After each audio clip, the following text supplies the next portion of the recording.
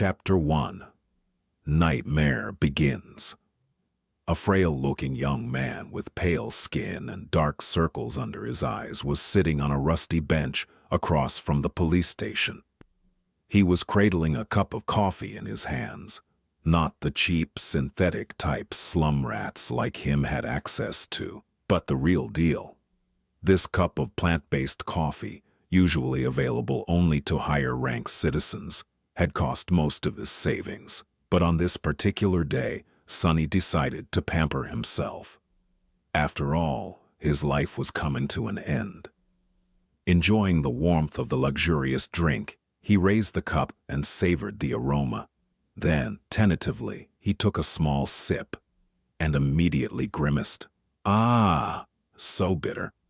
Giving the cup of coffee an intense look, Sonny sighed and forced himself to drink some more. Bitter or not, he was determined to get his money's worth. Taste buds be damned. I should have bought a piece of real meat instead. Who knew actual coffee is so disgusting? Well, it's going to keep me awake at least. He stared into the distance, dozing off, and then slapped himself in the face to wake up. Tsk! What a ripoff. Shaking his head and cursing, Sonny finished the coffee and stood up. Rich people living in this part of the city were rushing past the small park on their way to work, staring at him with strange expressions, looking haggard in his cheap clothes and from the lack of sleep, unhealthily thin and pale. Sonny was indeed out of his place here. Also, everyone seemed so tall. Watching them with a bit of envy, he tossed the cup into a garbage bin. I guess that's what 3 full meals a day would do to you. The cup missed the bin by a wide margin and fell on the ground. Sonny rolled his eyes in exasperation, walked over and picked it up before carefully putting it in the trash. Then, with a slight grin, he crossed the street and entered the police station. Inside, a tired-looking officer gave him a quick glance and frowned with obvious distaste. "Are you lost, boy?" Sonny looked around with curiosity, noting reinforced armor plates on the walls and poorly hidden turret nests in the ceiling. The officer, too, looked scruffy and mean. At least police stations remain the same wherever you go. "Hey, I'm talking to you." Sonny cleared his throat. No."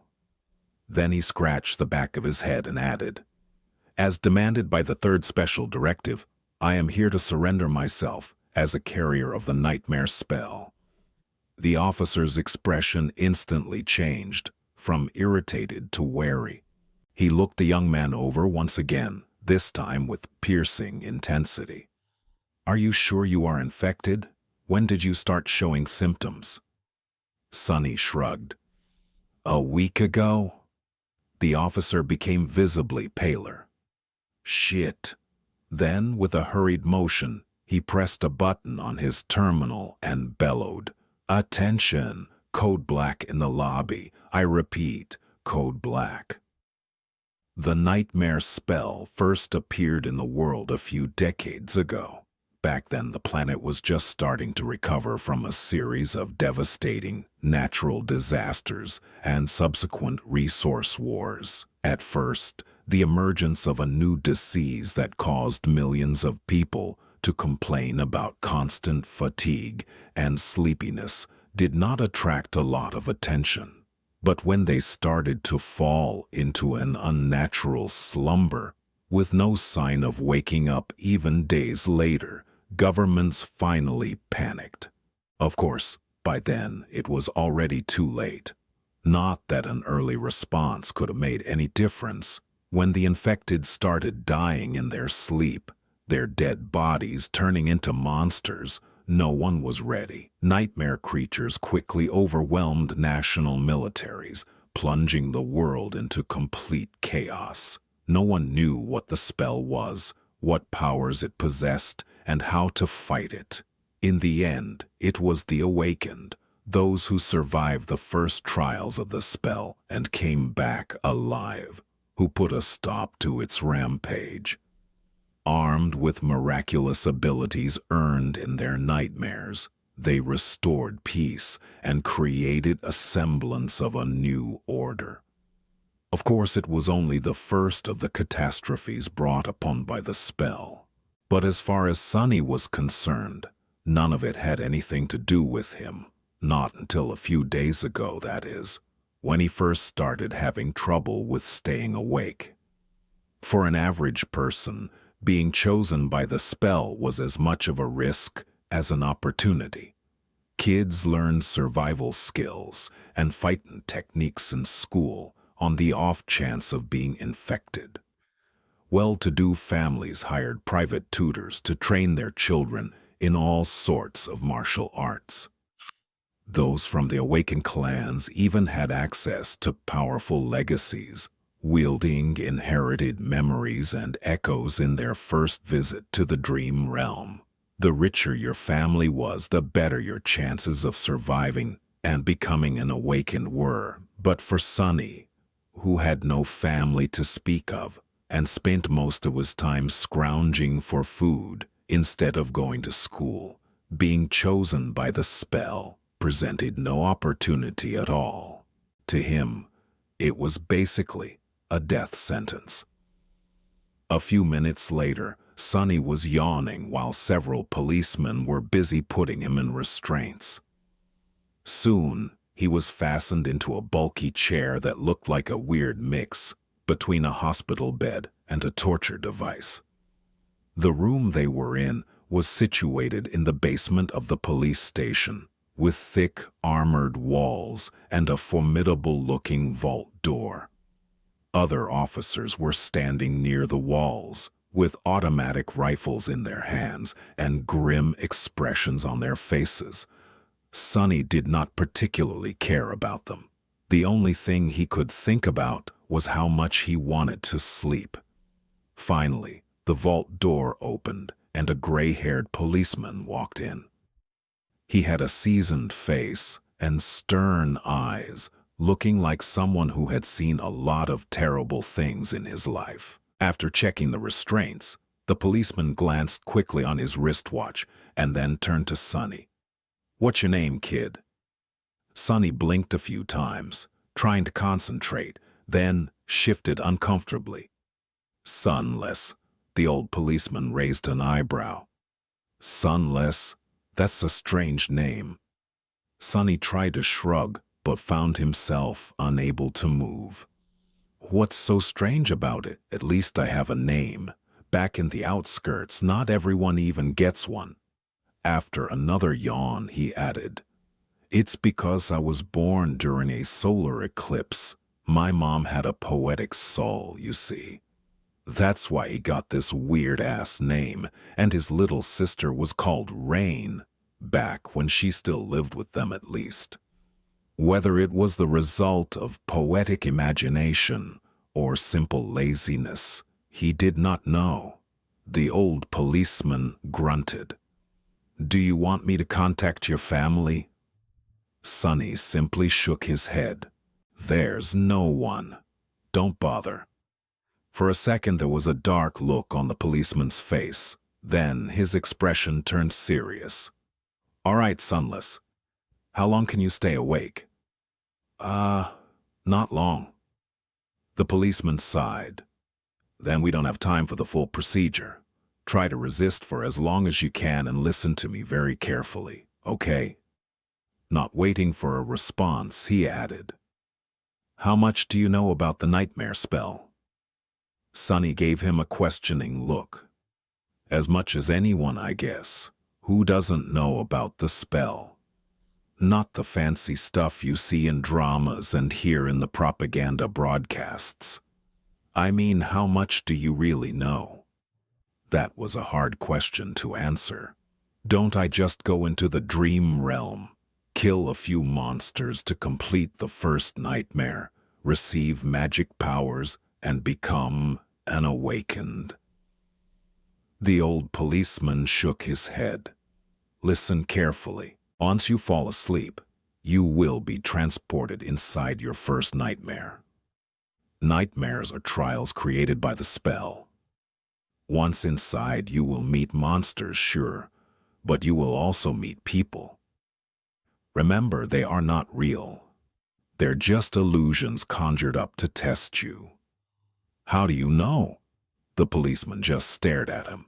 I mean, no one understands what the spell is and how it works, right? So how do you know that they're not real? You might have to kill them, kid. So do yourself a favor and just think about them as illusions. Oh, the old policeman waited for a second, then nodded and continued. A lot of things about the first nightmare depend on luck. Generally, it shouldn't be overwhelmingly hard. The situation you're in, the tools you have at your disposal, and the creatures you have to defeat should be within the range of your abilities at least. After all, the spell sets up trials, not executions. You're a bit disadvantaged due to, well, your circumstances, but kids from the outskirts are tough. Don't give up on yourself just yet. Sonny was getting more and more sleepy. It was becoming hard to follow the conversation about those magic powers you mentioned. You will indeed receive them if you survive until the end of the nightmare. What those powers will be, exactly, depends on your natural affinity as well what you do during the trial. But some of it will be at your disposal right from the start. The voice of the old policeman sounded more and more distant. Sonny's eyelids were so heavy that he was struggling to keep his eyes open. Remember, the first thing you must do once inside the nightmare is to check your attributes and your aspect. If you get a combat-oriented aspect, something like a swordsman or an archer, things will be easier. If it is reinforced by a physical attribute, then that's even better. Combat aspects are the most common, so the probability of receiving one is high. The armored room was growing dimmer. If you're unlucky and your aspect has nothing to do with combat, don't despair. Sorcery and utility aspects are useful in their own ways. You'll just have to be smart about it. There are really no useless aspects. Well, almost. So just do anything in your power to survive. If you survive, you will be halfway to becoming an awakened.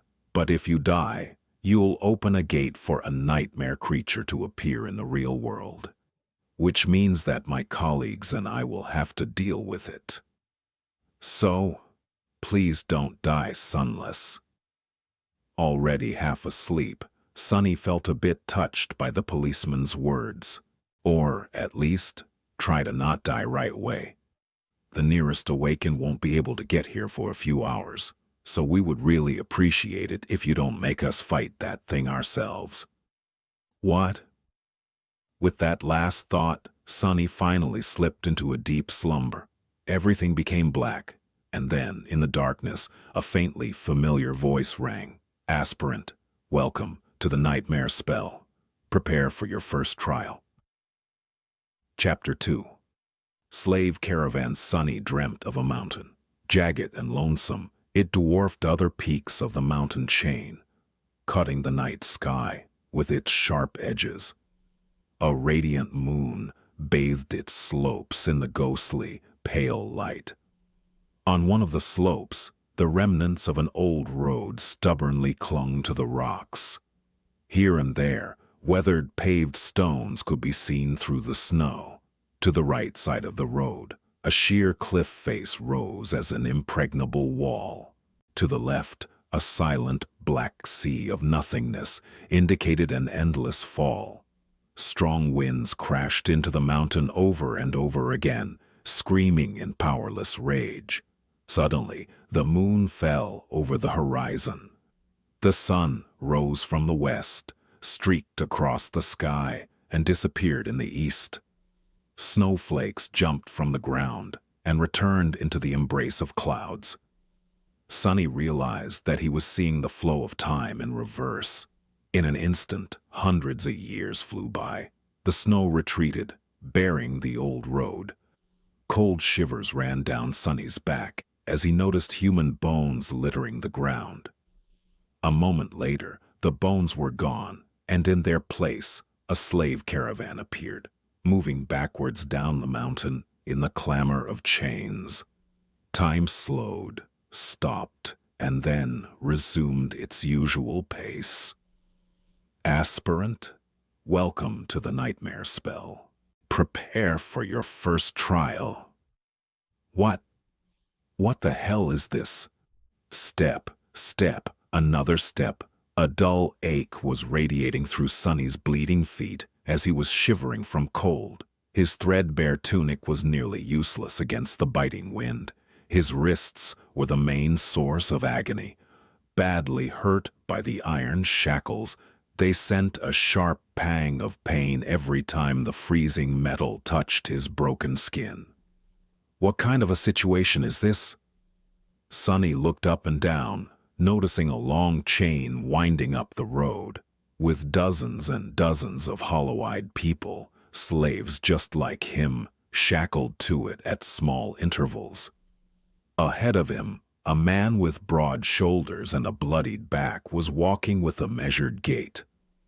Behind him, a shifty-looking guy with quick, desperate eyes was quietly cursing under his breath in a language that Sonny did not know, but somehow still understood.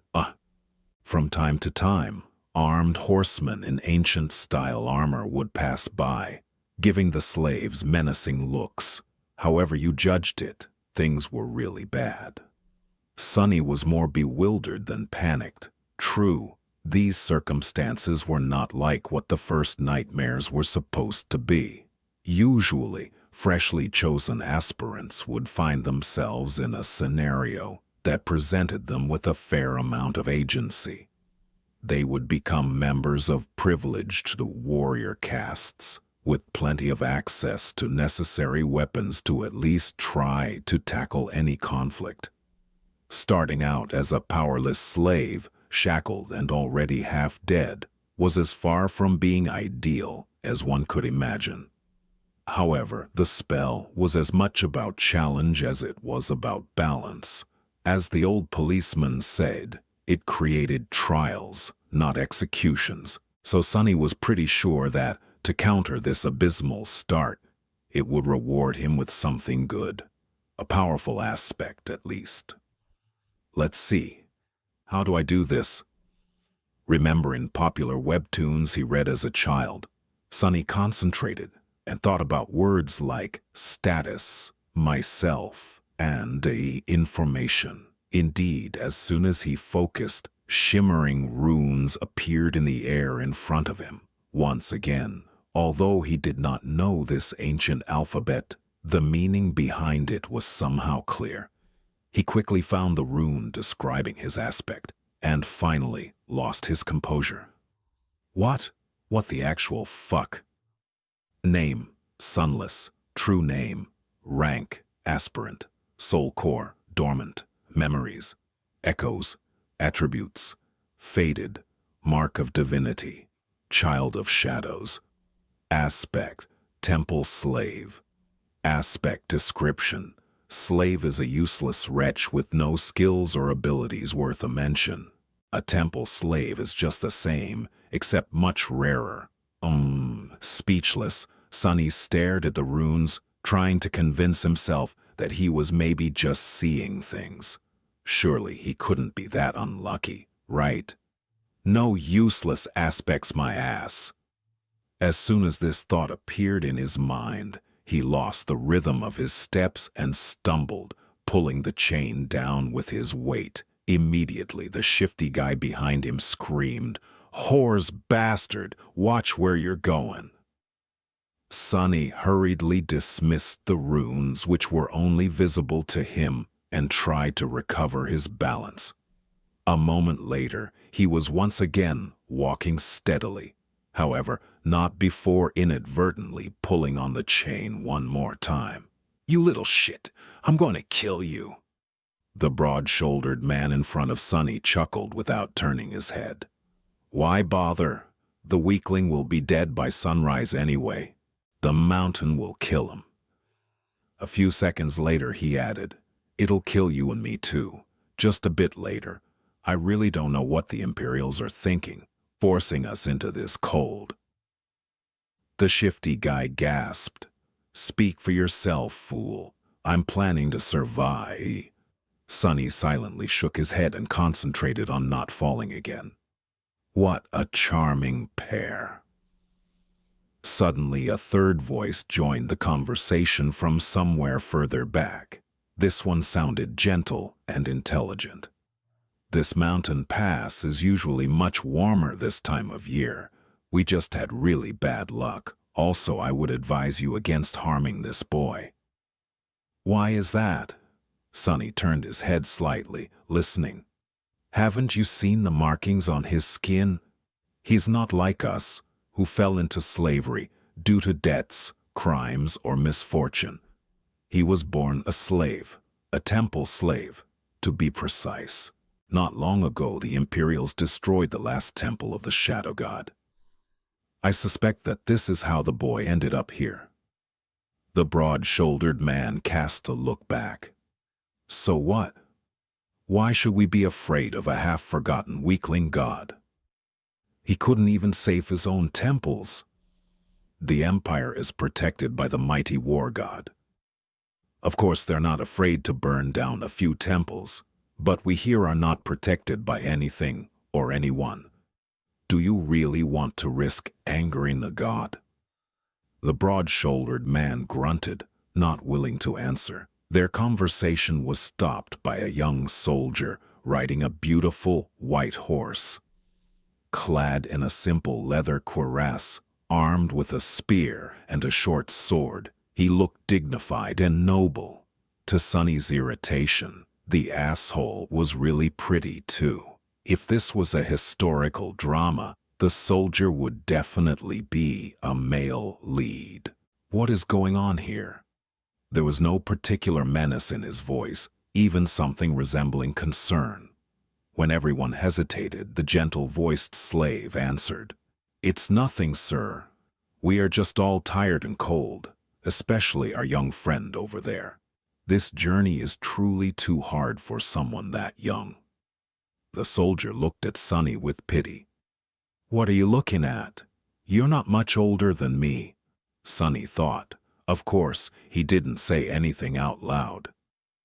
The soldier sighed and took a flask from his belt before extending it to Sunny. Bear with it a little more, child. We will stop for the night soon. For now, here, drink some water. Child. Due to his thin body and small stature, both caused by malnourishment, Sunny was often mistaken for someone younger.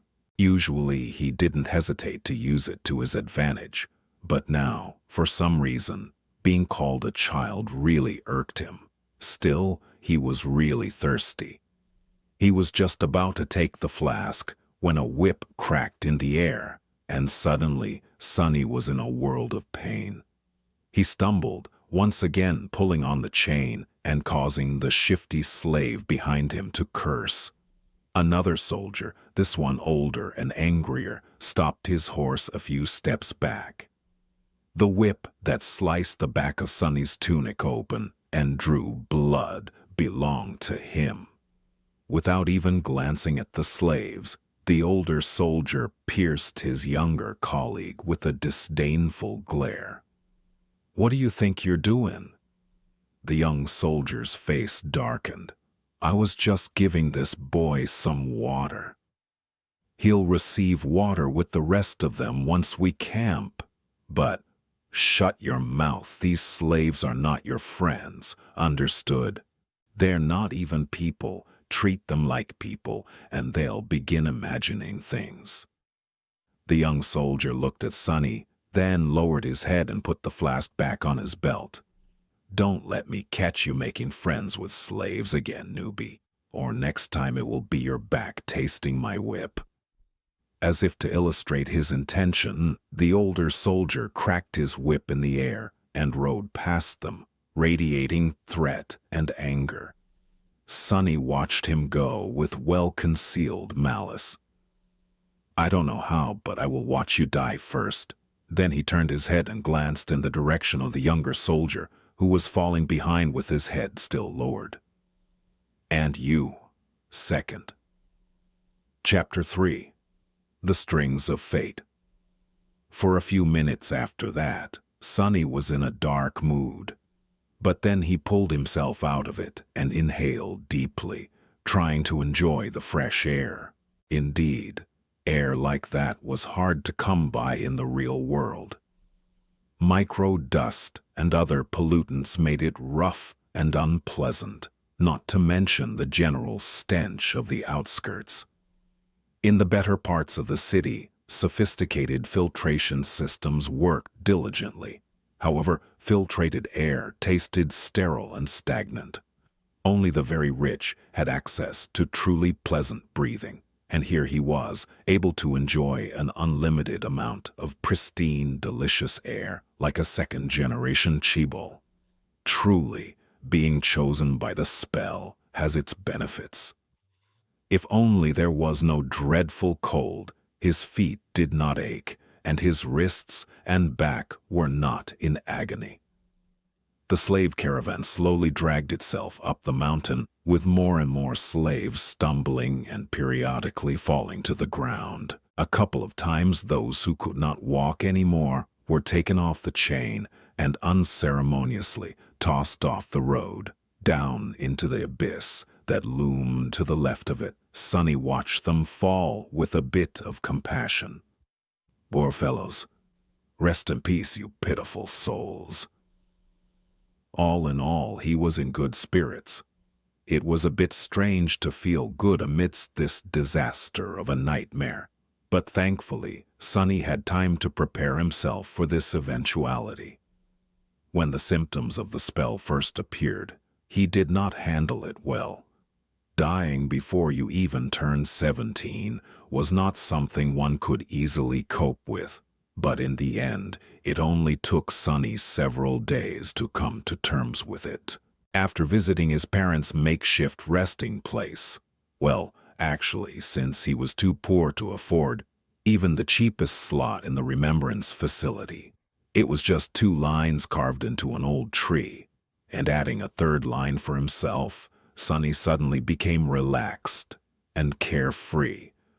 After all, he didn't have to worry about earning money, finding food, protecting himself, and planning for the future anymore. Once the worst that could happen had already happened. What else was there to fear? So becoming a slave and slowly freezing to death was not that much of a shock. Besides, he knew that cold would not kill him, simply because he had already seen what fate was awaiting the caravan further up the mountain. The picture of piled bones littering the ground was still fresh in his mind. Most likely, it was a pack of monsters that were going to do the caravan in. And by the look of it, the attack was going to take place in a matter of hours, not days, so he still had a chance. Using the opportunity, Sunny decided to take another look at his status and summoned the runes again. The last time he was too outraged by the aspect and didn't study the attributes well. While not as important as one's aspect, the attributes were often the deciding factor between life and death. They represented one's natural traits and affinities, sometimes even providing passive abilities and effects. Fated attribute description. The strings of fate wrap tightly around you. Unlikely events, both good and bad, are drawn by your presence. There are those who are blessed, and there are those who are cursed, but rarely both. Mark of divinity. Attribute description. You bear a faint scent of divinity, as though someone briefly touched by it once, a long time ago. Child of shadows. Attribute description. Shadows recognize you as one of their own. Interesting. Sonny quickly recognized the first attribute, faded, as the main culprit of his predicament. At first glance, it seemed to indicate that he was destined for a certain fate. To die miserably and vanish without a trace, for example. But after reading the description, he realized that being fated actually just meant that improbable things had a higher chance of occurring when he was around. I guess this is how I managed to receive one of the super rare useless aspects, and a weird variant of it at that. If fated was his innate attribute, then the other two came from the temple slave aspect. Mark of Divinity was less straightforward. It was supposed to allow passage into certain sacred places inside the dream realm and enhance several types of sorcery. Since there were no sacred places in sight and Sonny's aspect had nothing to do with sorcery, it was useless too. Child of Shadows was a stranger one. He had never heard of it and had no idea what it was supposed to do, at least not until the sun hid behind the mountain and the sky began to darken. To his surprise, Sonny found himself able to see perfectly in the darkness, as though it was still as bright as day. This ability alone was nothing to scoff at, and it was quite possible that Shadows would reward him with some other, yet unknown, gifts. Finally, something good. I wonder if, stop the caravan, prepare to camp. Following the head soldier's order, the slaves stopped and fell to the ground, shivering and exhausted. The small clearing where the road widened was somewhat protected from the wind by a protruding mass of rock, but it was still too cold to rest with ease. The soldiers got busy herding the slaves into a tight circle, forcing them to share warmth and lighting up a large bonfire in the center of the camp, although not before tending to their horses. The heavy wagon carrying food, water, and other cargo, to which the main chain was firmly affixed, was pushed forward to block the wind. While looking around, Sonny noticed the young soldier from before, watching the mountain with a complicated look on his face. What a weirdo! Soon, the bonfire was blazing. The stronger slaves tried to find their way closer to the fire, while the weaker ones, like Sonny, were forced to sit at the outer end of the circle, with their backs freezing in the cold. Of course, any movement was encumbered by the fact that they were still shackled to the chain. That's why the familiar broad-shouldered slave ended up just where he started, despite all of his efforts to get closer to the flame. Damn Imperials, he hissed, clearly irritated. The soldiers walked among the slaves, giving them water and food. Sonny, just like everybody else, received a few sips of icy water and a small piece of rock-hard, moldy bread. Despite its unappetizing look, he forced himself to eat the whole thing, just to be left as hungry as he was before. By the looks of it, he wasn't the only one. The shifty slave that had been walking behind him looked around in anguish. By all the gods, they used to feed me better even in the dungeons. He spat on the ground, desperate. And most of us innocent men in the dungeon were there waiting to visit the gallows too. A few steps away from them, where the paved road ended and sharp rocks began, a scattering of bright red berries were growing from the snow. Sonny had noticed them before, clustering here and there along the road, and even noted how pretty those resilient things looked contrasted against the white. The shifty slave's eyes glistened as he tried to crawl towards the berries on all fours. I would advise against eating those, friend. It was the gentle-voiced slave again. Sonny turned around and finally saw him in the flesh for the first time. It was a tall man in his 40s, lean and strangely handsome, with the dignified look of a scholar.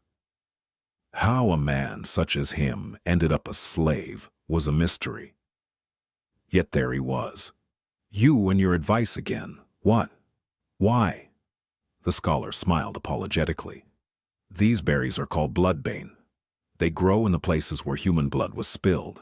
That's why there's always a lot of them along the slave trade routes." "So what?"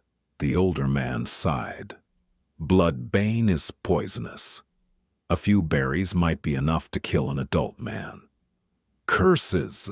The shifty slave flinched back and glared at the scholar. Sonny did not pay them a lot of attention, because while looking around, he finally recognized the site of the camp as the place where, in his vision at the start of the nightmare, the bones of the slaves were buried under the snow, and he was willing to bet that whatever it was that killed them all was going to happen soon. As if to answer his thoughts, a thundering noise rang from above, and in the next second, something massive came crashing from the sky.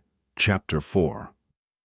Mountain King. Turning in the direction of the thundering noise, many slaves rose their heads, only to see rocks and heavy shards of ice raining on them from above. They instantly panicked, lurching away in a cacophony of screams. Shadows happily danced on black stones as, entangled by the thick chain, those slaves fell to the ground and pulled others with them. Sonny was one of the few that remained upright, mostly because he was ready for something like this to happen. Calm and collected, he gazed at the night sky, his attribute-enhanced eyes piercing the darkness, and took one measured step back. In the next second, a piece of ice the size of a man's torso hit the ground right in front of him and exploded, showering everything around with sharp shards. Others weren't that quick. As ice and stones continued to rain, many were wounded, and a few even lost their lives. Agonizing wails filled the air. "On your feet, fools! Get to the wall!" The veteran soldier, the one who had whipped Sonny a few hours before, was shouting angrily, trying to get the slaves to move towards the relative safety of the mountain slope. However, before anyone could heed his command, something massive came crashing down, sending a tremor through the stones beneath their feet. It fell right between the caravan and the mountain wall, plunging everything into silence for a few seconds. At first, it looked like a lump of dirty snow, roughly round in shape and as tall as a mounted horseman. However, once the creature unfurled its long limbs and rose, it towered over the stone platform like a nightmarish omen of death. "That thing must be at least 4 meters tall," Sonny thought, a bit stunned. The creature had 2 stumpy legs, an emaciated, hunched torso, and disproportionately long, multi-jointed hands. 2 of them, each ending with a set of horrifying bone claws, and another 2, these ones shorter, ending with almost human-like fingers. The thing that, at first glance, looked like dirty snow turned out to be its fur, yellowish-gray and ragged, thick enough to stop arrows and swords. On its head, 5 milky white eyes regarded the slaves with insect-like indifference. Beneath them, a terrible maw, crowding with razor-sharp teeth, was half open, as though in anticipation. Viscous drool was running down the creature's chin and dripping into the snow. What unnerved Sonny the most, though, were the strange shapes endlessly moving, worm-like under the creature's skin.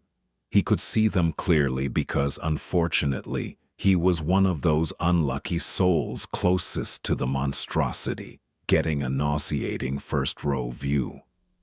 "Well, that is just too much," he thought, stupefied. As soon as Sonny finished that thought, all hell broke loose.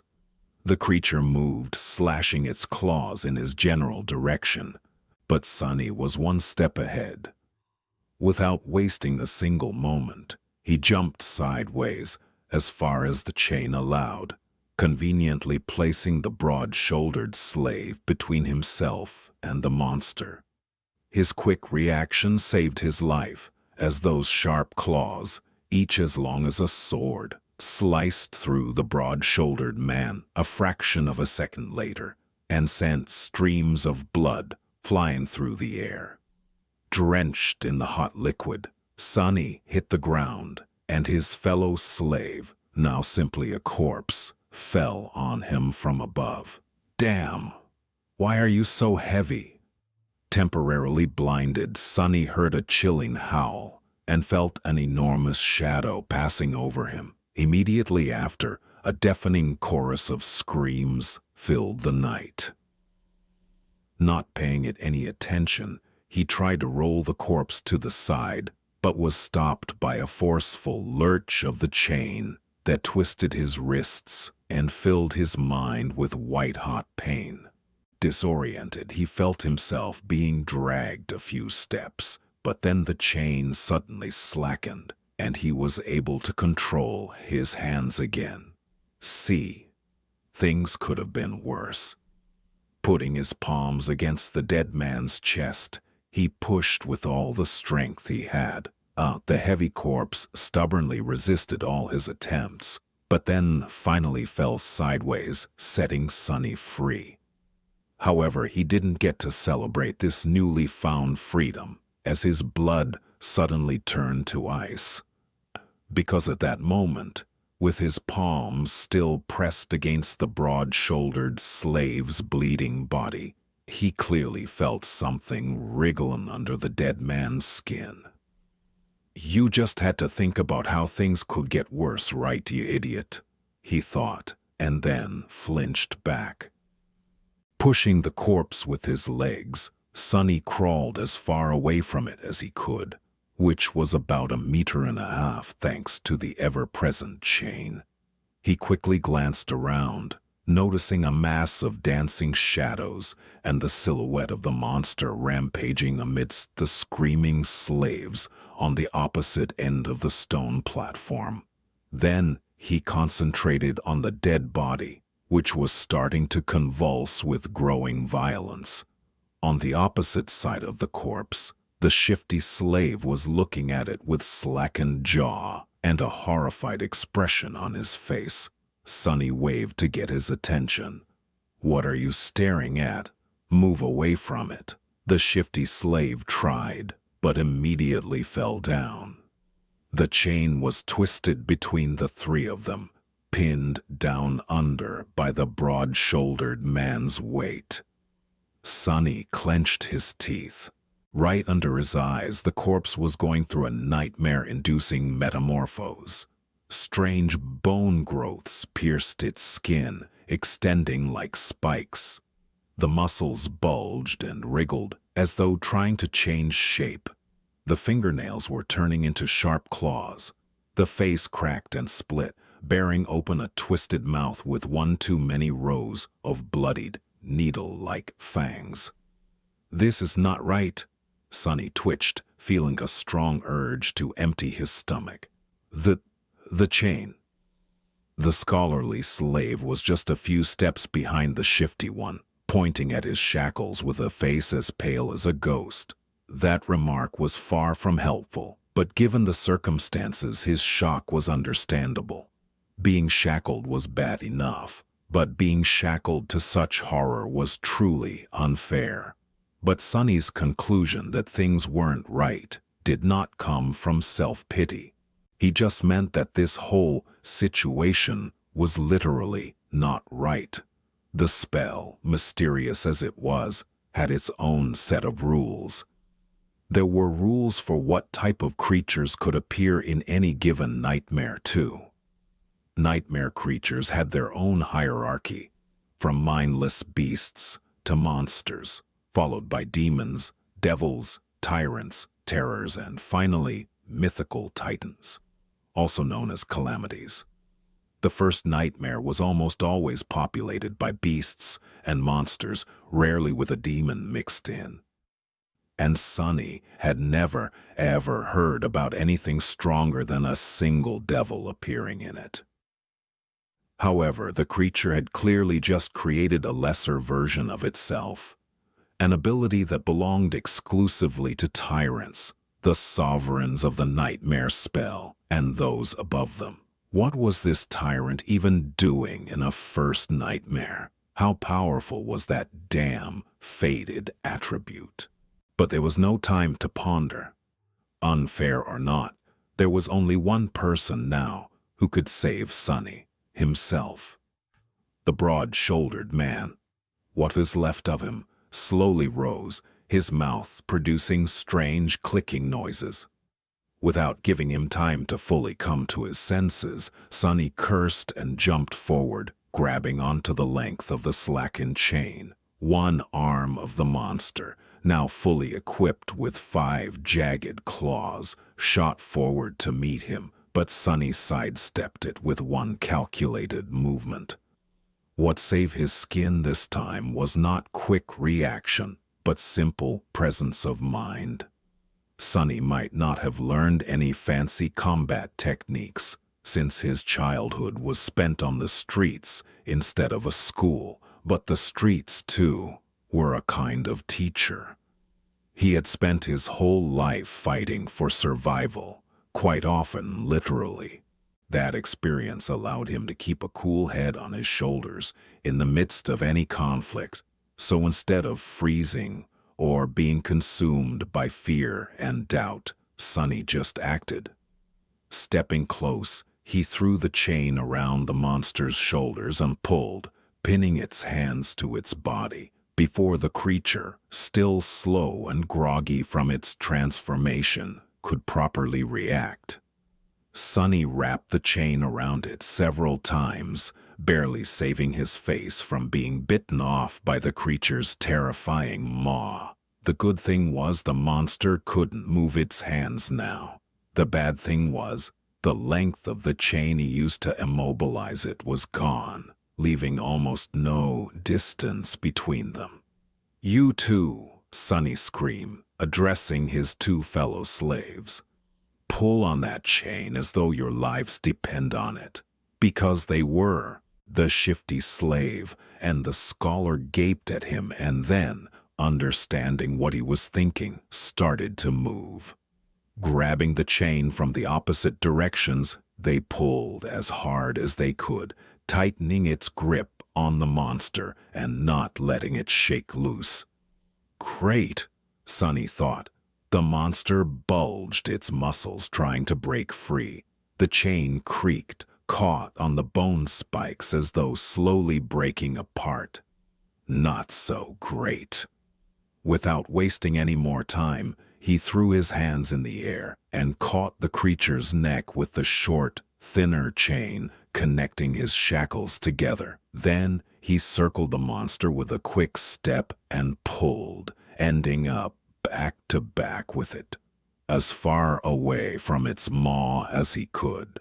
Sunny knew that he wasn't strong enough to strangle a man with his bare hands, let alone a weird, terrifying mutant like the one trying to eat him. But now, using his own back as a lever and the weight of his whole body to pull the shackles down, he at least stood a chance. He pulled down with all his might, feeling the monster's body pressing against him, bone spikes brushing against his skin. The monster continued to struggle, clicking loudly and trying to break the chain tying him down apart. Now, it was just a question of what would break first, the chain or the monster itself. Die, you bastard! Sweat and blood were rolling down Sunny's face as he was pulling and pulling down with as much force as he could muster. Every second felt like an eternity. His strength and stamina, what little he had to begin with, were quickly running out. His wounded back, wrists, and muscles pierced by the bone spikes were in agony. And then, finally, Sunny felt the monster's body go limp. A moment later, a faintly familiar voice rang in the air. It was the most beautiful sound he had ever heard. "You have slain a dormant beast, Mountain King's larva." Chapter 5. Broken Chains. You have slain a dormant beast, Mountain King's larva. Sunny fell to his knees, breathless.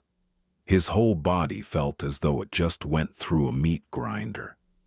Even large amounts of adrenaline could not wash away all the pain and exhaustion. And yet, he was exhilarated. The satisfaction of killing the larva was so vast that he even forgot to be disappointed about not receiving a memory, the special item tied to a dream realm inhabitant's essence, which was sometimes awarded by the spell to the triumphant awakened. A magic sword or a suit of armor would have come in handy right about now. He would even settle for a warm coat. 3 seconds. You can rest for 3 more seconds, Sunny thought. After all, the nightmare was far from over. A few moments later, he forced himself to come back to his senses and looked around, trying to ascertain the situation. The larva was dead, which was great. However, he was still tied to it by the damned chain. The shifty slave and the scholar, both pale as death, were busy untangling it to buy the 3 of them at least some freedom of movement. Further away, torn bodies and pieces of flesh were lying on the ground. Many slaves were killed. A few had somehow managed to escape and were now running away. Fools, they're dooming themselves. The chain, as it turns out, was at some point broken in 2. That's why it suddenly slackened when Sunny was being dragged by the mass of panicking slaves. If their shackles had a less sophisticated locking mechanism, he could have tried to free himself now. However, each pair was fixed to a specific link. Without unlocking them, no one was going anywhere. The tyrant, Mountain King presumably, was hidden from sight by the bright glow of the bonfire. However, Sunny could feel its movements due to the subtle tremors spreading through the stones, as well as the desperate screams of those slaves who were yet to perish. An angry bellow or 2 could also be heard, indicating that some of the soldiers were still alive, desperately trying to fight the monstrosity off.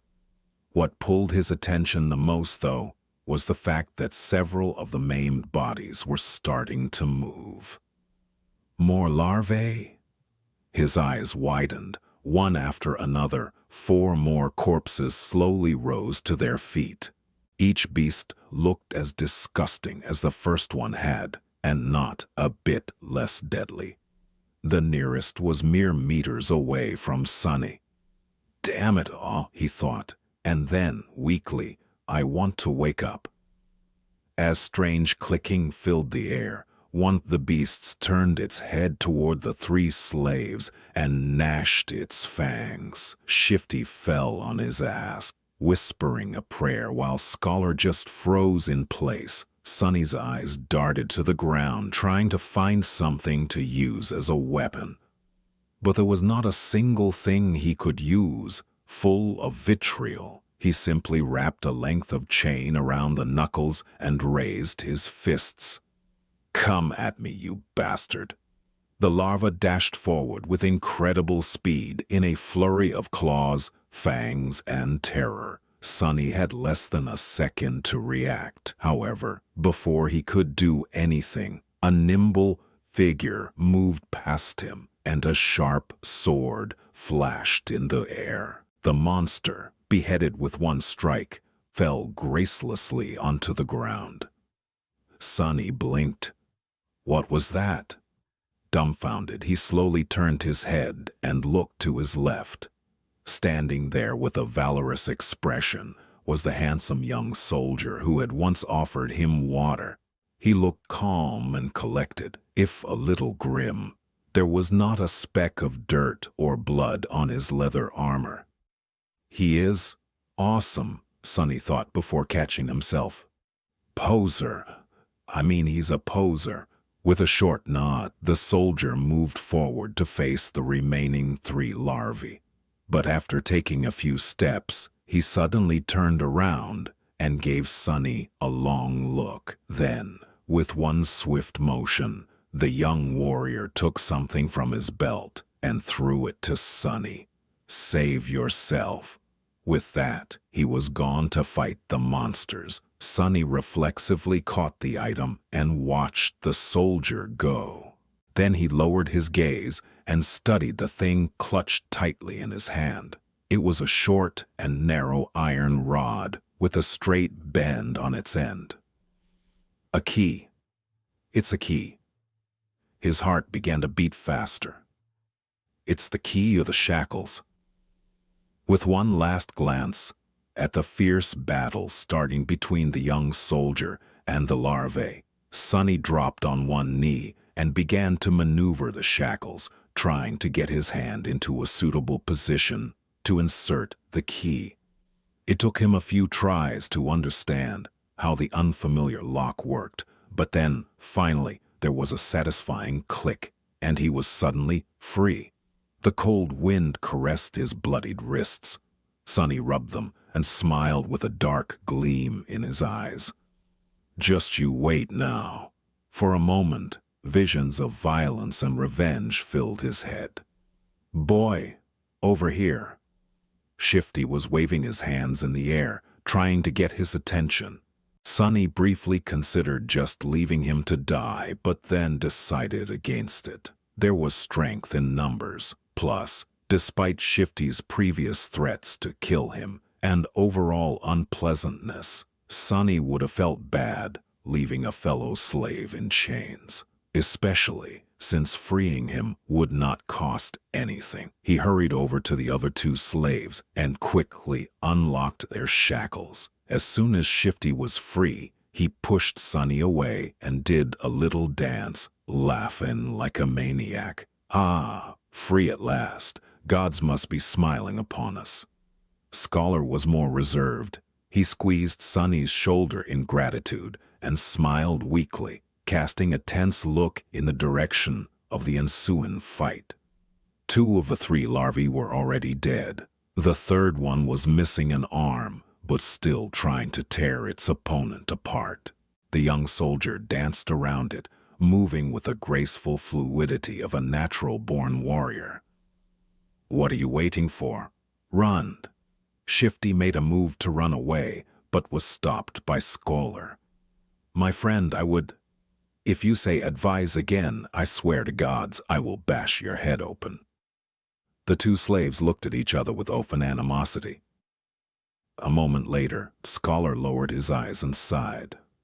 If we run away now, we will surely die. Why? The older slave simply pointed at the tall bonfire. Because without that fire, we will freeze to death before the night is over. Until the sun rises, running away is suicide. Sonny did not say anything, knowing that Scholar was right. Actually, he realized it right after strangling the larva. No matter how terrible Mountain King was, the bonfire was still their only lifeline in this frozen hell. It was just as what the broad-shouldered slave, may he rest in peace, had said. There was no need for anyone to kill them, because the mountain itself would do it if given a chance. So what? I prefer freezing to death than being eaten by that monster anyway. Not to mention, turning into one of those things. Shifty was pretending to be brave, but there was no conviction in his voice. He glanced at the darkness surrounding the stone platform and shivered before taking a small step back. At this point, the third larva was long dead, and the young soldier was nowhere to be seen. He had probably gone to join the fight at the other side of the bonfire, leaving the 3 slaves alone at the mountainside part of the stone platform. Scholar cleared his throat.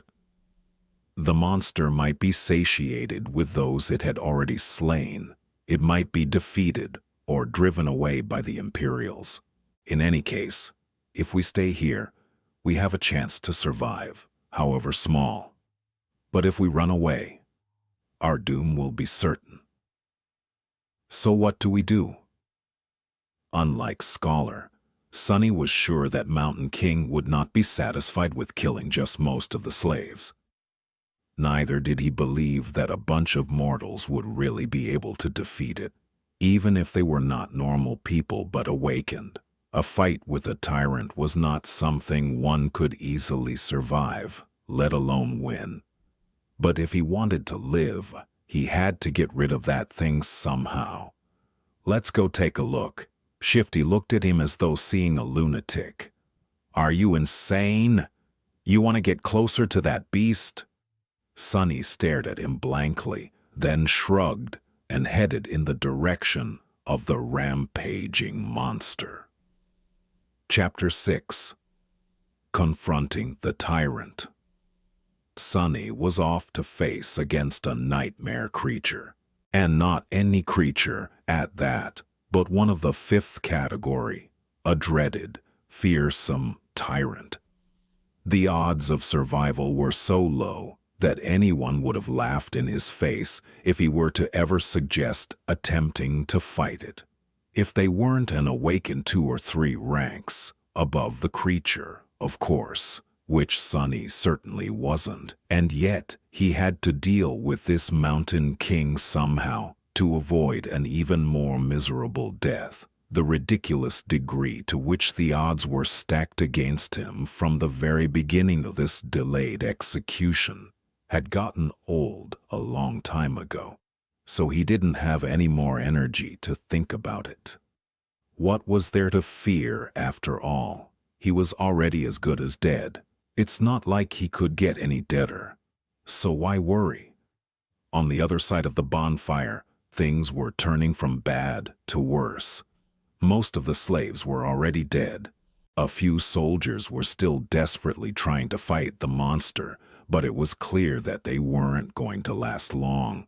Right in front of Sunny's eyes, the tyrant picked up a dead slave, dragging the chain up with him, and opened its terrifying maw wide. With one crushing bite, the slave's body was torn in half, leaving only bloodied stumps inside the shackles. Mountain King's 5 indifferent, milky eyes stared into the distance as he chewed, streams of blood flowing down its chin. Seeing that the creature's upper arms were busy, one of the soldiers screamed and lunged forward, brandishing his long spear. Without turning its head, the tyrant extended one of its shorter lower arms, caught the soldier's head in an iron grip, and squeezed, crushing the poor man's skull like a soap bubble. A moment later, the headless body was tossed over the cliff and disappeared into the abyss below. Shifty doubled over, puking his guts out. Then he shakily rose to his feet and glared at Sunny. "Well, we've taken a look, now what?"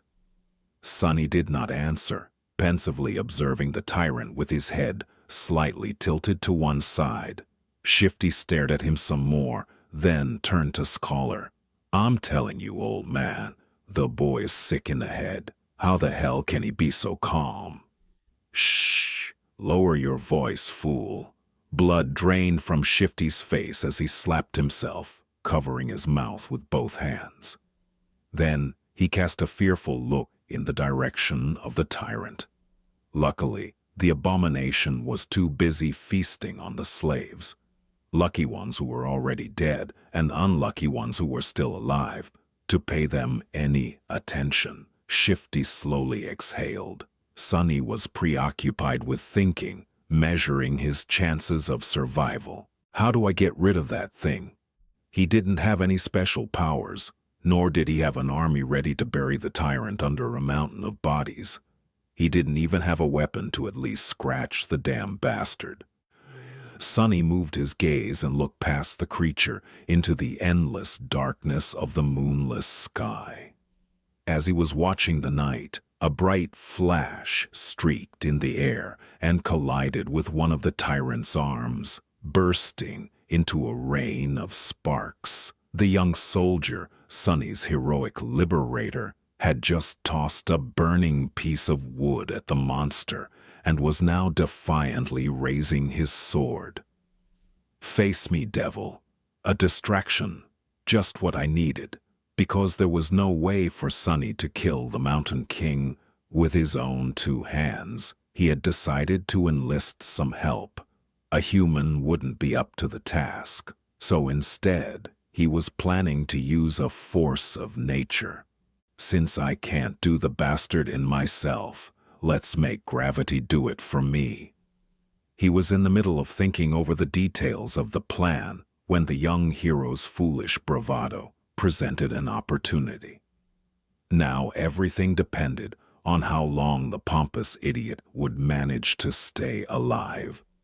"Come with me," Sunny said as he started running toward the far end of the stone platform, where the heavy wagon was perched dangerously close to the edge of the cliff. Shifty and Scholar shared a dubious look, but then followed, perhaps confusing his calmness with confidence, or maybe divine inspiration. After all, it was a widely known fact that crazy people were often favored by the gods. Behind them, Hero nimbly ducked under the tyrant's claws, slashing it with the sword. The sharp edge slid ineffectively across the dirty fur, not leaving even a scratch on the creature's flesh. In the next second, the tyrant moved with frightening speed, throwing all four of his hands in the direction of its new, irritating foe. But Sunny had no way of knowing. He was running with all his speed, getting closer and closer to the wagon. Once there, he hurriedly looked around, checking if there were any larvae close by, and moved to its rear wheels. The wagon was left at the upper end of the stone platform, where it narrowed and turned back into the road. It was turned sideways to block the wind, with its front facing the mountain wall and its back facing the cliff. There were two large wooden wedges placed under the rear wheels to prevent the wagon from rolling backward. Sunny turned to his companions and pointed at the wedges. "When I tell you, remove both of them, then push, understand?" "What? Why?" Shifty stared at him with a dumbfounded expression on his face. Scholar just looked at the wedges and then at the tyrant. Hero, miraculously, was still alive. He was weaving between the creature's limbs, always just half a second away from being completely eviscerated. From time to time, his sword flashed in the air, but to no avail. Mountain King's fur was too thick and his skin too tough to be harmed by mundane weapons. There was a hint of apprehension on the young warrior's face. All the other soldiers, as far as Sunny could see, were already dead. So he really needed that one to live a little bit longer. "Don't die yet," he thought. To Shifty, he simply said, "You'll see." The next moment, Sunny was running again, trying to follow the chain from the brace where it was affixed to the wagon. The thing he was searching for was hard to notice due to all the bodies, blood, and viscera littering the stone platform. But for once, luck was on his side. A short amount of time later, he had found what he needed, the torn end of the chain. Finding the nearest set of shackles, complete with a horribly disfigured body of a slave locked in them, Sunny plopped down on his knees and started to fumble with the key. There was a muffled scream, and with a sideways glance, he noticed Hero flying through the air, finally caught by one of the tyrant's strikes. Incredibly, the young soldier managed to land on his feet, sliding several meters across the stones. All of his limbs were still in place, There were no terrible wounds on his body either. Without skipping a bit, Hero rolled forward, picking up his sword from where it fell on the ground, and then rolled once more, this time sideways, narrowly avoiding a heavy stomp from the creature's foot. Rolling? Who the hell rolls around in this situation? Without any more time to waste, Sunny finally managed to unlock the shackles. Shaking the dead slave out of them, he then promptly locked them once again, this time around the chain itself, ending up with a makeshift slip knot and a loop. Now everything depended on his resolve, hand-to-eye coordination, and luck. Turning to Shifty and Scholar, who were still waiting by the wagon, he screamed, "Now!" Then, picking up a sizable length of chain, Sunny stood up and faced the tyrant. Hero spared him half a glance. His eyes lingered on the chain for a moment, and then quickly followed it to the wagon.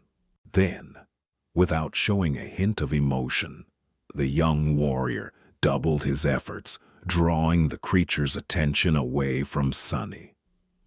So he's smart too. What a scam.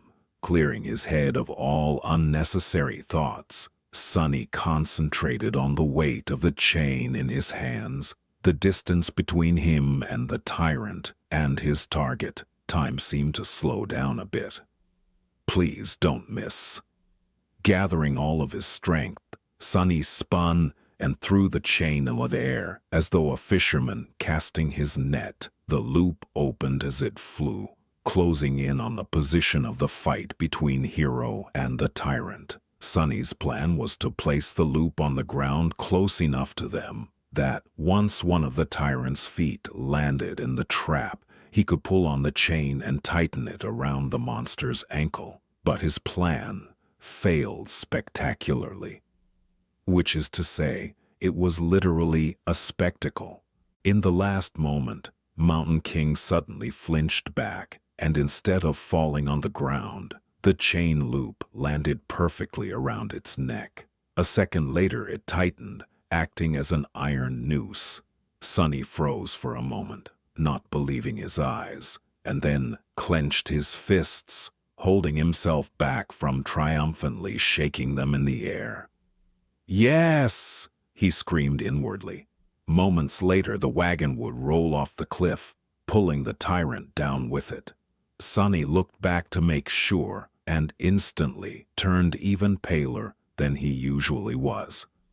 Shifty and Scholar did manage to remove the wedges from under the wagon's wheels, and were now desperately pushing it to the edge of the road. However, the wagon was rolling slowly, very slowly, much slower than Sunny had anticipated. He turned to the tyrant, panicking. The creature, surprised by the sudden weight pressing down on its neck, was already raising its hands to tear the chain apart. Sunny's eyes widened. In the next second, Hero crashed into one of the tyrant's legs, throwing it off balance and buying them some time. Sunny was already running to the wagon, cursing loudly in his mind. Reaching it, he threw himself onto the damp wood alongside Shifty and Scholar, pushing with all the strength left in his rather small but terribly beaten and enormously exhausted body. "Roll, roll, you creaky piece of shit." The wagon sped up a little but was still rather slow in reaching the cliff's edge. At the same time, the tyrant finally managed to get a hold of the chain tied around its neck, ready to free itself. Now whether they lived or not was just a question of which thing would happen first. Chapter 7.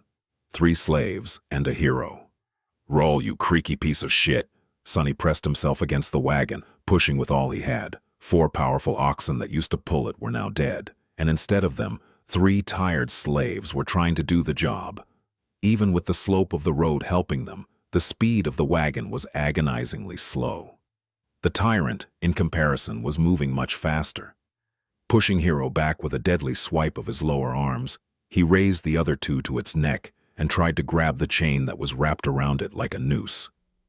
However, this time Mountain King's fearsome physique turned into a disadvantage. Its long, terrifying bone claws were perfect for tearing flesh apart, but they weren't the best tool for precise manipulations. It took the tyrant some time to get a hold of the chain without slicing its own neck open. By then, the wagon was nearly at the edge of the cliff. "Come on, just a little bit more." What followed happened very quickly. The wagon's rear wheels finally slid from the road, hanging over the dark, seemingly bottomless pit beneath. The creature turned, staring expressionlessly at the three slaves with its 5 milky, dead eyes. The wagon careened, throwing Shifty and Scholar off their feet, and then froze, balanced precariously on its middle axis. Sunny was the only one left standing. He cast a last glance at the towering monster, and then slammed his shoulder into the front of the wagon, putting all of his weight behind it. The wagon finally lost its balance and rolled over the edge, scraping its underside deafeningly against the jagged rocks. Sunny fell forward and landed on his knees, narrowly saving himself from tumbling down the cliff with it. Turning his head to the tyrant, he gave it a wicked smile. Mountain King made a move to lunge at the scrawny slave, but it was already too late. A moment later, the chain on his neck drew tight, and he was yanked back with tremendous force, flying over the edge of the cliff like a rag doll. The creature fell into the darkness silently, as though refusing to believe that it was defeated by a tiny human. "Go and die, bastard," Sunny thought. Then he took one deep, ragged breath and dropped to the ground, utterly exhausted. "Is this it? Did I pass the trial?" He rested on the cold stones, staring at the night sky, and waited for that faintly familiar but elusive voice to announce his victory. But instead of that, wave after wave of pain that he had earlier chosen to ignore finally started to catch up with his abused body. Sunny groaned, feeling hurt all over. The skin on his back slashed by a slaver's whip and pierced by the bone spikes of a newborn larva, especially, was in agony. He was also starting to shiver, once again consumed by the dreadful cold. "I guess not." His thoughts were slow and muddy. "What else am I supposed to do?" A dark figure appeared above him. It was Hero, looking calm and as handsome as ever.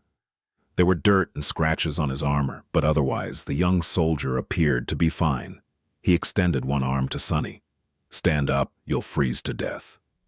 Sunny sighed, accepting that his first nightmare was not over. Then he clenched his teeth and slowly rose to his feet, ignoring Hero's helping hand. Around them, there was a scene of utter carnage. Except for the 3 slaves and Hero, every member of the caravan was dead. Their bodies were littering the ground, horribly maimed or torn into pieces. Here and there, a repulsive carcass of a larva could be seen. Shadows cast by the bonfire were dancing happily across the stone platform, seemingly unperturbed by this morbid view. Sunny was also too tired to care. Shifty and Scholar were already up, looking at Hero with weary apprehension. With or without shackles, they were still slaves, and he was still a slave driver. Noticing their tense gazes, the soldier sighed. "Come closer to the fire, all of you. We need to warm ourselves and discuss what to do next." Without waiting for their response, Hero turned around and walked away. After hesitating for a few moments, the slaves followed. A bit of time later, the 4 of them were seated around the bonfire, soaking up pleasant heat. Shifty and Scholar were close to each other, maintaining a safe distance from Hero. Sunny sat apart from everyone, not because he had a specific reason to distrust one more than the others, but simply because he didn't like people in general. Growing up, Sunny was always a misfit. It's not that he had never tried to become close with someone. It's just that he seemed to lack the ability, like there was an invisible wall between him and other people. If he had to put it in words, Sunny would say that he was born without a small but important gear in his brain that everyone else seemed to possess. As a result, he was often baffled and stumped by human behavior, and his attempts to imitate it, however diligent, inevitably fell flat. This strangeness made others uncomfortable. In short, he was a bit different, and if there was one thing people hated, it was those different from them. Over time, Sunny simply learned to avoid getting too close to anyone and settled comfortably into his outcast role. This habit served him well, since it not only made him self-reliant, but also saved him from being stabbed in the back by shady characters on multiple occasions. That's why he was not thrilled to share the rest of this nightmare with 3 strangers. Instead of trying to start a conversation, Sunny sat quietly by himself, lost in thoughts. After a few minutes, Hero's voice finally broke the silence. "Once the sun rises, we will gather whatever food and water we can find and go back down the mountain." Shifty gave him a defiant look. "Why should we go back? To be put in chains again?" The young soldier sighed. "We can go our separate ways once we leave the mountains. But until then, I'm still responsible for your lives. We can't continue up the road since the way over the mountain pass is long and arduous. Without the supplies that were stored on the wagon, your chances of making it are not high. That's why going back is our best hope." Scholar opened his mouth, planning to say something, but then thought better of it and remained silent. Shifty cursed, seemingly convinced by Hero's rational words. "We can't go down." All 3 of them turned to Sunny, surprised to hear his voice. Shifty barked a laugh and glanced at the soldier. "Don't listen to him, your lordship. This boy is, touched by the gods. He's crazy, is what I'm trying to say." Hero frowned, looking at the slaves. "The 2 of you are only alive thanks to this child's bravery. Aren't you ashamed to badmouth him so?" Shifty shrugged, showing that he wasn't ashamed at all. The young soldier shook his head. "I, for one, would like to hear his reasoning. Tell me, why can't we go down?" Sunny shifted, uncomfortable in the center of everyone's attention. "Because the monster isn't dead." Chapter 8. Nothing at all, because the monster isn't dead. These ominous words hung in the silence. 3 pairs of eyes widened, staring right at Sunny. "Why do you say that?" After thinking about it, Sunny came to the conclusion that the tyrant was indeed still alive. His reasoning was pretty straightforward. He did not hear the spell congratulating him on slaying the creature after it fell off the cliff, which meant that it was not slain. But he couldn't explain that to his companions. He pointed up. The monster jumped from an incredible height to land on this platform. Yet it wasn't harmed at all. Why would it be killed by falling off the platform? Neither Hero nor the slaves could find a flaw in his argument. Sunny continued. "Which means that it's still alive, somewhere down the mountain, so by going back, we will be delivering ourselves into its maw." Shifty cursed loudly and crawled closer to the bonfire, staring into the darkness with terror in his eyes. Scholar rubbed his temples, mumbling, "Of course, why didn't I realize myself?" Hero was the most stoic of the 3. After thinking it over, he nodded. "Then we go up and over the mountain pass. But that's not all." He glanced in the direction where the tyrant had fallen. "If the monster is still alive, there is a high possibility that it will return here and then pursue us. Which means that time is of the essence. We will need to move as soon as the sun rises." He gestured to the torn bodies littering the platform. "We can't allow ourselves to rest the whole night anymore. We need to gather supplies now.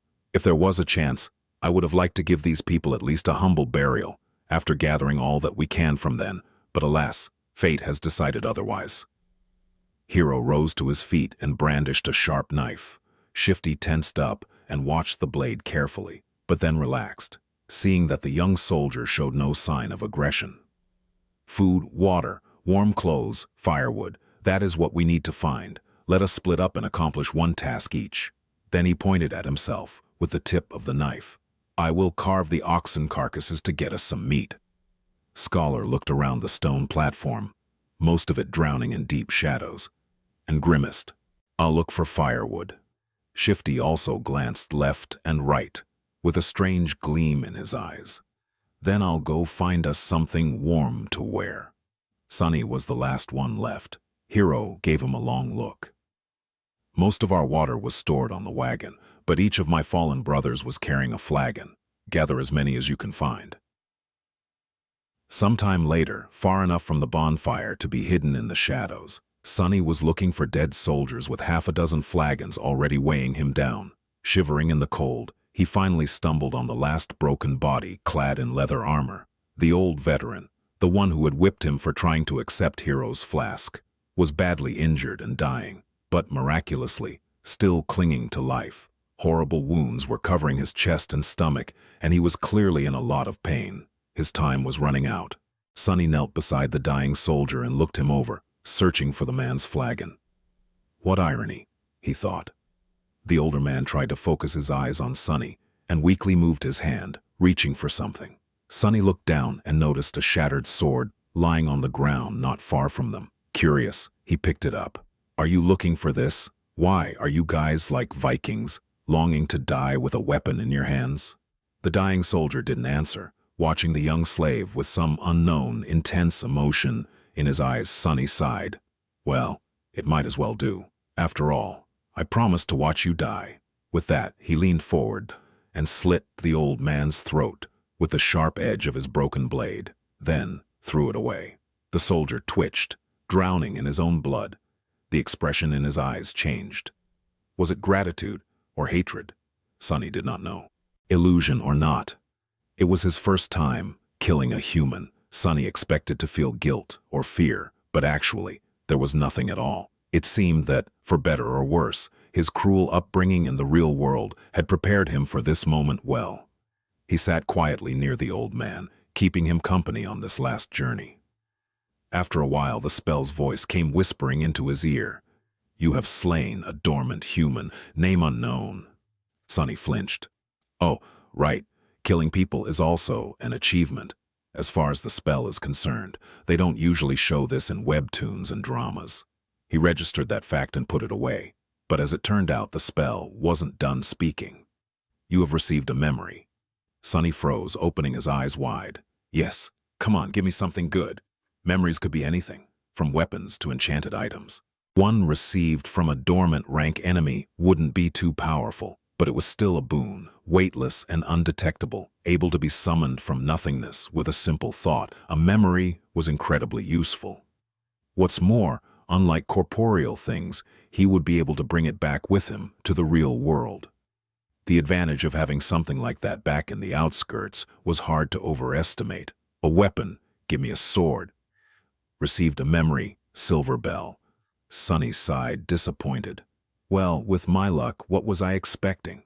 Still, this thing was worth investigating. Maybe it had a powerful enchantment, like being able to send out destructive sonic waves or repelling incoming projectiles. Sonny summoned the runes and concentrated on the words silver bell. Immediately, an image of a small bell appeared in front of his eyes, with a short string of text below. Silver bell, a small memento of a long-lost home, which once brought its owner comfort and joy. Its clear ringing can be heard from miles away. What a piece of crap, Sonny thought, dejected. His first memory turned out to be pretty much useless. Like everything else he possessed, he was almost starting to see a theme in how the spell was treating him. No matter. Sonny dismissed the runes and then got busy removing the dead man's fur cloak and warm, sturdy leather boots. As an officer, the quality of these clothes was a notch above those of the simple soldiers. After putting them on, the young slave finally felt warm for the first time since the nightmare began, not considering the short time he had spent near the bonfire. Perfect, he thought. The cloak was a bit bloodied, but then again, so was Sonny. He looked around, easily piercing the veil of darkness with his tenebrous eyes. Hero and Scholar were still in the middle of their tasks. Shifty was supposed to be looking for winter clothes, but was greedily pulling rings off the dead men's fingers instead. Unseen to them, Sonny hesitated, considering if he had really thought things through well. His companions were unreliable. The future was too uncertain. Even the requirements of passing the nightmare remained a mystery. Any decision he could make would have been a gamble at best. Still, he had to make some if he wanted to survive. Not wasting any more time thinking, Sonny picked up the flagons and sighed. They spent the rest of the night seating with their backs against the bonfire, staring fearfully into the night. Despite the exhaustion, no one could sleep. The possibility of the tyrant coming back to finish the 4 survivors off was too frightening. Only Hero seemed to be fine, calmly sharpening his sword in the bright light of the dancing flames. The sound of the whetstone scraping against the blade was somehow comforting. At the break of dawn, when the sun had lazily begun to warm up the air, they loaded themselves with all the supplies they'd managed to gather and set out into the cold. Sonny looked back, taking in the sight of the stone platform for the last time. He had managed to get past the place where the slave caravan was supposed to perish. What was going to happen next? No one could tell. Chapter 9. Wishful thinking. There was a problem. They were planning to follow the road up to the mountain pass and then over it, getting as far away from the scene of the massacre as they could before the night came. However, the road was no more. At some point during the last months, or maybe even just yesterday, a terrible rockfall occurred, obliterating whole segments of the narrow roadway and making its other parts untraversable. Sonny stood on the precipice of a vast chasm, looking down with no particular expression on his face. What do we do now? Scholar's voice was muffled by the collar of his scavenged fur cloak. His follower, Shifty, angrily looked around. His gaze stopped at Sonny, a suitable victim to vent his frustration. I'll tell you what we need to do. Get rid of some dead weight. He eyed Sonny's fine boots and turned to Hero. Listen, your lordship. The boy is too weak. He is slowing us down. Plus, he's weird. Doesn't he give you the creeps? The young soldier answered with a judgmental frown, but Shifty wasn't done. Look how he's glaring at me. I swear to gods, ever since he joined the caravan, nothing had gone right. Maybe the old man was right. The boy is cursed by the shadow god. Sonny struggled to not roll his eyes. It was true that he was unlucky. However, the whole truth was opposite to what Shifty was trying to insinuate. It was not that he had attracted misfortune to the slave caravan. On the contrary, it was because the caravan was doomed to begin with that he had ended up here. Scholar cleared his throat. But I've never said that. Whatever. Shouldn't we get rid of him just in case? He can't go on for much longer anyway. Scholar gave Sonny a strange look. Perhaps Sonny was getting paranoid, but there seemed to be a bit of calculating coldness in the older slave's eyes. Finally, Scholar shook his head. Don't be too hasty, my friend. The boy might prove useful later on. But, Hero finally spoke, putting an end to their quarrel. We're not going to leave anyone behind. As for how much longer he'll be able to endure, just worry about yourself. Shifty clenched his teeth, but then just waved a hand. Fine. So what do we do then? The four of them looked at the broken road, then down the slope of the mountain, and finally up, where a sheer cliff wall was broken apart by the falling rocks. After a bit of silence, Scholar finally spoke. Actually, in the old days, there used to be a path leading to the peak of the mountain. It was sometimes used by pilgrims. Later, the Empire had widened parts of the path and built a proper road on top of it. Now leading to the mountain pass, instead of the peak, of course. He looked up. The remnants of the original path should still be somewhere above us. If we reach it, we should be able to find our way back to the undamaged section of the road. Everyone followed his gaze, shifting uncomfortably at the prospect of climbing the treacherous slope. Except for Hero, of course, who remained as calm as a saint. Due to the rockfall, the slope wasn't an almost vertical wall anymore, but still, the incline was quite sharp. Shifty was the first one to speak. Climb that? Are you insane? Scholar helplessly shrugged. Do you have a better idea? No one did. After a bit of preparation, they began the ascent. Shifty and Scholar stubbornly carried the weapons they had picked up off the dead soldiers' bodies, but Sonny, with some regret, decided to leave his newfound short sword behind. He knew that this climb was going to test the limits of their endurance. The sword might not have seemed to be that heavy right now, but every extra gram of weight was bound to feel like a ton all too soon. As the weakest member of the group, he was already struggling to keep up, so there wasn't a lot of choice. Shedding a few kilograms of iron was the right thing to do. Walking up the mountain road with the weight of the supplies on his shoulders was already hard enough, but climbing up the mountain itself turned out to be pure torture. Just half an hour later, he felt like his muscles were going to melt, with his lungs on the verge of imploding. Clenching his teeth, Sonny continued to move forward and up. He had to constantly remind himself to watch his footing, too. On this unstable, icy slope, One misstep was enough to send a man tumbling down to his death. Just think about something pleasant, he thought. But what happy thoughts could he summon? Failing to come up with something else, Sonny began to imagine what reward he was going to receive at the end of this trial. The boon of the first nightmare was the most important thing given to an awakened by the spell. Sure, later trials could provide them with more abilities and vastly improve their power.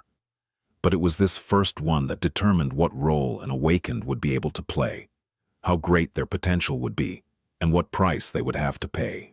Not to mention giving them the necessary tools to survive and grow in the dream realm. The main benefit of the first nightmare's boon was simple, yet possibly the most important.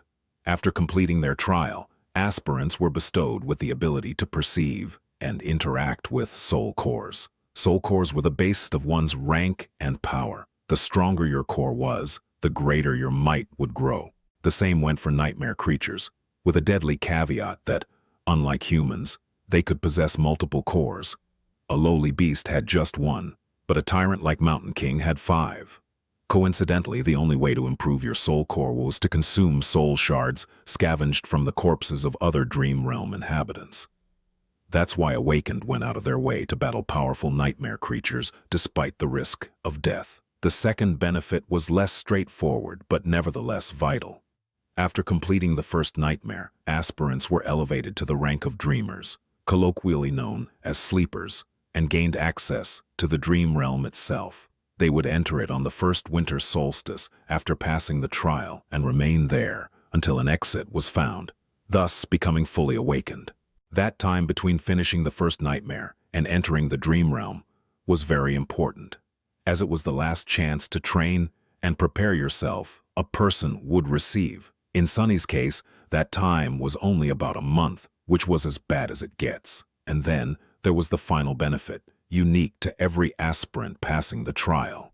The first aspect ability. This was the magic power that elevated Awakened above mundane humans. Aspect abilities were diverse, unique, and powerful. Some could be categorized into types, like combat, sorcery, and utility, but some were simply beyond imagination. Armed with the power of their abilities, Awakened had been able to save the world from the flood of nightmare creatures. However, that power came with a catch. With their first ability, every Awakened also received a flaw, sometimes called the counter. These flaws were as diverse as abilities, ranging from comparatively harmless to crippling, or, in some cases, even fatal. I wonder what type of ability a temple slave would get, Sonny thought, not too optimistic about his prospects. The choice of flaws, on the other hand, seems to be almost limitless. Let's hope my aspect will evolve at the end of this fiasco, or, even better, change completely. If the aspirant performed especially well, there was a chance of his given aspect going through an early evolution. Aspects, just like soul cores, had ranks based on potential power and rarity. The lowest rank was called dormant, followed by awakened, ascended, transcendent, supreme, sacred, and divine, although no one has ever seen the last one. With the amount of crap it had put me through, the spell, if it has any conscience, has to give me at least an awakened aspect, right? Or maybe even an ascended one. Finally, there was a tiny possibility of receiving a true name, something like an honorary title bestowed by the spell to its favorite awakened. The name itself had no benefit, but every famous awakened seemed to have one. It was considered to be the highest mark of excellence. However, the number of people who had managed to get a true name during their first nightmare was so small that Sonny didn't even bother thinking about it. Who needs excellence? Give me power, he cursed, feeling that this attempt at wishful thinking had only made him more depressed and angry. Maybe I'm allergic to dreaming. An allergy like that would be truly ironic, considering that he was destined to spend half of his remaining life in the dream realm, if he even survives long enough to get there, that is. However, Sonny's mental escapade was not completely useless. Looking up from the slippery rocks under his feet, he noticed that the sun was already considerably lower. Come to think of it, the air also seemed to be much colder. At least it helped me pass the time. Sonny thought. The night was approaching. Chapter 10. First Man Down. By the time they decided to stop, Sonny was on the verge of fainting. After hours and hours of traversing the rough mountain slope, his body was almost at its limit. However, to everyone's surprise, Shifty seemed to be doing even worse than him. The roguish slave's eyes were muddy and unfocused, aimlessly wandering around. His breath was ragged and shallow, as though something was exerting pressure on his lungs. He looked feverish and unwell. As soon as Hero found a suitable place for a camp, Shifty simply collapsed on the ground. The most unnerving part about all of this was the lack of angry cursing that they had already gotten used to. The slave lay silent and motionless, with only movements of his chest betraying that he was still alive. Several moments later, he uncorked his flagon with a shaky hand and greedily drank a few large gulps. "Conserve your water," Hero said, a hint of concern somehow finding its way into his usually stoic voice. Disregarding these words, Shifty drank more, emptying the flagon completely. Scholar didn't look much better than him. The arduous climb took a heavy toll on the older slave. Despite the unbearable cold, he was sweaty, with bloodshot eyes and a grim expression on his face. Being the weakest of the three, Sonny had somehow managed to endure the best. "Can't we just melt the snow once there's no more water?" Hero gave Scholar a complicated look. "There might come a time when we won't be able to make a fire as to not attract unwanted attention." No one commented, knowing perfectly well whose attention they had to avoid. The memory of Mountain King's horror was still fresh in their minds. Luckily, today, Hero had managed to find a natural alcove in the mountain wall. Perched precariously behind a narrow ledge, the fire was well hidden by the rocks, allowing them to enjoy its warmth without the fear of being noticed. No one was in the mood to talk, so they just roasted slices of oxen meat above the flames and ate in silence. By the time the skies had turned completely black, Shifty and Scholar were already asleep, lost in the thrall of their own nightmares. Hero took out his sword and moved to the edge of the rock outcropping. "Try to rest as well. I'll take the first watch." Sonny gave him a nod and lay down near the fire, dead tired. Falling asleep inside a dream was a new experience for him, but unexpectedly, it turned out to be quite mundane. As soon as his head touched the ground, his consciousness slipped into darkness. After what felt like only a second, someone had gently shaken him awake. Groggy and disoriented, Sonny blinked a few times, finally noticing Hero hovering above him. These two didn't look too well, so it's better to give them some time to recover. Don't let the flames go out and wake us up once the sun starts to rise, or if the beast appears. Sonny silently rose and changed places with Hero, who added a couple of logs into the fire and was soon fast asleep. For a few hours, he was on his own. The skies were black, with dim stars and a sharp crescent of the newborn moon. However, its light was not enough to pierce the darkness that enveloped the mountain.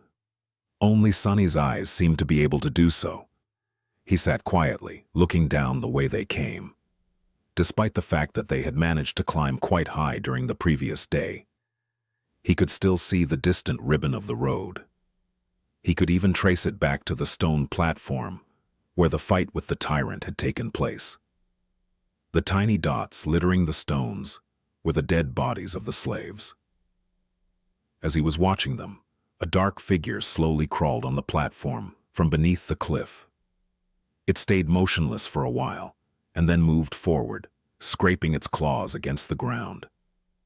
Every time a claw hit one of the bodies, the tyrant would grab and bring it to its maw. The wind brought the muffled sounds of crunching bones to Sonny's ears. He flinched, accidentally pushing a small rock off the ledge. It fell, hit the slope, and then rolled down, causing a few more to follow. The noise of these falling rocks sounded like thunder in the silent night. Far below, the tyrant suddenly turned its head, looking directly at Sonny. Sonny froze, petrified. He was scared to make even the tiniest sound. For a while, he even forgot to breathe. The tyrant was staring directly at him, not doing anything. A few torturous seconds passed, each feeling like an eternity. Then the tyrant calmly turned away and continued to devour dead slaves, as though he had not seen Sonny at all. It's blind, Sunny suddenly understood. He inhaled, watching Mountain King with widened eyes. It was true, the creature could not see. Looking back at everything that had happened earlier, he grew more and more certain of his guess. Those milky, expressionless eyes. Come to think of it, he never saw the tyrant moving them at all. And back when Sunny was pushing the wagon off the cliff, the tyrant only reacted after the wagons had started to fall, scraping loudly against the rocks. Of course, it was all making sense now. At the break of dawn, Sunny had woken the others up.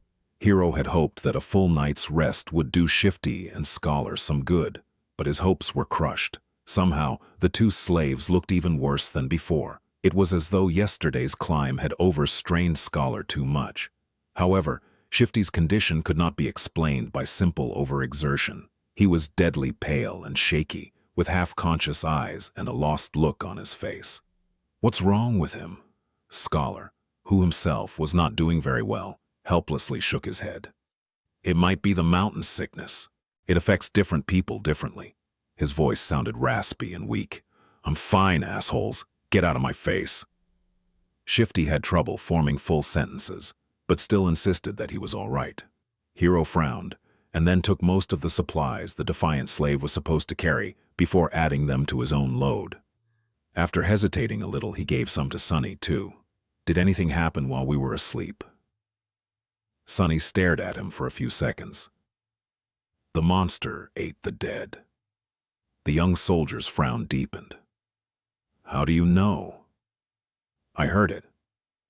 Hero moved to the edge and looked down, trying to make out the distant stone platform.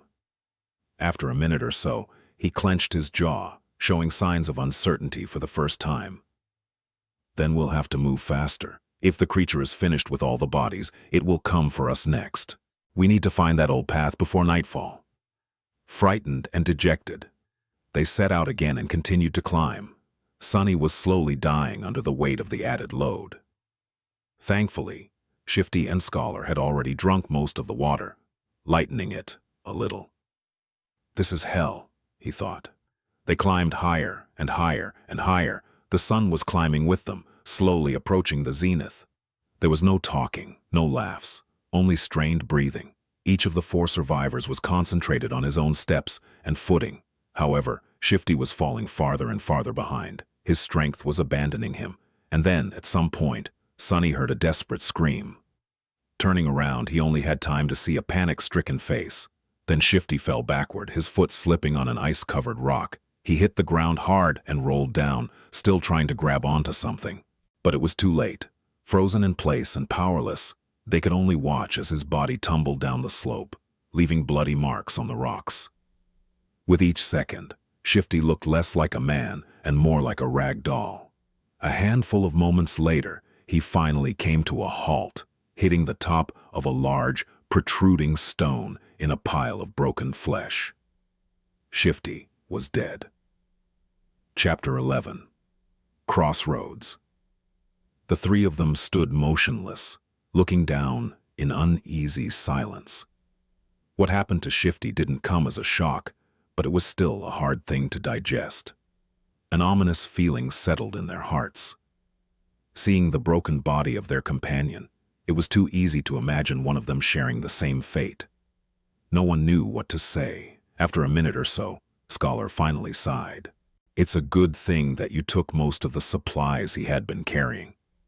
A bit heartless, but not wrong, Sunny thought, giving the older slave a careful look. Scholar frowned, realizing that his mask of a kind-hearted gentleman had slipped for a second, and hurriedly added in a somber tone, "May you rest in peace, my friend."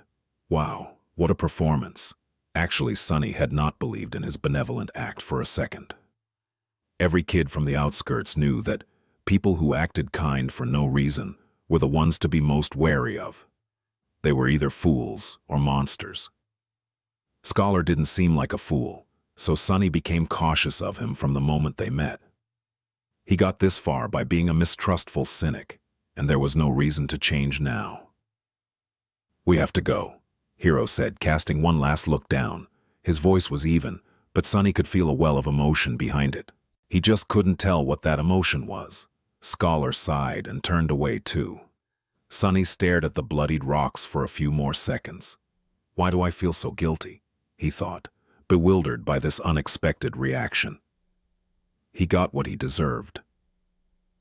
A little unsettled, Sunny turned around and followed his two remaining companions.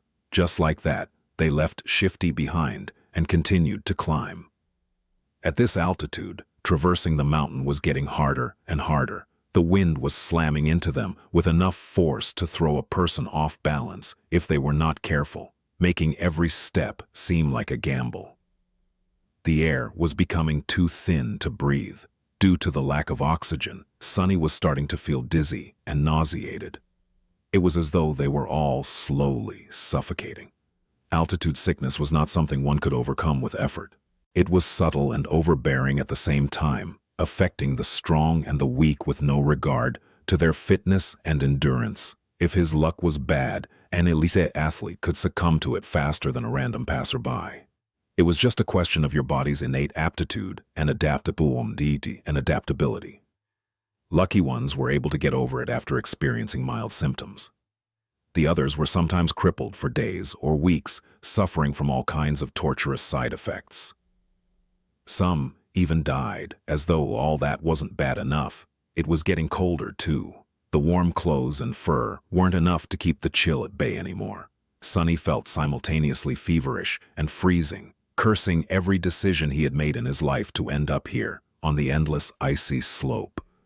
This mountain was not a place for humans, and yet they had to go on. A few hours passed. Despite everything, the three survivors continued to struggle forward, slowly moving higher and higher.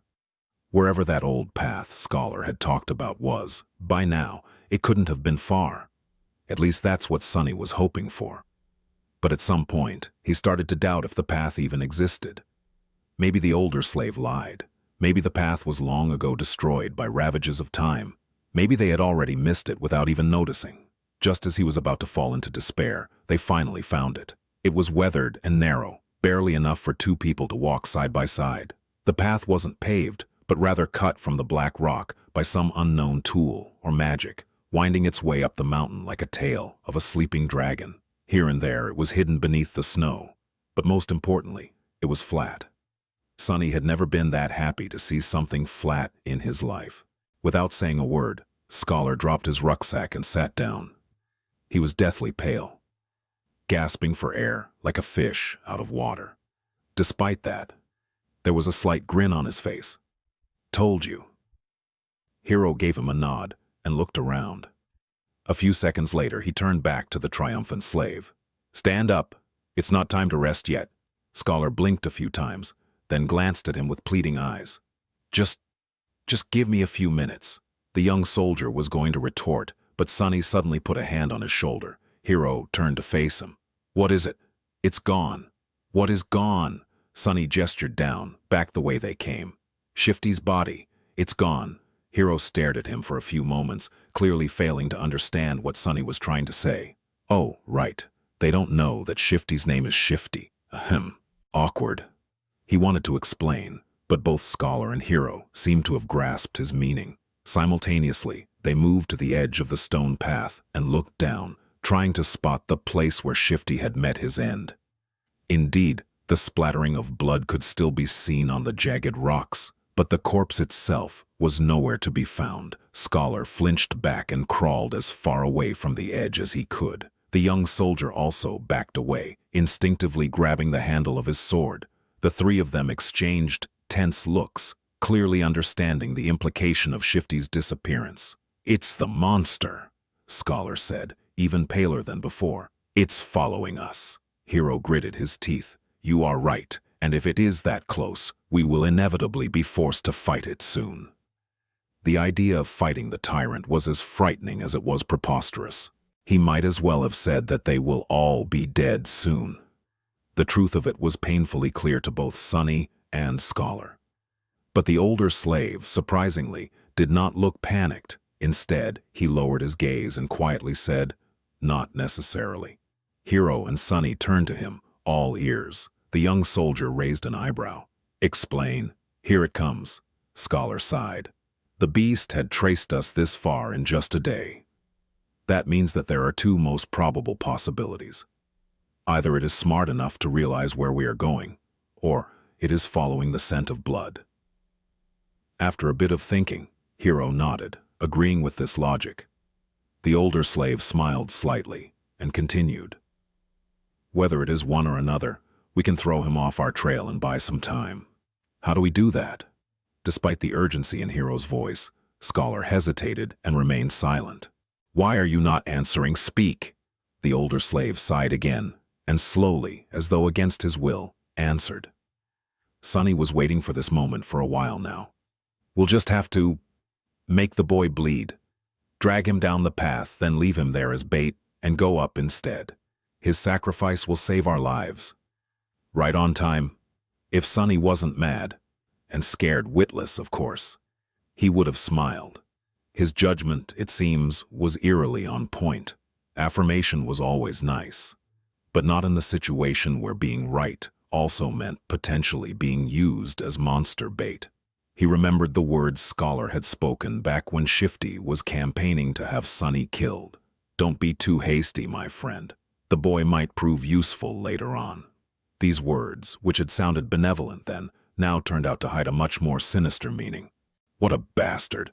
Now it all depended on whether or not Hero would decide to follow through with Scholar's plan. The young soldier blinked, astonished. What do you mean, make him bleed? Scholar shook his head. It's simple, really. If the monster knows where we are going, we have no choice but to abandon our plans to reach the mountain pass and go over the peak of the mountain instead.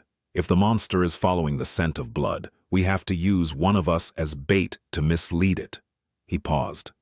Only by leaving a bleeding man further down the path can we reliably avoid the pursuit, no matter how it is tracking us. Hero stood motionless, his eyes jumping between Scholar and Sonny. After a few seconds, he asked, "How can you bring yourself to propose something so vile?" The older slave masterfully pretended to look aggrieved and somber. Of course it pains me, but if we do nothing, all three of us will die. This way, at least, the boy's death will save 2 lives. The gods will reward him for his sacrifice. Gee, what a silver tongue.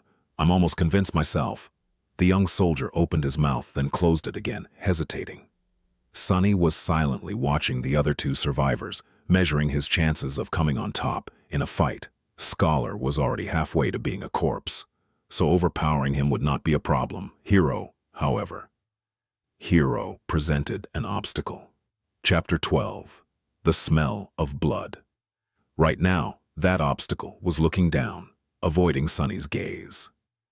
His hand was resting on the sword handle. As always, the young slave had no idea about what was going on inside Hero's perfectly shaped head. The uncertainty was making him nervous.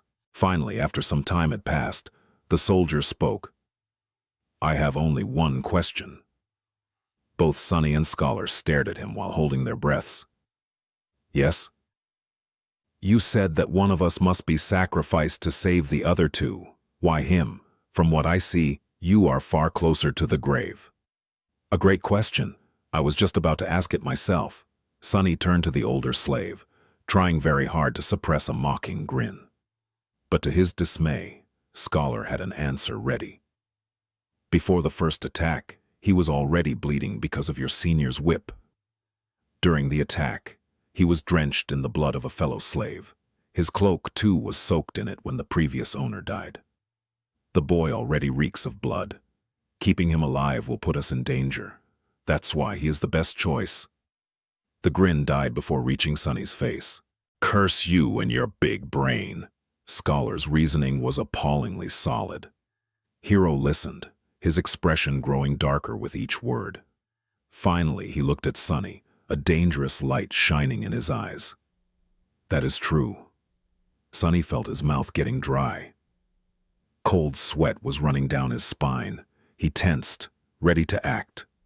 But at that moment, Hero smiled. Your logic is almost unassailable, he said, unsheathing the sword. However, you failed to account for one thing. Scholar raised an eyebrow, trying to hide his own nervousness. What might that be? The young soldier turned to face him, the smile disappearing from his face. Now he was radiating thick, practically palpable killing intent. "It's that I know who you are, Your Grace. I also know what you've done, and how you ended up a salve. Just one of the revolting crimes you have committed would be enough to make me want to kill you, so if there is someone among us who deserves to be sacrificed, it's you." Scholar's eyes widened. But the smell of blood. "Don't worry about it. I'll make you bleed enough to overpower whatever residual scent the boy carries." It all happened so fast that Sunny barely had time to react. Hero lunged forward with a speed that seemed almost inhuman. A moment later, Scholar was shrieking on the ground, his leg broken with one strike from the flat side of the young soldier's sword. Not giving him an opportunity to recover, Hero stomped on his other leg, and a sickening sound of shattering bones could be clearly heard. The shriek turned into a sobbing howl. Just like that, Scholar was done for. The brutality of Hero's actions was in such stark contrast with his usually graceful demeanor that Sunny felt blood turning to ice in his veins. This was scary. The soldier gave him a calm look and said in a placid tone, "Wait for me here." Then he grabbed the older slave and dragged him down the path, soon disappearing behind a rock outcropping. After a few minutes, terrible screams could be heard echoing through the wind. Sunny was left alone, trembling. Crap, this is too much. He still couldn't believe how sudden Scholar's demise came to be, and how ruthless it was. Sometime later, Hero was back, acting as though nothing had happened. But it was exactly that normalcy that unnerved Sunny the most.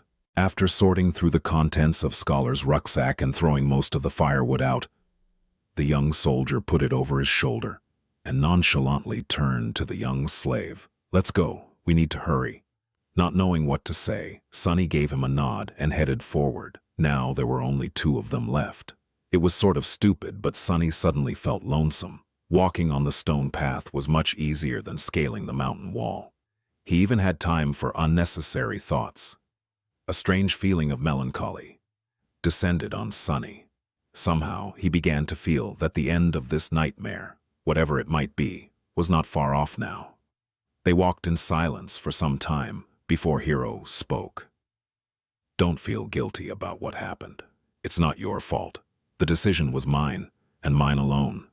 The young soldier was a few steps ahead, so Sunny couldn't see his face. "Besides, if you knew this man's sins, actually, it's better that you don't. Just trust me when I say that killing him was an act of justice." I wonder which one of us feels guilty. These people, always trying to rationalize their actions, always desperate to maintain an illusion of righteousness even while doing most foul things. Sunny hated the hypocrisy. Not getting an answer, Hero chuckled. "You don't like to talk, do you? Well, fair enough. Silence is gold." They didn't speak again after that, each preoccupied with their own thoughts. The sun was setting, painting the world into a million shades of crimson. This high up, the air was clean and crisp, pierced by streams of scarlet light. Below them, a sea of maroon clouds was slowly rolling past the mountain. The stars and the moon had begun to reveal themselves in the vermilion sky. It was quite beautiful. However, Sunny could only think about how cold it was going to be once the sun fully disappears. Before that happened, Hero had found them a shelter. Not far from the path, hidden behind some tall rocks, was a narrow crevice that extended into the slope of the mountain. Happy to be safe from the piercing wind, they explored the crevice and ended up in a small, well-concealed cave. Sunny made a move to unbundle some firewood, but Hero stopped him with a shake of his head. "Today, we will camp without making a fire. The beast is too close." Camping without the warm flames to keep them company was not going to be pleasant, but at least they weren't going to freeze to death inside the cave. In any case, the alternative was too frightening. Sunny sat down, putting his back against the cave's wall. Hero settled opposite of him, looking downcast and thoughtful. He was obviously in a strange mood. If nothing else, it was apparent from the fact that today, for the first time, the young soldier had failed to care for his sword after making camp. Soon, the sun was gone, and their small cave became completely dark. Sunny, of course, could still see perfectly well. Hero, on the other hand, was now completely blind. In the darkness, his handsome face looked noble and, for some reason, sorrowful. Sunny studied it, not willing to fall asleep. After a while, Hero suddenly spoke in a quiet voice. You know, it's strange. Usually I can feel someone's presence even in absolute darkness. But with you, there's nothing. It's like you are just one of the shadows. With only silence to answer him, he smiled. Are you asleep? The question echoed in the darkness. Sunny, who had never spoken with Hero unless there was an urgent need to, and even then only using a few words at best, felt like there was a strange intimacy between them now. That's why he decided to talk. Maybe the darkness gave him courage. Besides, there was an occasion. Why, are you waiting for me to fall asleep before you kill me? Or will you do it in the morning?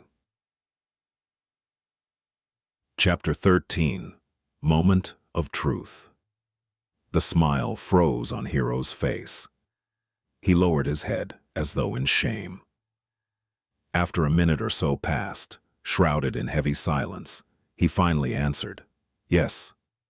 I thought that if I do it when you sleep, you won't have to suffer. Unseen to him, a bitter grin appeared on Sunny's face. A long sigh escaped from the young soldier's lips. He rested his back against the cave's wall, still not looking up. I don't expect you to forgive me. This sin, too, will be mine to bear. But please, if you can, find it in your heart to understand. If things were different, I would have gladly faced that monster to let you escape. But my life does not belong to me alone. There is an unencompassable duty I am sworn to fulfill. Until it's done, I cannot allow myself to die. Sunny laughed. You people, look at you, planning to kill me and still insisting on having a good excuse. How very convenient. I really hate hypocrites like you the most. Why don't you be honest for once? Don't give me that crap. Just say it. I'm going to kill you because it's easy. I'm going to kill you because I want to survive. Hero closed his eyes, his face full of sadness. I'm sorry. I knew you wouldn't be able to understand. What's there to understand? Sunny leaned forward, anger coursing through his veins. Tell me, why do I have to die? The young soldier finally looked up. Even though he couldn't see in the dark, he turned his face in the direction of Sunny's voice. That man was a villain. But he was also right. The scent of blood is too heavy on you. It will attract the beast. You can just let me go, you know. We'll part ways. After that, whether or not the monster finds me won't be your problem. Hero shook his head. Dying in that creature's maw is too cruel a fate. It's better if I do it myself. You are my responsibility after all. How noble of you. Sunny leaned back, dejected. After a short while, he quietly said, You know, when I just came here, I was ready to die. After all, in this whole world, 2 worlds, actually, there's not a single soul who cares whether I live or die. When I'm gone, no one will be sad. No one will even remember that I existed. There was a forlorn look on his face. A moment later, however, it was gone, replaced by mirth. But then I changed my mind. Somewhere along the way, I decided to survive. I must survive, no matter what. Hero gave him a thoughtful look. To live a life worth remembering. Sunny grinned. A dark gleam appeared in his eyes. No, to spite you all. The young soldier was silent for a few moments, then nodded, accepting this answer. He rose to his feet. Don't worry, I'll make it quick. Aren't you overly confident? What makes you think you'll be able to kill me? Maybe I'll kill you instead. Hero shook his head. I doubt that. But in the next second, he staggered and fell on one knee. The young man's face turned deathly pale, and with a pained groan, he suddenly vomited blood. A satisfied smile appeared on Sunny's face. Finally. Finally. Hero was standing on his knees, the lower part of his face covered in blood. Astonished, he was staring at his hands, trying to understand what had happened to him. What magic is this? With wide eyes and a pale face, he turned to Sunny. Was that thief right? Did you put the curse of the shadow god on us? Sunny sighed. I wish that I had the ability to throw divine curses around. But no, to tell you the truth, I don't have any abilities at all. Then, how? The young slave shrugged. That's why I poisoned you all. Hero flinched, trying to comprehend his words. What? After the tyrant first attacked, you sent me to search for water. While gathering flagons from the dead soldiers, I squeezed blood-bane juice into each one, except my own, of course. Not enough to taste it, but enough to slowly kill anyone who would drink from them. The soldier gritted his teeth, struggling through pain. A sudden realization appeared on his face. So that's why the other two were in such bad shape. Sunny nodded.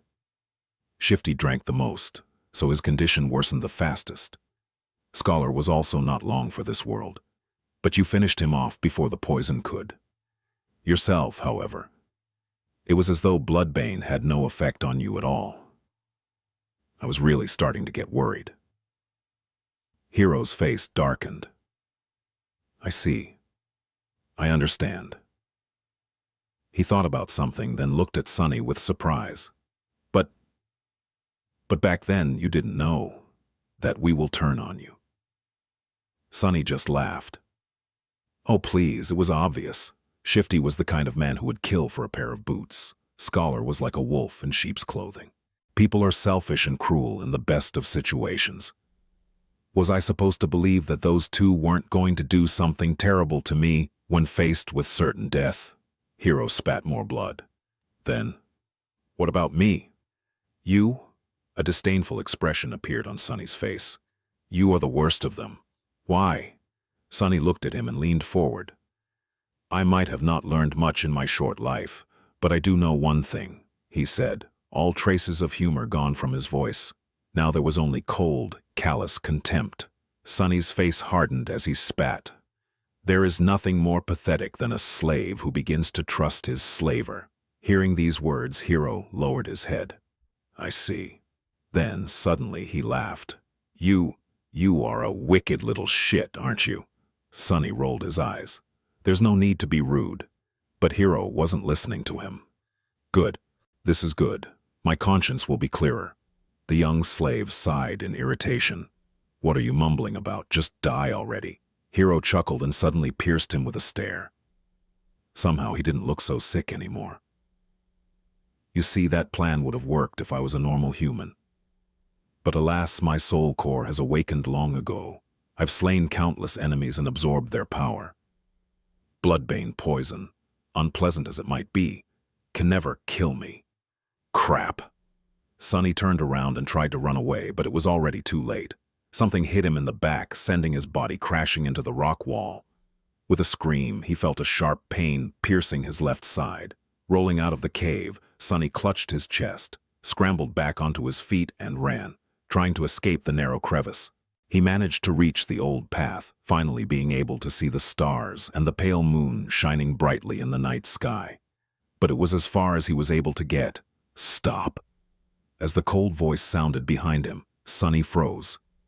If Hero really had an awakened soul core, he had no chances of getting away from him. In a fight, he had no chances at all. Turn around. The young slave obediently turned, holding his hands up. He looked at Hero, who was wiping the blood off his face with a displeased look in his eyes. The two of them stared at each other, shivering in the murderous cold. Was it worth it? No matter. Despite it all, I will be true to my promise. I'll make it quick. The soldier unsheathed his sword. Do you have any last words? Sunny did not answer. However, a small silver bell suddenly appeared in his hand. Hero frowned. Where were you hiding that thing? Sunny shook the bell. A beautiful, clear, ringing sound flowed over the mountain, filling the night with an enchanting melody. What are you doing? Stop. The young slave dutifully stopped. What was... Right under Hero's bewildered eyes, the silver bell disappeared into thin air. He looked at Sunny, stumped and suspicious. Tell me, what did you just do? But Sunny didn't answer. In fact, he hadn't said a single word ever since escaping the cave. Right now, he wasn't even breathing. Hero, on the other hand, continued to speak. Tell me right now, or you will regret it. He scowled. Why are you not saying anything?" The shivering boy just stared at him, completely silent. No. He was staring into the darkness behind him. Hiro's eyes widened. What? Chapter 14. Child of Shadows. Sunny had no choice but to resort to one last, desperate gamble. He had no chance against the enemy in a direct confrontation, at least not without an advantage. Bloodbane poison was supposed to be his hidden card, but turned out to be nearly useless. Being able to see in the dark did not help that much, too. Somehow, Hiro was able to perceive their surroundings even without any light.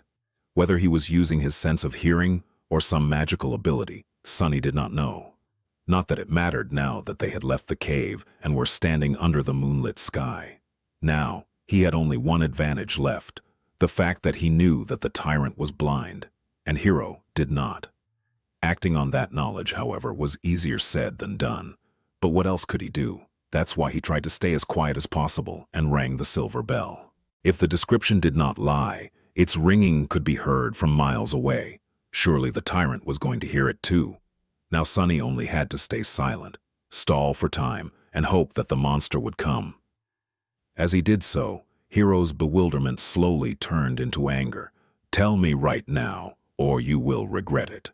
His voice was quite threatening, but still the young slave did not answer. He just shivered in the cold and tried not to moan despite the pulsing pain in his chest. "Why are you not answering?" But Sunny did not dare to answer. He held his breath and watched, horrified, as the familiar colossal figure appeared behind Hiro. His lungs were on fire and his heart was beating like crazy. It was beating so loud that he was even afraid that the blind tyrant would hear it. But, of course, it couldn't be louder than Hiro's voice, who was still talking, turning himself into the only source of noise on this mountain. At the last second, a hint of understanding appeared in the young soldier's eyes. He began to turn around, his sword rising with lightning speed. But it was too late. A massive hand appeared from the darkness and caught him into an iron grip. The bone claws scraped against the armor, pulling it apart. Mountain King dragged Hiro back, paying little attention to the sword biting into its wrist. Viscous saliva was streaming from its opened maw.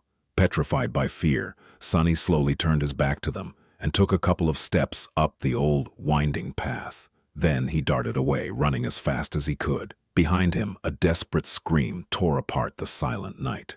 Then a hungry roar followed. It seemed that Hiro wasn't going down without a fight, even though his fate was already sealed. But Sunny didn't care. He was running away, climbing higher and higher. "I'm sorry, Hiro," he thought. "I did say that I will watch you die, but as you know, I am a liar, so go and die on your own." A lonesome, dark mountain stood tall against the raging winds. Jagged and proud, it dwarfed other peaks of the mountain chain, cutting the night sky with its sharp edges. A radiant moon bathed its slopes in the ghostly light.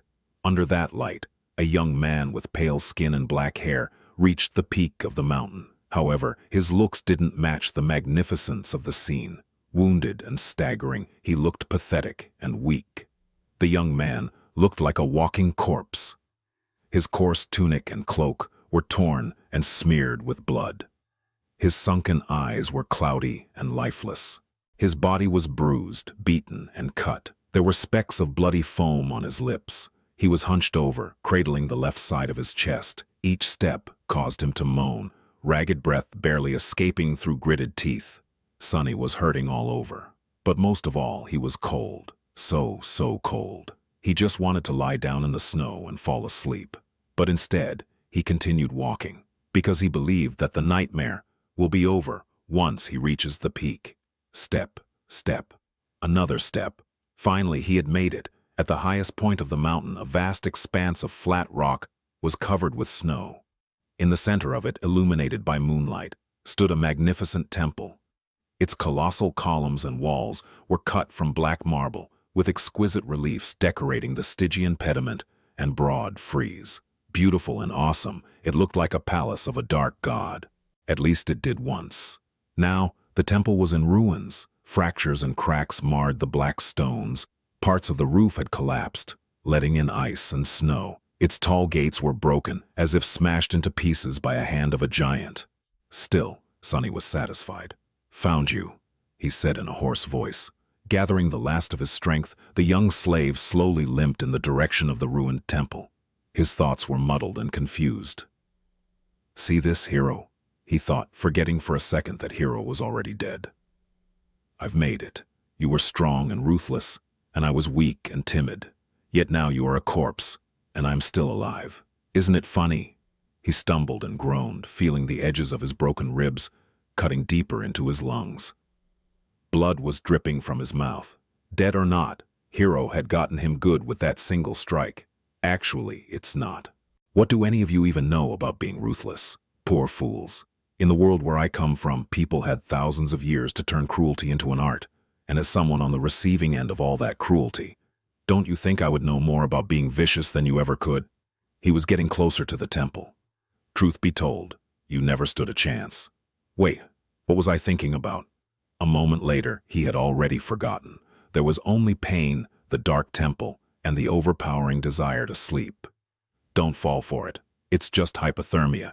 If you fall asleep, you'll die. Finally, Sunny reached the steps of the Black Temple. He started to climb them, not noticing thousands of bones that were scattered around. These bones once belonged to humans and monsters both. All of them were killed by the invisible guardians still lingering around the temple. As Sunny was climbing the steps, one of the shapeless guardians approached him. It was ready to snuff out the spark of life that was burning weakly in the defiler's chest, but then stopped, sensing a faint, strangely familiar scent coming from his soul, the scent of divinity, sorrowful and lonesome. The guardian moved aside, letting Sunny pass. Oblivious, he entered the temple. Sunny found himself in a grandiose hall. Cascades of moonlight were falling through the holes in the partially collapsed roof. Deep shadows were surrounding these circles of silver light, not daring to touch them. The floor was covered in snow and ice. At the far end of the hall, a large altar was cut from a single piece of black marble. It was the only thing inside the temple, untouched by snow. Forgetting why he came here, Sunny headed for the altar. He just wanted to sleep.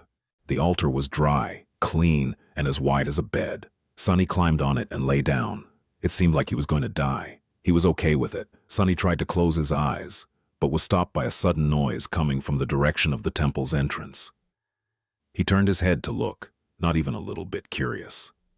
What he saw would have sent chills running down his spine if he wasn't so cold, tiered, and indifferent. Mountain King was standing there looking at him with its 5 blind eyes. He was still massive, terrifying, and revolting. Worm-like shapes were still moving frantically under its skin. It was sniffing the air, salivating. Then it opened its maw and moved forward, slowly approaching the altar. What an ugly bastard, Sunny thought, and suddenly clutched his chest, convulsing in a fit of torturous coughing. Bloody foam flew from his mouth and fell on the altar. However, the black marble soon absorbed it.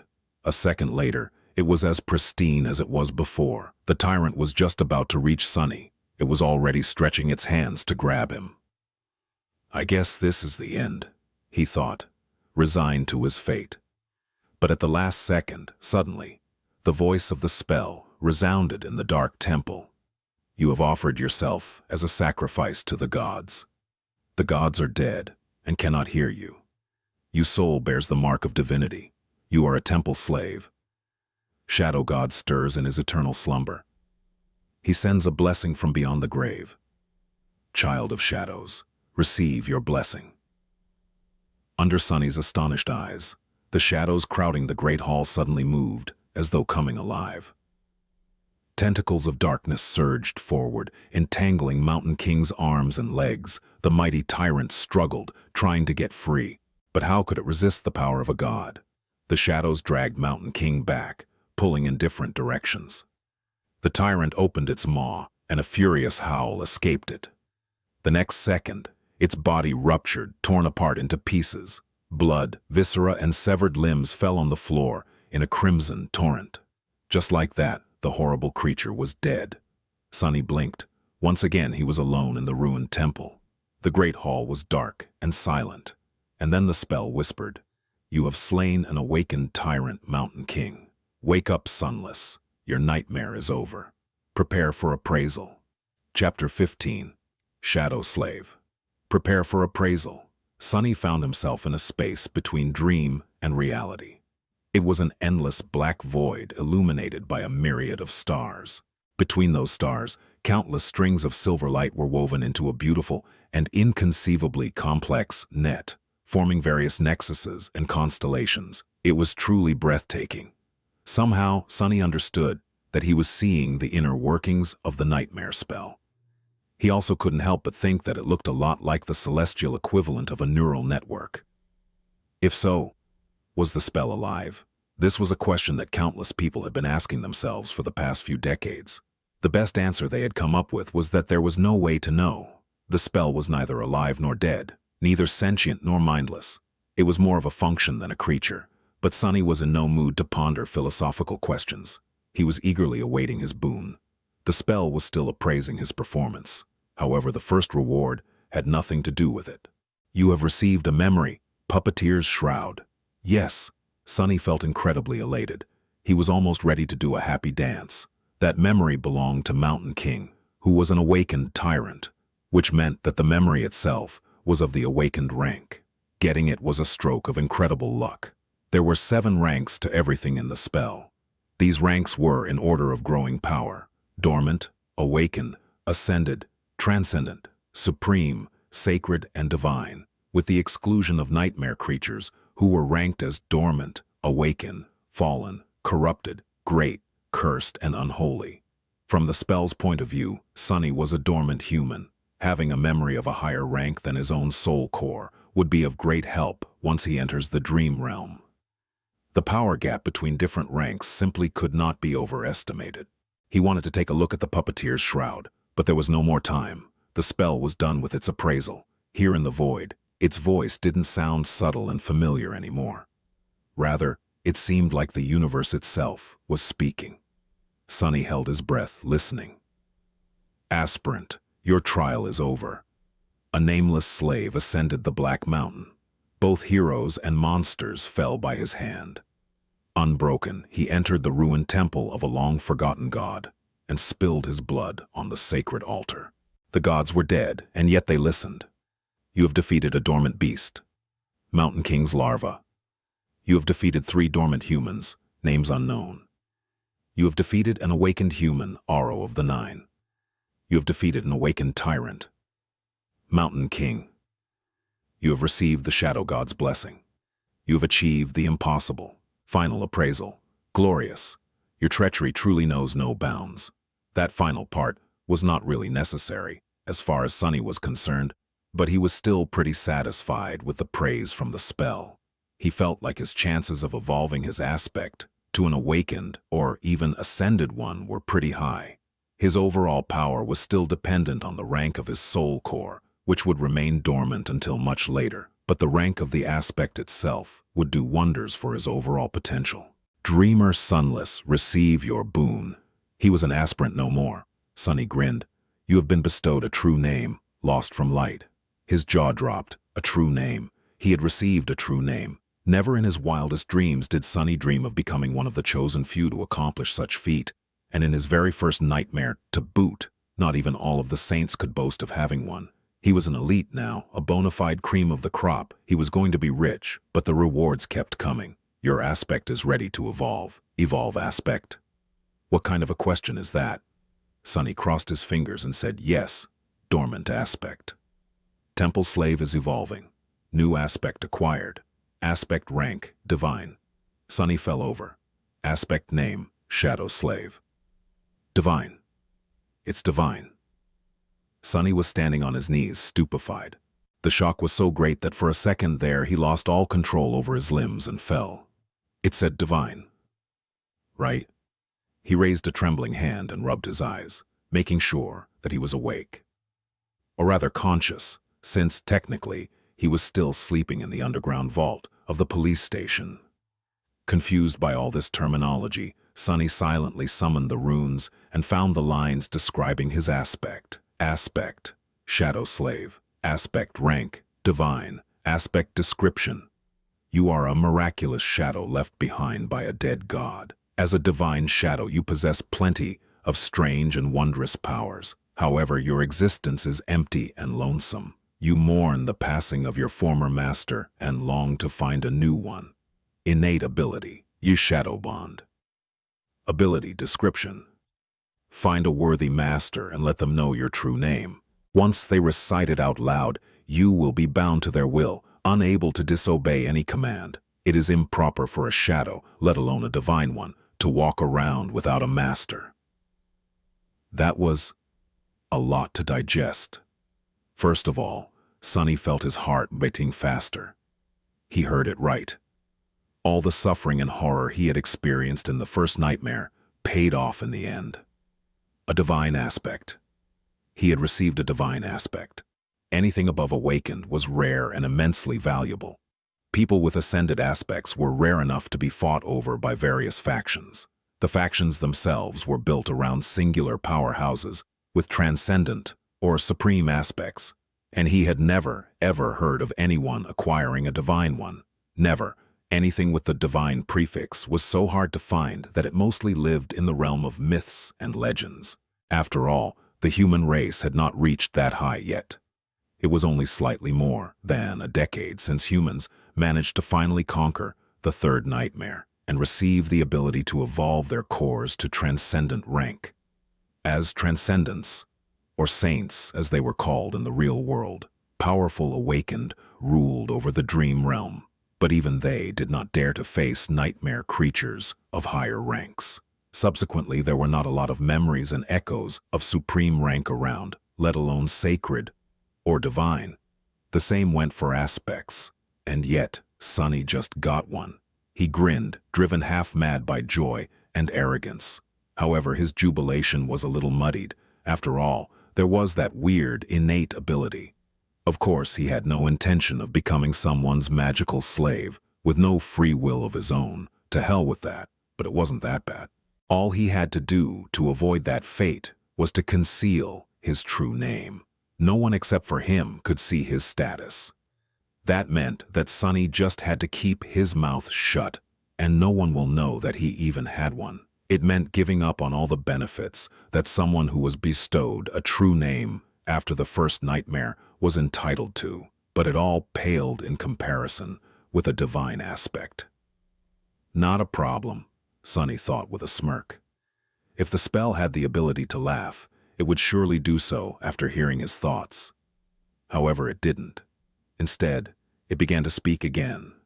The first seal is broken. Awakening dormant powers. Chapter 16. Rebirth. Sunny felt something waking up inside of him. With a startled cry, he clutched his chest and stared into the darkness, trying to understand what was happening. The feeling was not painful or unpleasant, yet it was like nothing he had ever experienced. It was as though his soul was being shaken awake, infused with strange new energy. However, that energy did not come from some outside source. Rather, it was coming from within, as though it had always been there, sleeping. The energy filled every fiber of his being. Sunny felt his emotions becoming clearer and sharper. Then, his body began to change too. He felt as though a miniature star was burning in the center of his chest. Waves of heat were radiating from it, slowly reaching his stomach and shoulders, then his arms and legs, then his hands and feet. Under that heat, his bones, muscles, organs, and blood vessels were being rebuilt and revitalized. Sunny felt like he was being reborn. He was becoming stronger, faster, healthier. It was euphoric. With each second, his transformation was becoming more profound. New confidence settled in Sunny's heart. He was not a weak, frail street kid anymore. He was not as vulnerable against anyone who would wish to bully him as he was in the past. With his powers awakened and his will tempered by the horrors of the first nightmare, he was now someone you would not want to cross. After some time had passed, the star burning in his chest finally cooled down. The heat was replaced with a soothing coldness. That coldness washed over Sunny's body, taking away all the aches and discomforts that had been accumulated there over the years. Then it moved up, reaching his brain and finally his eyes. His vision strangely doubled. He could still see the void populated by an endless pattern of stars, but he could also see something different. A silent, calm, dark sea, illuminated by a lonely black sun. From his previous knowledge, Sunny knew that this was his so-called Sea of Soul. But he also knew that it was supposed to look quite different. For starters, it was supposed to be much more lively. The star hanging above, the visual representation of his soul core, was supposed to be burning with bright light, filling the soul sea with a warm, blinding shining. However, Sunny's soul was dark and lightless. That's strange. He took a look at the black sun. At a closer examination, it actually turned out to be transparent. It's just that, with no other major source of light around, the star had appeared to be as dark as its surroundings. Also, no one was supposed to be here except for him. It was his soul after all. But Sunny had a nagging feeling that somewhere just beyond the periphery of his vision, hidden in the darkness, shapeless forms were constantly moving. No matter how he turned his head, he couldn't catch a clear glimpse of them, and yet the feeling would not go away. Not wishing to waste any more time on this right now, Sunny turned back to the black sun and finally spotted two spheres of light orbiting around it as though caught in the soul core's gravity well. A subtle smile appeared on his face. These were his memories, Silver Bell and Pupetter's Shroud. Later there would be dozens of such spheres here. If he was lucky, he would even acquire an echo or two. The spell's voice suddenly pulled him out of the sea of soul. Awakening aspect ability. This is it, the moment of truth, Sunny thought. Divine aspect or not. His immediate future still depended on the first aspect ability he would receive. His role in the dream realm would be based on its characteristics. If it was a combat ability, he would be most useful on the front lines of the bloody battles against the nightmare creatures. If it was tied to sorcery, he would likely become a powerful but fragile ranged fighter. If it was something having to do with utility, he would be a vitally important part of the behind-the-scenes workings of the dream realm. Utility abilities were also extremely valued in the real world, where Awakened performed many tasks that kept it going. If he was lucky, he could even become a healer. Healers were very rare, and as such, sought-after specialists. Aspect ability acquired. Aspect ability name, Shadow Control. Sunny hurriedly summoned the runes. He wanted to go to the description of his new ability right away, but then decided to give his overall information a look first. Name, Sunless. True name, Lost from Light. Rank, Dreamer. Shadow Core. Dormant. Shadow Fragments. 1000. What is that? Where the rank of his soul core was supposed to be written, a mysterious shadow core appeared instead. Sunny looked at it, blinking. He had never heard of anyone having a different kind of core before. Was he that unique? This enigmatic shadow core would certainly explain why his sea of soul looked so strange. And also, he moved his eyes down, noticing the shadow fragments counter. Usually there was supposed to be an indicator of the number of soul shards consumed. However, it was nowhere to be seen. Do I actually have a completely different progression path than all Awakened? The idea was as exciting as it was frightening. Not having to fight for resources with anybody else was an incredible advantage. Most of the human society in the dream realm was built around the acquisition of soul shards.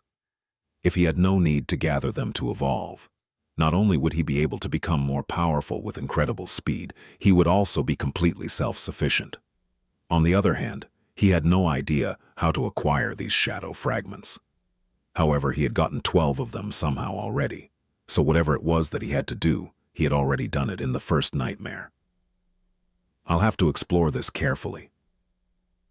Satisfied with this decision, Sunny continued to study the runes. Memories, Silver Bell,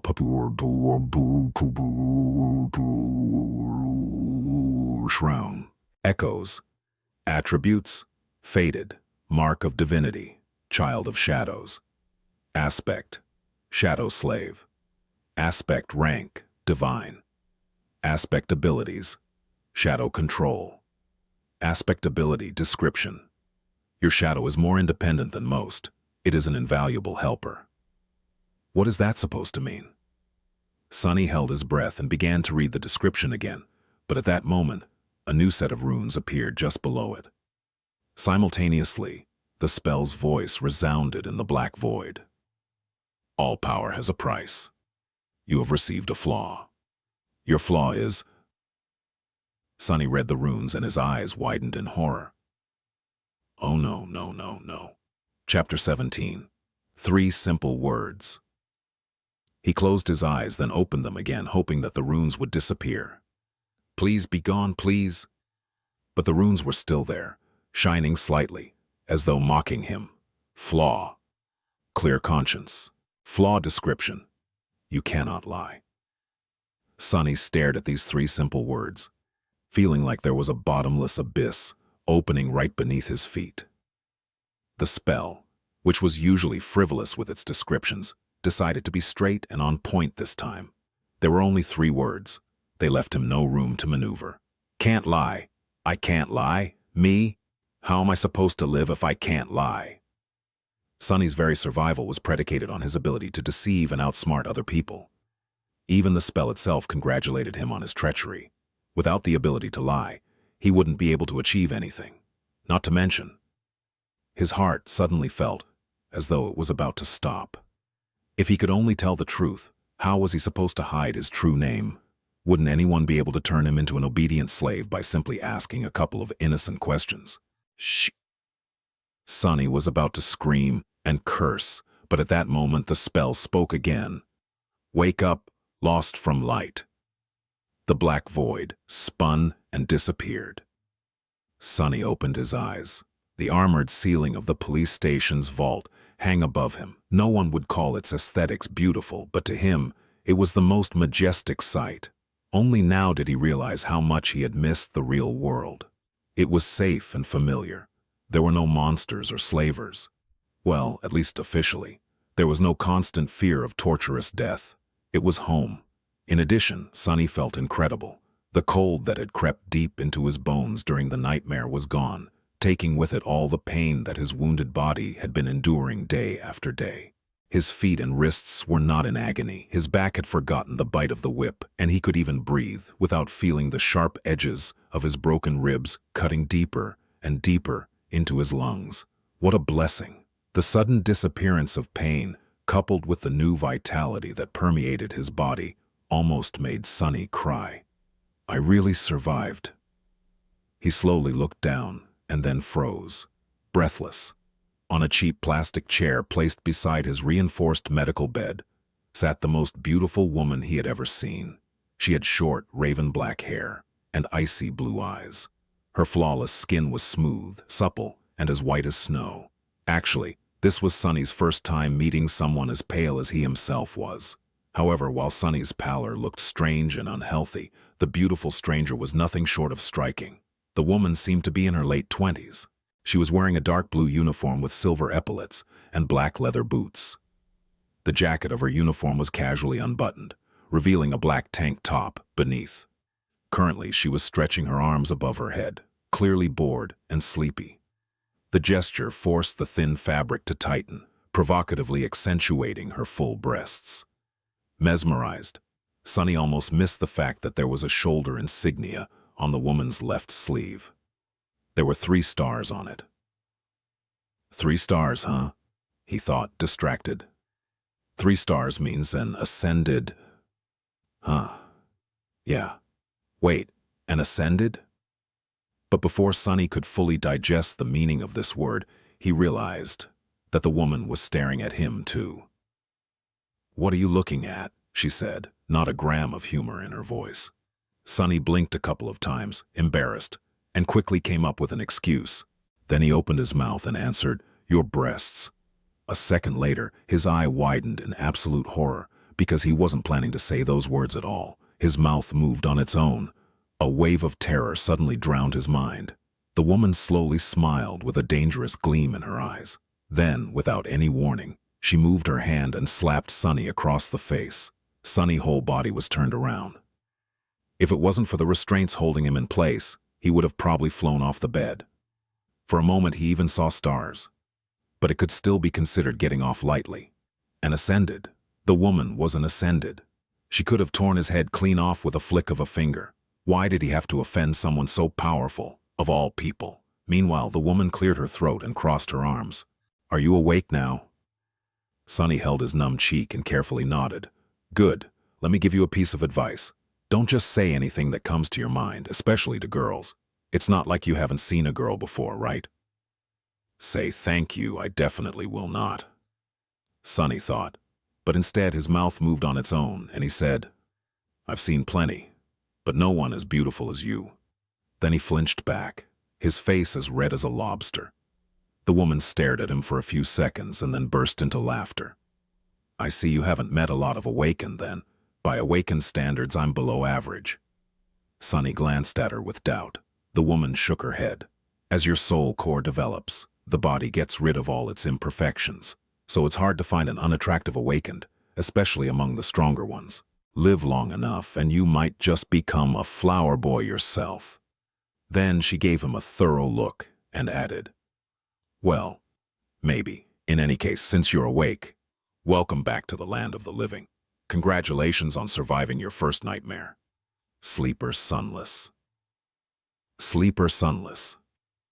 That was how people would address him now, at least in the short span of days until the winter solstice. After that, he would either return from the dream realm as an awakened or not return at all. It felt strange to have a title put before his name. In the past, Sonny was rarely even addressed by name. People mostly called him things like boy, punk, brat, or hey you. But now he even had a title. Sleeper Sunless. Actually, the correct term was dreamer. But humans had their own set of words for those infected by the nightmare spell.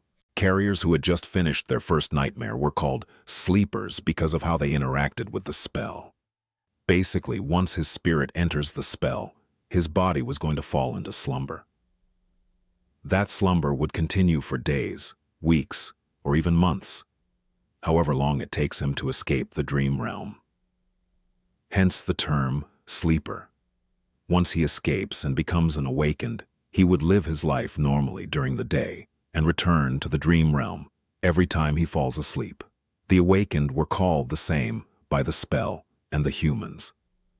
That word was also sometimes used as a general term for all carriers. Then, if he were to decide to enter a second nightmare and manage to survive, he would become an ascended. People called them masters. Masters could enter and exit the dream realm as they wished. Some even chose to never come back there at all. More than that, they traveled between the worlds physically, not just in spirit. And then, above the masters, there were saints. Those who had conquered the third nightmare and earned the right to call themselves transcendent. They were as powerful as demigods, and even more rare.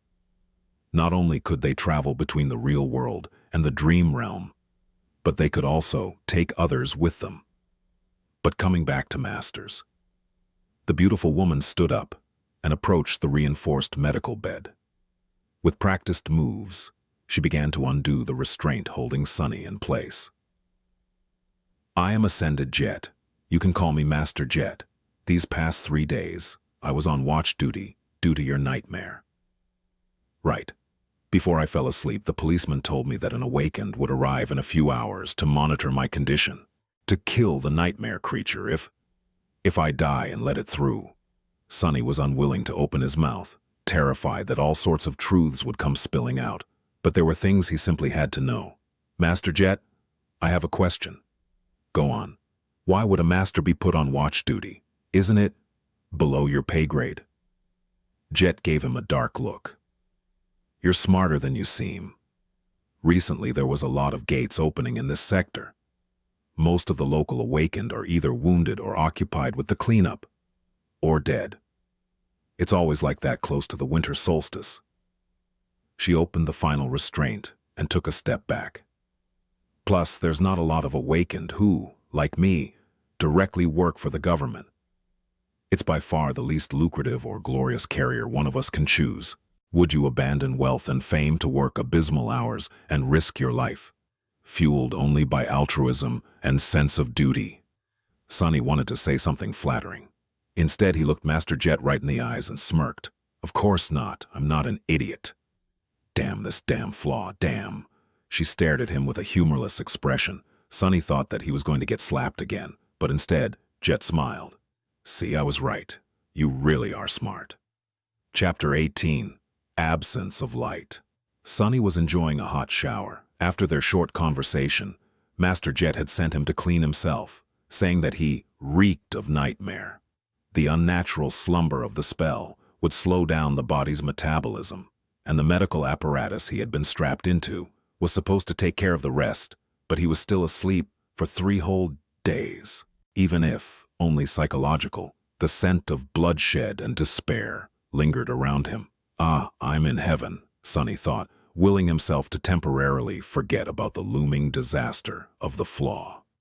He was alone in the police station's showers, relaxing under the streams of hot water. After a bit of time had passed, Sunny reluctantly turned the tap off and walked over to the towel rack. Coincidentally, he saw himself reflecting in the mirror.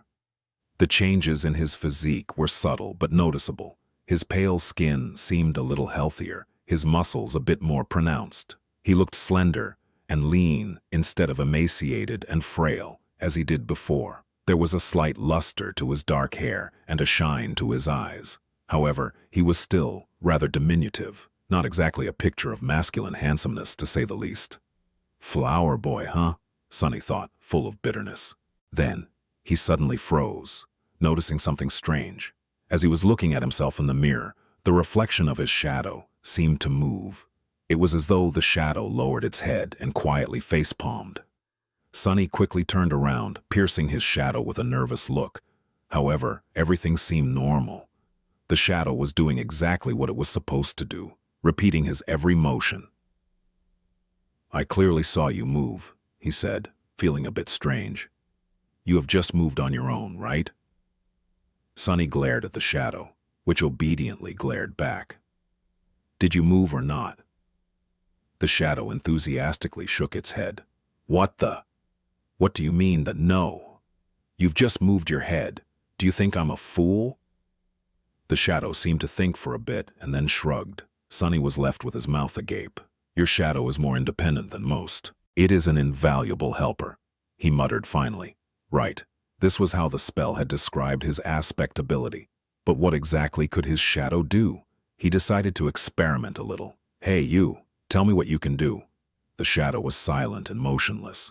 Right, it doesn't have vocal cords. As though that made any sense.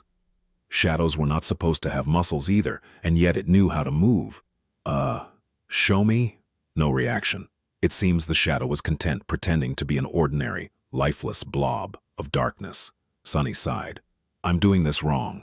Independent or not, the shadow was still a part of him. It was a manifestation of his aspect ability. So instead of asking the shadow, he really should have been asking himself. Not going to talk, are you? Sunny closed his eyes and directed his perception within, exploring himself for the first time since returning to the real world. He felt the beating of his heart, the steady rising of his chest, the slight chill of the shower room. He heard droplets of water falling on the tiled floor, felt the movement of filtered air against his skin, and there, on the verge of his consciousness, something new, a completely new sense. Sunny concentrated on it, and suddenly, a whole other world opened to him. It was hard to describe with words, just like one would have trouble explaining how hearing or touch feels. It was as though he could communicate with vast forms that crowded around him and receive an understanding of both their own shape and the surrounding space, guided by the different degrees of pressure they exerted on his mind and each other. That understanding came naturally and instantaneously, like an instinct. These forms were shadows, and among them, one, not the largest one, Iman, but the deepest, didn't feel like an external entity. It was like a part of his soul. Once Sunny grasped the feeling of it, he could sense the shadow, just like he sensed his limbs.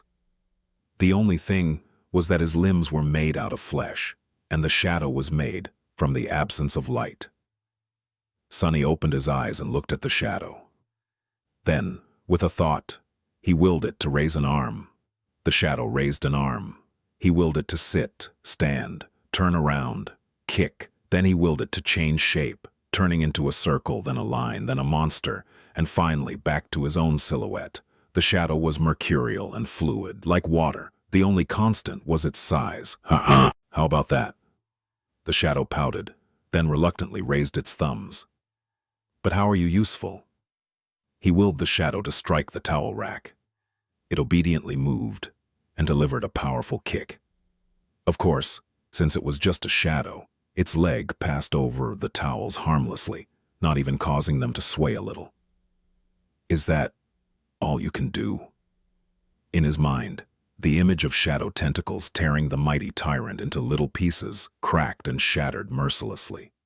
It seemed he would not be competing with Shadow God anytime soon. How regretful. The shadow looked at him with disdain. Then it shrugged and stopped moving altogether, clearly offended. Sunny sighed and took a towel off the rack. All right, I will explore it later.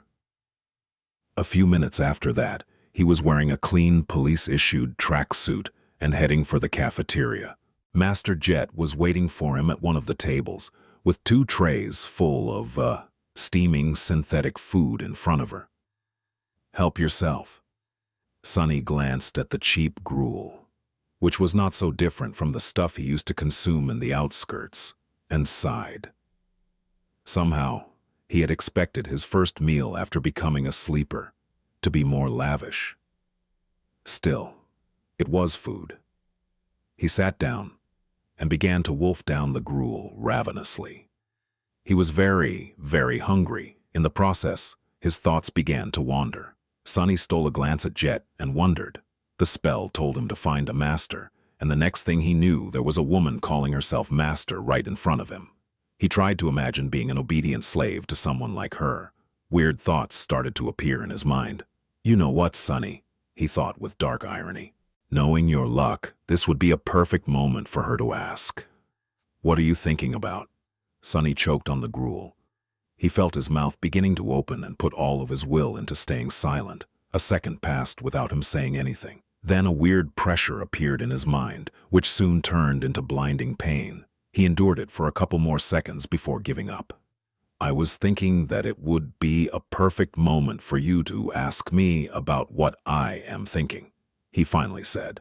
Jet gave him a weird look. All right, are you almost finished with your food? Sunny nodded. Then I'll begin. As per protocol, I am obligated to inform you of a few things. It is mostly a formality. First of all, concerning your nightmare. She glanced at him and sighed. You are entitled to receive free psychological counseling. No matter what traumatic experience you have encountered, there is no shame in asking for help. Your mind is as important as your body. It's only right to keep it healthy.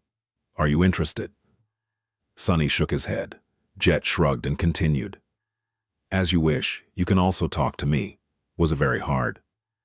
How could he answer? It was simultaneously much worse than I expected, and exactly as bad as I expected. She nodded, satisfied with that explanation. That's a good attitude. I won't pry any further. Us outskirt rats are way more resilient than people think. Sunny looked at her in surprise. Master Jet, you grew up in the outskirts? She grinned. What? You can't tell because of my exquisite manners and polished exterior. He blinked a couple of times, surprised. I couldn't tell at all. After thinking for a while, he added, Are there a lot of people like us among the awakened? Jet's smile disappeared. No, there's not. In fact, they can be counted on one hand, as expected. Odds were really stacked against people like them. That made the 3 stars on Jet's insignia even more exceptional. One day, I'll be a master too. If she can do it, why can't I? So, what happens now? What else are you obligated to tell me? Sunny had no idea what he was supposed to do after leaving the police station. The winter solstice was just several weeks away. Jet leaned back and answered. That's basically it. There are some additional hoops to jump through, mostly having to do with your family, but, well, I've read your file, so I know it doesn't apply. The only thing left is to decide how you will be preparing for your first journey into the dream realm. She looked at her communicator and grimaced. I must stay. Your luck is exceptionally bad. There's not a lot of time at all. First of all, you are free to do what you want. No one is forcing you to make a certain decision. That is to say, you can choose to prepare on your own or not prepare at all. Party until the lights go out. Sunny was not very well versed in partying. However, I would advise against that. As a sleeper, you are also entitled to enroll in the Awakened Academy. You'll be provided with food, lodging, and a wide choice of preparatory classes. This late into the year, you won't be able to learn a lot. But it's better than nothing. She was silent for a few seconds, then added, more importantly, you will get acquainted with most of the people who will enter the dream realm with you. Some of them might become your companions for life. And some may end up trying to end that life once we're inside the spell. Sunny added, reading between the lines of what Master Jet had said. So what do you say? Do you want me to take you to the academy? Sunny thought about it. Strangely, his flaw was silent, not forcing him to answer one way or the other. Is it because I haven't made up my mind yet? Finally, he looked down at his empty tray and made a decision. Free lodging and food, you say? Yeah, I want to go to the academy. Tip: you can use left, right, A, and D keyboard keys to browse between chapters. Novel bin: read light novel, web novel, Korean novel, and Chinese novel online for free. You can find hundreds of English translated light novel, web novel, Korean novel, and Chinese novel, which are daily updated. Read novels online. Read light novel online. Read online free light novel online. Chapter 19, Crossing the Bridge. Sunny was standing in front of the massive, seemingly indestructible red gates of the Awakened Academy. The academy was, in fact, a city within the city. It was built like a fortress, with a high wall made of hard alloy, deep moat, and numerous large-caliber turrets, which were placed in certain positions to create a deadly air suppression dome. No nightmare creature, not even colossal titans, were supposed to be able to break through its defenses. It was a legendary place. Actually, many of the most popular webtoons, youth dramas, and novels took place right behind that wall. Adventures, rivalries, and romantic entanglements of the young, awakened heroes were the mainstream theme of modern entertainment. Never in his wildest dreams did Sunny imagine actually becoming one of these heroes. Of course, how things really were differed a lot from how it was portrayed in the media. More than that, he had only 4 weeks to spend here before venturing into the dream realm. Even if he wanted to, there was not enough time for any type of entanglement, and he definitely did not want to. He had to learn how to survive, not waste time on such nonsense. The snow was slowly falling to the ground. It was cold and silent in front of the academy gates. Except for Sunny, there was only one other person, another new sleeper, if he had to guess. It was a tall, slender girl of around his age, with clear gray eyes and a detached look on her face. She had strange silver-white hair that was cut short and neatly parted to the side. Just like him, she was dressed in a police-issued tracksuit and had no personal belongings with her. On her head, there was a pair of old-fashioned headphones. She was calmly listening to music while they waited. There was a certain vibe to the silver-haired girl. It was sort of as though she was apart from the world. She looked confident and self-sufficient, but also a bit lonely. Sunny wasn't going to start a conversation. Who knew what kind of situation he would put himself in due to that damn flaw? It was better to keep to himself. He glanced at the girl and sighed. I wonder what flaw does she have? Finally, the gates began to open. The giant, ridiculously thick sheet of reinforced metal slowly descended, creating a long bridge. Sunny looked ahead with grim determination. Master Jet's parting words echoed in his mind. On their drive to the academy, Sunny didn't speak much, looking at the sights of the city that were flying past the window of Jet's personal transport vehicle. Actually, it was his first time sitting in a PTV. Most people in the city couldn't even dream about getting a license and purchasing a vehicle like that, having to do with public transportation. He had ridden in the back of a police cruiser once or twice, but that was a completely different experience. At some point, Master Jet looked at him and said, "Since we both come from the outskirts, I'll give you 3 pieces of advice. Whether you listen to me or not is your business." Sunny turned his head, waiting. First, once you're registered in the academy, they'll offer you psychological counseling again. There will also be a valuable reward for sharing your experiences in the nightmare and the details of your appraisal. You'll be able to receive a soul shard, maybe even several of them. He frowned. Are you trying to convince me to visit a psychiatrist again? Jet shook her head. No, I'm telling you to refuse. Surprised, Sunny raised his eyebrows. Why? There was a pause before she answered. You're too green to understand. But out there in the dream realm, nightmare creatures are not the only danger. Once you grow powerful enough, humans will become an equal threat. The less they know about your aspect, the better. So that's how it is. The easiest way to defeat a powerful awakened is to use their flaw. That's why young fools in the academy are encouraged in various ways to share the details of their aspects. I'm not saying that the government will leak your information, but once two people know a secret, it's no longer a secret, and there's a lot of people working for the government. That made a lot of sense. Thank you, Master Jet. She gave him a nod. Second, there will be a lot of courses to choose from. All types of combat training. Deep dives into nightmare creature categories and vulnerabilities. Basics of various types of sorcery, artifact study, and so on. Sunny gulped. Actually, he was already agonizing about what weapon to train with. 4 weeks was not enough to master a weapon, but at least he would have a basic understanding of it. Disregard all of that. The only course you have time to attend is wilderness survival. He blinked. What? Jet glanced at him. It's different for city kids, who learn all sorts of useful things in school and from their tutors, but we don't have that advantage, do we? What was the biggest threat to your life during the nightmare? Sunny thought about it. On the surface, the most dangerous thing he faced was the tyrant, followed by Hero, Oro, of the Nine. But actually, what almost killed him in the end was the cold. Jet smiled. Smart. You only know how to survive in the city, but the dream realm is mostly made of wilderness. Do you know how to make a fire? How to procure food? How to find safe shelter? No. Fighting monsters is important, but it'll be useless if you die of hunger or exposure to the elements. Trust me, I've learned it the hard way. Sunny nodded, angry at himself. It was so obvious, yet he never even thought about these seemingly simple things.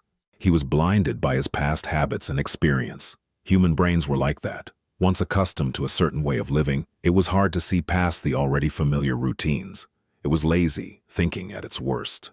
At that point, Master Jet had stopped the car and opened the door, getting out. Sunny followed her and was momentarily stunned, staring at the colossal metal gates in front of them. This was the famous Awakened Academy. After a few seconds, he shook off his amazement and turned to his senior. This is as far as I go, she said, looking cheerlessly at the walls of the academy. I've already notified them. Someone will come fetch you in a while. There was something dark in the depths of her icy blue eyes. Sunny suddenly felt a cold feeling spreading through his body. What's the third advice? Master Jet glanced at him, then sighed. Remember, no one can survive in the dream realm alone. That's not an opinion, that's a fact. Try to get along with your peers, even if they don't treat you well. It might save your life. Then she suddenly smiled and patted him on the shoulder. You've done well to survive until now. Make sure to keep yourself alive in the future, too. Then she got back into her PTV and drove off. Just like that, she was gone. The end of the metal bridge hit the special grooves in the ground and stopped moving after a set of loud clicks. Sunny looked ahead, wondering what kind of life he was going to be living in the next 4 weeks. Keep your flaw and aspects secret. Learn to survive in the wilderness. Be nice to other sleepers. It didn't sound too hard, but for some reason, he was sure that these weeks were going to be as challenging as his first nightmare, or maybe even worse. Seemingly free of such concerns, the silver-haired girl walked forward and stepped on the bridge. Sunny sighed and reluctantly followed. Chapter 20 Outcast. Once again, the sleeper part of the compound was relatively small and situated in the southern part of the academy, surrounded on all sides by training fields and parks. It was a low, modern building constructed constructed with reinforced materials. Like the majority of buildings in the academy, most of it was hidden below the ground, leaving only a couple of floors above it. With its white, pristine alloy walls and wide windows, it must have looked beautiful in the summer, contrasted against all the greenery around. Inside, the building was spacious and well lit.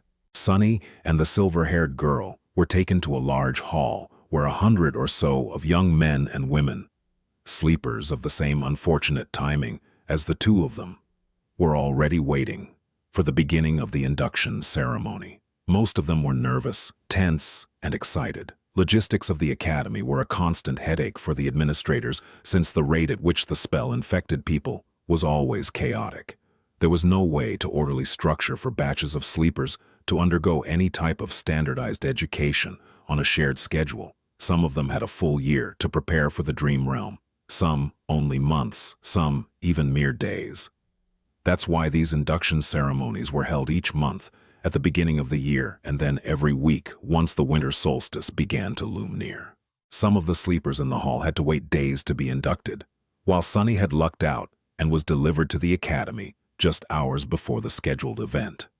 Once inside the hall, he understood two things. Firstly, everyone was well-dressed and in possession of a suitcase, a duffel bag, or at least a backpack carrying their personal belongings. They were obviously coming prepared, most likely from home, sent off by their families. So, Sunny and the silver-haired girl, who came empty-handed and wearing simple police-issued clothes, were not a norm like he had assumed, but actually an eye-catching anomaly. Right, that makes sense. Secondly, Master Jet was not being overly humble when she called herself below average by awakened standards. Even though these young people were just starting their paths as awakened, their looks were dazzling. Everyone was handsome, beautiful, and radiated health. He swallowed. Still, I feel like none of them compare. She might not be as perfectly shaped, but I don't know. She has a presence. It's like shadows become deeper, and the temperature drops by a couple of degrees when she's in a room. Was this the difference between a sleeper and a master? But all of these thoughts were just him, trying to postpone the inevitable. Sunny already knew that he was in for a wild ride. Because he could not lie, and all of these excited youths, regardless of their clothes, gender, and looks, wanted to do one thing: talk. Every one of them wanted to talk with fellow sleepers. They wanted to discuss their nightmares, their future journey into the dream realm, and everything in between. They wanted to ask questions. They wanted to be asked questions. They wanted to discuss something important, or just chit-chat about stupid things everyone wanted to share. It's a nightmare, Sunny moaned, disturbed and fearful. I'm doomed. Then, with a bit of grim determination, he gritted his teeth and slowly exhaled. Just think about it as a continuation of your trial. You survived the Black Mountain, so you can survive this too. He had faced heroes, villains, monsters, and even gods. Was he going to be afraid of a bunch of teenagers? He might have underestimated how scary teenagers can be. In half an hour, pretty much everyone in the room hated his guts. After a short series of conversations, Sunny had acquired a reputation of an obnoxious, foul-mouthed pervert. This reputation was quickly solidified. He was slapped a few times and even punched once. He also discovered a couple of new things about his true self, namely, that deep down inside he was apparently rude, arrogant, and more than a little bit lustful. The conversations went something like this. Look at all these young people. How many do you think will return from the dream realm? How many will perish? What do you think our own chances of survival are? I don't know, but I'm pretty sure that a pompous fool like you will die first. Or, I even received an armor-type memory in my nightmare. It's an enchanted robe. Would you like to see? Actually, I would prefer to see you without a robe. Or, then those lowlifes began to rob the bodies. It was disgusting. They even took their shoes. What kind of degenerate would take a dead man's shoes? I once killed a man and took his boots. They were nice boots. What? You killed someone just for a pair of boots? Of course not. There were other reasons. I also took his cloak. Once again an outcast, Sunny was eventually left alone. People seemed to be avoiding him. Unperturbed, He found a quiet corner and stood there, glad that no one wanted to talk to him anymore. His face hurt, and there was blood dripping from his nose. Being ostracized from a group was nothing new, but it still stung. However, he was smiling, because in the process of turning the whole batch of sleepers against himself, Sunny had discovered something vital. He learned how to control his flaw. Once asked a question, he could not keep quiet. He also couldn't lie.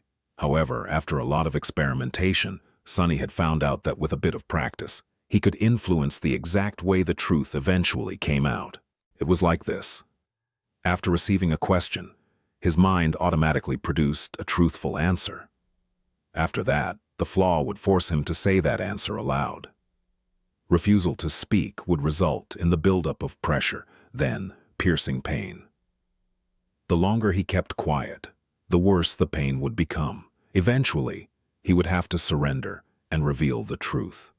However, in these moments, between receiving the question and surrendering to the pain, the actual wording of the answer could be changed. The more it strayed from the initial thought, the more resistance he would meet. Once again in the form of pressure, then pain. It still had to be truthful, but it didn't have to be so stark. For example, if Master Jet were to catch him staring again and ask what he was looking at, instead of embarrassing himself, Sunny would have been able to endure a bit of pain and simply say, "You." That would still be the truth, however. The result would be entirely different. Hidden in the corner, Sunny grinned as he observed the sleepers. This is good. This is great. This is something I can work with. After all, one didn't have to lie to deceive a person. Sometimes truth was the best material for creating deceit. If used with a certain devious type of intelligence, truth could be as misleading as lies. For example, in one of his previous conversations, Sunny had confessed that he had once stolen boots from a dead man. The other guy was horrified and asked if he had really killed someone just for a pair of boots. The answer the flaw forced him to give was that there were other reasons, and that he had also taken the man's cloak. The true reason for killing the veteran slaver was that he had whipped Sunny a few hours prior. Besides, he was already dying. The cloak had nothing to do with the killing itself. However, the wording of the answer created an impression that it did.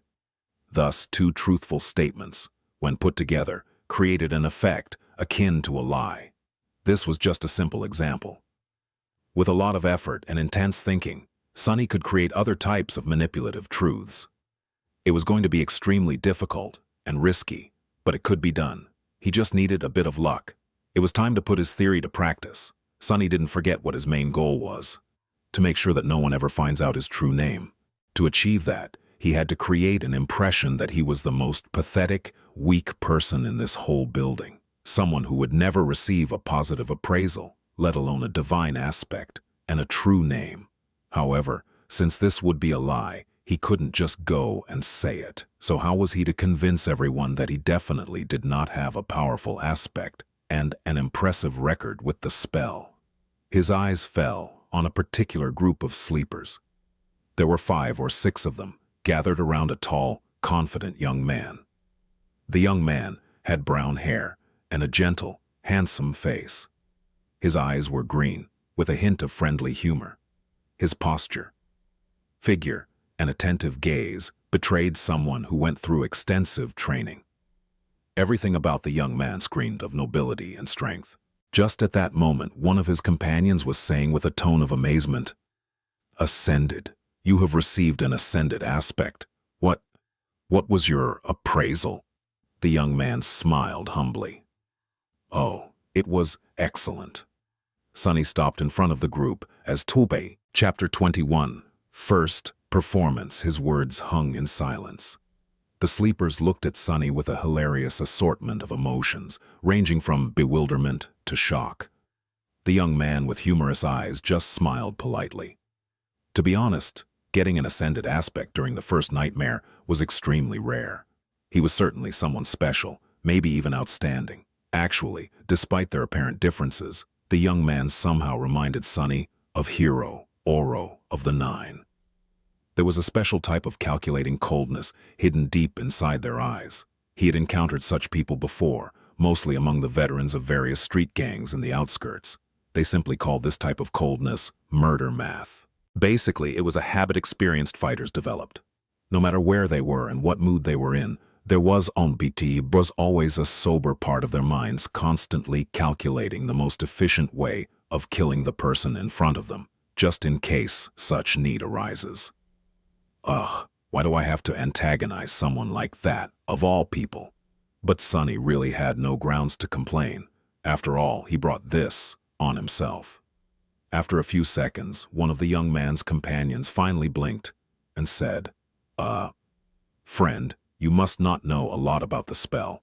Caster's results are truly remarkable." Then, with a furtive glance at the remarkable caster, he added, "He is a legacy after all. An actual, living and breathing descendant of an awakened clan." Sonny reevaluated his opinion of the humorous young man. Legacies were known to be trained for their eventual entrance into the spell from the moment they could walk. For them, being infected was a certainty instead of a possibility. They were extremely formidable people. Just great, he thought bitterly, and made his frown deepen. "Are you trying to pull a prank on me? You call this remarkable?" The bewilderment in the eyes of these sleepers was slowly being replaced by hostility.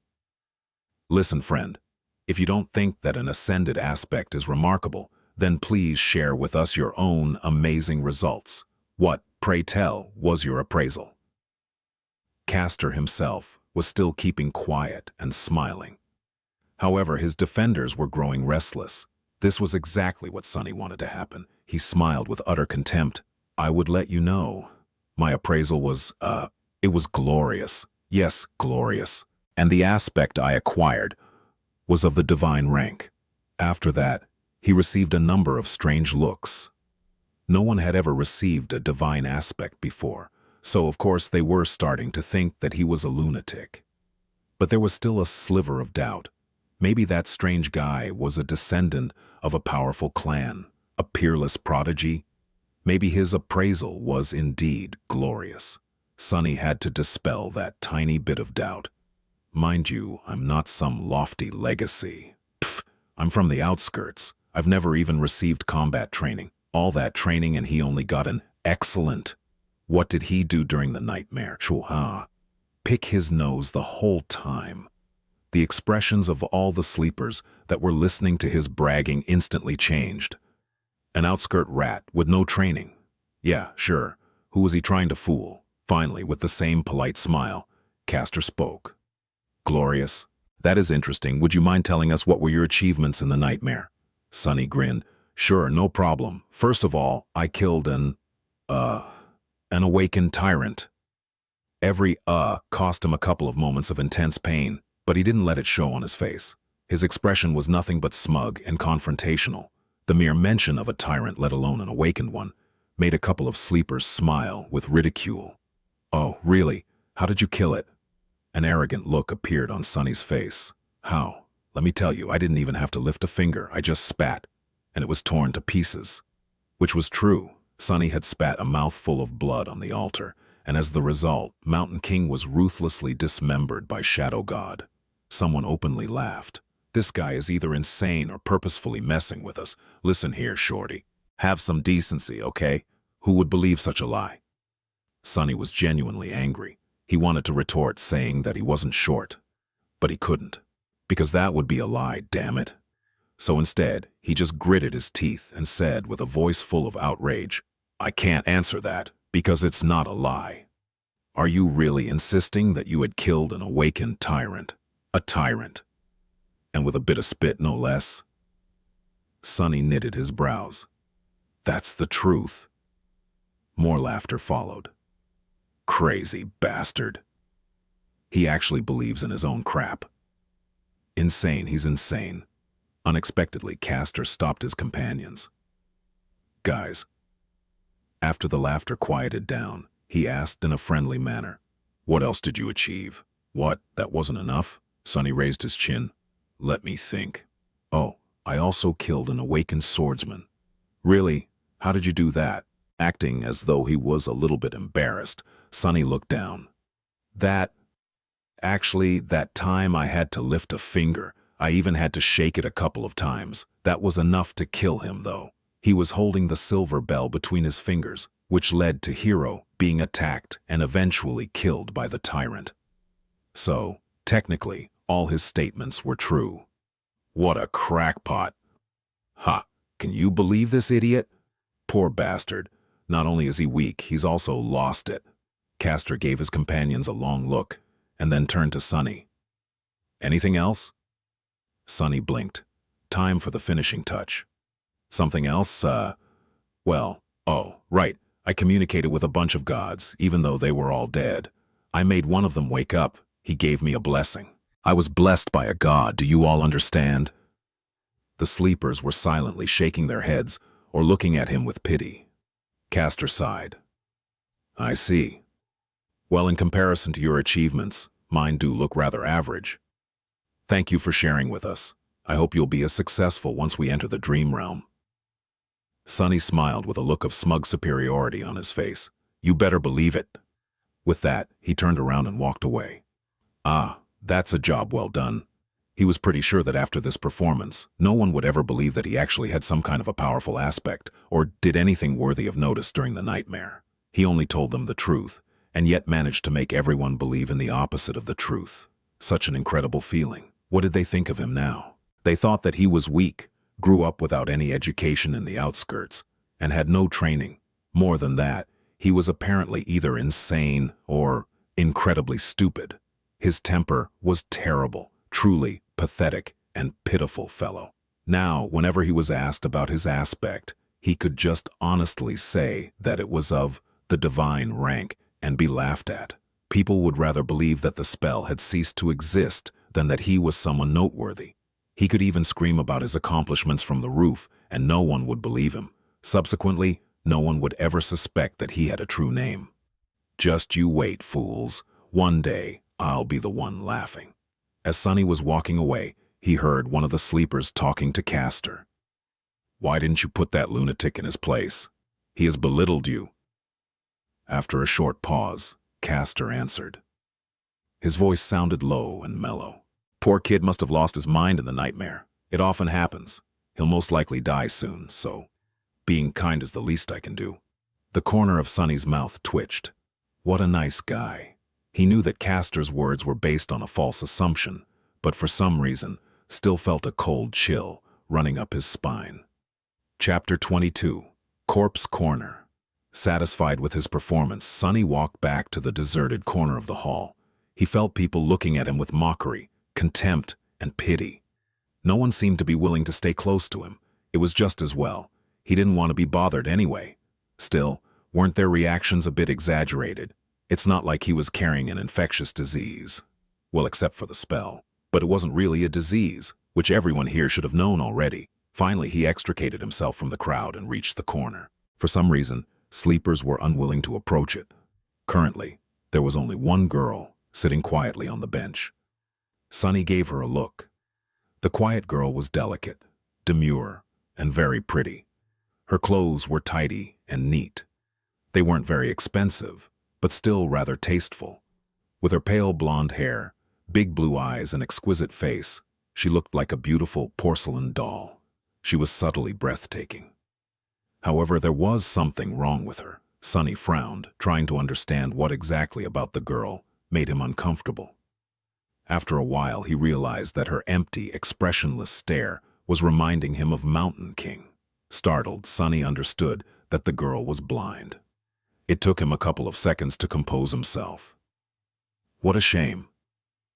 A bit disheartened, he carefully sat on the opposite end of the bench. The girl wouldn't have survived the first nightmare if she had been blind prior to entering the spell, which meant that she lost her sight as the result of the appraisal. It was her flaw. Suddenly, Sunny felt very apprehensive. A cold sensation spread through his chest. And I thought my flaw was bad.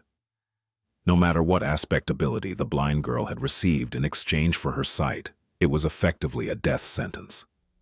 A blind person had no chances of surviving in the dream realm, at least not with a dormant core. In some sense, the girl was already dead. She was effectively a walking corpse. Feeling extremely disturbed, Sunny turned away and studied the crowd of sleepers. Now he understood why people were trying to avoid this corner. the girl was surrounded by an invisible but almost palpable aura of death. Sleepers usually weren't very superstitious, but anyone would feel uncomfortable in her company. Armed with this knowledge, Sunny suddenly saw a pattern in how the young people in the hall were grouped. Instinctively, they all tried to stand close to those of their own circumstance. At the far end of the hall, closest to the stage, were one or two small groups. People in these groups were distinct from the rest of sleepers. They were all confident, calm, and had an air of readiness. These were the legacies. They were trained for the spell since birth and had the highest chances of survival. Castor especially stood out from the rest. Next to them was a larger number of expensively dressed young people. They were lively and excited, and only a little nervous. They were the scions of rich and high-ranking citizens. Their training was pretty good since such families had ample funds to hire private tutors, even awakened ones. Their chances of survival weren't bad. Then there was the largest part of the crowd, which consisted of kids from middle-class families. They might not have had the privilege of training under awakened tutors, but their education wasn't bad. The government spent a lot of effort to put all the necessary knowledge and skills into the school curriculum, preparing potential sleepers in advance. Some of them might have received additional training in private. To survive, these sleepers would need to put in a valiant effort and also have a bit of luck. But it wasn't improbable. Consequently, they were tense and nervous. And lastly, there was Sunny and the blind girl. The corpses. From the point of view of other sleepers in the hall, their chances of survival were close to zero. How charming. This was how the young sleepers had subconsciously divided themselves. The only exception from this rule was the silver-haired girl, who stood alone and apart from everyone, seemingly indifferent to tension and nervousness that permeated the air. She was leaning against a wall with her eyes closed, still listening to music.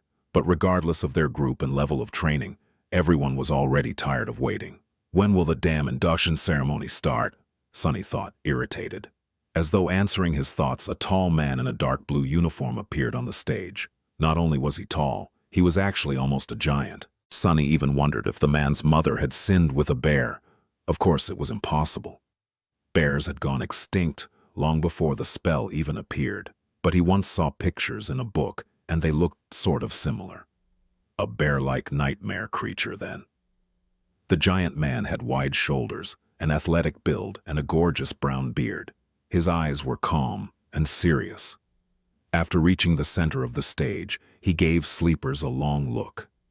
When his gaze reached the deserted corner, Sunny suddenly felt nervous. I sure hope he doesn't have a telepathic ability. Otherwise, he might separate me from a limb or two on behalf of his mother. The man didn't pay Sunny a lot of attention and returned his gaze to the front rows of the crowd. Finally, he said in a deep, reverberating voice, "I am Awakened Rock. Sleepers, welcome to the academy." Everyone listened without making a sound. "In less than a month, you will be summoned to the dream realm. Some of you might think that you are well prepared. You're wrong. The spell is merciless and cunning. The moment awakened begin to think too much of themselves, they die. I've seen countless sleepers like you lose their lives. I've also seen experienced masters lose theirs. Even saints are not assured to survive." Thanks for the encouragement, Sunny thought sarcastically. "In the following 4 weeks, we will do everything in our power to increase your chances of survival. You will receive training from the best instructors in the world. However, don't be misled by their fame. In the end, whether you return from the dream realm alive depends only on one person, you. The responsibility to survive is yours, and yours alone." Except for the legacies, sleepers were looking at each other with growing fear in their eyes. Awakened Rock continued, "You are not children anymore. It's a shame, because you ought to be. But the spell has decided otherwise. You have been to the first nightmare, so you already know what it's like. Your parents, your teachers, and your friends can't help you anymore. Haven't had any of those in a long time." While listening to Rock's speech, Sunny couldn't help but feel a little excluded.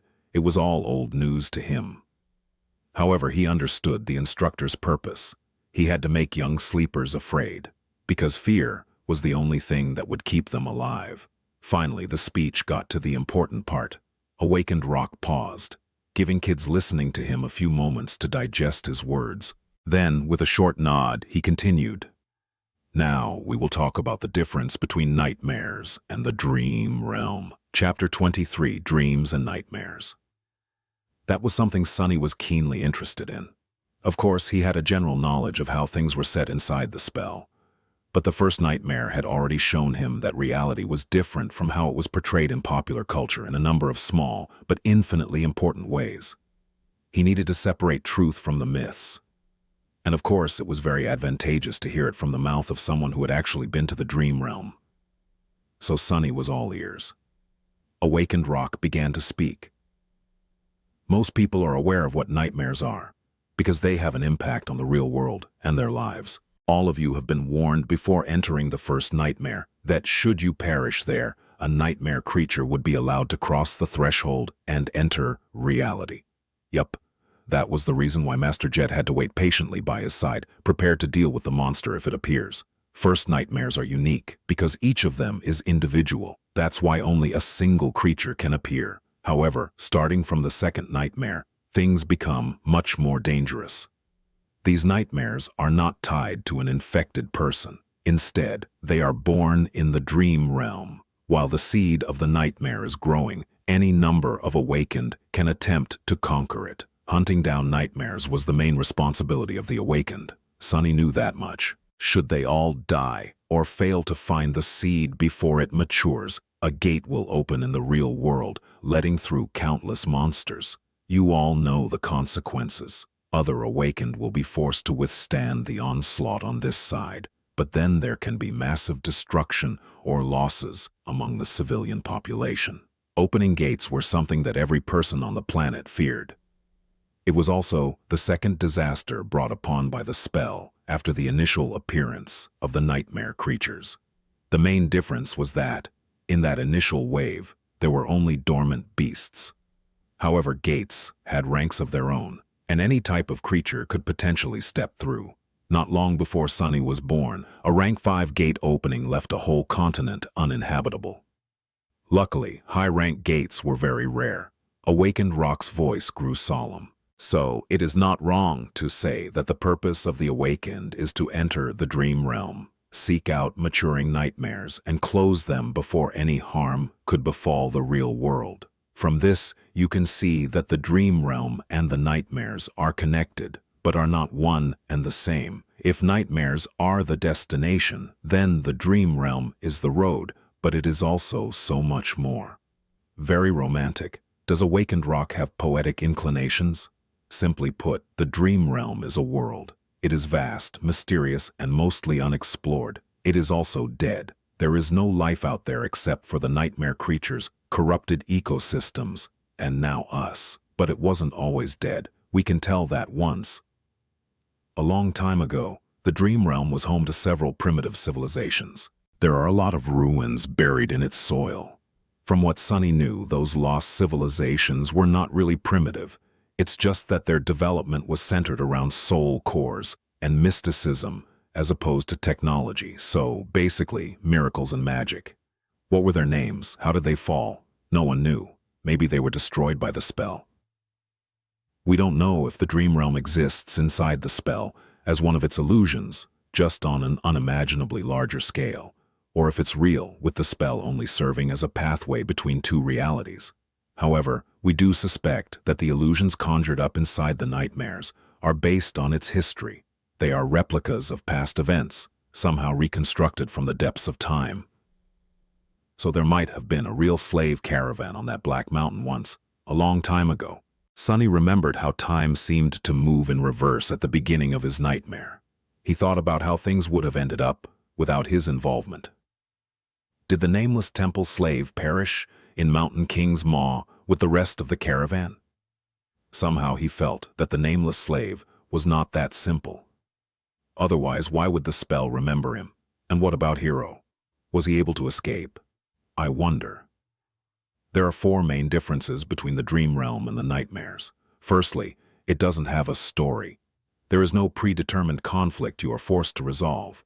You can move freely and explore, provided that you have the strength to stay alive in the wilderness. Most people tend to stay close to one of the human citadels. That's good to know, Sunny thought, unconvinced. Sure, there were no predetermined conflicts in the dream realm, but with his fated attribute, he was pretty certain to end up in some kind of trouble, so that freedom Awakened Rock had mentioned was relative in his case. Meanwhile, the instructor continued. Secondly, as I have already mentioned, there are no people in the dream realm, except for those who came from the real world. There are only monsters. Some of them can mimic human appearance though, so be mindful of that. Sunny felt cold sweat running down his back. Nightmare creatures mimicking humans? So creepy. Since when was that a thing? Why hasn't he ever heard about it? He stole a glance at the legacies standing in the first row and noticed that they did not show any sign of surprise. So they knew. Thirdly, unlike the first nightmare, no nightmare creatures will appear in the real world if you die in the dream realm. It may sound cruel, but that's a good thing. Awakened forces are already spread thin. If we had to monitor every sleeper, we wouldn't have resources to handle more important matters. Considering that each sleeper could spend weeks, sometimes even months in the dream realm, there was ruthless logic in that statement. And lastly, and most importantly, unlike nightmares, which are bound by the rules of fairness, there is no limit to what kind of creature you can meet in the dream realm. During its trials, the spell won't pit a dormant human against an opponent many ranks above them. Oh, really? Sunny sneered. However, he was forced to agree with Awakened Rock. Even though both Hero and Mountain King were way out of his league, they were still just one rank above him. But in the dream realm, no such restrictions exist. Theoretically, you can stumble upon an unholy titan and die before even realizing what happened. So be careful and stick to the regions with enemies on par with your own rank. It's not an ironclad guarantee, but at least there will be less of a chance of you biting off more than you can chew. Sticking to a region populated by nightmare creatures below his rank was even better. That was exactly what Sunny was planning to do.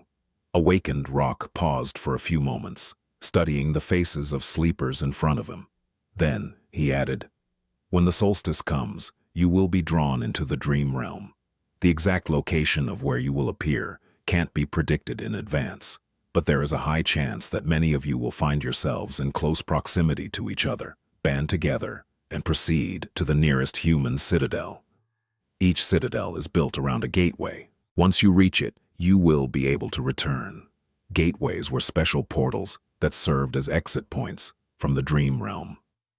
Once sleepers reached such a portal, they would be able to escape back to reality and become awakened. Their core would evolve, and they would also receive a second aspect ability. After that, they would return to the dream realm each time they fall asleep. If you can't locate or are unable to reach the nearest human citadel, search for an unclaimed gateway. It will usually be inside or near the most prominent landmark of the region. Work together to defeat its guardians and come back alive. He gave them a heavy look. That is all for today. Next, follow the instructions sent to your communicators to find your assigned dormitory. Once settled, you may proceed to the cafeteria for some late supper. There will be a round of interviews after that to prepare your suggested curriculums. Get a good night's rest. Your training starts tomorrow. With that, he gave them a short nod and left. Sunny sighed. Can't be predicted in advance, huh? With his luck, he would either drop right in the middle of a prosperous human citadel and immediately roll into a gateway, or appear in some region of the dream realm so remote and deadly that no one had ever heard about it or returned from it alive. Let's hope for the former. Since he couldn't do anything about it, Sunny wasn't very worried. There was something much more important on his mind. What exactly do they serve here for supper? Chapter 24. Moving up in the world. Everything having to do with sleepers was situated in the same building. Sunny followed the instructions sent to his communicator and quickly found the dormitories, which were situated on one of the lowest levels. To his surprise, he actually got a whole room to himself. It had a bed with a soft mattress, a table, a dresser, and even a separate bathroom. The materials were new and aesthetically pleasing, the air crisp and sterile. It was warm inside, and the outer wall was equipped with a hidden screen that seamlessly imitated a wide window opening to a picturesque vista of a snowy park. There were even several sets of clothes, with the Academy emblem provided to him for free. How extravagant, Sonny thought, a little stunned. Rationally, he understood that such an arrangement was not really luxurious. However, to him, who grew up wandering the outskirts, this room was like a palace. He scratched his head. Looks like I've made it? Sonny glanced around, then winked at his shadow and smiled. I guess we're moving up in the world, huh? The shadow didn't respond, apparently not very impressed. Perhaps it didn't care about such things. Right, what would a stupid shadow know? Sonny changed into new clothes and studied himself in the mirror. Then, remembering something, he summoned the runes. He finally had time to study the puppeteer's shroud. Memory, puppeteer's shroud. Memory rank, awakened. Memory type, armor. Memory description. A worm of doubt once found its way into a righteous king's heart. With time, the king was devoured from inside and became its puppet. A lifetime later, the puppeteer worm escaped from the king's dead body, leaving behind a cocoon of black silk. No one knows where it went. However, once people dared to approach the silent castle, they found the silk among the mountains of gnawed bones and fashioned it into an armor. Sonny made a sour face. That is not that terrifying. Yeah, I'm not creeped out at all. Come to think of it, the first creature he killed was called a larva. If he were to assume that Mountain King was a mature puppeteer worm, and already a tyrant, then what the hell would it transform into after becoming a moth? No, it's better not to think about it. With a sigh, he summoned the puppeteer's shroud. Thin black threads immediately appeared around his body and wrapped it into a set of armor. It was made of dark gray, soft fabric, with several elements, such as bracers and shoulder guards, fashioned out of black, lusterless leather. The armor was light, understated, and did not restrain his movements at all. It also made no sound when he moved. Perfect equipment for someone who likes to lurk in the shadows. Sonny smiled. He knew that this armor would be tough to pierce for any creature below the awakened rank, which gave him a great advantage in dealing with all dormant monsters.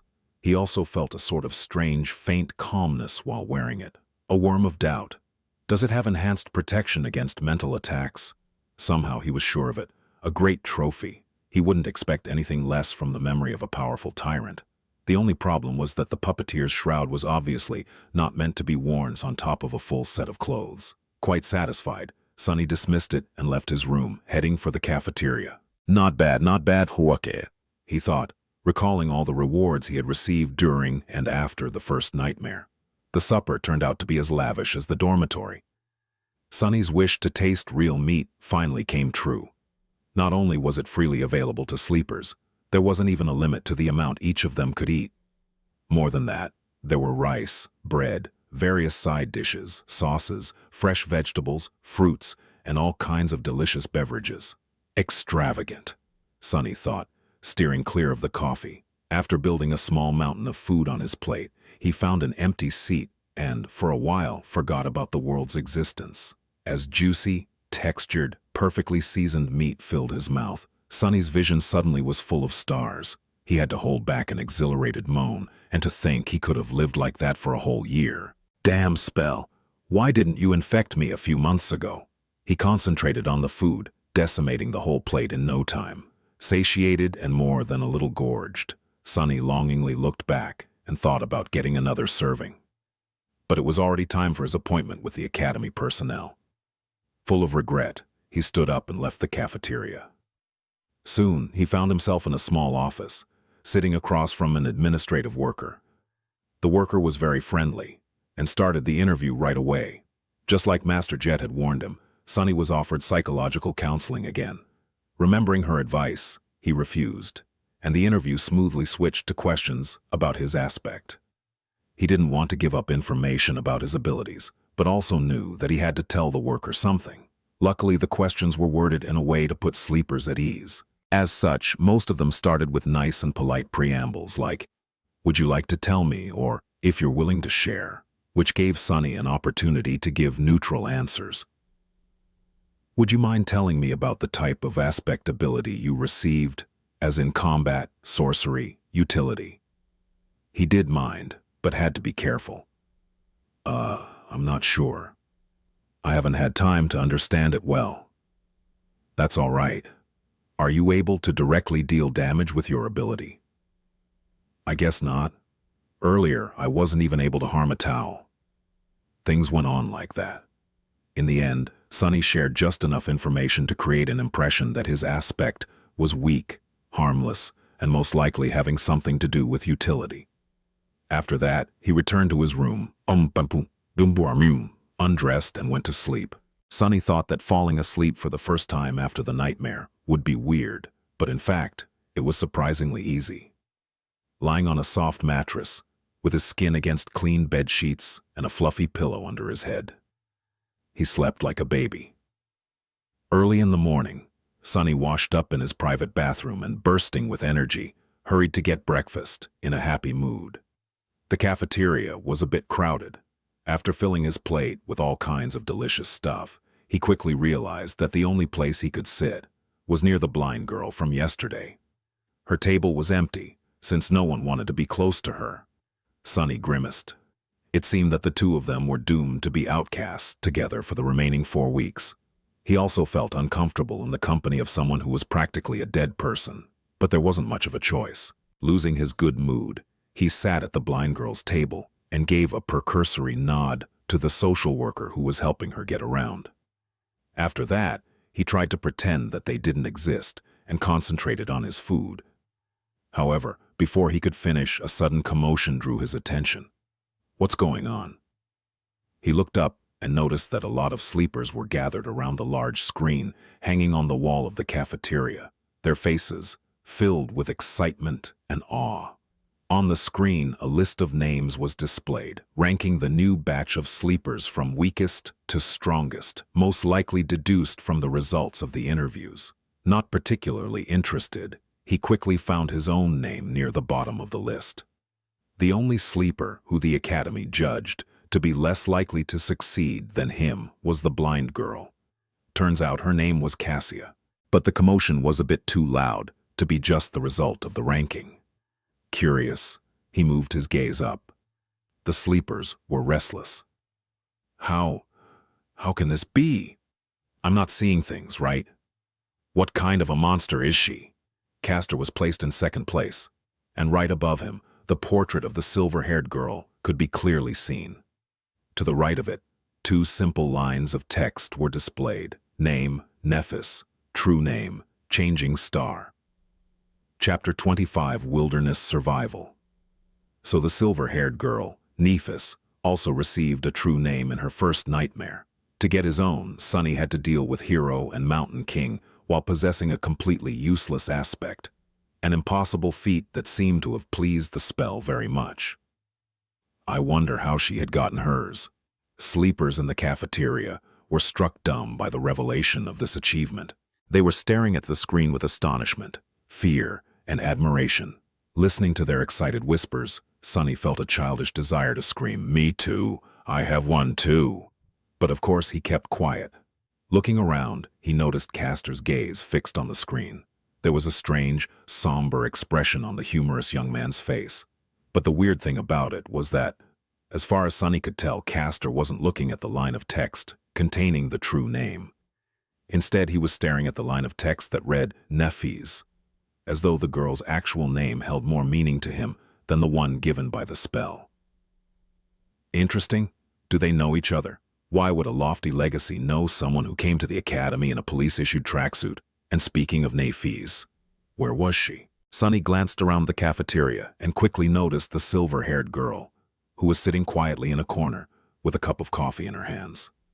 She wasn't paying a lot of attention to the commotion, seemingly immersed in her thoughts. Her gray eyes were serious and distant. A sleeper with a true name? That's impossible.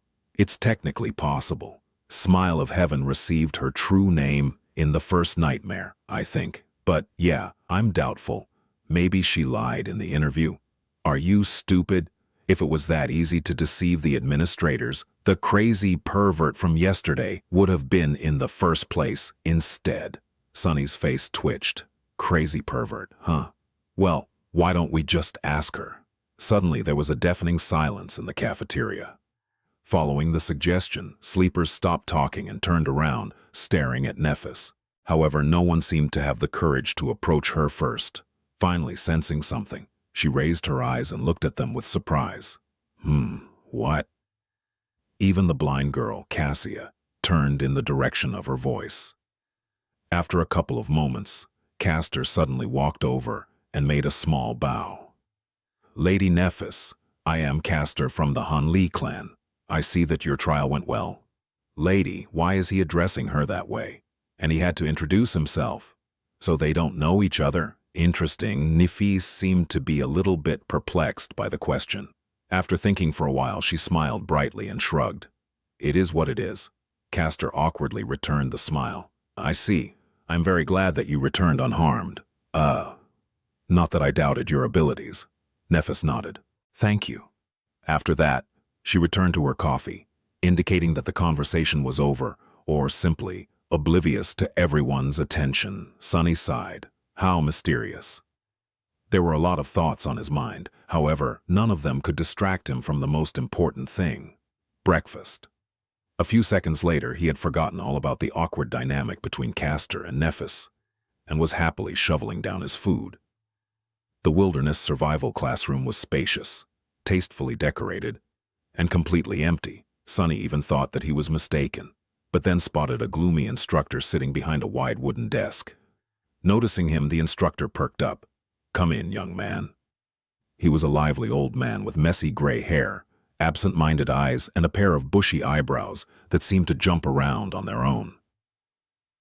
I'm awakened Julius.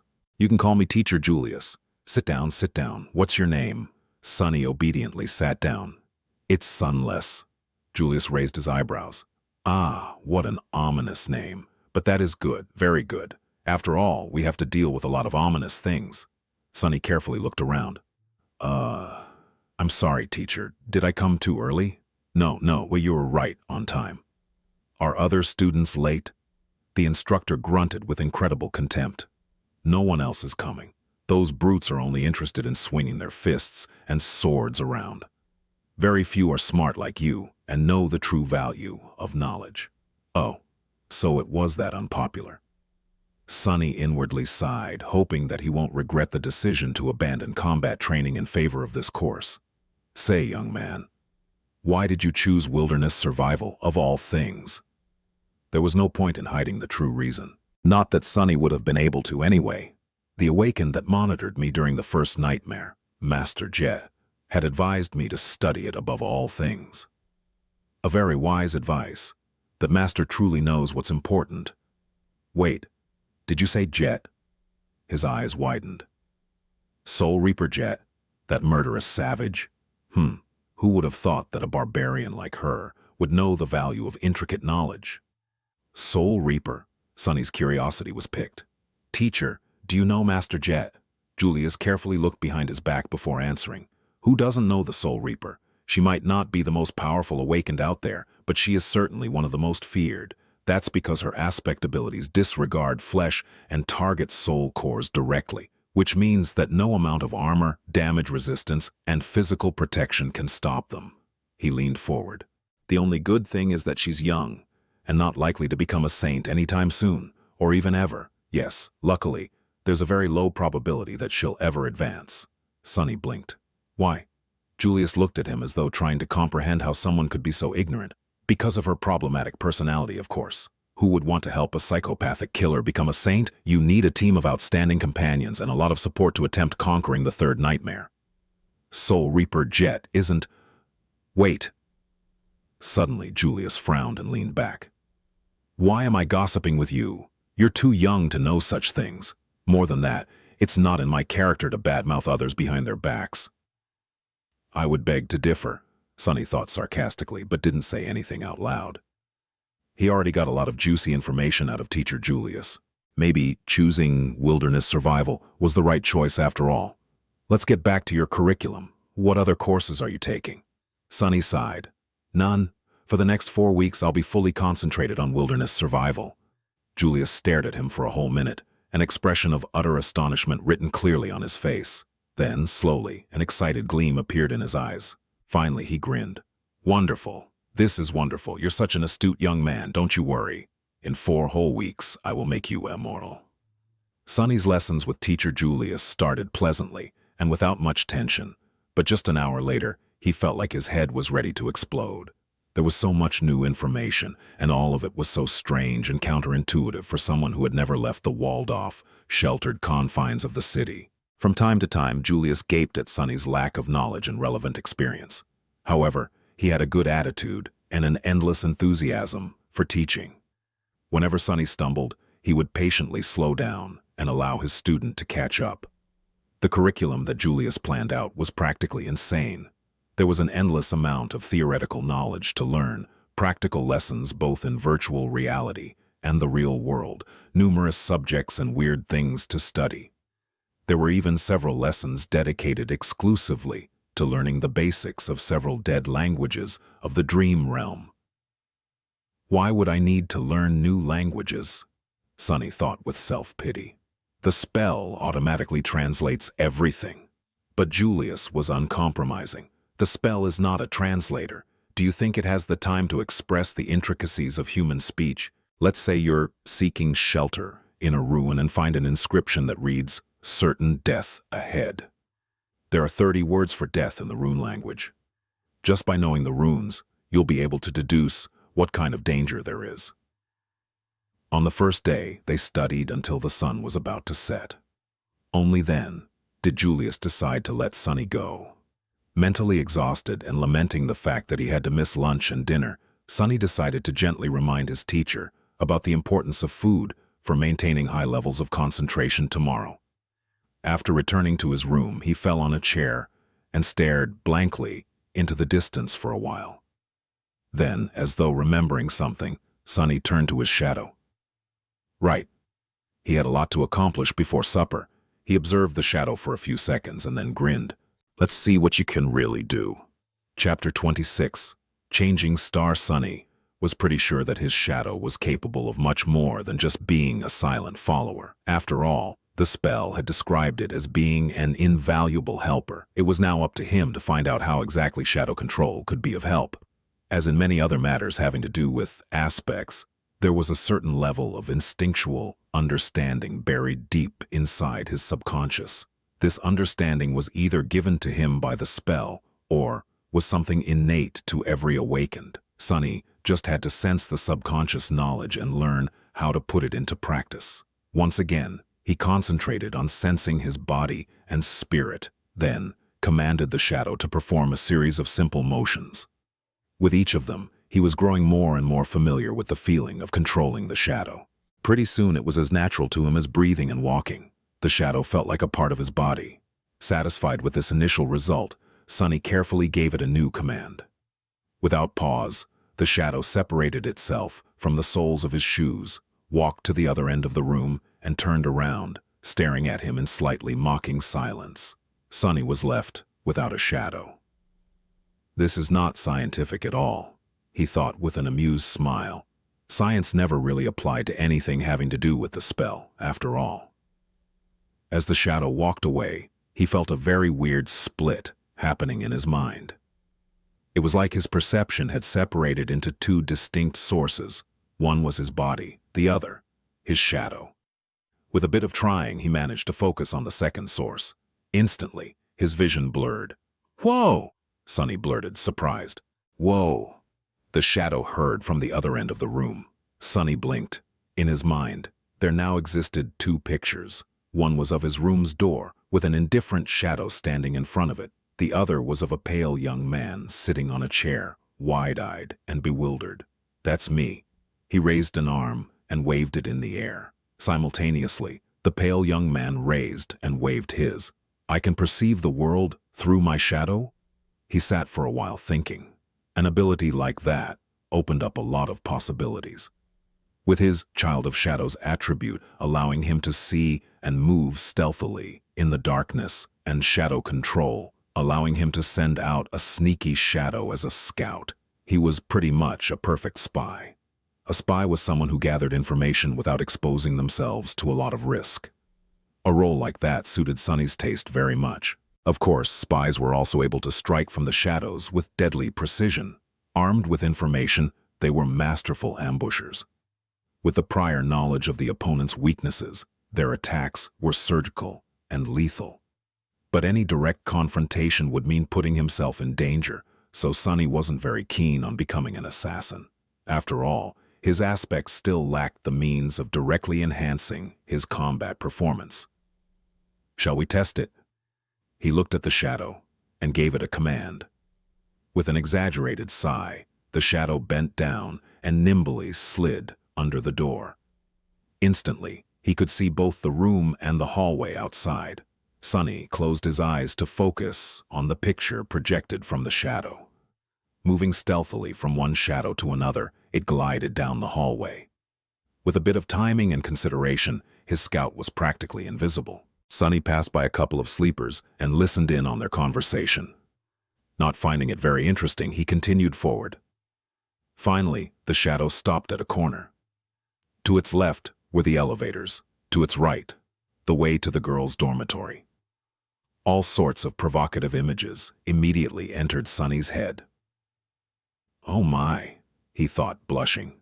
Yes, with this ability, it was also very easy to fall into utter depravity. But no, he couldn't do it. Not because of some high moral principles.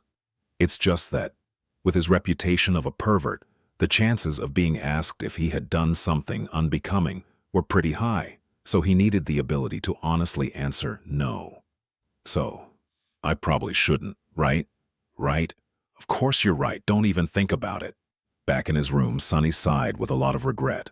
Then he directed his scout to hide in the shadow of a passing sleeper and followed him to the elevators. Sometime later, Sunny's shadow was hiding in a corner of a large dojo. He was observing his fellow sleepers who, under the guidance of Instructor Rock, were going through the motions of the introductory combat class. Today was mainly dedicated to testing their general competency and abilities. After that, the sleepers were going to be separated into groups based on their level, such as novice, advanced, or expert, as well as their weapon of choice. Some would be assigned a personal tutor or paired together. Currently, sleepers were taking turns delivering their strongest punches to a wide plate attached to a special measuring machine. After each strike, the machine would display a number corresponding to the sleeper's physical strength. In theory, a machine like that was not hard to build. However, considering that many of sleepers had combat-oriented aspects that enhanced their might in a variety of ways, it was actually a marvel of engineering and durability. Their technique and training also affected the final result. Most people were getting numbers ranging from 10 to 14. It was considered a good result, something that only the most athletic people could reach. However, a lot of sleepers, obviously those with enhancing aspects, were able to achieve a score of 15 or even 16. "I would probably get 10 or 11, Sunny thought, feeling a little bored. Then he suddenly perked up, noticing that it was turn for Nephis, the highest-rated sleeper of their batch, to strike the plate. The slender girl approached the machine and, without much preparation, delivered a sudden crushing blow. Sunny wasn't very well versed in martial arts, but even he was impressed by the flawless economy and speed of her execution. She had a lot of training. Nephis was becoming more and more intriguing. What's her actual background? After a short pause, the machine displayed the result, 16. Sunny felt a bit disappointed. Not that impressive. I was expecting more. She was the proud bearer of a true name after all. After that, only Castor remained. This time, Sunny couldn't even see the flying fist. It was just too fast. The machine trembled and took more time calculating. Finally, two numbers appeared. 21. Everyone gaped at the display, stunned. More than a few admiring looks were thrown at Castor, who simply bowed and took a step back. Instructor Rock smiled. "Not bad. Now we will move to sparring and evaluate your general level of training. I need 2 volunteers to begin." Nephis was the first to step forward and walk to the center of the ring. A couple of seconds later, a tall and extremely muscular sleeper followed and faced her. The rules are simple. Make your opponent's back touch the floor or throw them out of the ring. Use whatever abilities and techniques you find appropriate. Oh, the show is starting. Watching sleepers fight each other was not only entertaining, but could also provide Sunny with knowledge of their powers. Back in the room, he leaned forward and rested his chin on his palms. "Go, Nephis." The tall guy attacked without wasting any time. His muscles bulged, threatening to tear the soft fabric of his white dobok. He advanced like an unstoppable mountain, sending a vicious kick flying. A second later, he was lying on the floor with a dumbstruck look on his face. Nephis didn't even change her stance. Instructor Rock gave her a cheerful look and grinned. Next, what followed could only be described as a massacre. One after another, Nephis managed to defeat almost every single sleeper present in the dojo. She didn't seem to be faster or stronger than them, but each time someone entered the ring to fight her, they would inevitably end up beaten and thrown to the ground. Sunny watched the process with a growing sense of amusement. However, at some point, even he felt a bit of unease. Nephis moved with the calm precision of a battle machine.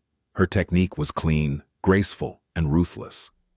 No matter what type of attack was thrown at her, she was able to either predict or instantly react to it, then deflect and turn it against the attacker with the minimum amount of effort. It didn't matter whether her opponent was poor, rich, or a legacy. Everyone would end up dealt with in a matter of seconds. What's more, through the whole process, the composed expression on her face didn't even change once. It was like Nephis was made out of metal. Is she even human? Sunny thought, suddenly apprehensive. What was he going to do if this changing star were to end up as his enemy? The best course of action would be to run away, or better yet, try not to antagonize her to begin with. After all, the sun was also a star, and shadows didn't mix well with sunlight. Finally, Castor was the last one remaining. Once again, however, he didn't seem to be perturbed by the miserable failure of every other sleeper. With a soft smile on his lips, the young man stepped into the ring. Castor and Nephis faced each other, their eyes locked for a few seconds, and then Castor slightly bowed. "Lady Nephis, please excuse me in advance." What is he going to... A moment later, Sunny opened his eyes in shock. Chapter 27. Measure of Power. It seemed like Castor suddenly ceased to exist. However, it was only an illusion. The truth was that he was just moving so fast that the human eye wasn't able to keep up with his movements. If it wasn't for the special properties of shadow sight, Sunny wouldn't have been able to perceive anything either. Even then, he only noticed a hazy blur streaking through the air. In a fraction of a second, Castor covered the distance between him and Nephis and delivered a devastating blow. However, despite his astonishing speed, she somehow managed to react in time, slightly turning her body to deflect the strike. But it still wasn't enough. Although Nephis had managed to avoid being hit squarely in her center of gravity, Castor's fist ended up connecting with her shoulder, sending the girl into a spin. Not wasting any time, Castor disappeared again. His plan was very simple. While Nephis was still under the impression that the enemy was in front of her, he was going to use his unnatural swiftness to circle around and attack from the back. The young man appeared behind the oblivious girl, ready to finish the fight with one decisive strike. Just as he planned, she seemed to be preparing to attack in the direction he had been seen just a split second ago. Gratified, Castor shifted his weight, putting it all into his fist. However, at the last moment, Nephis suddenly changed her stance and threw her elbow back with frightening force. Castor's eye widened. It was all a feint. And now that he had committed to a strike, there was no simple way to stop. No matter how fast he was still subject to the laws of inertia. The elbow was approaching his face with a profound feeling of inevitability. And yet, Castor still managed to avoid it, even if it was just by a hair's breadth. His speed advantage was just too big. He then proceeded to trip and push Nephis, sending her flying to the ground. However, just before she was about to hit the mats, the young man carefully grabbed the collar of her dobok and gently pulled, slowing down the fall and allowing Nephis to land on the floor without any impact. Lying on her back, the girl blinked a couple of times and looked up at him. The whole altercation lasted no more than 2 seconds. Back in his room, Sonny opened his eyes in shock. So that's an ascended aspect? That's cheating. A sleeper had no business being that fast. The powers bestowed upon them by the spell were supposed to be in their infancy. But Castor was a legacy, after all. Who knew how many soul shards were fed to him prior to enrolling into the academy? Back in the dojo, Instructor Rock grunted and gave Castor a nod. Nephis slowly rose to her feet.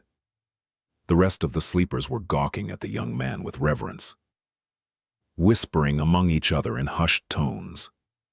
It seemed that his performance left them with a deep impression. However, Castor himself wasn't very elated. He glanced at Nephis with an unreadable expression. That was because, unlike the rest of them, he came to a certain realization. The truth of the matter was known only to him, Nephis, Instructor Rock, and Sonny, who was very observant and quickly picked up on such things.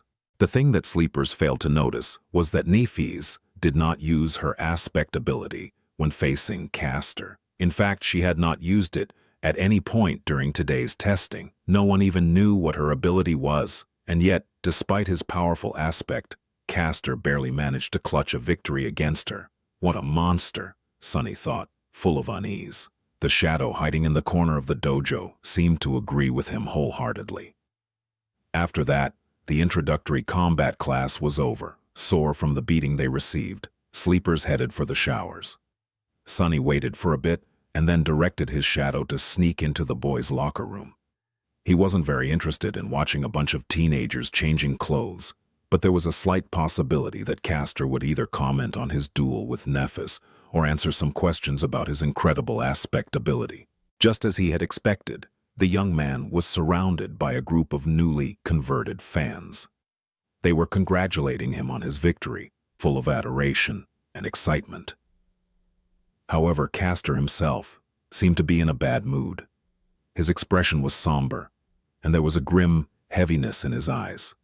In fact, his face grew darker with each praise he received. Castor, that was incredible. Your aspect is overpowered, am I right? That Nephis girl stood no chance at all. True name, who needs that? She's just a wannabe.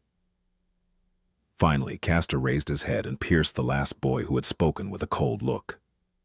That boy, just like him, was one of the few legacies in their batch of sleepers. He frowned, surprised by Castor's reaction. What is it? Castor gritted his teeth. I might have expected such behavior from them, but you should know better. The other legacy raised an eyebrow. Why, is there something special about that peasant girl? Castor's eyes widened. Peasant? Peasant girl? Do you really not know who she is? No, Sonny thought impatiently. So just get to it and say it out loud. Luckily, the arrogant sleeper had the same sentiment. Castor opened his mouth several times, as though not sure what to say. Finally, he shook his head and answered, She is Nephis of the Immortal Flame Clan. As soon as he said that, the arrogant legacy became deathly pale. Not paying him any attention, Castor continued. I trust that I don't need to tell you about her grandfather. Her parents were Smile of Heaven and Broken Sword. In his room, Sonny almost fell from the chair. Even he knew who Immortal Flame and Broken Sword were. The former was the first human to conquer the second nightmare and become a master. The latter, the first one to conquer the third nightmare and become a saint. They, as well as their companions, were among the most famous heroes of the human race, someone who had managed to change history with their own 2 hands. If what Castor said was true, then Nephis wasn't just an aristocrat, she was royalty. No wonder he addressed her as lady. Why didn't he just call her princess instead? But that didn't make any sense. Echoing his thoughts, the pale-faced sleeper asked in trembling voice, Then why? Why is she so Castor sighed. Because they're all dead. The immortal Flame Clan is long gone. For a few moments, the locker room was completely silent. Castor looked down. She's the only one left. Late at night, when everyone was already asleep, Sunny furtively entered the dojo. Looking around, he made sure that no one was there, and then curiously approached the ring where Nephis and others had been tested earlier. He stopped at the center of the ring and stood there for a while, remembering how she had dealt with dozens of sleepers of their batch before being defeated by Castor. Monsters. Both of them are monsters, he mumbled, bitter and disheartened. Shaking his head, Sunny left the ring, and then he looked at his shadow. Do you agree? The shadow hesitated for a few seconds, then stuck out its chest and crossed its arms, trying to appear cocky, disdainful, and unperturbed. However, its act wasn't very convincing. Yeah, you're right, exactly. What's the big deal anyway? Both Immortal Flame and Broken Sword, Nephis' father and grandfather, were as monstrous in terms of power as one can get. But they still failed to protect their family from being eviscerated. So, power wasn't that important in the end. Even royalty was not safe from the cruelty of the world. Sunny sighed and proceeded to the measuring machine. Making a fist, he swung it and delivered his best punch. The machine hummed for a few seconds and then displayed a single number, 9. Oh, come on, I deserve a 10 at least. Feeling very indignant, he struck the plate again, almost hurting his fingers. However, the result was the same. Damn it. Sunny paced for a bit, trying to control his anger. It seems he was destined to be a weakling. After all, the force of the strike depended on mass and acceleration. Acceleration could be improved with technique and exercise, but mass was something he had little control of. He was already done growing, and his height was not going to drastically increase in the future. No matter how hard Sunny trained, he was always going to be a lightweight. How is this fair? Suddenly filled with resentment, he punched the plate again, putting all of his frustration into this one strike. At that moment, a strange instinct suddenly awakened in Sunny's mind.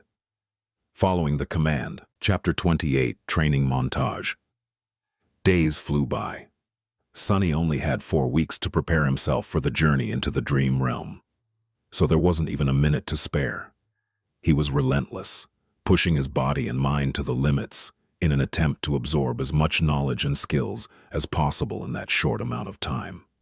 In the day, he studied with teacher Julius, slowly learning how to survive and take care of himself in the absence of civilization. Their lessons ranged from comparatively simple, like various ways to produce fire, to much more obscure and esoteric, like celestial navigation. What was so hard about celestial navigation? Well, as it turned out, the dream realm was not consistent in terms of star geography. Different regions had different stars and constellations, as well as a different number of moons. While the sun seemed to be the same, its behavior was highly unpredictable. Still, with sufficient knowledge, one could find ways to study the skies and subsequently navigate themselves. Most of these lessons were supposedly already included in the various school curriculums and known to the majority of sleepers. However, learning something from a textbook and learning the same thing from an actual awakened were two completely different matters.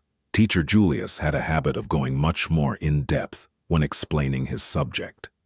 Thanks to this time-consuming habit of his, Sunny not only learned about the what, but also often gained glimpses into the why. This nascent understanding of the underlying principles of the dream realm environments gave him the ability to face any situation with at least some measure of readiness. Even the lessons in dead languages, which Sunny had initially judged to be useless, turned out to be much more interesting than he could ever imagine. This was in large part because it concerned the spell itself. After all, the spell communicated with humans in one of those dead languages. By knowing the language, he was able to understand its various remarks and descriptions better. The simplest example of this was Nephis and her true name, Changing Star. While technically correct, this translation failed to properly convey the exact meaning. By understanding the grammatical structure of the rune language, it was easy to extrapolate and see that the more correct translation would have been Star of Change. More than that, there were different runes for change, each with its own connotation. Depending on what exact rune was used to relay the meaning of the name, it could also mean ruinous star or star of misfortune. A small change in wording and connotation could mean a world of difference in real life. Sunny, who had never seriously studied before, found the process of acquiring vast amounts of theoretical knowledge strange, numbing, and exhausting. However, in a sense, it was also exhilarating. After all, knowledge was something that only the privileged had access to. It was also this authority over knowledge that kept them in the position of power, creating a vicious circle of inequality. The poor had no opportunity to study, and without the advantage of good education, they had no way to stop being poor. The weirdest part about all of this was that Sunny was now one of those privileged people. More than that, he was at the pinnacle of social hierarchy. Not only had he gained access to an unlimited amount of knowledge, but even his basic needs like food and shelter were also taken care of by the government, allowing him to fully focus on the single goal of developing himself as an awakened. This sudden transformation would have sent him into a whirlpool of philosophical reflection if he had any time to spare. But he didn't, because teacher Julius also insisted on holding practical lessons every other day. Even if some of them had to be done in virtual reality simulations, he insisted on using the full immersion stations with enhanced physical feedback. As a result, Sunny was bone-tired and utterly exhausted. The good thing was that with such amount of exercise, coupled with his newly reforged body, Sunny had never been in better shape. Even without combat training, he could feel his strength, stamina, and agility improving by leaps and bounds. Basically, the peculiar rebirth he had experienced after completing the first nightmare had enhanced the innate potential of his body, bringing it to the peak of the human condition. However, it was up to him to realize that potential with sweat, effort, and a lot of hard work. Practical application of wilderness survival techniques provided him with the opportunity to do so. And as though this wasn't enough, Sunny secretly collected information about other sleepers and practiced shadow control every night. His shadow was independent enough to be sent on scouting missions without his direct control. It would sneak here and there, listening in on the conversations and observing different classes where sleepers had to demonstrate their aspect abilities. Then, after Sunny had finished his supper and returned to his room, it would come back and share everything it had heard and seen during the day. The only problem with this arrangement was that the shadow, despite its outward snarkiness, turned out to be rather naive. It didn't quite understand how the human world worked, and as such, often failed to distinguish between useful information and meaningless chatter. So, most of the time, Sunny would receive nothing of value or juicy gossip instead of important secrets. This is how he learned that in the sleeper center, romance was in the air. After all, there were 100 beautiful young people locked underground in close proximity to each other, with the added spice of a deathly threat hanging above their heads. Many felt that life was short, and it was their time to seize the day. Passion bloomed in the shadow of approaching danger.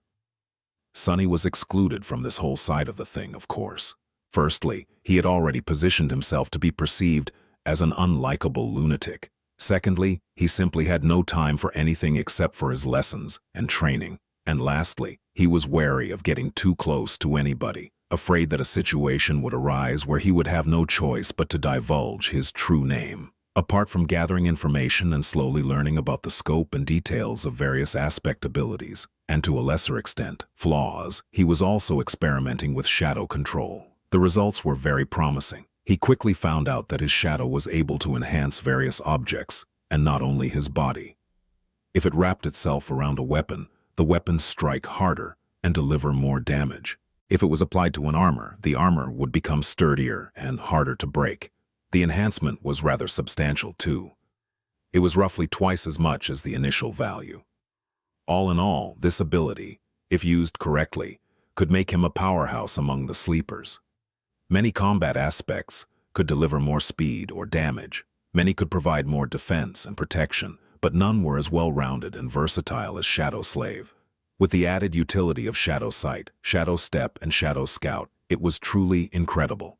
Just like that, day after day passed, slowly turning into weeks. Before Sunny even knew it, the winter solstice was already here. Chapter 29, The Last Day on Earth. On the day of the winter solstice, Sunny woke up feeling tired and drowsy. No matter how much he tried to shake off this listlessness, it wouldn't go away. In the end, he just stayed in the bed for a while, wrapping himself in a blanket. He was already familiar with this feeling of never-ending, ensnaring sleepiness. It was the same in the days before his first nightmare. It was also quite similar to what he had experienced while slowly dying of hypothermia on the slopes of the Black Mountain. Remembering the cold embrace of approaching death, Sunny couldn't help but shiver. This was his last day on Earth, at least for a while. By nightfall, the spell was going to take him away once again, this time to challenge the vast expanse of the dream realm. What was he going to face in that ruined magical world? Would luck be on his side this time, or would there be another disaster? There was no point in guessing. He had already done everything in his power to prepare for the inevitable. He studied hard, trained hard, and kept his secrets safe. His aspect was better than most, and his will to survive was long tempered by the harsh reality of the outskirts and the even harsher ordeal of the first nightmare. All in all, he was ready. With a sigh, Sunny got out of bed and went along with his morning routine. If this was going to be his last hot shower in a long while, he was going to really enjoy it. If it was going to be his last scrumptious breakfast, for the time being, actually he had no appetite. The cafeteria was full of sleepers, but no one was talking. Everybody was in low spirits and seemed to be uncharacteristically introspective. There was no usual laughter or boisterous conversations. Only the legacies remained calm and collected. However, even they kept to themselves. Sunny thought about the last time he was preparing to enter the spell and, with a bit of trepidation, approached the coffee machine. During his stay in the academy, he had long discovered that a lot of people were in a habit of adding sugar and milk to their coffee. So, on this auspicious day, he decided to give it another try. After all, it was nice to have a tradition. A few minutes later, he had taken his usual seat near Cassia, the blind girl. Despite their compulsory closeness, they had not talked to each other even once, just like two strangers forced to share the same space by circumstances beyond their control. Sunny did not see a reason for anything to change today. However, as soon as he took the first sip of coffee, Cassia suddenly turned her head and stared at him with her beautiful blind blue eyes. Unnerved, Sunny looked around, checking if someone else had attracted her attention, and, after making sure that there wasn't anyone standing behind him, asked, What?" Cassia was silent, as though hesitating if she should reply, and then suddenly said, "Happy birthday." "What?" Sunny frowned, trying to comprehend the meaning behind her words. Then a flash of surprise appeared on his face. "Oh, right. It's my birthday today." He had completely forgotten about it. He was turning 17 today. Wait, how did she know about this? Sunny gave the blind girl a strange look, opened his mouth, and then decided to let the issue go. She was just too creepy. Thanks." With a nod, Cassia turned away and seemingly lost interest in having a conversation once again. Which was for the better. Sunny returned to his coffee, finding it not too bad this time. Of course, sugar and cream were making most of the work. However, he did feel a little bit more awake after drinking it. 17, huh? Sunny was never sure that he would make it to this age alive. And yet, despite everything he did, life was sure unpredictable sometimes. If anyone would have told him a year ago that he was going to celebrate his 17th birthday by drinking real coffee with real milk and sugar, he would have laughed in their face. But now, it was a reality. Unwillingly, Sunny remembered all the people who used to celebrate his birthdays with him a long time ago. Before his mood turned sour, he decisively dispelled these thoughts and forced himself to smile. "This is not bad. Let's do it again next year when I'm already awakened."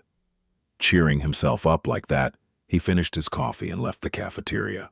There were no classes today, but he still visited the wilderness survival classroom and said his goodbyes to teacher Julius.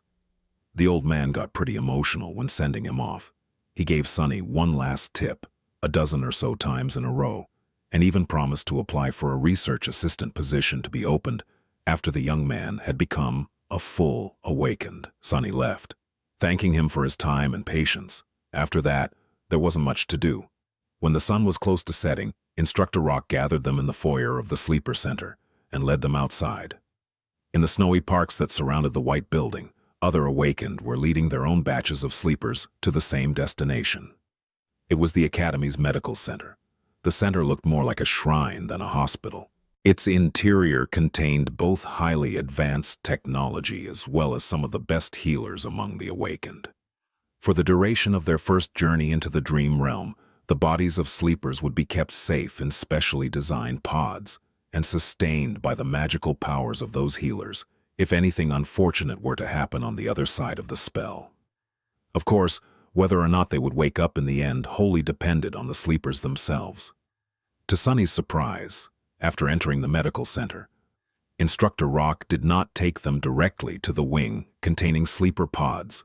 Instead, he led them to a comparatively deserted floor, and then opened the doors to a spacious gallery that was brightly illuminated by the beautiful crimson rays of the setting sun. There, they saw rows and rows of wheelchairs. In each wheelchair, there was a person with a blank, strangely peaceful expression on their face. All these people were completely silent, motionless, and still.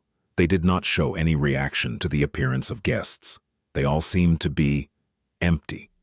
In the eerie silence, Sunny felt his hair standing up and a creeping terror sipping deep into his heart.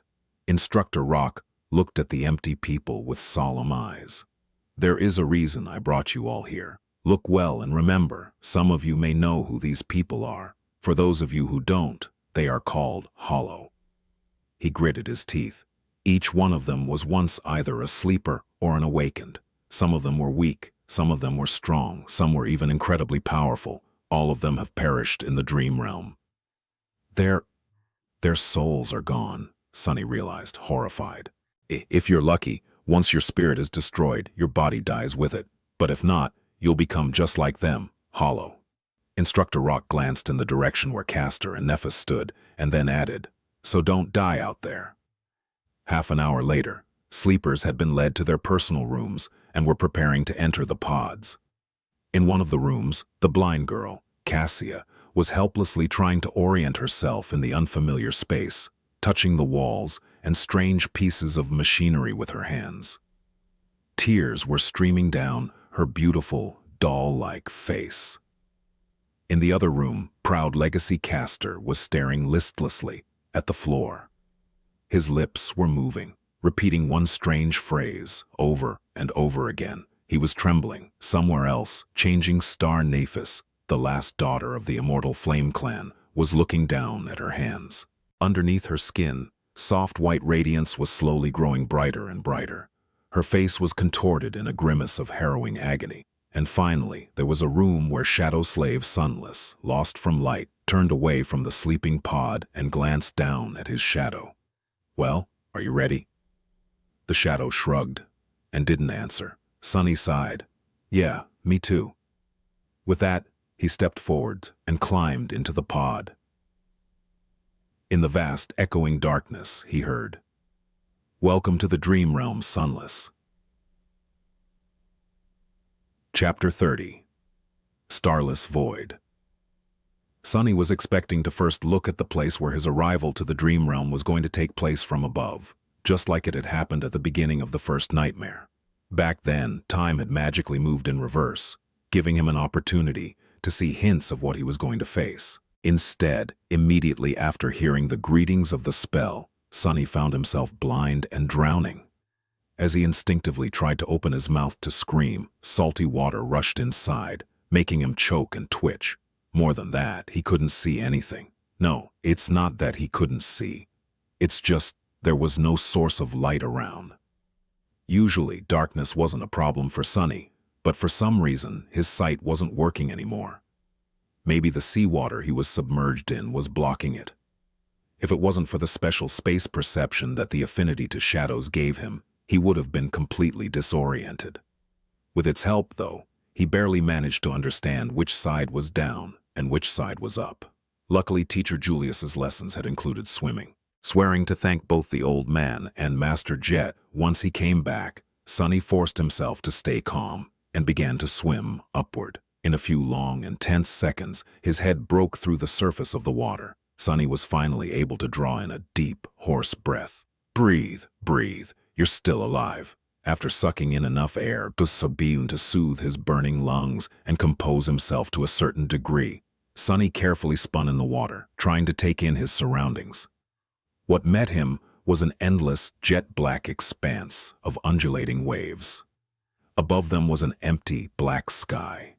There was no moon, no stars, just a dark vastness of repressive nothingness. Sunny blinked a few times, cold dread taking hold of his heart. This is a sea, an ocean. Was I dropped in the middle of an ocean? No, it couldn't be. There had to be solid ground somewhere nearby. As he was gripped by a momentary panic, a remote sound suddenly drew his attention. Sunny turned around and saw a triangular dorsal fin moving in his direction. Luckily, it was still hundreds and hundreds of meters away. Wait, if it's so far away, then how come I can see it so clearly? Despite being submerged in water, Sunny still felt like there was suddenly cold sweat all over his body.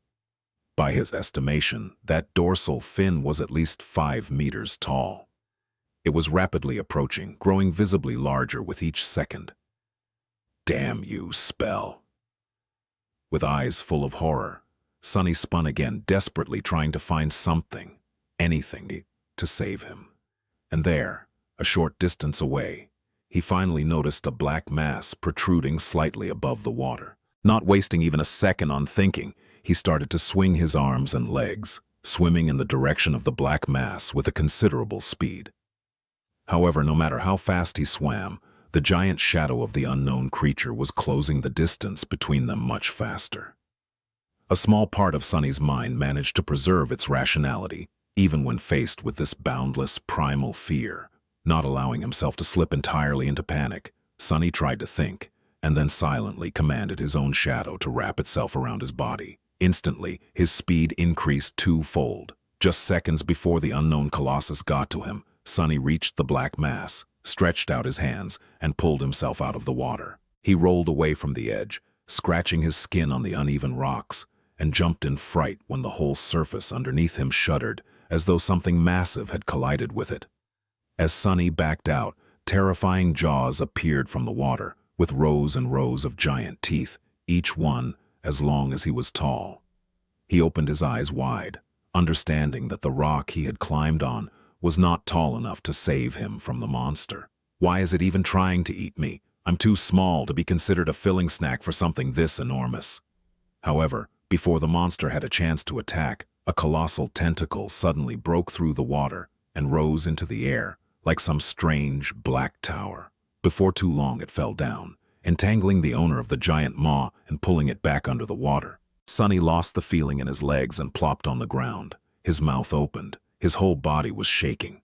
A few seconds later, the dark sea was calm again, as though nothing has happened.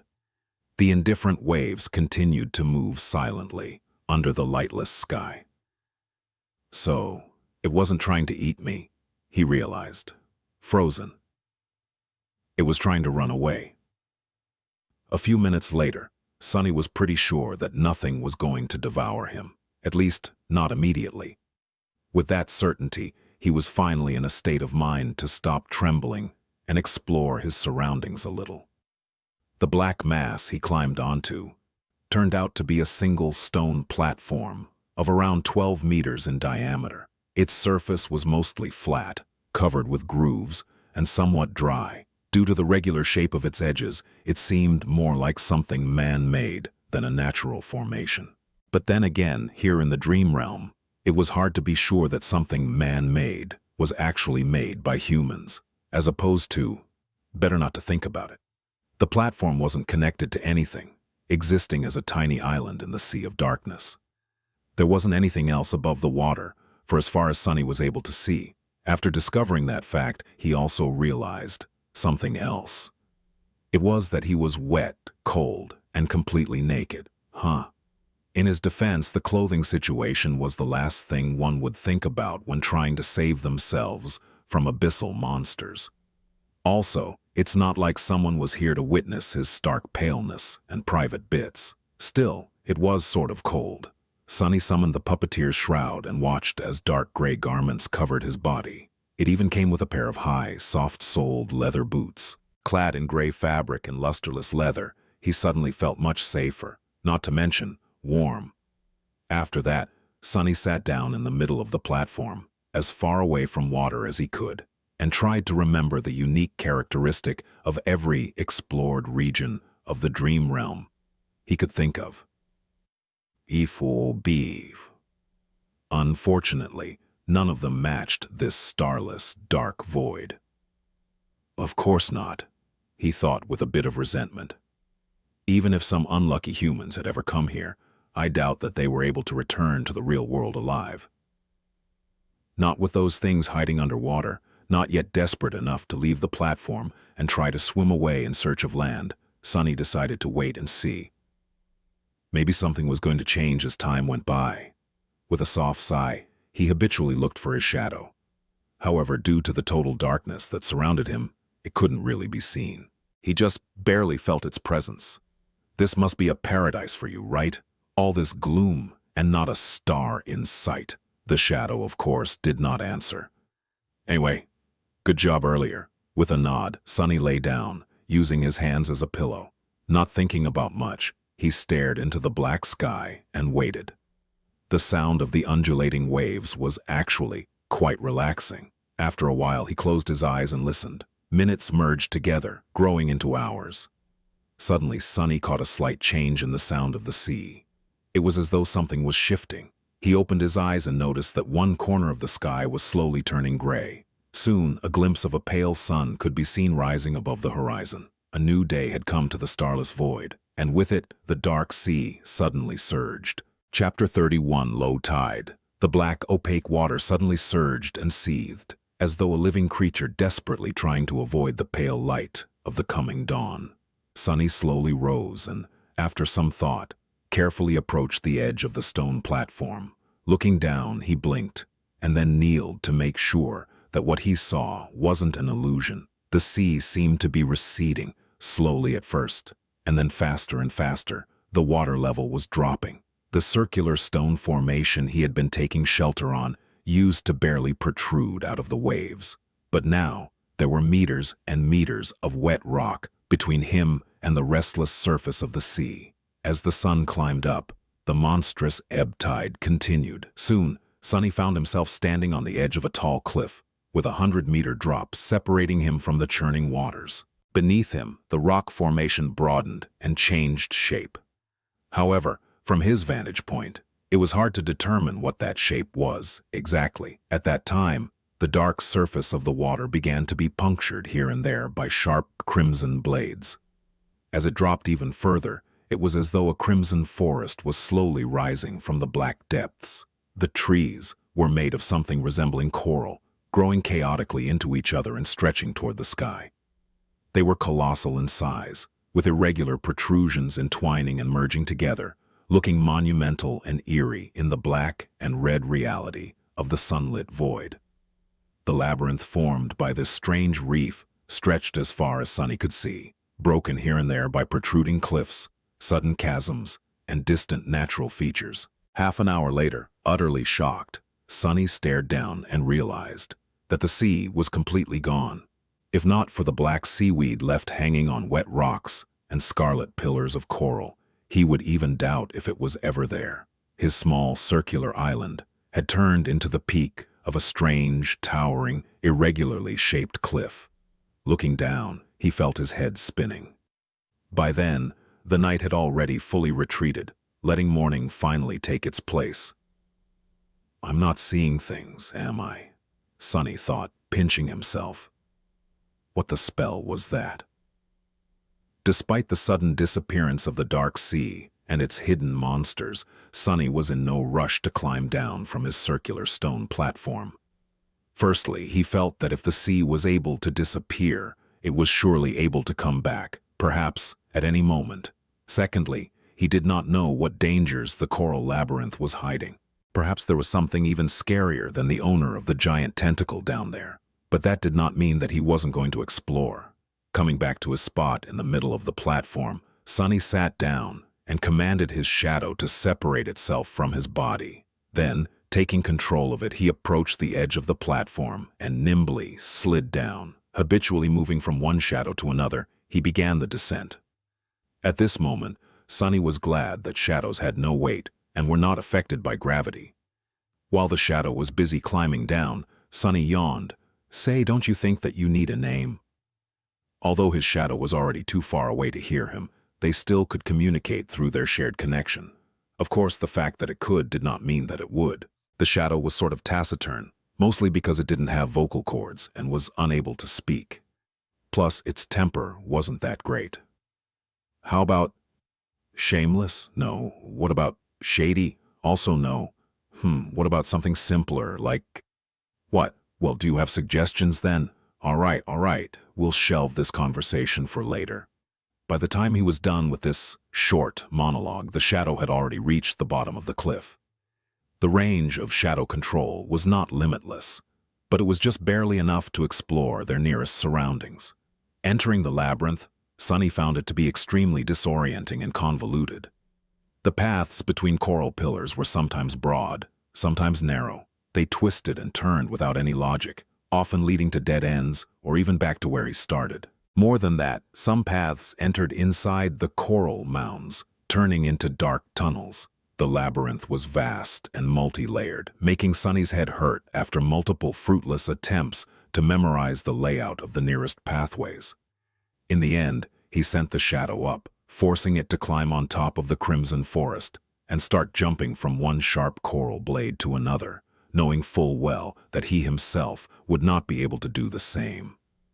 Soon he circled the strange cliff and froze, scared by the sight of what was happening in its shadow.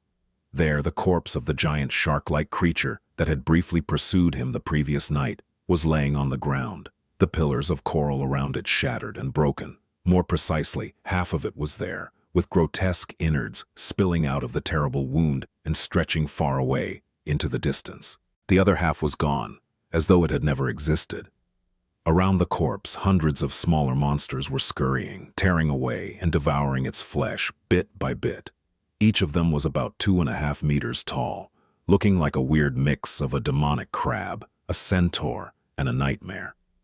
They had 4 pairs of long, segmented legs that ended in scythe-like protrusions. At the front, a human-like torso was protruding from the carapace, also clad in thick, chitinous armor. The head, if it was even the appropriate word, was situated directly on top of the torso, with no neck in between.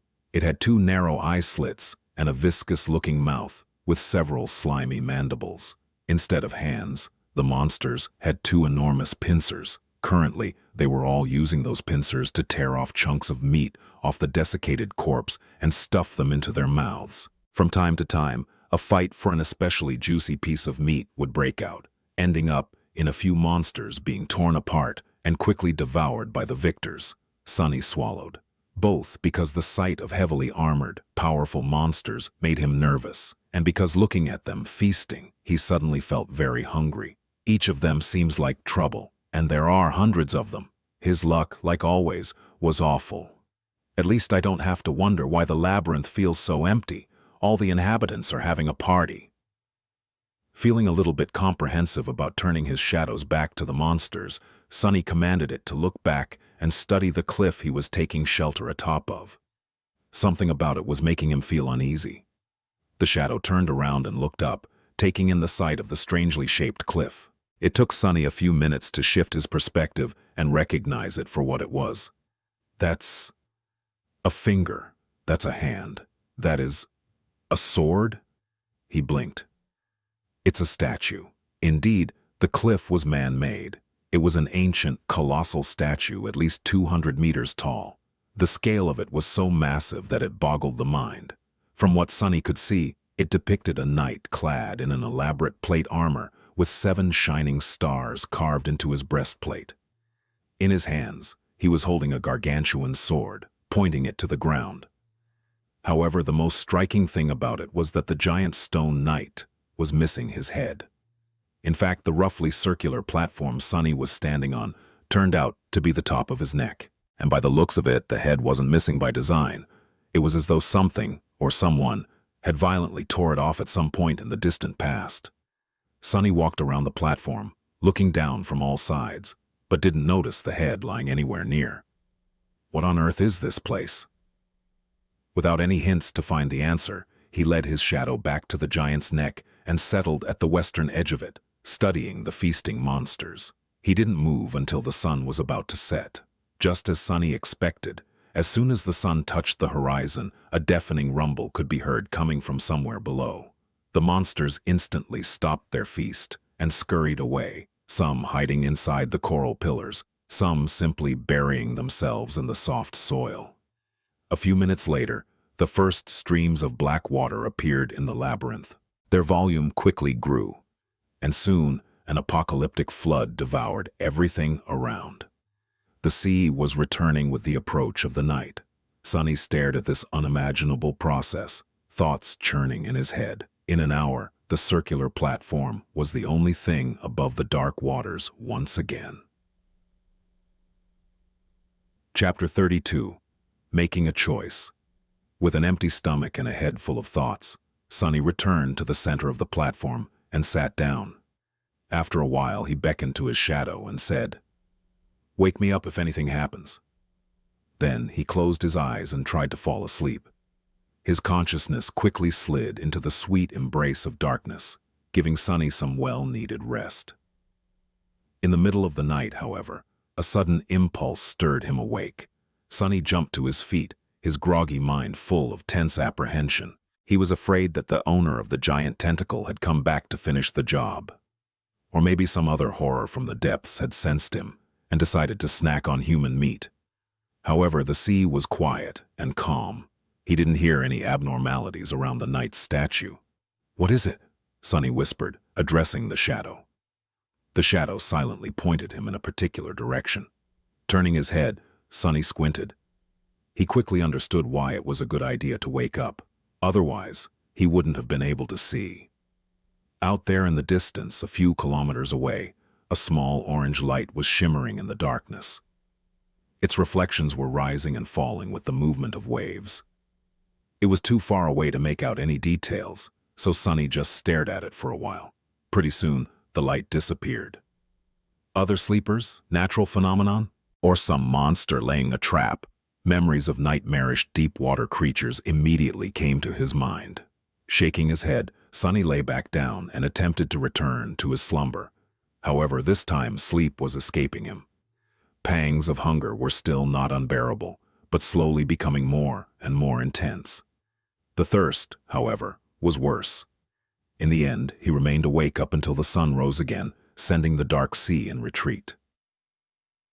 As soon as the morning came, the pincer monsters crawled back from their hiding spots and rushed to the giant carcass to continue their feast. Sunny watched them for some time, and then walked to the opposite side of the platform to take a look in the direction where he had seen the mysterious light the previous night. At a considerable distance from the headless statue, 5 or 6 kilometers away, the ground rose naturally and formed something akin to a hill. On top of that hill, an especially massive coral pillar rose to the sky. From the looks of it, its upper branches were just high enough to stay above water in the night. Various ideas stormed into Sunny's head, but at the end of it, only 2 questions were really important. First of all, would he be able to find the way through the labyrinth and cover that distance during the day? And more importantly, should he even attempt to do it? After all, there was no indication that the source of the mysterious light was something beneficial, as opposed to dreadful and deadly. Not having enough information to make a choice, Sunny settled back to study the monsters. He did, however, send the shadow to investigate as far into the labyrinth as the range of shadow control allowed, hoping to chart at least the beginning of the path that could potentially lead him to that hill.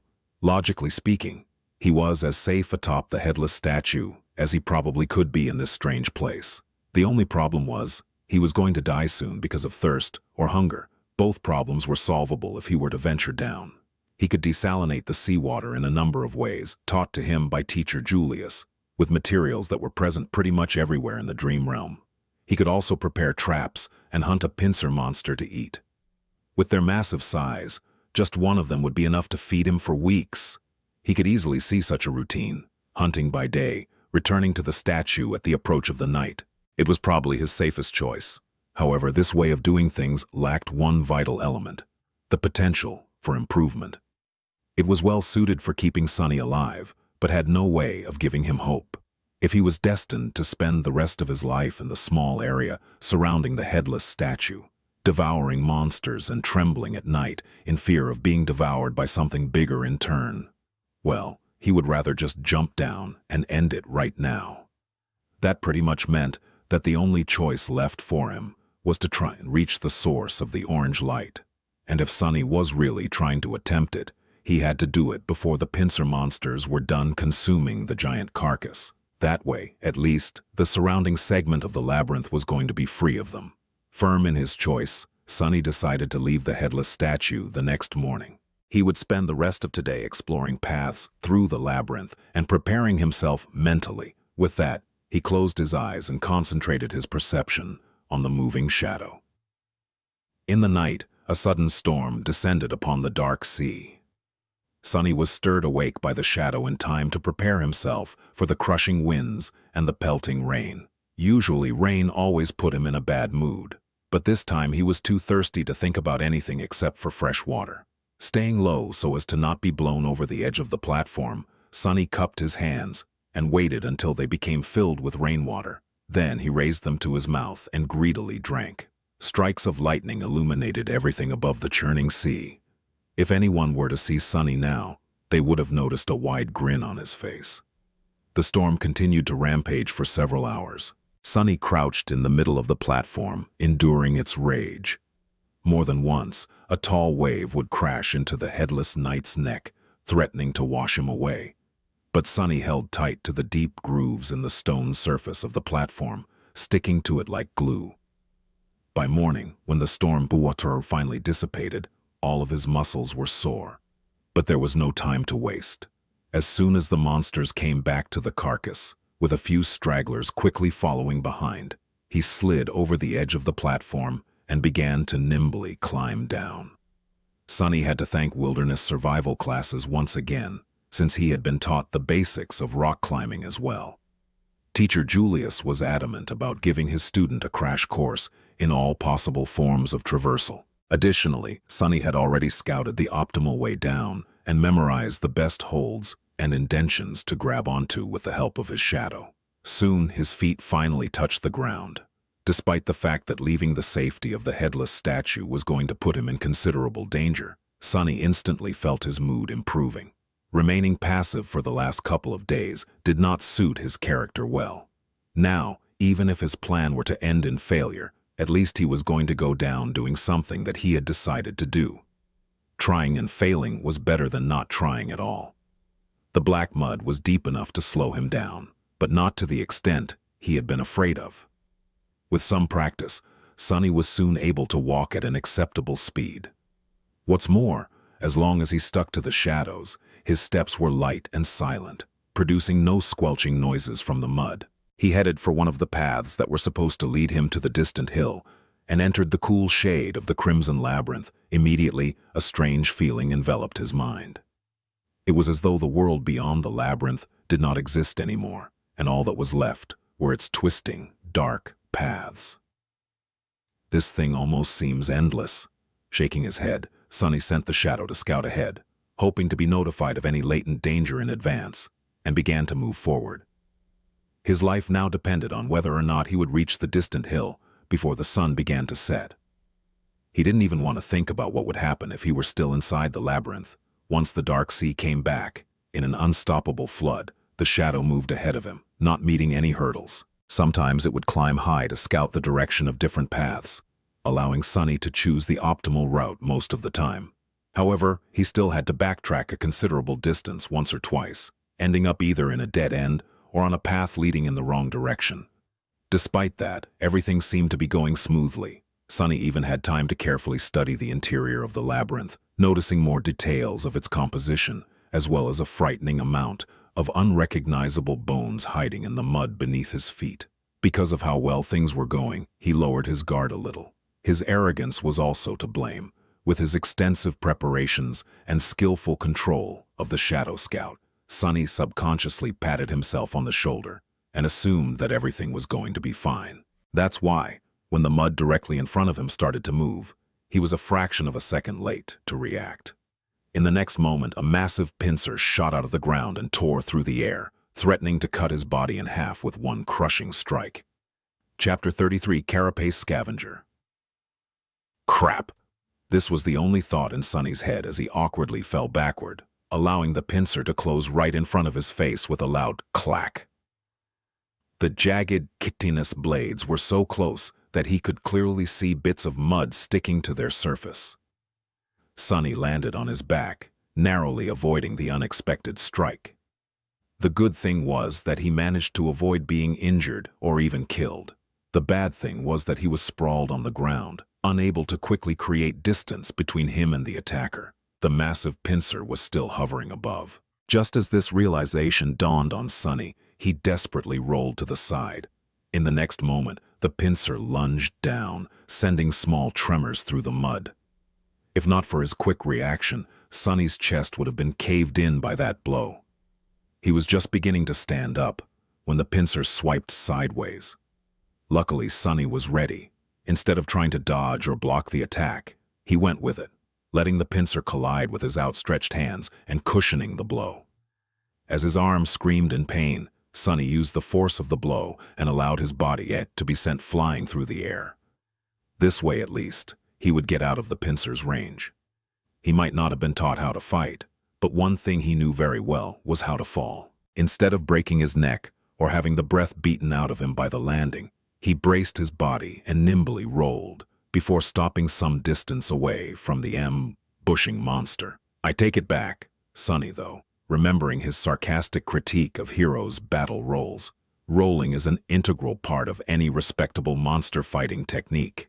Then he looked up, trying to ascertain the situation. In front of him, the attacker had finally shown itself.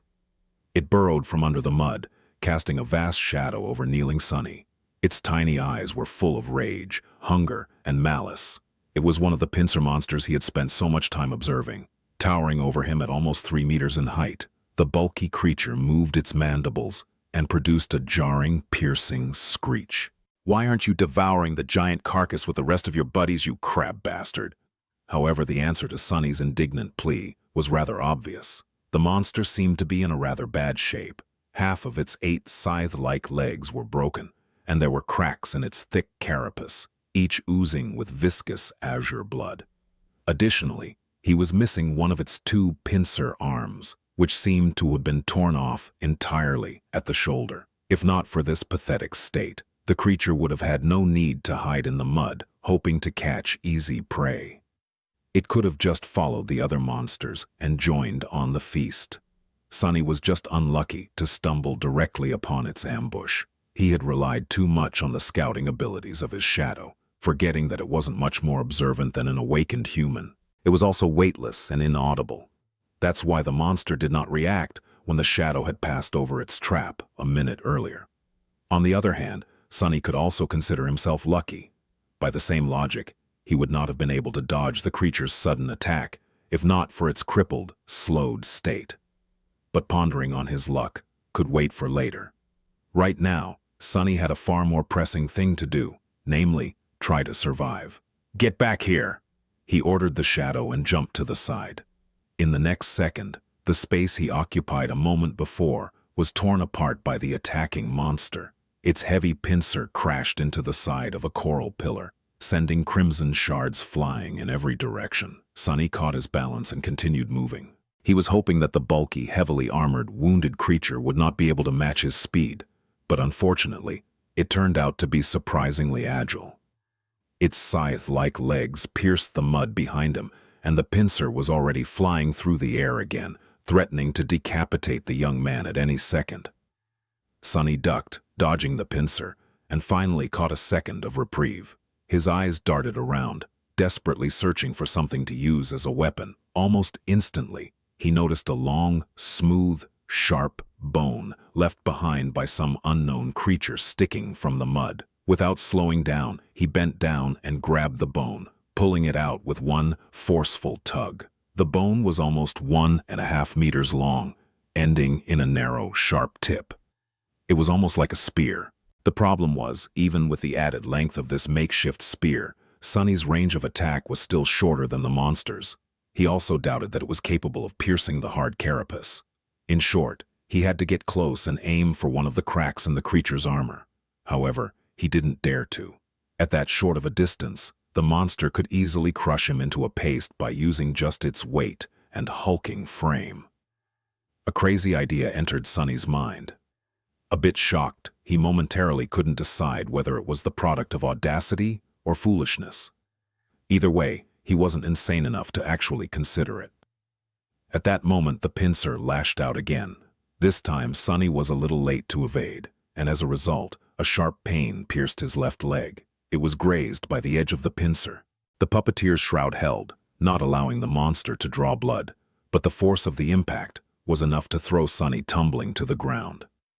There was no time to recover. As his eyes opened wide, Sonny understood that it was time to act crazy, so instead of trying to dodge, he stopped moving and allowed the monster to grab him across his torso with the pincer. Immediately, a terrible pressure descended on his ribs. Sonny felt as though he was going to be split apart, but his armor, received from defeating an awakened tyrant, resisted the crushing bite of the monster's pincer.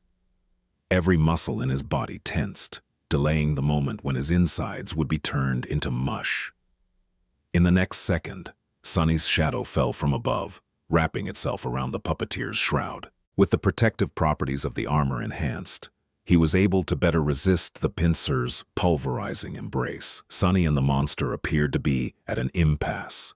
The young man couldn't free himself from the monster's grip, while the monster could not kill the prey by cutting it in halves with its pincer. They stared at each other. Then, an insane fire ignited in the creature's eyes. It clicked its mandibles and raised Sonny in the air, bringing him closer to its mouth, obviously intent on biting his head off. "Why is everyone trying to eat me? Am I that tasty?"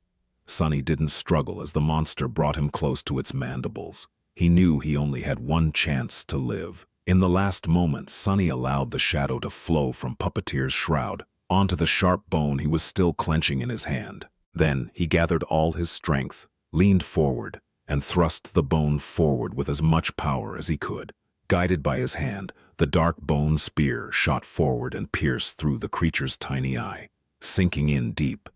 The other eye of the monster narrowed. Gritting his teeth from the unbearable pain in his ribs, Sonny twisted the bone, trying to do as much damage to the creature's brain as possible. For a couple of seconds, nothing happened. Then, he felt the pressure on his body diminishing. The pincer opened, letting Sonny fall down. As he hit the mood, the hulking monster crashed to the ground too. The bone spear was still sticking from its head, bathed in the streams of azure liquid. Sonny moaned and drew in a raspy, painful breath. "You have slain an awakened beast, carapace scavenger. You have received a memory, azure blade. Your shadow grows stronger." Chapter 34, Only Steel remembers Sonny was sprawled in the mud, trying to catch his breath. The subtle voice of the spell echoed in his ears. "Your shadow grows stronger." Immediately, he felt a slight change. His body grew a little bit stronger, his vision a little sharper, his skin a little smoother. The change was minimal, but apparent. What was that? He had a guess, and it was easy to confirm. Sonny summoned the runes. Shadow fragments, 14,000.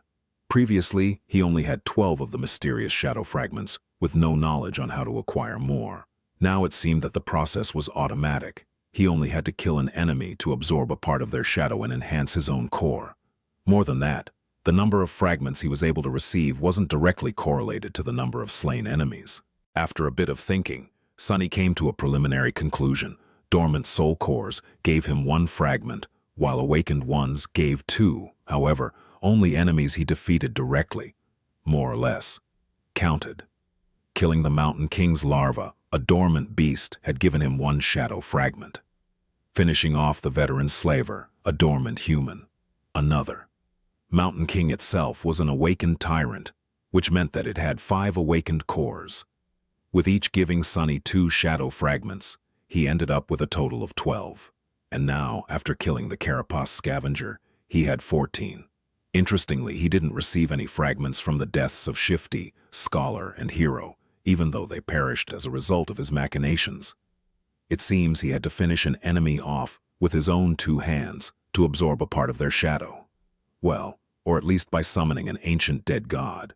The process was quite similar to how normal awakened increased their power, with the only difference being that the steps of extracting and consuming the corresponding material, soul shards, were skipped in favor of instant absorption.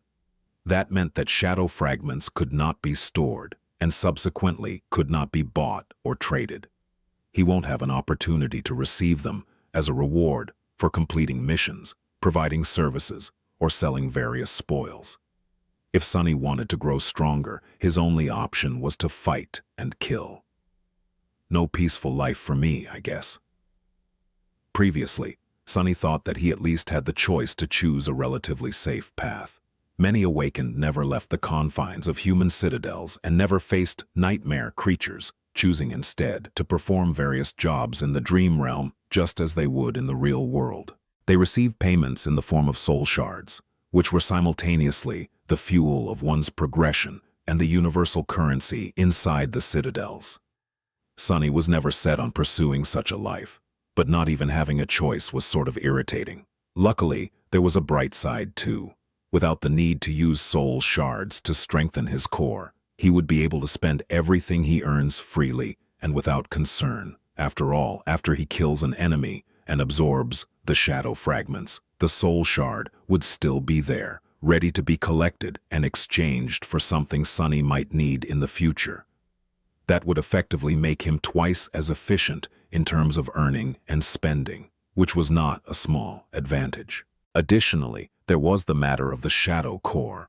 Since both Sunny and his shadow were tied to it, strengthening the core would not only increase Sunny's power, but also enhance the shadow. So if he were to use it to further empower himself, the actual effect would be stacked, producing a 2-fold enhancement. So, for each shadow fragment he collected, Sunny would actually be able to rip twice as much benefit as an awakened would from a soul shard. Not bad. Not bad at all. The future was bright, provided he survives and gets the opportunity to even have a future, of course. Sitting up, Sunny moved his eyes and found the cluster of runes describing his memories. Azure Blade. Had he finally gotten a weapon? Memory, Azure Blade. Memory rank, awakened. Memory type, weapon. Memory description. On this forgotten shore, only steel remembers. Interesting. Not very informative, but interesting. Sunny summoned his new weapon and a sharp, light sword immediately appeared in his hand. It was about 1 meter long, including the handle. The blade was straight and single-edged, ending in an angular tip. It was forged out of azure steel, with a beautiful layered pattern. Deep inside the steel, white sparks could be seen. The crossguard was minimalistic and simple, offering almost no protection to the wielder's hands. If Sunny knew his way around cold weapons, he would have called it a Tang Dao.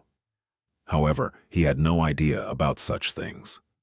All he could gather was that the blade was single-edged, which meant that it was probably meant for slashing and cutting as opposed to piercing, and that the handle was long enough to accommodate 2 hands.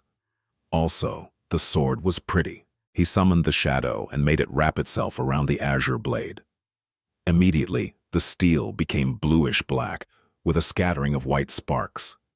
It looked like a starlit night sky. Sunny stood up and waved the sword a couple of times, getting accustomed to its weight. The sharp edge whistled as it cut the air.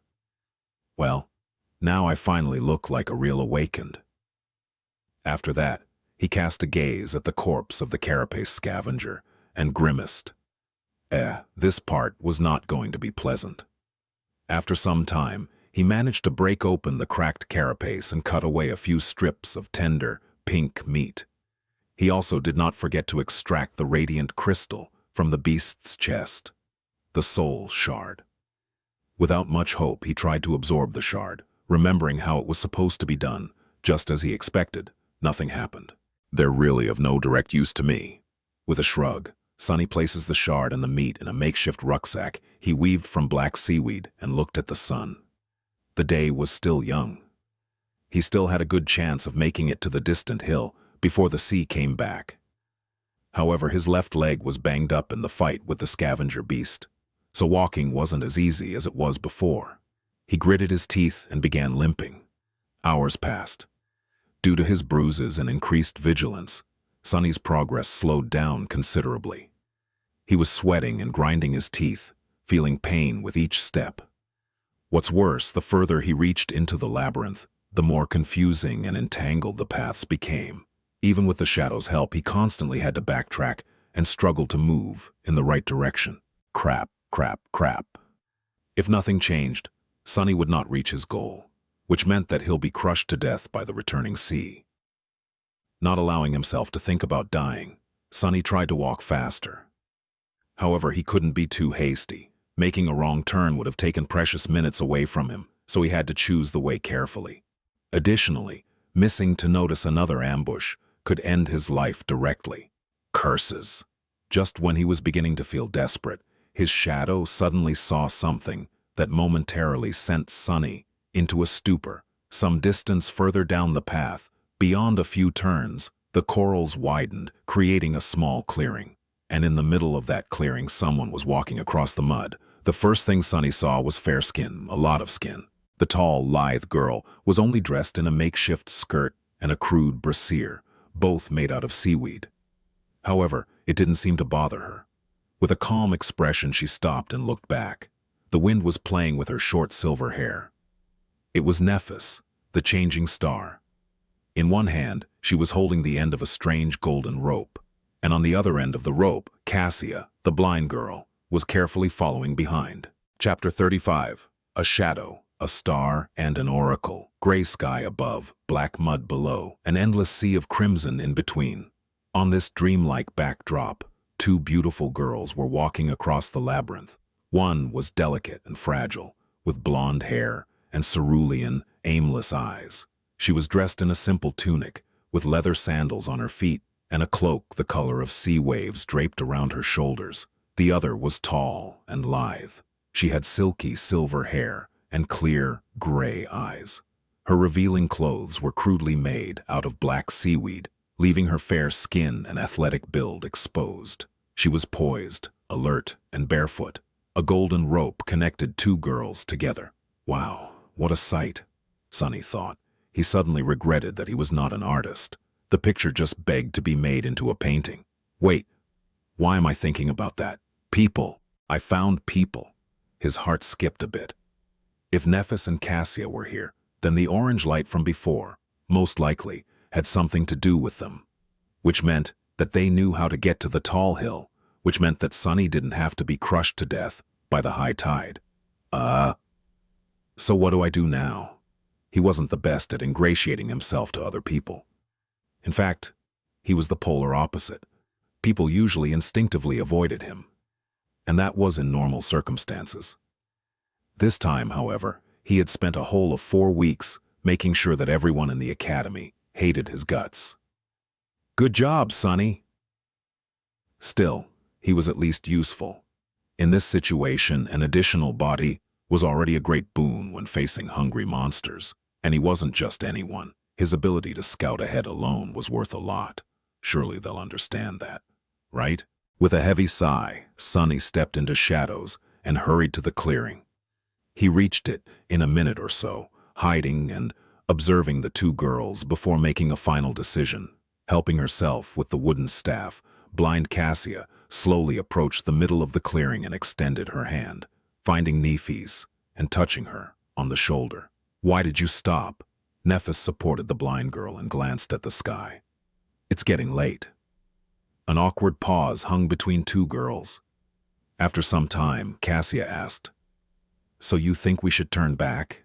Nephis blinked and cleared her throat. Yes. Sunny was a bit amused by their exchange. What is she? A strong, silent type? Then he returned to his dilemma and grimaced. How do I approach them? Damn, why is this so hard? It's not like I'm trying to ask them out on a date. I mean, one of them. Both of them? What am I thinking about? Just go and say hi. But then, if he suddenly appeared out of the shadows, not at all like a creep, how high was the probability of them getting spooked and attacking him before noticing that he was not a monster? Wait, why would they? To hell with this.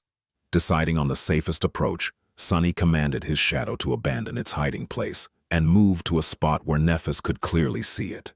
He could clearly sense the shadow rolling its eyes as it obeyed the order. As soon as the shadow started to move, Nephis suddenly snapped her hand sideways. Immediately, a long sword appeared in it, cutting the air as it assumed a defensive position. Before the shadow could even take 2 steps out of its hiding spot, it was already pierced by Changing Star's gray eyes. The shadow froze. It seemed a bit startled. Cassia took a step back. Neph, what is it?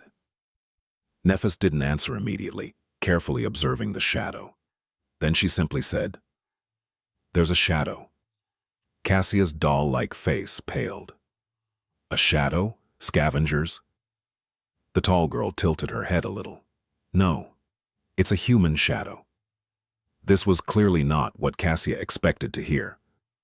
With an expression of surprise, she asked, "A human shadow? What is it doing?" Nephis hesitated. After a while, she answered in a flat tone, "It's waving at us." After a whole minute of silence, Cassia finally found the words to react. "What?" "I said, it's waving." Yes, I know. I mean, why is it doing that?" Nephis opened her mouth, then closed it again. "I don't know, maybe it's a distraction to lure us into a trap." At this point, Sunny decided that it was time to talk. He inhaled deeply, then said in a friendly tone, "Actually, I just sent it ahead, to make sure that you don't stab me with that sword before realizing that I'm human." Immediately, Nephis turned her head, pinpointing the exact location where Sunny was hiding in a blotch of shadows. Her sword slightly shifted, aiming at the new threat. "If you're human, why are hiding in the shadows like a creep?" "God damn it, I'm not a creep," Sunny choked, but his flaw was merciless. He had to provide an answer, and a truthful one at that. "I mean, you're Changing Star Nephis. To be honest, I'm a little afraid." Nephis did not answer. Because of her hard-to-read face, it was almost impossible to determine whether she believed him or not. However, he included her true name in his answer for a reason. If he was some monster pretending to be human, he wouldn't have known it. Luckily, Cassia was more expressive. "Are you the boy who sat with me in the cafeteria?" Sunny smiled. Meanwhile, Nephis glanced at the blind girl. "Do you know him?" Cassia nodded. "I recognize his voice. His name is Sunless. He was in second to last place in the rankings, right above me." The tall girl frowned, as if trying to remember. Then she asked, "The pervert?" The smile disappeared from Sunny's face, replaced by exasperation. "Oh, come on." Cassia hesitated and didn't answer. "Hey, I'm not really a pervert, you know. I just, said a few things to a few girls. It was all a misunderstanding." Nephis was silent for a few seconds and then finally dismissed her sword. "Okay, you can come out." Sunny limped out of the shadows, summoning his own back. It flowed to his feet and reattached itself, visibly shaking. The bastard was laughing at him. Stopping a few meters away from Nephis, he raised his hands, showing that he didn't mean the girls any harm. Changing Star gave him an inquisitive look. "What happened to you?" She was referring to his limp, bruises, and overall banged-up look. Sunny sighed. "Carapace scavenger." Nephis raised an eyebrow. "You managed to get away alive?" "You bet I did." Sunny subconsciously straightened his back. "I didn't get away. I killed it." To prove his point, he gestured at his rucksack, full of delicious monster meat. Nephis looked him over again, reevaluating her opinion of him. Now, there were hints of approval in her eyes. Carapace scavengers were only beasts, but they were still awakened. With the addition of their mighty physique and natural armor, defeating one was not an easy feat for any sleeper, who all had a dormant core, let alone someone from the very bottom of the ranking list. Come to think of it, it was even a bit too outstanding. Sunny lowered his eyes. It was already wounded." Nephis shrugged. A kill is a kill. You did well. After that, she fell silent, as though not planning to say anything else. Sunny also wasn't sure what to say. Luckily, Cassia came to the rescue. Are you seriously injured? He shook his head. No, it's just that my ribs and leg are bruised. I'll be fine in a day or two. My armor is pretty resilient. He wasn't worried that they might be tempted to kill him to get the puppeteer's shroud. That was because memories were destroyed at the moment of their owner's death, so they only could be transferred voluntarily by a living person. Well, there was always torture and blackmail, but he doubted that any one of the two beautiful girls would stoop to that. Sunny cleared his throat. Before stumbling on the scavenger, I was heading for the tall hill with the massive coral pillar on top. But after the fight, my speed decreased. Now I'm worried about not making it in time. Do you perhaps know the way? Cassia smiled. Actually, we spent the last days on that hill. We were just about to go back. Nephis didn't say anything, looking at the sky. Sunny licked his lips. Well, can I come with you? They're not going to say no, right? The blind girl turned her head to her companion, a clear question written on her face. Neph? Nephis lowered her eyes, staring at Sunny. After a while, she said, No. What? Problem. No problem. What's wrong with you, princess? Can't you speak faster? Feeling his heart beating wildly in his chest, Sunny smiled. Well, all right. Chapter 36. Bonfire. The rest of the way to the tall hill did not take a lot of time. With Nephis leading the way, taking all the right turns at all the right places, there was no need to explore the labyrinth and backtrack after encountering a dead end. Additionally, there were no scavengers around. In fact, they could have moved ever quicker if not for Cassia, who walked slowly even with the help of her staff. Guided by the golden rope, she carefully explored the ground ahead before taking each step. The uneven paths of the Crimson Forest were not an ideal surface for a blind person to walk on. Sunny didn't say much, periodically casting an incredulous glance at the strange pair. No matter how he looked at it, Cassia seemed to be dead weight. Perhaps it was cruel to say, but in the merciless reality of the dream realm, misguided kindness was a sure way to end up dead. Before meeting and observing the girls, he still had hope that Cassia's terrible flaw hid an unexpected and powerful aspect. But from what he saw, it wasn't the case. If she couldn't even walk properly, what kind of power was there to hide? Nothing could outweigh the ruthless fact that the blind girl couldn't protect herself, and thus would only drag her companions down. One had to be a fool, or not fond of living to allow that to happen. So, which one of these descriptions suited Nephis? Somehow he felt that neither did. The sunset was not far off when they reached the hill.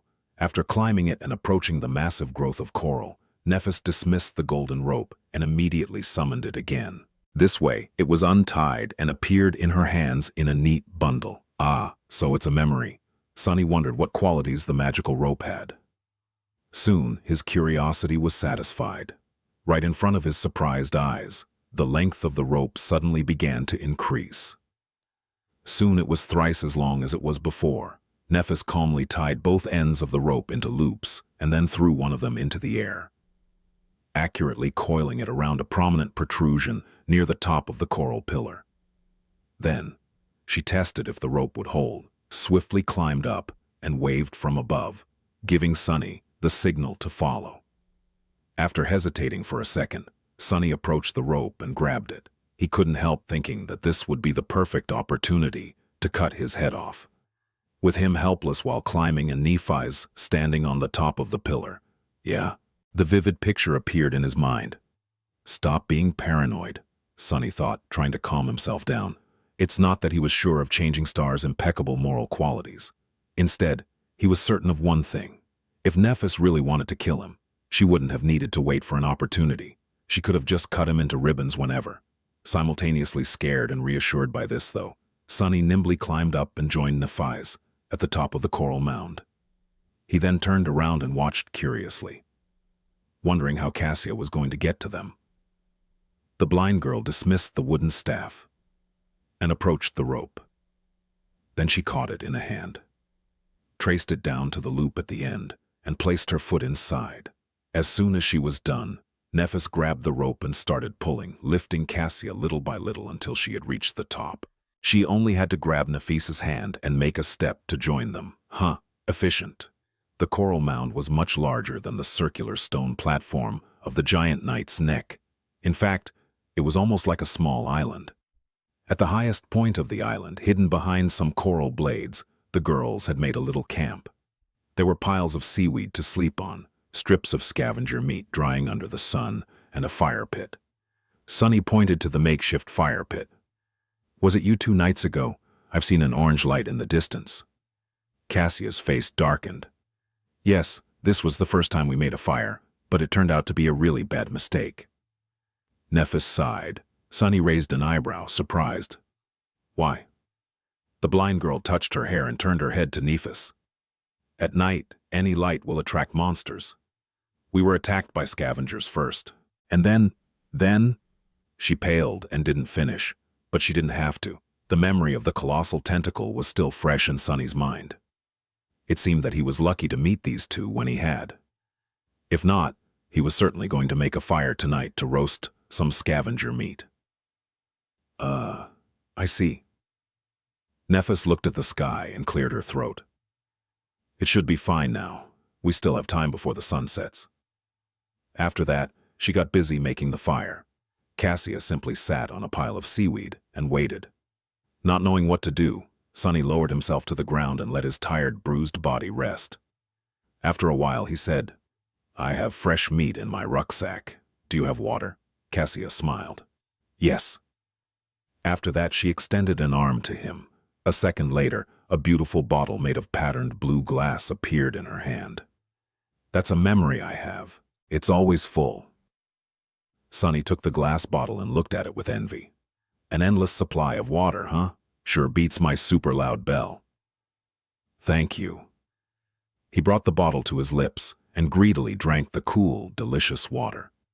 Indeed, no matter how much he drank, the amount of water inside did not seem to decrease. "Is it really endless?" Cassia touched her hair again.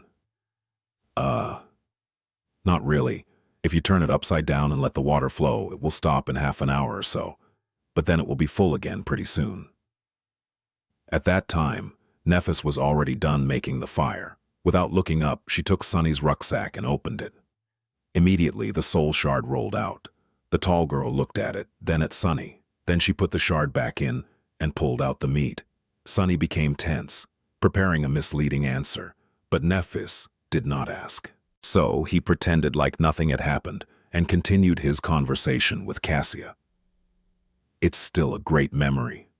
Getting drinkable water is not an easy task." Cassia nodded and smiled, pleased by his words. Soon, the rich smell of roasting meat permeated the air.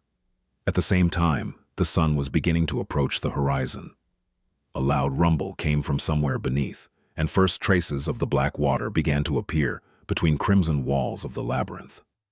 Sunny looked east, where the skies were already growing dark. Then he uncomfortably shifted. "Do scavengers come all the way up here?" Nephis turned the meat and nodded. "Yes, but only at night. In the day, most of them seem to disappear." Sunny grinned, having an idea of why there weren't a lot of monsters in the labyrinth in the day. "That's because they all gather near the place I had been spending my time recently. You should have seen it. The tall cliff to the west of here. Well, it's actually a statue." Cassia opened her eyes wide. A statue? But for you to survive, it should be."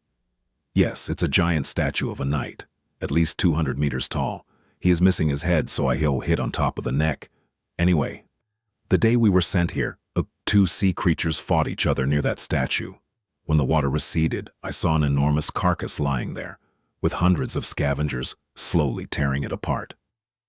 Nephis nodded. "That would explain the lack of nightmare creature in the day. How long?" Sunny blinked. "How long what?" Changing Star stared at him for a few seconds, making everyone feel uncomfortable. "How long? Until they are done devouring the carcass?" "Oh, 1 day more, 2 at most. Nephis turned away, took the meat away from the fire, and then quickly extinguished it. There's definitely something wrong with that girl. The three of them ate in the dimming light of the twilight. The meat was juicy, tender, and indescribably delicious. It was better than anything Sunny had ever tasted, even back in the Academy's cafeteria. Of course, his excruciating hunger played a part in that. From time to time, they would pass the glass bottle to each other. When they were finished with their meal, the dark sea was back, and the night was upon them.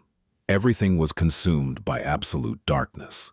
Of course, Sunny could easily see both Nephis and Cassia. Under the cover of the night, Changing Star remained pretty much the same. The blind girl, however, allowed her true emotions to show, thinking that no one would see. She seemed much more lost, lonely, and frightened than she did in the day. As if trying to resist these feelings, Cassia said in a bright voice, "How about we formally introduce ourselves? I'm Cassie." Nephis glanced in her direction and shrugged. Neph. Next, it was Sunny's turn. He exhaled, glad that they didn't ask his name directly. Most likely, he would still have been able to provide his human name. However, it also might have depended on the wording of the question. Relieved, he smiled and answered, "I'm Sunless, but you can call me Sunny." Chapter 37. Getting to know each other. Sunny was slowly growing fond of having conversations in the dark. Without the burden of light, people were more relaxed and honest. It reminded him of the frequent blackouts that used to sweep through the city when he was a little kid. His family had no choice but to huddle together and spend a few hours doing nothing but talking to each other. Now, these dark hours had become some of his most precious memories. He was silent for a few moments and then said, "Since we're going to be depending on each other, should we share what abilities and memories we have at our disposal?" This was a logical suggestion. If they were going to fight side by side, knowing each other's strengths was more or less vital. Still, he noticed Nephis glancing in his direction with a guarded look on her face. Luckily, he was obscured by darkness. "I'll start," Sunny said, both to show his sincerity and to reveal information about himself in a controlled manner. If he took the initiative to talk, he still had to tell the truth, but how much and to what extent was still for him to decide. If they were to ask and he had to answer, however, things would become unpredictable. "My attributes give me an affinity to shadows. I also have a slight affiliation to divinity. Lastly, I am prone to finding myself in unlikely situations." Cassie listened carefully and then lowered her head, as though embarrassed. He is telling the truth. Not that we doubted your honesty." "Why not? I spent so much time earning the reputation of a pathological liar." Sunny cleared his throat and smiled, hiding his nervousness. "Really? That's good to know, but why are you so sure that I am being honest?" The blind girl shifted a little. "Oh, that's my ability. I can see people's attributes. Sometimes I also receive, visions. They can be about the future or the past. I mean, that's what I think, it only happened a couple of times." Sunny swallowed, but then relaxed. So, she is an oracle of sorts. Luckily, her insight is limited to attributes. Otherwise, I'd be in real trouble. Still, I'll have to be careful around her. He finally realized how the blind girl had known about his birthday.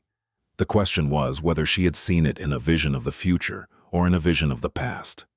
If it was the former, was it safe to assume that he would certainly be able to celebrate at least one more birthday?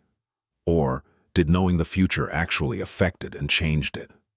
For example, after learning that he was definitely going to survive, Sunny might have naturally relaxed and lowered his guard. Then he would die as the result of it. It surely seemed possible, right? That's assuming that the future could be changed, but maybe it wasn't. Then, feeling his head hurting, Sunny decided to avoid this line of thought for now. Instead, he hid his inner turmoil and said in a friendly tone, "That's a good ability. Speaking of abilities, you have already seen mine. My shadow can move independently and explore. It can't affect the material world, but we share sight and hearing. That way, I can spot danger before encountering it. The shadow is fast and stealthy. It can go anywhere and is almost impossible to notice. Oh, I can also see in the dark. He smiled, expecting the girls to understand and appreciate the utility of his shadow scout. Their reaction, however, was a bit strange. Nephis slowly turned her head in his direction, while Cassie became a bit pale and raised her hands to cover her chest. What? Nephis frowned and said in a flat tone, "Have you ever used your ability in the academy?" Sunny blinked. What a strange question. In the academy? Sure, of course. Why? Oh, right. They think that I'm a pervert. Crap. Before the girls could say anything, he hurriedly raised his hand and blurted, "But I have never used it to do anything improper. You have to believe me." Fortunately, it was the honest truth. However, both Nephis and Cassie looked skeptical. Sunny gritted his teeth. "I had more important things to do than whatever you're thinking about. I spent almost every waking hour learning how to survive." Nephis raised an eyebrow. "I haven't seen you in class. Even once." Sunny chuckled. "Of course you didn't. While you were busy wiping the floor with other sleepers, I was studying wilderness survival." It was Changing Star's turn to blink. Wilderness? What? There is such a course? Cassie seemed equally puzzled. Yes, there is. It might seem like an afterthought for most people, but for an outskirts kid like me, who never went to a fancy school or saw a private tutor, learning how to survive in the wilderness is the difference between life and death. Without it, I would have drowned the moment we were sent to the dream realm. On a rare occasion, Nephis looked completely bewildered. She rubbed her wrists and stared thoughtfully in his direction. "I see. I didn't know." Sunny grimaced and struggled to keep the venom from sipping into his voice. When he finally spoke, his tone was light and amiable. "That's okay. It's natural for someone of your status not to know." When he mentioned her status, a strange smile appeared on the Changing Star's face. But in the end, she didn't reply. Sunny continued, "Anyway, that's my ability. As for memories, I have 3. One is an armor, one is a sword, and the last one is a really loud bell." Now it was their turn to share. After a short pause, Nephis spoke. "My attributes give me an affinity to light and fire, as well as a strong affiliation to divinity. I have 2 memories, a rope." While she was speaking, Sunny was looking at Cassie, trying to read her expression. From what he saw, Nephis was telling the truth, but also not the whole truth. And judging by how hard the blind girl was trying to hide her true feelings, the secret hiding among Changing Star's attributes was not at all trivial. Interesting. And a sword. The rope is very sturdy and can change its length. The sword is very sharp and can protect its wielder against soul's attacks. To a certain extent, my ability can be used to heal. Sunny didn't miss the wording of the last part. Can be used to heal. Does this mean that its main purpose was something else? He was pretty sure that Nephis would not reveal all of her cards, just like him. However, healing abilities were extremely rare. Having one that could heal, but was not limited to healing, that would be simply unheard of. But then again, she was Changing Star, one of the few people in history to receive a true name in the first nightmare. If Sunny were to consider his own aspect ability, nothing seemed impossible. I wonder what's her aspect rank is. Outwardly, he pretended to be excited. "You're a healer? That's great. Having a healer among us is incredible luck." Cassie nodded and smiled. "Neph is also an amazing fighter. You should have seen her dealing with those scavengers." Well, I also did not actually see it, but it sounded very scary. Sunny didn't need anyone to tell him how formidable of a warrior Nephis was. He had seen it with How's own 2 eyes, sort of. Actually, they were his shadow's eyes. Well, whatever it had instead of eyes. Meanwhile, Cassie sighed. "It's my turn? My attributes are nothing special. I guess I have an affinity to revelations and fate. My ability is like I told you before. It's not very useful. About my memories, I have 3. The bottle, the wooden staff, and this armor. You already know about the bottle. The staff can create wind. The armor is actually of the awakened rank. Neph gave it to me when we met. It has a very powerful protective charm." So, she's not only carrying Cassie on her back, she even gave away her only clothes? An awakened rank armor at that? What is Nephis thinking about? The blind girl turned away and added after a while, I used to be a pretty decent fencer. Before. Now I can't really fight. The last two sentences were obviously related to her flaw. Sunny and Nephis, however, both chose to keep theirs secret. Despite the fact that knowing your companion's flaw was also important for cooperation and having each other's backs, sharing something like that demanded a very high level of trust. Right now, there was no trust between them. And even if there was, Sunny did not plan to ever share his flaw with anyone. Nephis, too, seemed to have a lot of secrets. After a while, he said, "Good, that's good. I think we have enough tools to survive, provided we use them right. I guess it's time to sleep." In the darkness, Nephis tilted her head, listening to his words with a distant look. "All right, I'll take watch first." Sunny decided to be helpful and said, "Actually, my shadow doesn't sleep. It can wake us up if something happens." Changing Star slowly smiled. "I'll take watch first." Feeling a bit of coldness in her voice, Sunny sighed and shrugged. "Suit yourself. What are you going to watch, huh? You can't even see anything, whatever. Just don't blame me when something giant swallows us in the middle of the night." Then he suddenly shuddered. "Wait, that was not a death flag, right? Right, of course not, no way." Chapter 38, Questions in the Dark, Sleep, was avoiding Sunny. For a while he sat silently in the darkness, listening to the calming rumbling of the waves. In this rare moment of respite, memories of the past few days came flooding into his mind. However, he was too tired to seriously think about anything. He was warm, full, and relatively safe. For now, that was more than enough. Soon the rhythm of Cassia's breathing changed, indicating that she fell asleep.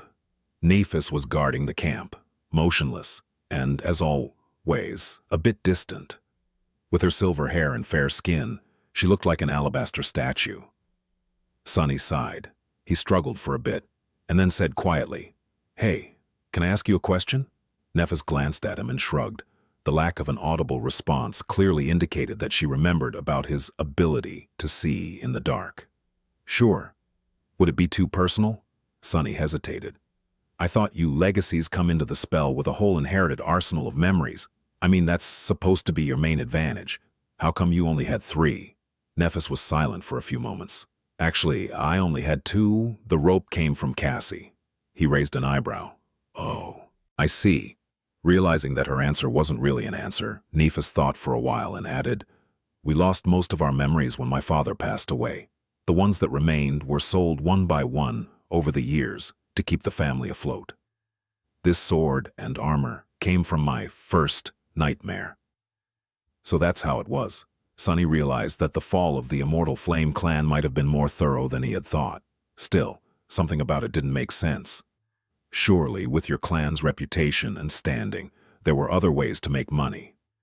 Without any strong reaction, Nephis simply said, "There were other reasons." Then she unexpectedly turned her head in his direction. "Can I ask you a question in return?" Sunny swallowed. "Yeah, go ahead." Nephis tilted her head. "How did you know that I'm a legacy?" "What? That's it?" "Simple. I heard Castor mention it. He was scolding other sleepers to make them treat you with respect." She gave him a nod and turned away. What thoughts were hidden behind her calm gray eyes, Sunny did not know. Some time had passed before he gathered enough courage to ask the question that he really wanted to ask. Before doing it, though, he made sure that Cassie was sound asleep and lowered his voice. "Can I ask another question?" Without getting a negative response, he continued, "Why are you burdening yourself with her?" A corner of Changing Star's mouth curled up slightly. "Why wouldn't you?" Sunny gritted his teeth, feeling the flaw pushing the truthful answer out of his mouth. No. To be honest, he wanted to believe to the last moment that the answer would be yes. But one of the things he had lost after the nightmare was the ability to lie to himself. Truth was merciless. It's not that Sunny did not pity the blind girl or didn't want to help her. It's just that he knew with certainty that it was simply not something he could do. He was barely able to save himself, let alone carry a helpless person across the dream realm. If he tried, they would just die together. Still, he couldn't help but be a little disappointed in himself. Nephis, however, did not seem to judge him. She showed no reaction at all. After a few moments, She simply said, "Because I want to." Because she wants to. That was not the response Sunny expected to hear. He was pretty sure that she would either lecture him about virtue and compassion or disclose some obscure way to make Cassie's seemingly weak ability incredibly useful. However, she did neither. Nephis expected him to believe that she was putting her life in danger, to the point of sacrificing an awakened armor-type memory, because that was something she simply wanted to do. Ridiculous. At first, he dismissed her response as a non-answer, but the more he thought about it, the more disturbed he felt, because maybe it was actually the truth. Due to the circumstances of his life, Sunny had never really done things because he wanted to. Most of the time, he was doing them because he needed to. It was never a question of want. It was always a question of must. For him, this was a basic rule of life. But was it really? Or was it just a matter of perspective? Nephis had certain advantages in her upbringing, but they weren't as ample as he had imagined. She had no wealth and no arsenal of relics to empower her. However, she did have a mentality that was different from Sunny's. It wasn't impossible for her to have the audacity to disregard need in favor of something as frivolous as desire, and do things that a normal person like Sunny would never do, like helping a blind girl simply because that was what Nephis wanted to do. Perhaps that mentality was the greatest advantage of all. Perhaps that was the real barrier that separated legacies from the rest of them. That was a lot to think about. However, before Sunny could gather his thoughts, Nephis suddenly spoke again. "My turn." Does she mean it's her turn to ask a question? Indeed, that was what she meant. Changing Star once again turned to Sunny, and, after a long pause, suddenly asked, "Do you know the legend of Odysseus?" "A what? Who? What sort of a weird question is that?" Bewildered, Sunny shook his head. Then, remembering that she couldn't see him, he said, "No." Nephis sighed and turned away. A few moments later, she softly said, "Odysseus was a hero in an ancient war. In the legends, some humans back then had powers akin to the awakened. Achilles with an aspect of indestructible body. Diomedes that was so ferocious even the god of war was wary of him. Ajax, who was as strong as a giant. Odysseus was not the strongest, and not the bravest. However, he was the most cunning." Sunny blinked, staring at the silver-haired girl. What? Where did this come from? Why is she suddenly so eloquent? Meanwhile, Nephis continued. In the end, Odysseus's cunning ended the war, and he prepared to sail home. However, the gods cursed him to endlessly wander the seas, never to return. Over the years, he survived one horror after another and lost all of his companions. Then, shipwrecked, he found himself on an island where the beautiful fairy, Calypso, lived. Changing Star's ethereal, strangely wistful voice resounded in the darkness, creating an enthralling atmosphere. Sunny couldn't help but listen with the utmost attention. Calypso fell in love with Odysseus and invited him to her palace. For many years they lived together in harmony. The island was like a paradise, filled with all kinds of wonders, delicacies, and delights. As long as loving Calypso was by his side, Odysseus was even immortal. But the longer he stayed, the more time he spent sitting on the shore, looking at the sea with bleak eyes. Nephis smiled. In the end, Odysseus built a makeshift boat and abandoned the island, leaving all its delights, the beautiful fairy, and even his immortality behind. So my question is, why did he leave? Sunny blinked. What? What kind of a mind game was that? He even considered that Nephis was mocking him, but it didn't seem to be the case. It looked like she was sincerely interested in the answer. Weirdo, he thought for a bit, and then said without too much conviction. Maybe it was because he was far away from home. A fleeting smile appeared on Nephis's face. Far away. From home. All right. After that, she turned away and lowered a head, becoming like a statue again. It seemed like their conversation was over. Grumbling internally, Sunny lay down and tried to fall asleep. However, the image of bleak-eyed Odysseus kept appearing in his mind. After a while, he whispered, "Well, did he make it back home?" "Soon," Nephis replied. "Yes, He returned to his wife and son, and they lived happily ever after. Satisfied, Sunny smiled and turned on his side. When he was already half asleep, he heard Changing Star's quiet voice once again. This time, it was barely audible and aimless, as though not directed at anyone. Odysseus was the first human to break the will of gods. In the morning, Sunny and Nephias were the first to get up. While the sun was rising and the sea was retreating, they made a fire and began preparing a simple breakfast. With Cassia still asleep, they did not talk to each other much. It was like the last night's conversation did not happen. However, after some time, they somehow ended up discussing the plan for the next few days. Nephis had some ideas. With what you told us about scavengers crowding to the west, the logical step would be to start moving east as soon as we can. Of course, north and south are also acceptable, but that won't put as much space between us and the enemy. Sunny nodded, agreeing with that logic. We have explored to the east a little, but not enough to confidently make it to the next high point in a day.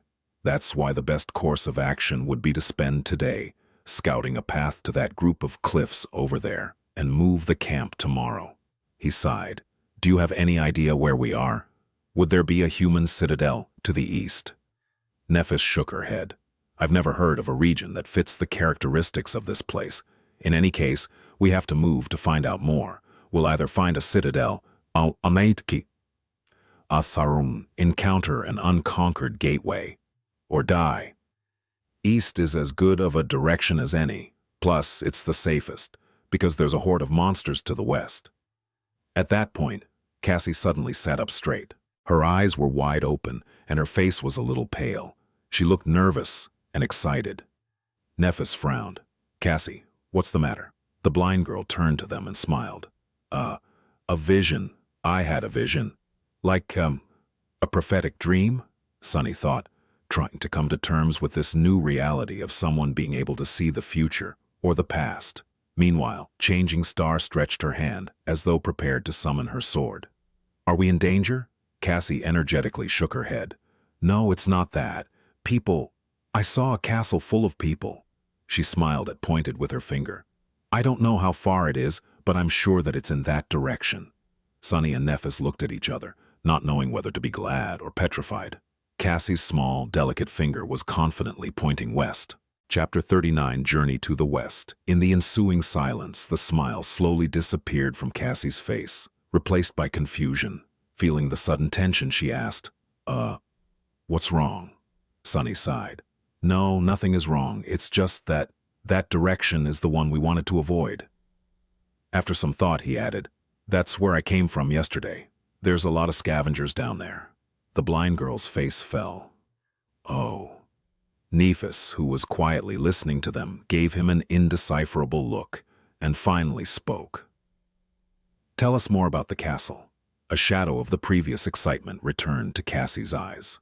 With a serious nod, she began describing her vision.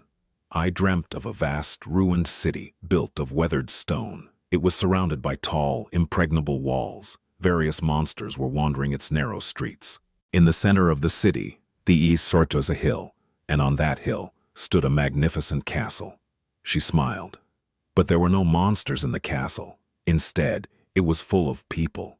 I'm sure that they were awakened. Some were guarding the walls, some were going about their lives without a care in the world. There was food, safety, and laughter. Well, that sounds great. If this castle really existed, then all of their problems would be solved. Sunny cleared his throat. Did you see anything else? Cassie frowned, trying to remember. Then her face cleared. Yes, I saw Sunny leading me through the gates of the castle. That means we will make it. A brilliant smile appeared on her doll-like face, beaming with so much joy that Sunny couldn't help but curl his lips. Inwardly, however, he was stuck on a certain detail of Cassie's vision. It was that, when talking about reaching the castle, the blind girl only mentioned the two of them. Was there some meaning behind it? Sunny turned his head a little and secretly glanced at Nephis, trying to discern if she had picked up on that little discrepancy too. Changing Star, however, was as enigmatic as ever. Without showing much emotion, she thought for a while and then slowly nodded. Okay, then we will go west. While the sea was still retreating, they had their breakfast and then spent some time planning for the journey and preparing to abandon the temporary camp. In the process, Sunny had a chance to get to know the girls a little better. It was then that he came to a sudden realization, which almost made his head explode from bafflement. That mind-blowing realization had to do with Nephis. Back when they first met in front of the academy's gates, Sunny had formed a certain impression of the confident, distant girl. Later, her behavior and the different revelations about changing stars past only served to reinforce that impression. Nephis seemed to exist a bit apart from the world. She was mysterious, aloof, and rather cool. Her taciturn character and strange speech patterns made people interacting with her feel unnerved and rattled, often revealing more than they had been planning to. The less she talked, the more she seemed to know. That silent, indifferent confidence was arresting, and sometimes even oppressive. However, that impression turned out to be completely wrong. The actual truth behind the matter had nothing to do with being cool and aloof. After talking to her a bit more and observing their interactions with Cassie, Sunny almost fainted when he realized that Nephis was simply an incredibly, ridiculously, painfully awkward person. It was as though she had no idea how to talk to people. Every time she tried to convey something, she would either use the wrong words or stumble in the middle of the sentence and fall silent. Her tone never matched what she was trying to say. Often she would forget to put correct intonations in her speech, making questions sound like statements or vice versa. Added to that was the fact that, like many introverted people, Nephis was not in a habit of openly showing her emotions. It's not that she didn't have feelings, it's just that she was really bad at emoting them. As a result, her face always looked cold and neutral. That's why, most of the time, she simply chose to talk as little as possible, or not to talk at all. All of that added up together, then multiplied by her general weirdness, was ultimately responsible for creating the false image of a mysterious, unapproachable ice princess, when in fact she was just shy and completely inept in communicating with people. After coming to that realization, Sunny tried with all his might but still failed to stop himself from staring at Nephis with wide eyes. He just barely managed to not let his jaw hang open. What the hell? That's not in line with how a protagonist should be. In his mind, Nephis had definitely been the type of person to be the main character of any event. At the center stage, there were always confident, strong people like her and Castor. People like himself and Cassie, on the other hand, were relegated to exist far away in the background. Now, however, no, that line of thought was also wrong. The fact that Changing Star had problems with expressing herself and lacked social skills did not mean that she was not strong. In fact, it might have meant the opposite. She still achieved everything that she had achieved, but with the added layer of adversity, she was still dangerous. At that moment, Nephis finally noticed that Sunny was staring at her. She looked at him and, after a long pause, asked in an emotionless tone, "What?" He blinked, extricating himself from this sudden flood of thoughts, and cleared his throat. Nothing. I was just going to ask, when are we setting off?" Nephis appeared to be thinking. After a while, she turned away and said, "Soon." You really can't manage more than one word, can you?" Utterly bewildered, Sunny hid his emotions and smiled. "Ah, all right then." In the gray light of morning, they abandoned the tall hill and ventured west, retracing their steps from yesterday. Knowing the path, the small party made quick progress. Nephis was walking in front, her sword arm ready to strike at any moment. A bit behind her was Sunny. This time, the responsibility of holding the golden rope and guiding Cassie along was entrusted to him. Of course, the actual person, creature, leading them was his shadow. It scouted ahead, carefully observing the labyrinth for signs of danger. The labyrinth was just as it was before, confusing and seemingly endless. Crimson blades of coral protruded from the black mud, creating a vast, tangled forest. However, today, something about it felt different. It wasn't long before the shadow stumbled onto a mass of hulking, hungry scavengers. Chapter 40, Weak Point. Halt. Sunny whispered, observing the group of scavengers through his shadow. As soon as the word left his lips, Nephis immediately summoned her sword. After studying the surroundings for a second, she turned her head and glanced at him with a question in her eyes. Cassia, meanwhile, froze in place and hesitantly raised her staff. Sunny counted the monsters. 1, 2, 3, 5. Curses! The hulking beasts seemed like the losers of the pack, similar to the one he had killed. However, their wounds were not as pronounced and terrible. Each of them was much more of a threat than the mangled one from before, and there were half a dozen of them at least. There are scavengers on the path ahead, 6 of them. They're slowly moving in our direction. Nephis cast a gaze forward. There was a calculating look on her face. They're done with the carcass? Sunny thought for a moment and then shook his head. No, I don't think so, but maybe there's not enough meat for everyone anymore, so some stragglers had no choice but to leave with an empty stomach. Nephis nodded and gestured to a nearby branching path. We'll circle around them. The 3 sleepers hastily moved forward and changed paths, giving a wide berth to the group of monsters. Tense and grim, they continued walking, trying to stay on course and not get lost in the labyrinth. However, in the next hour, they had to turn in a random direction again and again, avoiding other scavengers. The distance between them and the giant statue was not shortening at all. At some point, they were catching their breath near one of the numerous dead ends of the Crimson Labyrinth. They had no choice but to wait, since a large number of creatures was moving past their hiding spot, separated from them by a long length of a twisting coral passage. Sunny sighed and shook his head. We can't go on like that. At this rate, we'll never make it to safety before sunset. Cassie was the first one to react. Maybe we should turn back? That was a reasonable suggestion. However, Sunny felt reluctant to agree. Nephis shared his thoughts. With a blank expression, she said, "It will only get harder tomorrow." She was right. By tomorrow, there would be even more scavengers flooding the labyrinth. Then what should we do? Changing Star tilted her head, thinking. After a while, she turned to Sunny. Fight. Fight. Fight against dozens of those monstrosities?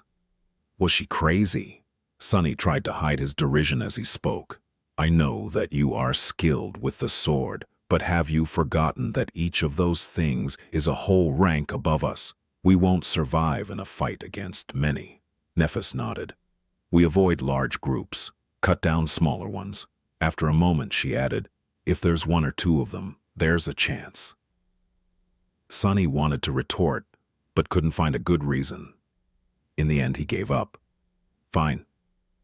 Nephis stared at him for a while. Then she suddenly asked, have you studied the corpse of the scavenger you had killed? What was that supposed to mean?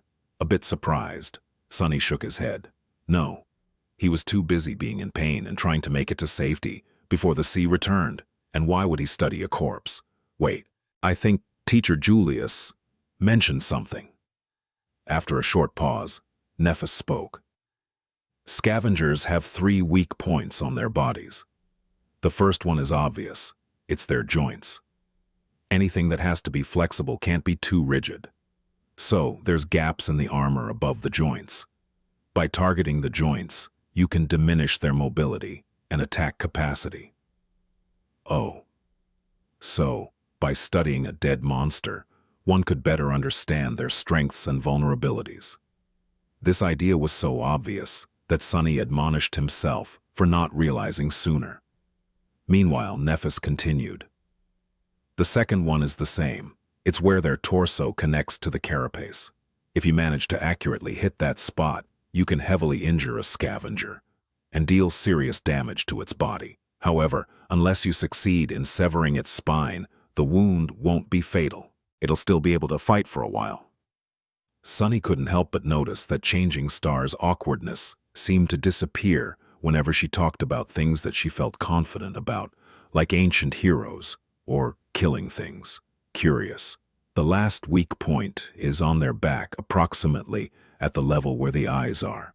There's a slightly concave, discolored cavity in their armor. It is where several armor plates connect. The chitin there is comparatively thin. If you can pierce through it, you can destroy the brain directly. That will be a killing blow. That is good to know. However, that weak point was too high to be hit by a human. After all, scavengers were more than 2 meters tall.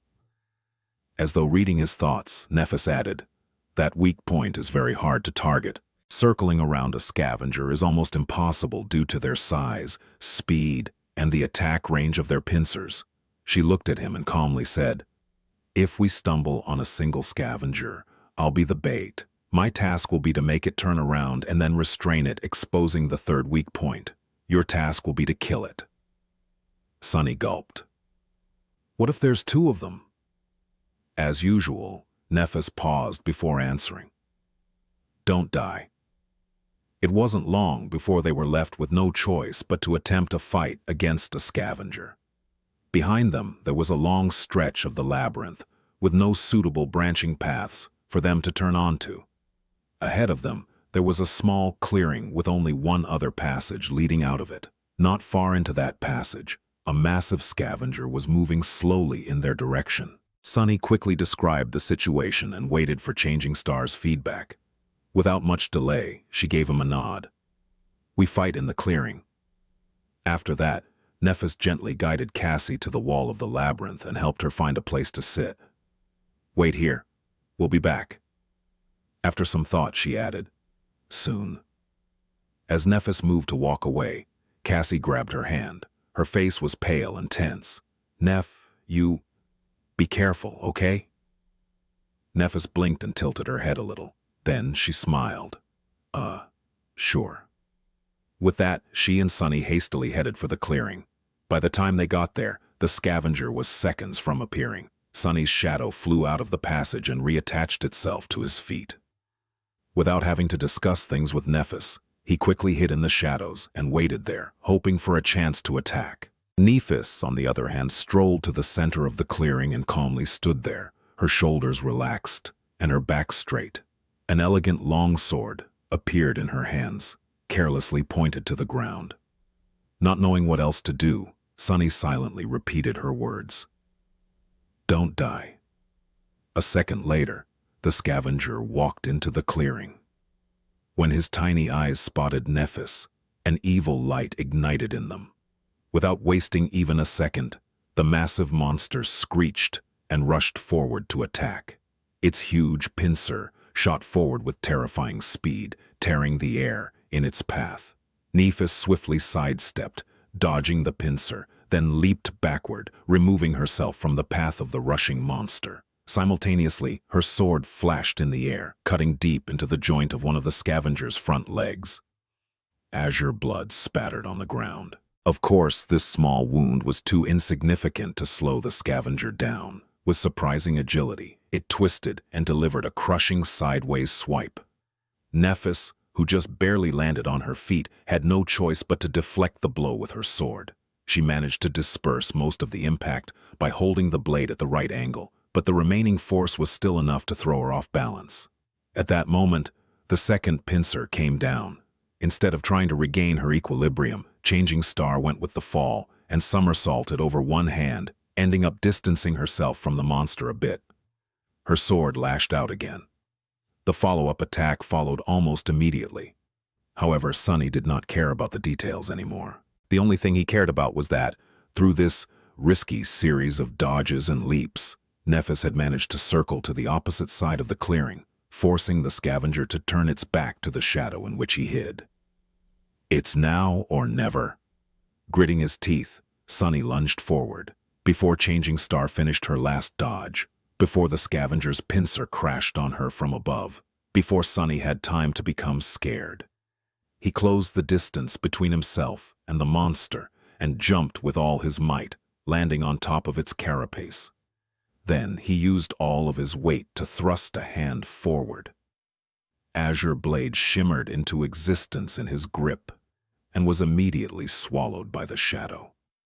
A breath later, the dark blade hit precisely into the concave, discolorated cavity in the scavenger's armor.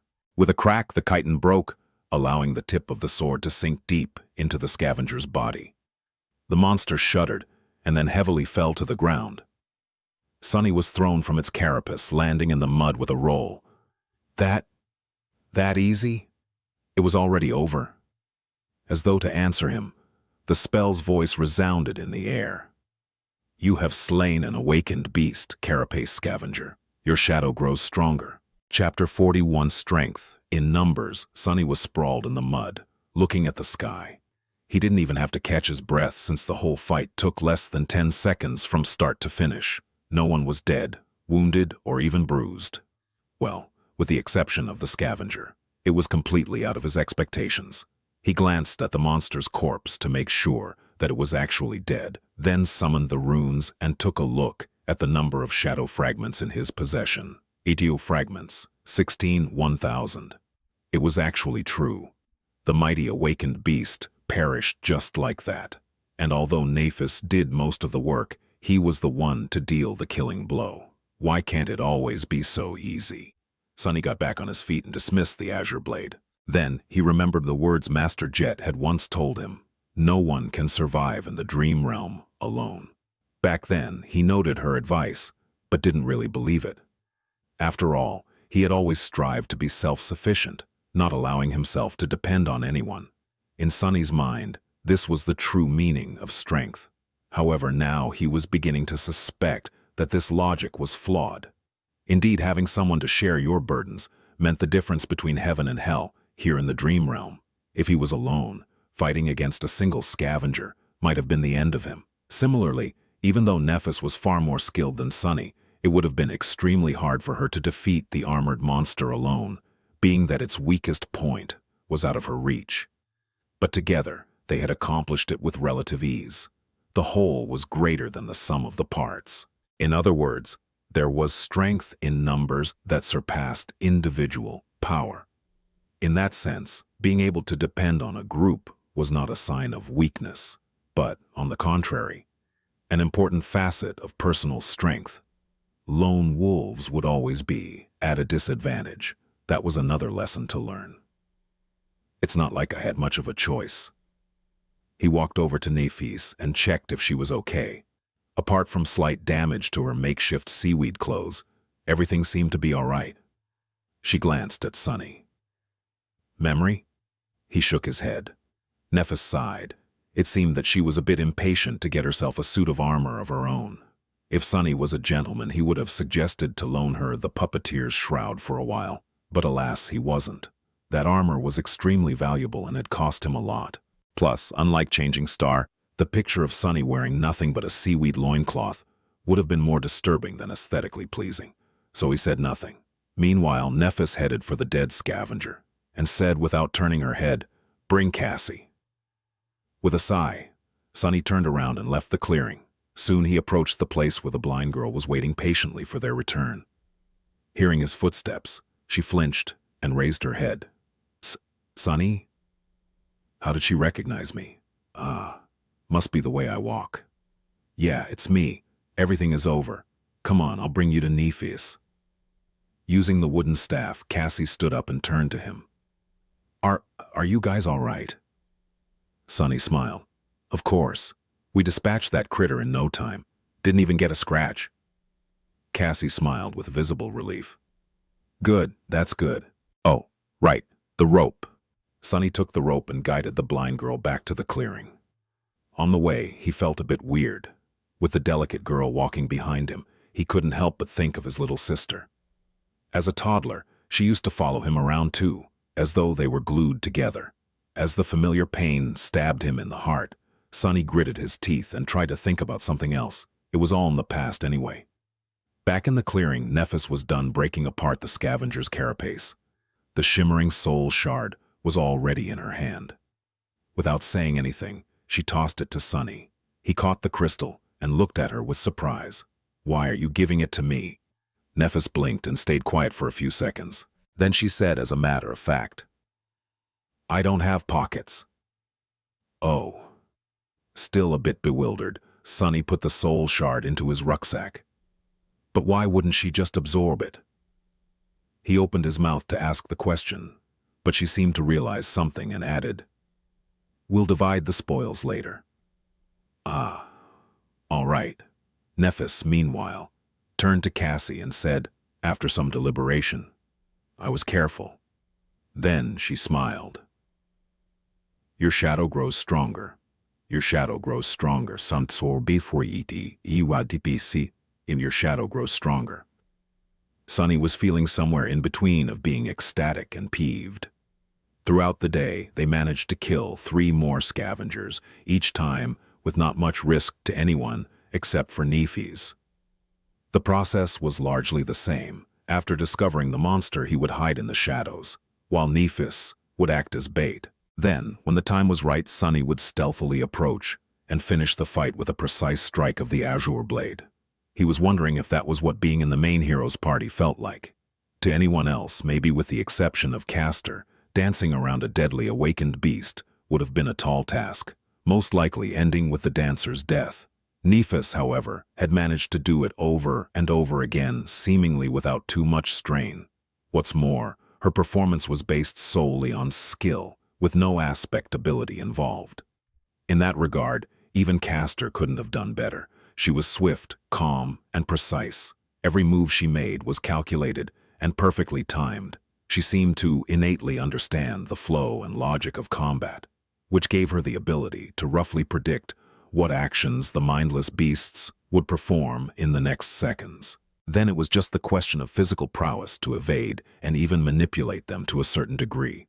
Sunny had always known that skill and experience were more important than raw power. But by watching Nephis, he vividly understood just how vast the difference between them was. Even though his divine aspect allowed Sunny to exert more strength and speed than Changing Star in an actual fight, he would never stand a chance. Of course, he was also an important part of every encounter. His role as the finisher was not trivial, and not just anybody would have been able to accomplish 4 kills with 4 strikes. Even though Sunny was not taught any elaborate techniques, he was still a somewhat experienced fighter. He had good physical coordination, combat intuition, and, most importantly, a cool-headed mentality. Not to mention the fact that they were only able to ambush the scavengers so effectively due to his shadow scouting them out in advance. All in all, it was an almost equal cooperation. Still, watching Nephis fight was nothing short of sobering. Trying not to get too dejected, Sunny summoned the runes. Shadow fragments, 22-1000. 8 fragments today, pretty excellent. Currently, they were waiting on the edge of the labyrinth path, leading directly to the giant statue of the Headless Knight.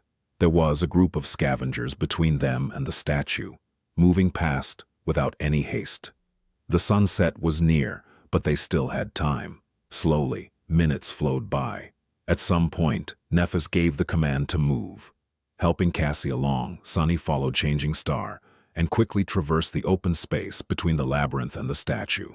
Now, they only had to get on top of it. However, it wasn't that easy. Scaling the 200-meter-tall monument would have been hard in normal circumstances, but now they also had to somehow pull Cassie up. Leaving her behind until they were at the top would not have been safe. In the end, Nephis and Sunny took turns pulling the rope every 20 meters or so. Cassie would hold on to the rocks and wait until they climbed higher, and then the process would repeat. It was slow and torturous, and by the end, Sunny's muscles were sore and almost on fire, but they managed to get to safety before the dark waters washed them away. As the night began to descend, the 3 sleepers sat in the center of the circular stone platform and rested. As they did not bring any materials to make a fire, and it was already too late, there was no way to cook food. They ended up chewing on the strips of dried meat, passing the bottle of limitless water around. After some time, Nephis gave Sunny a sign to take out the spoils of today's journey. He took out the 4 shimmering soul shards and put them on the ground. Without any discussion, Changing Star moved 2 crystals in his direction and took 2 for herself. Then she gave one of hers to Cassia. Sunny watched it in silence.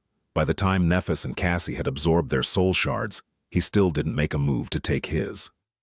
After a while, he took another crystal out of the rucksack and moved all 3 to Nephis. The silver-haired girl looked at him with surprise. "Don't you want to grow stronger?" Sunny grinned. "Of course I do, but these won't do me much good right now. It's no secret that you are the main fighting force of our group. He sighed. The stronger you are, the better our chances of survival will get. Plus, it's not a gift. It's a trade. Nephis raised an eyebrow. A trade? What do you want? Sunny deliberated for a few seconds before answering. It's rather simple. I will give you these soul shards and all other soul shards I earn on the way to that castle. Then he looked her in the eyes and said, in return, you will teach me how to fight. Chapter 42, Essence of Combat. Nephis looked at him and contemplated. This time she remained silent longer than usual. Sunny felt a bit nervous under her gaze, knowing that he was being evaluated. With Changing Star's skill and insight, it wasn't hard to imagine just how much she had gleaned from his battle performance. Both his current level and future potential must have been pretty much laid bare in front of her. Were they enough to make teaching him worth her while? After some time, she took the soul shards and nodded. Okay. Sunny smiled, congratulating himself on a successful deal. Not only did he receive a lot while not losing much, but he had also managed to create a bit of a favorable impression of himself in the eyes of Nephis and Cassie. As far as performances went, this was a great one. So when do we start? Nephis shrugged. Now. Sunny glanced at the sun, which was already almost gone. Were they going to train in complete darkness? It wasn't really an obstacle for him. Changing Star, however. We will start with some words. That will be enough for today. After hesitating a little, she added, Cassie, you listen too. Sunny and Cassia turned to Nephis, listening to her like two obedient students. Despite the fact that their age was more or less similar, both knew that, in terms of martial prowess, their companion had authority that was as beyond theirs as a dragon's might was beyond that of a worm. Nephis thought for a while and then said, Mastery of combat can be divided into two aspects. One is body, and the other one is his mind. Training the body is not easy, but it is rather simple. All you need is repetition and experience. In a fight, things happen too fast to consider every detail in the moment. That's why your technique must exist in your muscles and bones, so much so that it almost becomes an instinct. She paused. You can achieve initial results through repetition. Then, it must be cemented through experience. The more battle experience you have, the deeper a technique will be assimilated into your body. There is no other way. 1,000 hours of training won't be as impactful as one real fight. Only those who survive countless battles can be truly in command of the body. That simultaneously made a lot of sense, and no sense at all. On the one hand, the principle of improving through practice was quite logical. On the other hand, Changing Star's statement made it seem like all those lofty legacies with their years of training were nothing but harmless children. After all, no matter how good their tutors were, they had no real battle experience. But then again, she did wipe the floor with every one of them, excluding Castor, with no apparent difficulty. So maybe her statement was true. That, however, posed a question of its own. Just what kind of life had Nephis led to possess rich battle experience at the tender age of 18? Should I stop calling her princess? Meanwhile, Nephis continued. Training the mind, however, is not simple at all. That is because, once you reach a certain level of skill, the mind is where the true combat takes place. The outcome is often decided before your body begins to move. And to master the mind, the first step is to understand the essence of combat. However, very few people truly do. She looked at them and asked, What do you think that essence is? Sunny hesitated. The essence of combat? What might it be? If it was some other legacy, he would have been tempted to say something stupid like honor, valor, or duty, but he already knew that Nephis did not fit into the image of a noble aristocrat he had in his mind. She wasn't someone who followed empty words. After a minute or so, Cassie finally answered, Victory. And almost at the same time, Sunny said, Survival. Changing Star shook her head. No. Then she rubbed her neck and pierced them with a cold, fierce gaze. The essence of combat is murder. Cassie flinched and opened her eyes wide. Sunny frowned a little. Nephis, however, did not seem to care. In the same calm tone, she continued, "At the core of it, there is only this. You are trying to kill your opponent, and they are trying to kill you. In the end, one of you will be killed, and the other one will be the killer. Everything else is just noise." Her words sank deep into Sunny's heart and reverberated there, causing something inside of him to resonate and awaken. Style doesn't matter. Weapons don't matter. Reason and intent do not matter. The only thing that matters is to be the last one standing. In this way, anything you do in combat must be viewed as only serving one of two purposes, either to kill your enemy or to prevent the enemy from killing you. Nephis lowered her eyes. If you can understand that, you will have enough clarity to master the mind. After that, Sunny couldn't fall asleep for a long while. He lay on the cold stone, looking into the darkness and thinking about what Nephis had taught them. Repetition, experience, clarity. These were the three keys to becoming a fearsome warrior. All three were important, but the last one was the most vexing. Was it really how Changing Star had said? Was there nothing at the core of being a warrior than a cold will to kill? Intuitively, he felt that it was indeed so. This ruthless truth was, in a sense, an amalgamation of all his life experiences. After all, for someone like him, life was nothing but a constant battle for survival. Someone always won, and someone always lost. The former got to live for a few more days. The latter, no one cared what happened to them. Of course, life was life, and combat was combat. To most people, they weren't one and the same. But what about the awakened? The sole purpose of their existence was to fight against the nightmare creatures. Very few could escape that fate. After coming to the academy, Sunny allowed himself to think that he had escaped the fate of always having to struggle at the edge of survival. But now, it seemed like he had just exchanged one battle for another. This was an uncomfortable thought. However, if he looked at it from a different perspective, did it actually mean that he always had a crucial advantage? Most of those chosen by the spell were forced to somehow adjust to this merciless way of life. But he had always lived like this. Was he actually one of the few, perfectly suited to be an awakened? With this thought, Sunny fell asleep. In the early morning, he was awakened by a piercing scream. Chapter 43, Repetition. Sunny was on his feet even before fully waking up. Somehow, Azure Blade was already in his hand. His shadow was hovering beside him, ready to either wrap itself around the sword in case he needed to attack or around his body, in case it was already too late for that. He tried to understand what was going on. Nephis was nearby, her long sword raised in a defensive stance. "Cassie. Where's Cassie?"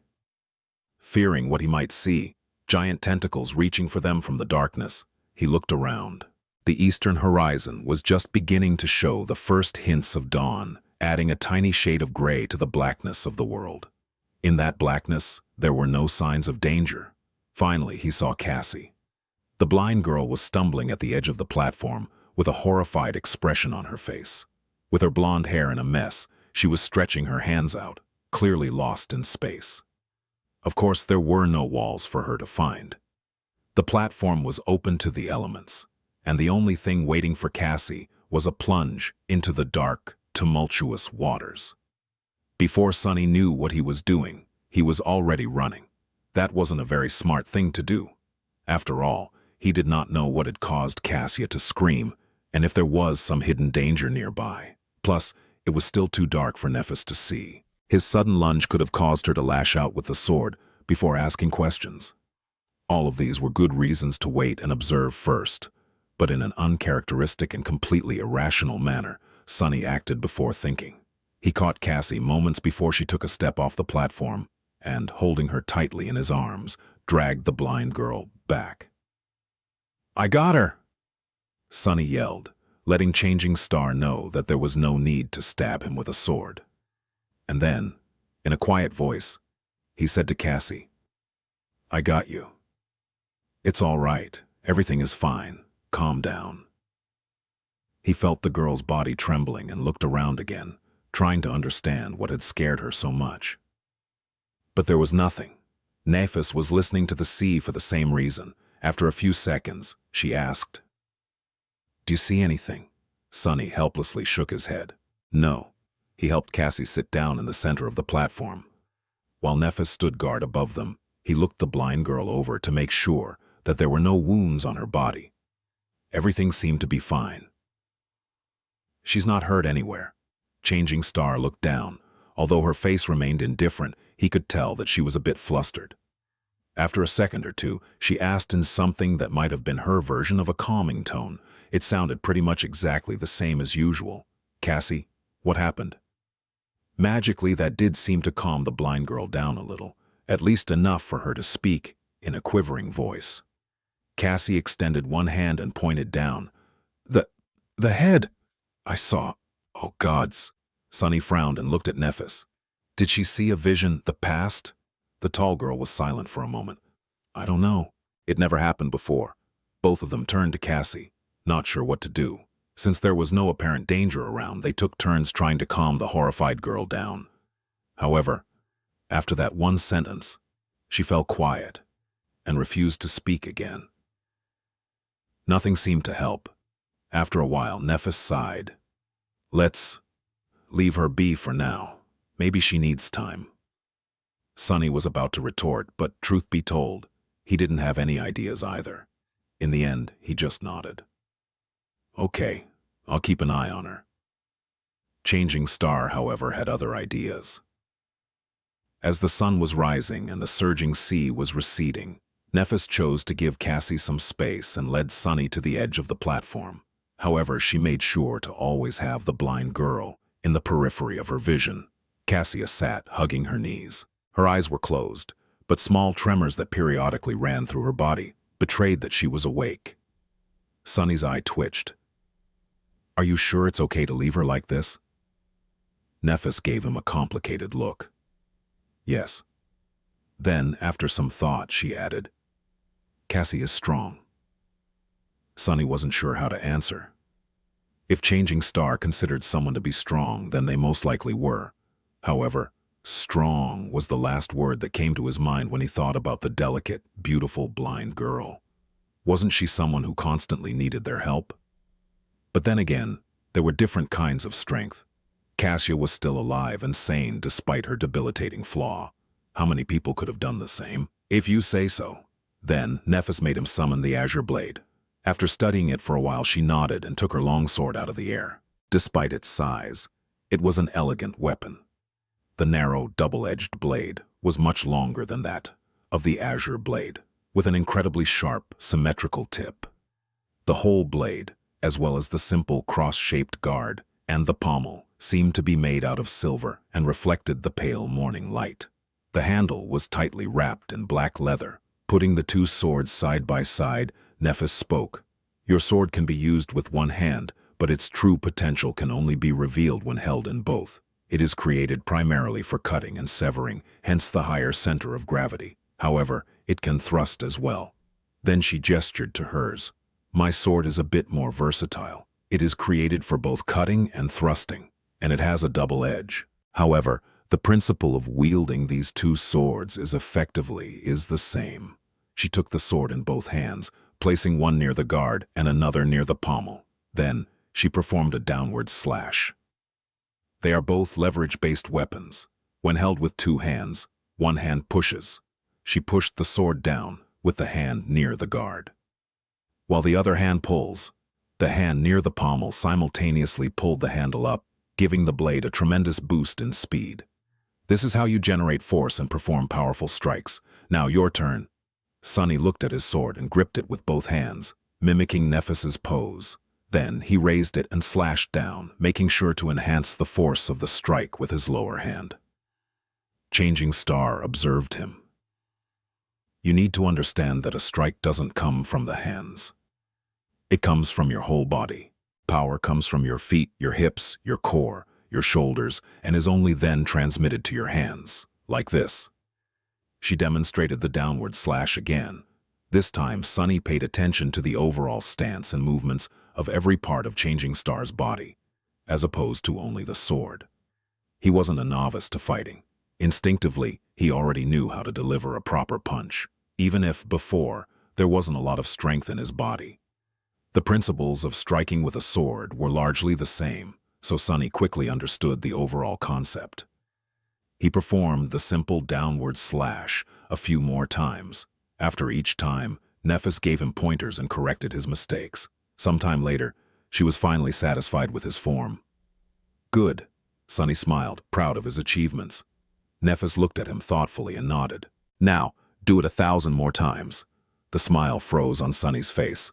1,000? Did she say 1,000? He blinked. Sorry, how many times? Changing Star tilted her head and thought for some time. Well, we don't have much time today, so, yes, only 1,000. Ha, ha, ha. Only 1,000, eh? Sunny forced himself to sound polite. I see. All right. As Nephis walked back to sit with Cassie, he turned to the sea and raised his sword. 1. The azure blade whistled as it cut the air. He raised it again. 2. Push and pull. This is how you generate force. 3. Strike with your whole body, not just your hands. 4. As Sunny raised his sword and slashed down, over and over again, only one thought eventually remained in his mind. Repetition, experience, clarity. Repetition. By the time he was done performing 1,000 strikes, Cassie was finally ready to speak. Chapter 44. Cassie's Dream. With pretty much every muscle in his body sore, Sunny walked over to the girls and fell on the ground. After catching his breath, he looked at Cassia. Cassie, do you feel better? Several seconds later, the blind girl slowly nodded. That's a relief. He shifted and hesitated for a bit. Cassia didn't look too well. Her face was still very pale, with a distant, dazed expression on it. Her body, at least, was no longer trembling. Sunny wasn't very good at talking to people, let alone placating them. He wasn't sure what to say. He cast a gaze at Nephis and sighed inwardly. Who knew that one day he would turn out to be the most sociable person, for as far as the eye could see? What a joke. Can I have some water? Cassie turned to him and scowled, as though confused by the question. Then she suddenly gasped and opened her eyes wide. Oh, sorry. Yes, of course. She summoned the limitless water bottle and offered it to Sunny.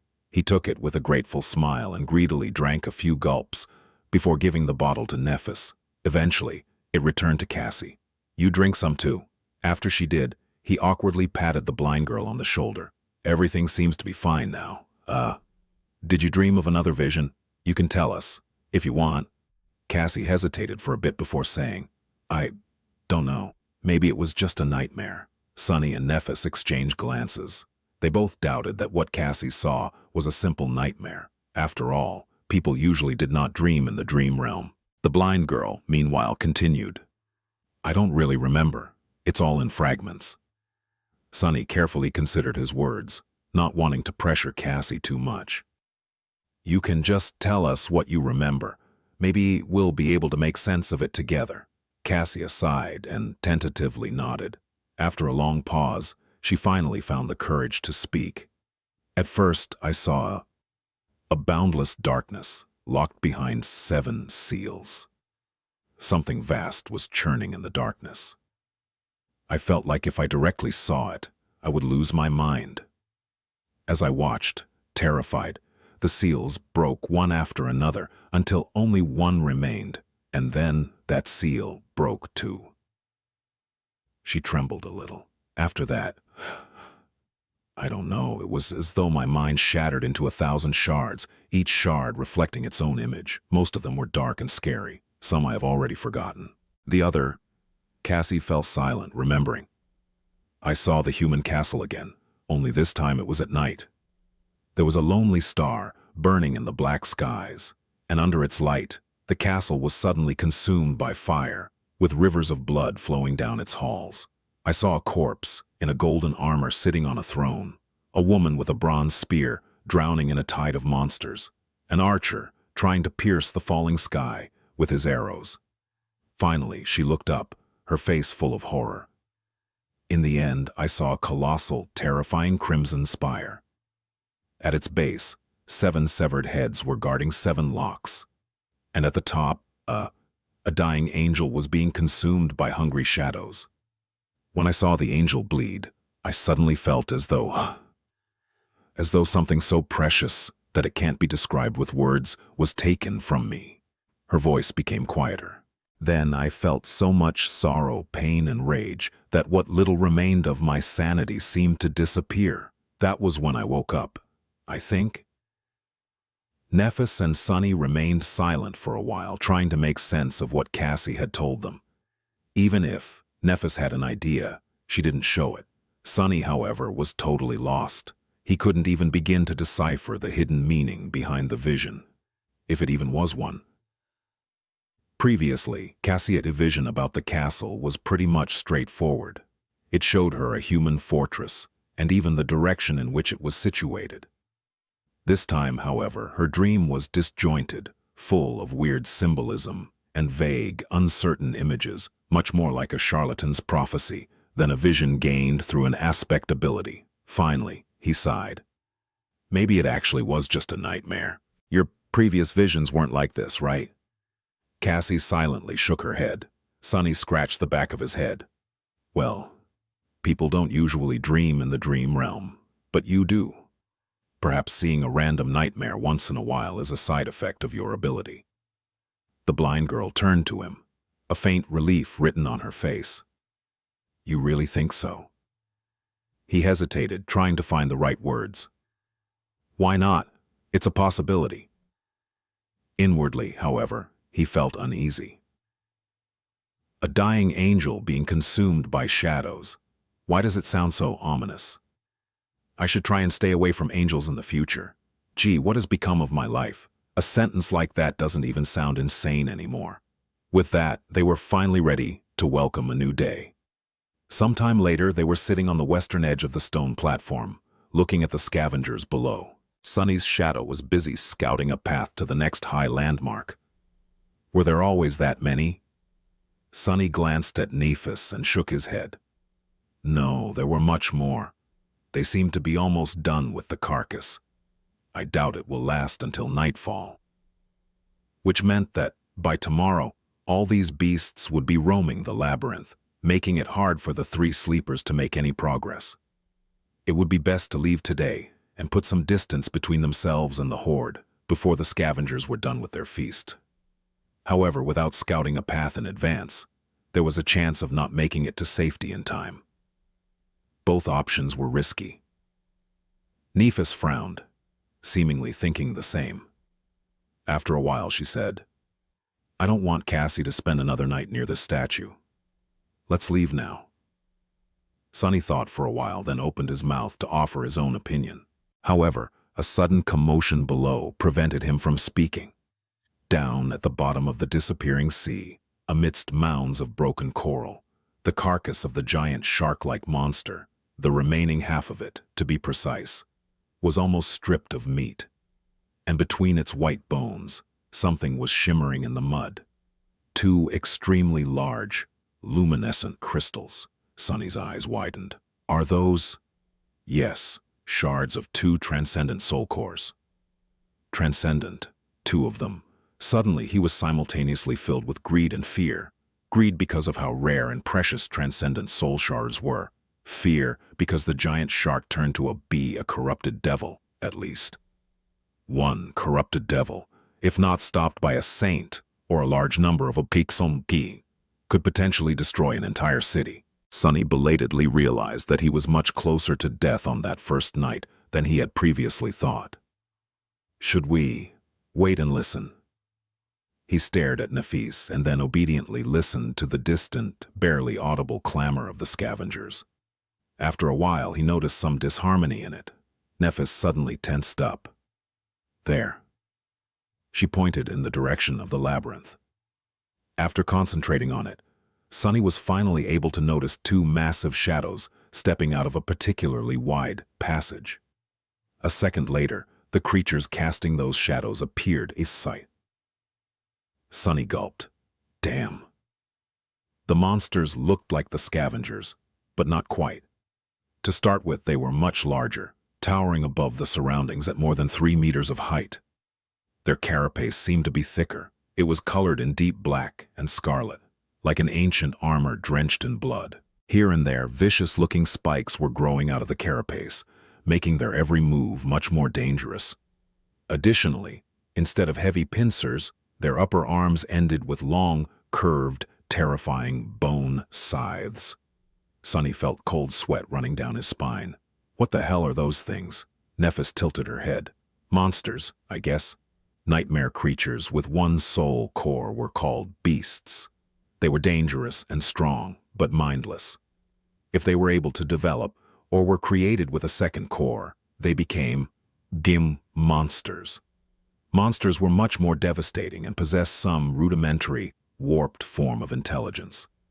They were the next step in a nightmare beast's evolution, and these two seemed to be bigger, deadlier versions of carapace scavengers. Sunny and Nephis watched as the two monsters approached the carcass.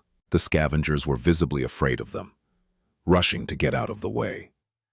Those who were too slow were mercilessly thrown to the side or cut apart by the bone scythes. Rivers of azure blood were flowing into the mud. What are they doing? Did they come to absorb the soul shards? Finally, the monsters reached the carcass. Each of them took one of the shards. However, instead of absorbing them, they simply turned around and carried the precious crystals away. The scavengers made way, following the shards with their little hungry eyes. Sunny blinked and looked at Nephis. "Do we still leave now?" Changing Star frowned and hesitated. A few moments later, she shook her head. "No, we'll go tomorrow." Then she turned west and observed the retreating monsters. "Get your shadow to follow these two back." Chapter 45. Sound of Laughter. Because of the shadow fragments Sunny had absorbed in the last few days, the range of shadow control has increased a little. However, it was still far from being enough to explore deep into the labyrinth. He only got the general direction in which the two large monsters were moving. They were going west. After telling this to Nephis, there was pretty much nothing else for him to do. In the end, Sunny decided to simply rest. The next day was promising to be full of hardships and danger, so it was in his best interest to let his body recover as much as it could. Sometime later, Sunny was lying on his back, staring at the gray still sky. Cassie was sitting beside him, lost in her thoughts. Nephis was meditating. At least, that's what it looked like. She might as well have been asleep, for all Sunny knew. After a while, Cassie turned to him. "Sunny?" He tilted his head to look at her. "Yeah?" The blind girl hesitated. Do you think we'll be able to return home?" Sunny glanced at her and furrowed his brow. A few seconds later, he turned away and looked at the sky again. "Sure," Cassie smiled. "You really think so? Why?"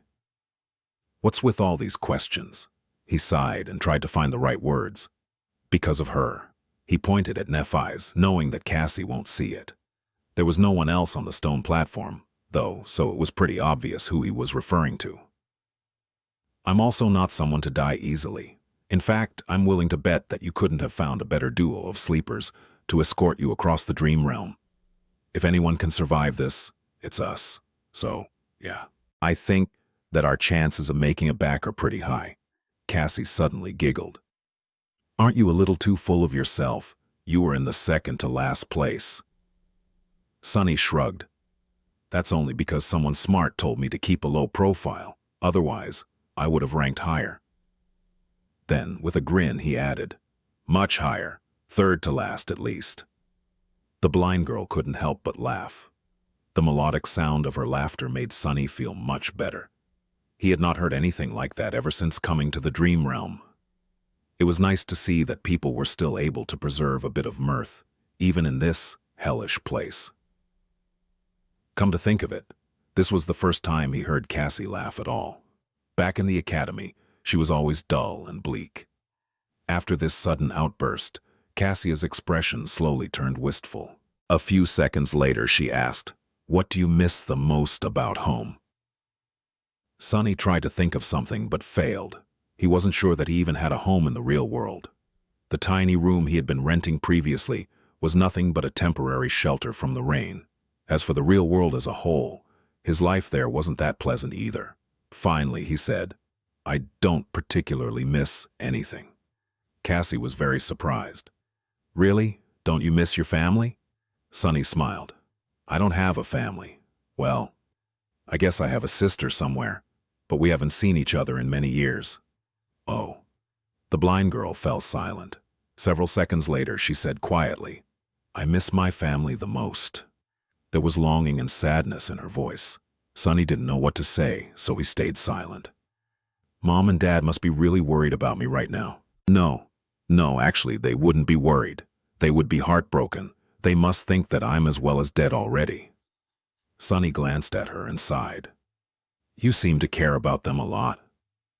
Cassie turned to him in confusion. Of course. Isn't it normal? Sunny stared at the gray sky. The wind smelled of rain. After a while, he said, I wouldn't know. In the evening, Nephis made Sunny perform the 1,000 strikes again. After that, they ate the last strips of dried scavenger meat and took turns sleeping, so that one of them could always keep an eye on Cassie. Thankfully, nothing happened during the night. When the morning came and the dark sea retreated, they prepared to leave the giant statue. Nephis was the first one to climb down. Before that, she had a few words to say. Today will be different from before. There will be much more scavengers roaming in the labyrinth. We might not be able to create an ambush or avoid fighting several of them at once. She looked at Sunny. If anything happens, your job is to bring Cassie away. We can retreat by using passages that are too narrow for the scavengers. If we get separated, proceed to the high point by yourselves. Don't wait for me. Do you understand? With a somber expression, he gave her a nod. Nephis returned it. Good.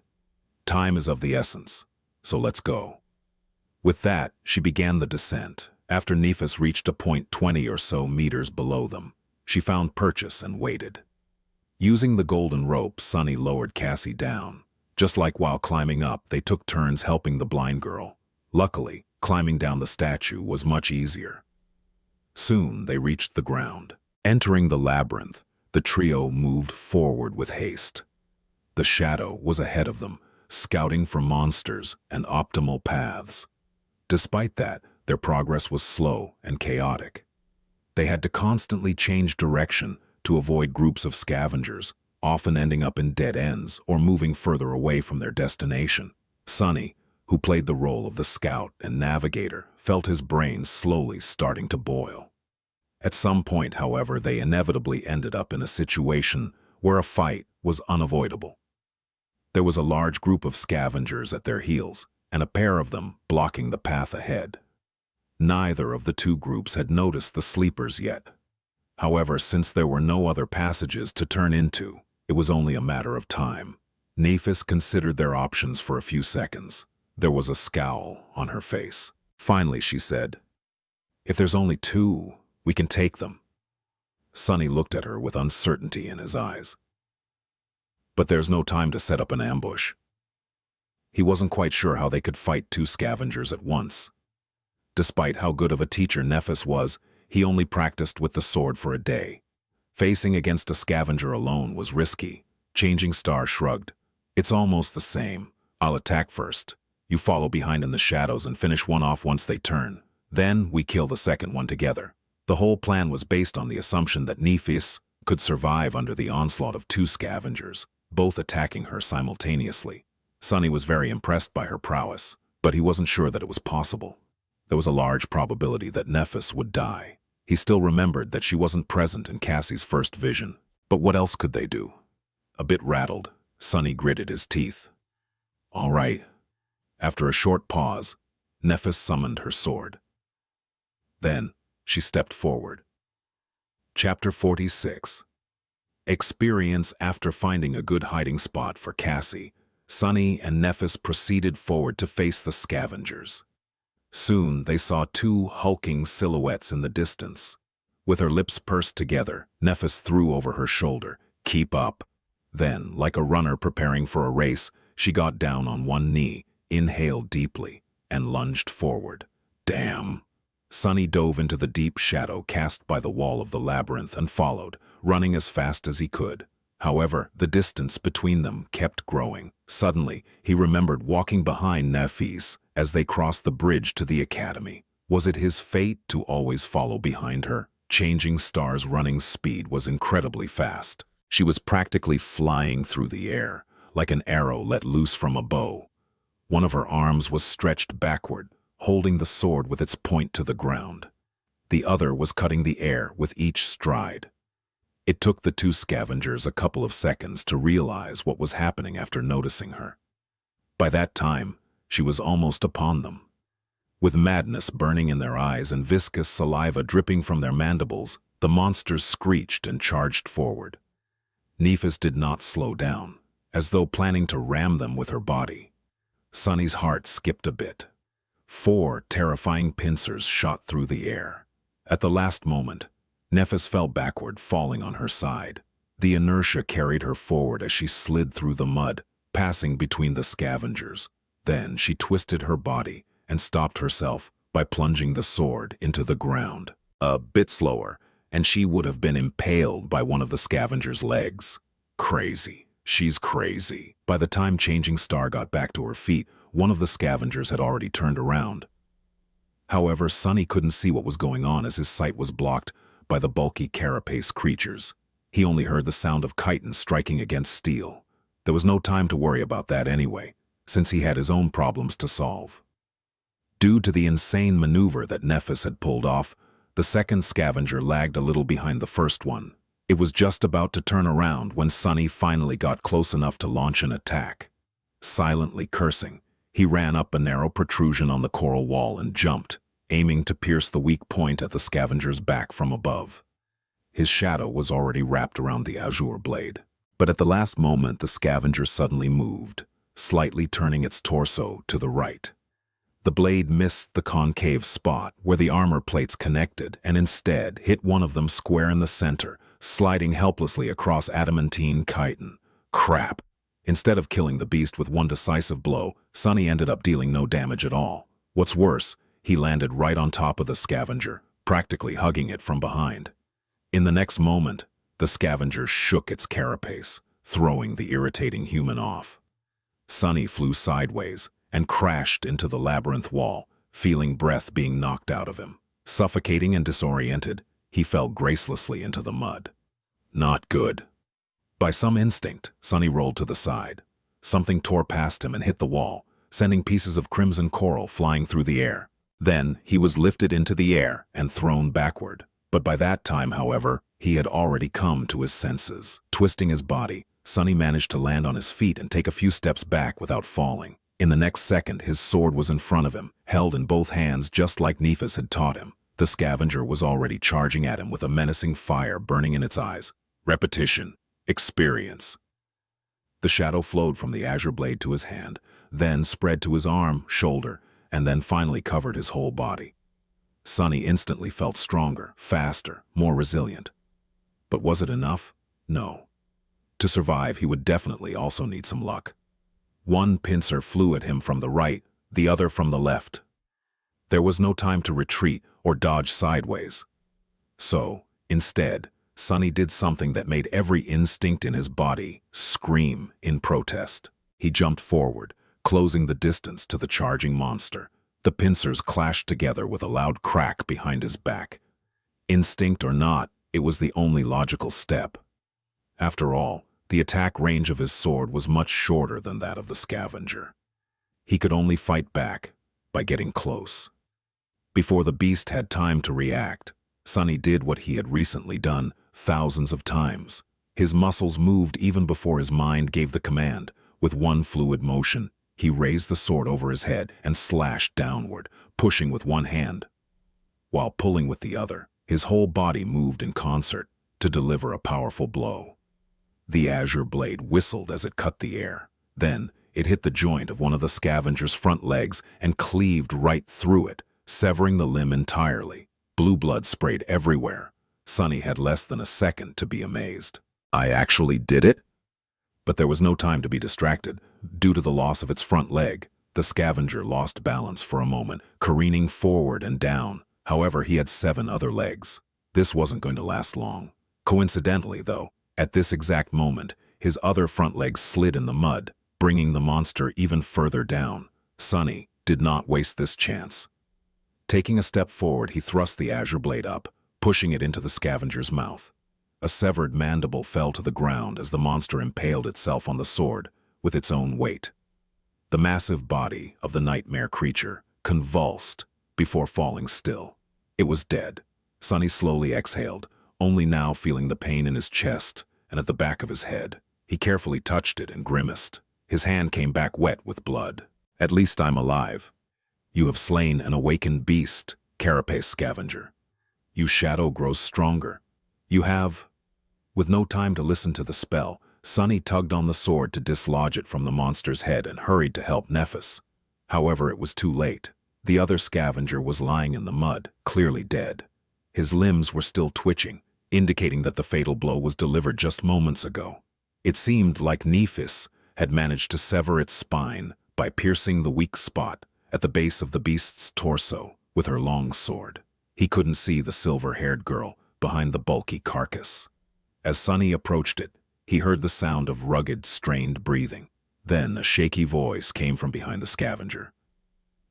Don't come any closer." In the deathly silence of the battle's aftermath, Changing Star's voice sounded strange and subdued. Sunny suddenly felt as though someone had squeezed his heart in a fist. Steeling himself, he took another step forward. Nephis was standing in front of the dead scavenger, trying to catch her breath after the intense fight. There was a bloody gash on her shoulder. However, it didn't look life-threatening. Sunny's attention, though, was instantly drawn to something else.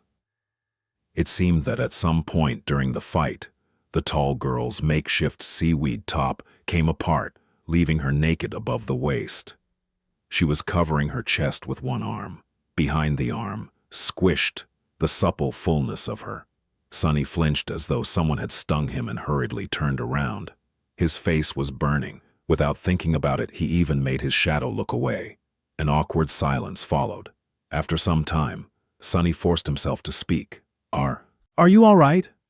Nephis was slow to answer. "Yes. Good.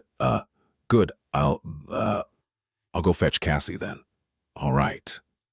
Feeling as though an army of monsters was chasing him, he walked forward on stiff legs and then quickened his step, barely holding himself from running. Her fault. It's her fault. She should have communicated things clearer. Trying to get the vivid image out of his head, Sunny hurried to the place where Cassie was waiting for them. By the time they returned, Nephis had already fixed her top and was wearing it as though nothing had happened. However, Sunny couldn't help but feel that the look she gave him was somewhat weird. "Forget it." After checking the wound on his head, Changing Star said, "It's just a bleeder, nothing serious. Tell me if you feel dizzy and nauseous or have a strong headache, though." Since Sunny had none of these symptoms, he kept quiet. Nephis looked down at his clothes and sighed. "Memory?"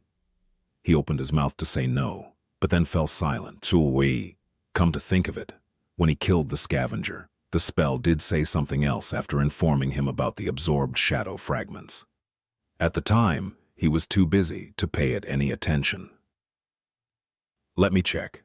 He summoned runes and quickly found the cluster representing his memories. Memories: silver bell, puppeteer's shroud, azure blade. Nothing new. Then what was the spell talking about? Suddenly he noticed a new set of runes in the neighboring cluster. His eyes widened. Echoes. Carapace scavenger. Chapter 47. Echo, echo. It's an echo. Sunny couldn't believe his eyes. Echoes were an extremely rare type of reward that awakened could receive after slaying nightmare creatures. Chances of getting one were very low. In the real world, an echo could be sold for an unimaginable amount of money. That's because they were much more precious than memories. Without delaying it much further, he dove into his sea of soul. There, very few things had changed. A lonely black sun was still hanging above the calm, silent waters. It was orbited by spheres of light that represented his memories. This time, there were 3 of them. Just like before, Sunny couldn't get rid of the feeling that something was stealthily moving just beyond the periphery of his vision. However, this time, he didn't pay it any attention. He wanted to see his echo. It, too, was represented by a sphere of light. However, this sphere was much larger, and hovered further away from the shadow core. With a thought, he commanded it to descend. The sphere slowly floated down and touched the dark water. As Sunny came closer, walking on the surface of the sea, its radiance slowly faded away, revealing the monster contained within. A hulking, menacing carapace scavenger was calmly standing in front of him. There was no madness in its eyes, or any feeling at all, for that matter. After all, it wasn't really alive. It was just an echo. Shining runes appeared in the air around the scavenger. Echo, carapace scavenger, echo type, beast, echo core, awakened, echo attributes, strong, armored, echo description, a cursed soldier of the fallen legion. Before Sunny knew it, a wide grin appeared on his face. That scavenger was now his. It could be summoned and used to fight against his enemies, carry heavy cargo, or perform other tasks. What's more, it was a whole rank above its master, which meant that it was much stronger, more resilient and fearsome than a dreamer with a dormant core should normally possess. With this echo by their side, many things would become easier. Following an impulse, Sunny raised a hand and brushed it against cold, black chitin. He just wanted to touch his new possession. However, the moment his palm touched the scavenger, a strange thing happened. The soul of sea suddenly surged a little, and a new set of runes appeared. Transform echo into a shadow? Sunny flinched and snatched his hand back. What the hell is that about? He had never heard anything about transforming echoes into something else, let alone shadows. Then again, he had never heard about shadow cores and fragments too. It seems my aspect holds more secrets than I thought. Sunny licked his lips and hesitated. Then he cautiously said, yes. However, nothing happened. A moment later, the runes changed. Not enough shadow fragments to perform a transformation. Shadow fragments required 24,100. He frowned, disappointed. I see. So there is another use for the fragments. They can either enhance my own core or do something weird to echoes. How do I know which use is more beneficial without knowing what a transformation actually does? An echo was plenty useful by itself. Sunny felt that it would be wiser to concentrate on strengthening himself, at least for now. I'll experiment with it later. With that, he left the Sea of Soul. Since he had spaced out for quite a bit, Nephis was looking at him with a silent question in her eyes. Sunny grinned. I got an echo. Her pupils slightly widened. Cassie, on the other hand, was more expressive. An echo? You actually got an echo? Yes. Since the larger group of monsters was now minutes away from catching up with them, Sunny didn't waste any time and summoned the scavenger. The hulking beast immediately appeared in front of him, seemingly sewn together from tiny sparks of light. Soon, its black chitin became fully corporeal. Following Sunny's command, it shifted a little and raised its mighty pincers. Nephis observed the echo with an unreadable expression. Then a corner of her lip slightly curled up. Good. Sunny looked at her with a smile. I think we can task it with carrying Cassie. Outside of battle, it will help us the most. The blind girl's mouth fell open. Carry me? Like a mount? He chuckled and slapped the scavenger on its carapace. This bad boy can fit a petite girl like you with no problem at all. Trust me, I've been clambering these things a lot for the past few days. It's actually quite spacious on top of them, especially if they're not trying to kill you. Cassie hesitated. Well, okay, if you think it's for the best. Sunny and Nephis helped the blind girl to climb on top of the echo. Then they used the golden rope to create makeshift reins for Cassie to hold on to. After quickly retrieving soul shards from the dead scavengers, the sleepers hastily left the passage, narrowly avoiding another battle. With Cassie riding comfortably atop the scavenger, their overall speed dramatically increased. Sunny and Nephis were jogging in the front, hoping to recoup the time lost in the first half of the day and reach the high point with an hour or two to spare. From time to time, they had to take detours to avoid fighting groups of carapace monsters. However, with a monster of their own by their side, the mood and mental state of the three sleepers were much better. For the first time since coming to this place, Sunny felt somewhat calm. Of course, this calmness didn't last long. At some point, he noticed that the wind had picked up a bit. Almost simultaneously, Cassie asked them to stop. Nephis and Sunny looked at her with deep frowns. It seemed that they both had a bad premonition. "What is it?" The blind girl let go of the reins. "Do you hear anything?" They looked at each other, then shook their heads. "No, why?" Cassie scowled. "Help me get off this thing." After they helped her, she stood motionless for a while, listening. Her scowl deepened. Then the blind girl cautiously kneeled and put her ear to the ground. "What do you hear?" Cassie licked her lips. "It's murmuring." Suddenly, a drop of water fell on Sunny's face. He raised his head and looked at the sky. There, dark, stormy clouds were gathering with unnatural speed. Pretty soon, they were bound to cover it completely, including the sun. And when that happened, his eyes widened. Chapter 48. The Storm. "We need to move now." As Nephis turned to him, Sunny grabbed Cassie and helped her stand up. His face was even paler than usual, and there was a panicked look in his eyes. "Now, help me get her back on the scavenger." The silver-haired girl raised her head and looked at the sky. Soon, her expression darkened. Without saying anything, she did as he had asked. Cassie seemed a bit disoriented. She grabbed the reins and helplessly turned to her friend. "Neph, what is going on?" Changing Star glanced at her. When she eventually spoke, her voice sounded heavy. "A storm is coming."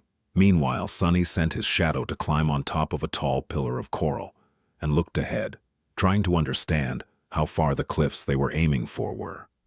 From the look of it, there was still a considerable distance to go. However, the giant statue was already much further away. Going back now would have been suicide. He turned to Nephis. "We're about 3 or 4 kilometers away from the cliffs. Do you think we can make it?" She scowled. "If we take the most direct route, maybe." Sunny hesitated, then asked, "What about the monsters?" Changing Star looked ahead and gritted her teeth. "We'll have to cut through." "That's it? That's the plan?" As he was fruitlessly trying to come up with some devious trick to save them, Nephis turned her head and glanced at him, puzzled. "What are you waiting for? Run!" As they darted forward, heavy drops of rain were starting to fall on the ground. Strong winds were howling between the coral blades, sending bits of mud and seaweed flying. With storm clouds gathering in the sky, sunlight dimmed, and a cold twilight descended upon the labyrinth. Sunny was running with all his might as though his life depended on it, because it actually did.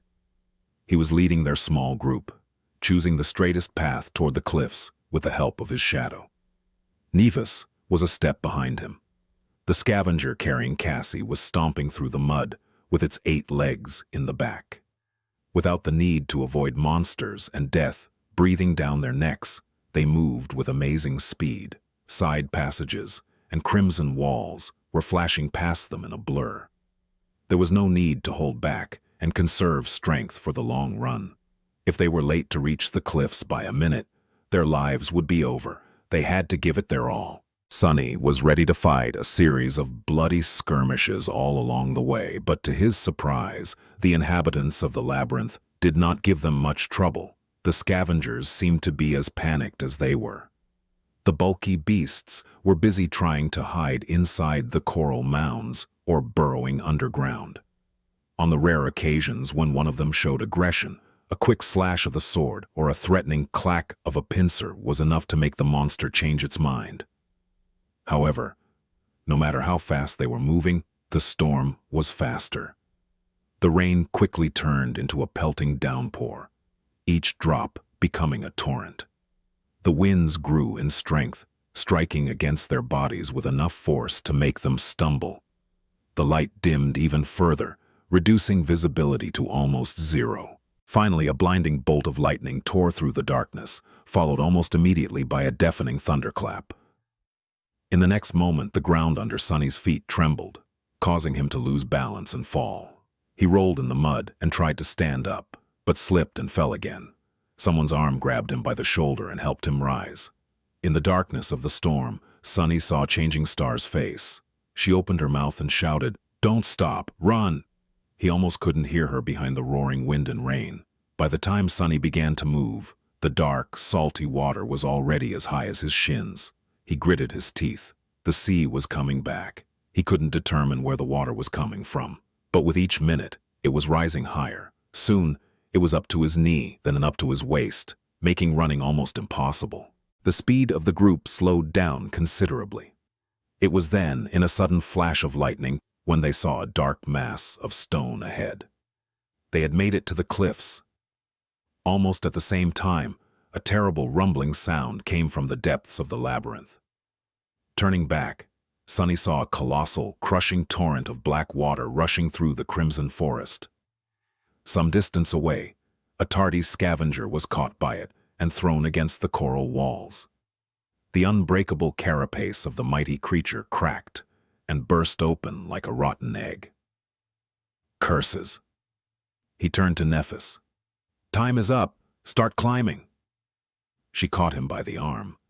"Dismiss your echo." Sunny didn't know whether the scavenger could scale the cliff.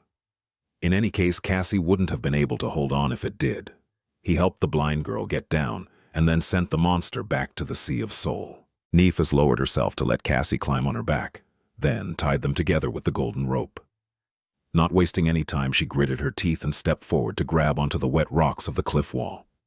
They began the ascent, rushing to get as high as possible before the black torrent hit. Sometime later, Sunny screamed, "Brace!"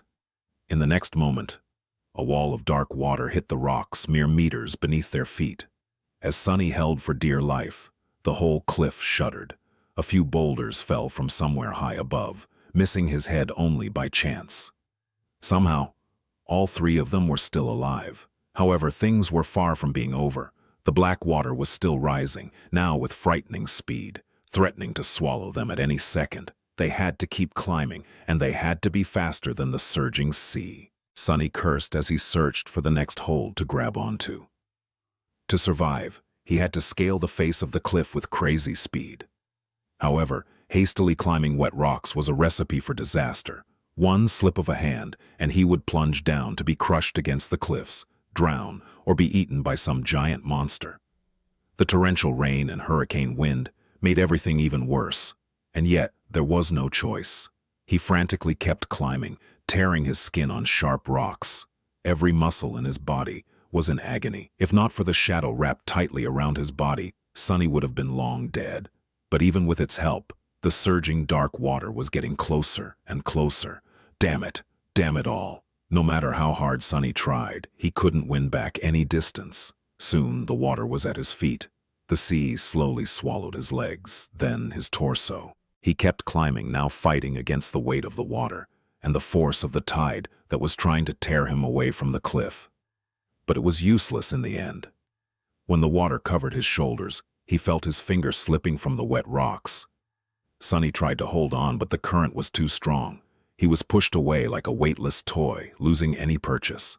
No. In the last second, a golden rope fell into the water beside him. Shaken, Sunny grabbed onto it and held with all his strength. The rope drew tight and lifted him out of the water. His feet touched the cliff wall again. Not wasting any time, he resumed climbing with the help of the rope. Finally, a strong hand grabbed him from above and dragged his body over the edge of the cliff. Sunny fell to the ground, struggling to breathe. After some time, he looked at Nephis, who was lying in a similar position to his right, equally as drained. She was still clutching the golden rope in her hand. Cassie was sitting a few steps away from them. He wanted to laugh, but had no strength for it. They survived.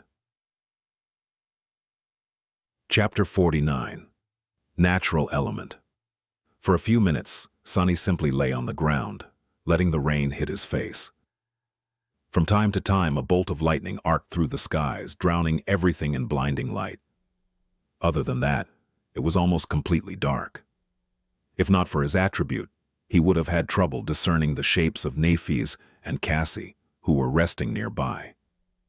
After some time, however, a feeling of uneasiness entered his mind. Something was off. Sunny scowled, trying to understand where that feeling was coming from. Finally, he realized that it was his shadow. It was trying to draw his attention to something. "Please let me rest. I just want to rest." He was too tired to do anything. Both his body and mind were exhausted. However, the shadow was very persistent. It remained adamant. In the end, Sunny moaned and rolled over on his stomach, then slowly stood up. Nefis turned her head and looked at him. "What is it?" He grimaced. "I don't know yet. Something feels wrong." Cassie shivered and got closer to Neff. Following his shadow's warning, Sunny looked around, trying to find any sign of danger in their surroundings. Even with his vision, he couldn't see anything out of place. The upper part of the cliffs was well above the stormy sea, forming a small island. Its surface was rugged and uneven, with several protruding ridges breaking the line of sight. There was a large space between their group and the nearest ridge. That space was littered, seemingly at random, with piles of dirt and tall boulders. Nefis got up and summoned her sword. "Do you see anything?" Sunny frowned. "Not really." At that moment, another lightning flashed, briefly illuminating the small island. His eyes widened. The tall boulders surrounding them were massive and irregularly shaped. They were black in color and motionless. That's why Sunny had not recognized them for what they were at first glance. All around them, scavengers were silently lying on the ground. Sunny froze, suddenly consumed by terror. The hairs on the back of his neck bristled and stood up on ends. 1, 2, 3. He lost count because of panic and gritted his teeth. 7, no, 8 of them. It seemed the 3 humans were not the only ones who thought of taking shelter from the dark sea on these cliffs. He trembled. These cliffs were a death trap. Noticing something on his face, Nefis tensed. "Sunny." He slowly turned his head to her and whispered, "Don't speak. Don't move. Just stay where you are." She followed his instructions without asking for the reason. However, a silent question appeared on her face. Cassie did the same. Sunny closed his eyes and breathed in, trying to calm his panicking mind down. There were no hopeless situations. Every problem had a solution. He just had to think of one. The scavengers did not attack yet. Maybe they were asleep, or patiently waiting out the storm, trying not to move in fear of attracting more terrifying monsters. Maybe they simply did not notice the humans. After all, it was unknown how well these creatures could see. Were they able to see in the dark? Probably not, or at least not as well as he could. There was still hope. Sunny opened his eyes and looked at the small island again. But this time, his perspective was different. He saw the deep darkness, the clamor of the storm that drowned out most of the sounds, the large distance between the scavenger. This was his territory. It was perfectly suited for a murderous shadow. Didn't he dream of becoming a silent assassin? Well, here was his chance. He just had to execute each step perfectly, crawl through the darkness, strike without alerting the enemy, kill each of them with one precise blow, rinse and repeat. He already knew their strengths and weaknesses. All that was left was to put that knowledge to practice. And even if he makes a mistake, there were other means to fall back onto. Echo and Nefis could do their part if he were to land himself in danger. Yes, that could work. It had to. Sunny looked at Changing Star and Cassie. "I'll take care of this." Before they could react, he seemed to dissolve into the shadows. Under the cover of darkness, Sunny sneaked forward. His steps were soft and measured, his breathing controlled. He quickly determined the optimal order of attack to minimize the chance of being discovered and proceeded to the first target, a hulking scavenger that was the furthest away from the pack. Hidden in the shadows, Sunny suddenly felt calm and focused. He felt as though he was finally in his natural element. As the looming silhouette of the scavenger approached, he slowed down and circled around his target. The monster did not move, oblivious to the lurking threat that was drawing closer with each second. Sunny held his breath and prepared to attack. He only had one chance. Do it right. With that thought, he silently lunged forward. 1 step, 2. Sunny jumped and easily landed on the monster's carapace. The azure blade was already in his hand. Its steel, dark.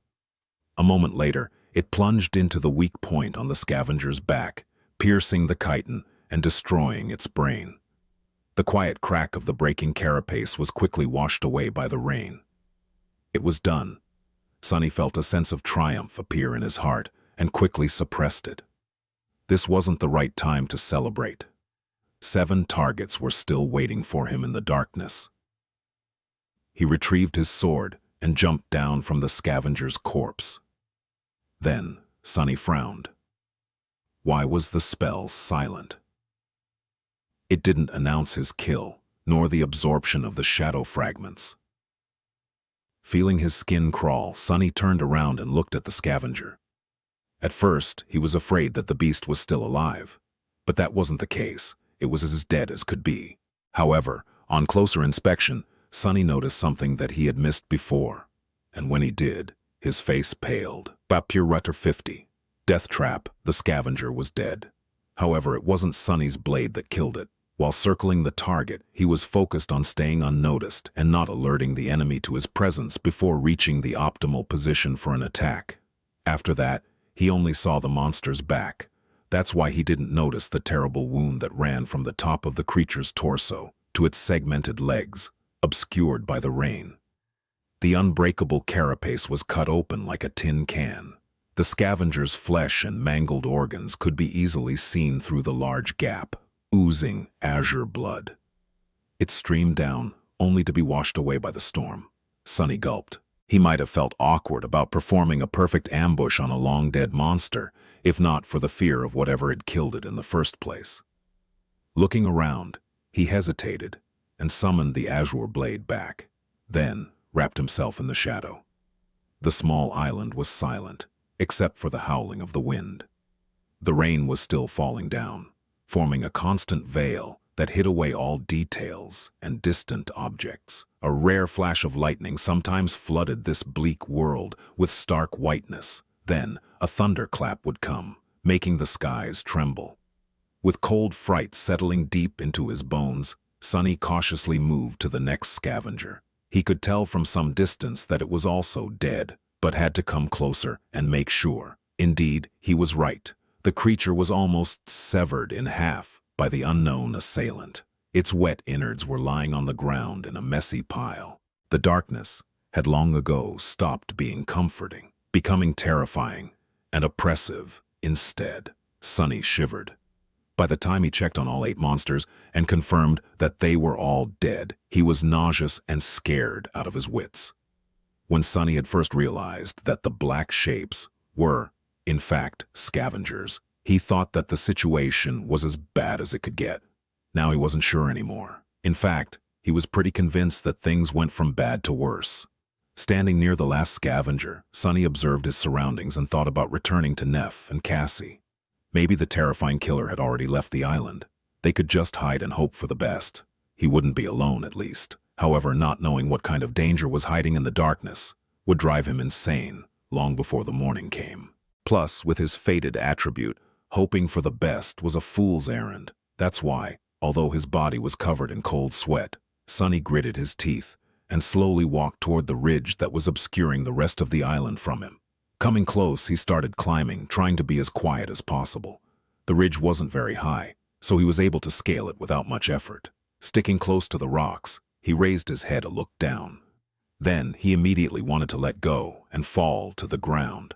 Right beneath him, just a few meters away, a dark silhouette was outlined against the rocks. It was much larger than the scavengers, with jagged spikes growing out of its thick carapace. Its chitin was black and crimson, like an ancient armor splattered with fresh blood.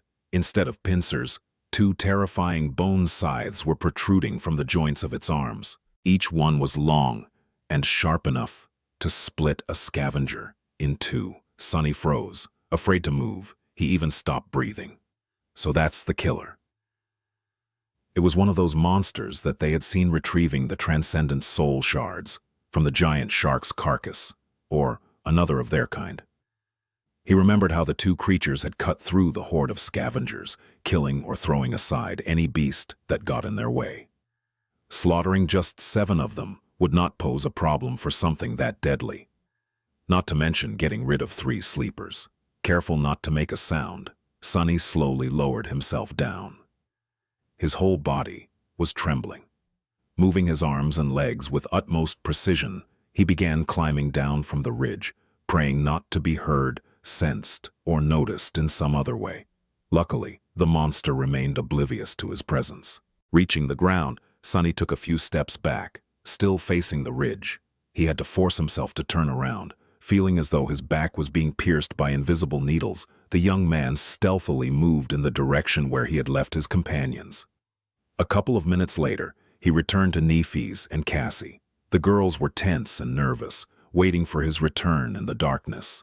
Before coming out of the shadows, Sunny let them know that he was approaching. "It's me."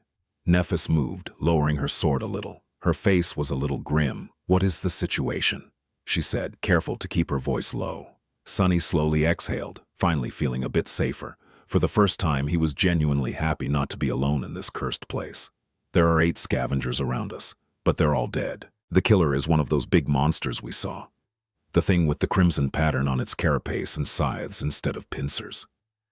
It's hiding from the storm beneath a stone ridge not far from here." A bolt of lightning flashed, illuminating everything around. In its aftermath, it looked as though 2 white sparks ignited in Changing Star's eyes. Soon the reflection was gone, leaving them gray and inscrutable again. She tilted her head and whispered, as though talking to herself, "An awakened monster." Sunny licked his lips. "Yeah, so what should we do?" Nephis thought for a while, leaning on her sword. Then she looked at him and said, "Kill it." Sunny stared at her, lost for words. Finally, he collected himself and said the first thing that came to his mind. "Are you nuts?"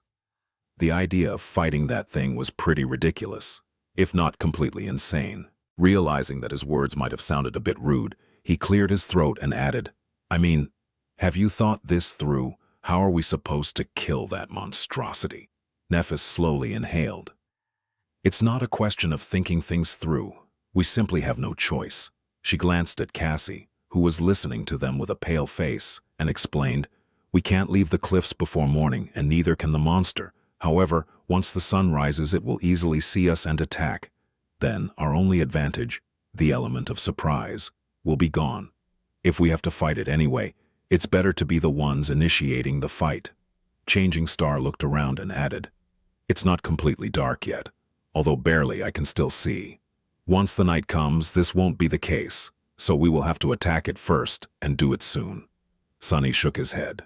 "This still doesn't explain how we are going to kill it. That thing just dispatched 8 scavengers like it was nothing. We are not its opponents. We don't even know its weaknesses." Nephis frowned. After a short pause, she said, "It's just an awakened monster." Sunny couldn't help but stare at her in disbelief. "What do you mean, just an awakened monster? Have you forgotten that all 3 of us are only sleepers? Dormant humans are not supposed to be able to deal with awakened beasts, let alone monsters. The fact that we can reliably kill scavengers is already abnormal." She looked back at him, undisturbed, and simply answered, "But we are abnormal." Sunny stood there with his mouth open, not knowing what to say. Nephis sighed. "You and I both are not exactly ordinary sleepers, aren't we? Don't try and deny it. Someone ordinary simply would not have survived in this place." He frowned, not happy about her line of thought. Meanwhile, Changing Star continued, "You, me, plus the awakened beast you have as an echo, plus the advantage of a surprise attack. I'm not saying that it will be easy. We might die, but there's a good chance that we won't." She looked down at the silvery blade of her sword and added after a couple of seconds, "In any case, as I have already said, we don't have a choice." Sunny gritted his teeth, trying to find a logical retort. However, her reasoning seemed unassailable. He just had a really bad feeling about fighting that monster. In the ensued silence, Cassie, who had been quiet all this time, suddenly spoke. "You are forgetting about the main advantage we have over that thing." Both of them looked at her, surprised. The blind girl turned to face them and slightly lifted her head. "We are intelligent, and the monster is not." Her words echoed in the darkness. Sunny sighed. It seemed that a fight with the bone scythe monster was inevitable. Sometime later, he was standing in the darkness, looking at the terrifying creature in front of him. His expression was grim and somber, tightly gripping the azure blade. Sunny slowly inhaled. The ominous feeling he had before was still there, now stronger than ever. "I don't like this." With this thought, he exhaled and raised his hand. Chapter 51. carapace centurion monsters did possess some rudimentary intelligence, however, they could not compare to humans. At their core, they were still predators who acted mostly on instinct. Their cunning was beastly in nature and was not that hard to overcome. That gave the three sleepers a chance to leverage their advantage. After finalizing the plan, they made some preparations. While Changing Star was getting ready, Sunny had retrieved the soul shards from the 8 dead scavengers. After delivering them to the silver-haired girl, he watched as she brought them to her chest and crushed them in her fist, one after another, absorbing the essence of each shard into her soul core. After a few minutes, when the changes caused by the absorption were over, Nephis opened her eyes and slowly inhaled. To a sleeper, consuming the shards of 8 awakened beasts was equivalent to slaying 16 dormant creatures. While not tremendous, it was still a significant boost in physical ability. Her body had become stronger, faster, enhanced in every way. They were going to need every bit of that strength to survive. Because of how attuned Nephis was to her physicality, getting accustomed to her new limits did not take long. Very soon, she looked at him and asked, "Are you ready?" Sunny sighed, glanced at his shadow, hoping to get some moral support. The shadow pretended to not notice and ignored him. "Disloyal bastard. As ready as I'll ever be." Nephis nodded and turned to Cassie. There was nothing really to say. They had already discussed everything there was to discuss, and empty words could not make the blind girl worry any less. Come to think of it, Sunny wouldn't have wanted to trade places with her, even though out of the 3 of them, she was the only one who didn't have to risk her life in combat. Facing the enemy, no matter how terrifying, was better than waiting powerlessly for the outcome, knowing that there's nothing you can do to change it. From that point of view, he was actually the lucky one. Cassie tried to put on a brave face. She turned to Nephis and forced a smile. "Go and kill that thing. Maybe you'll finally get something decent to wear and stop making me feel so guilty." A corner of Changing Star's lip curled up. "Okay." After that, she turned to Sunny and returned to her usual serious self. "Let's go." A few minutes later, he was standing on top of the rocky ridge, looking down at the deadly monster. The shadow was wrapped around his body, enhancing Sunny's physical abilities. Their plan was pretty solid and had a high chance of working. However, he still couldn't get rid of the ominous feeling that this was not going to end well. "I don't like this."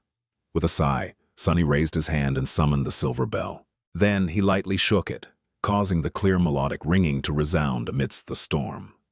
Immediately, the monster below moved, turning its massive torso around and looking for the source of the sudden noise. As he saw Sunny, a mad crimson flame ignited in its eyes. However, Sunny did not see any of this because he was already facing the other way. As soon as the bell rang, he turned around and jumped down from the ridge without a second of hesitation.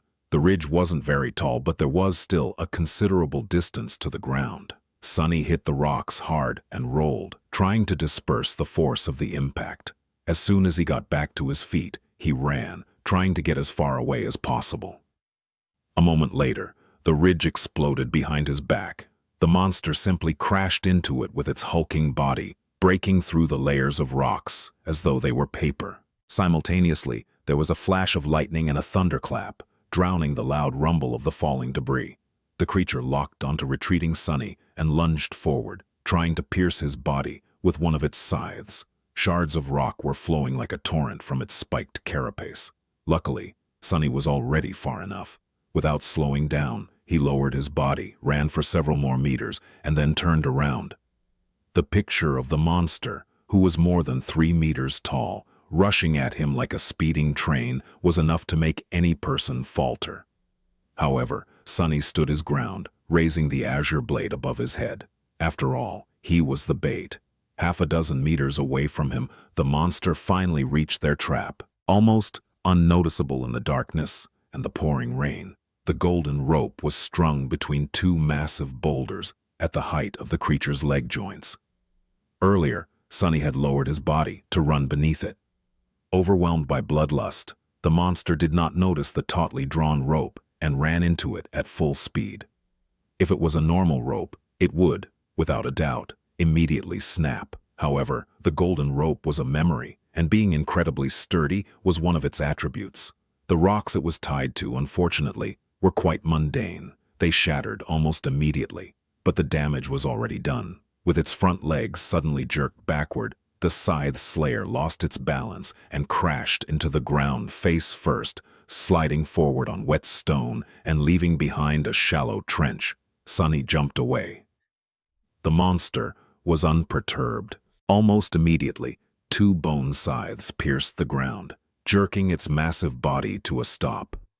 In the next moment, unexpectedly swift and nimble for its size, it was already beginning to rise. If it was allowed to stand up, their fates would be sealed. Fortunately, Sunny's echo was faster. The moment the monster fell, it stopped pretending to be one of the dead scavengers, got up and dashed forward.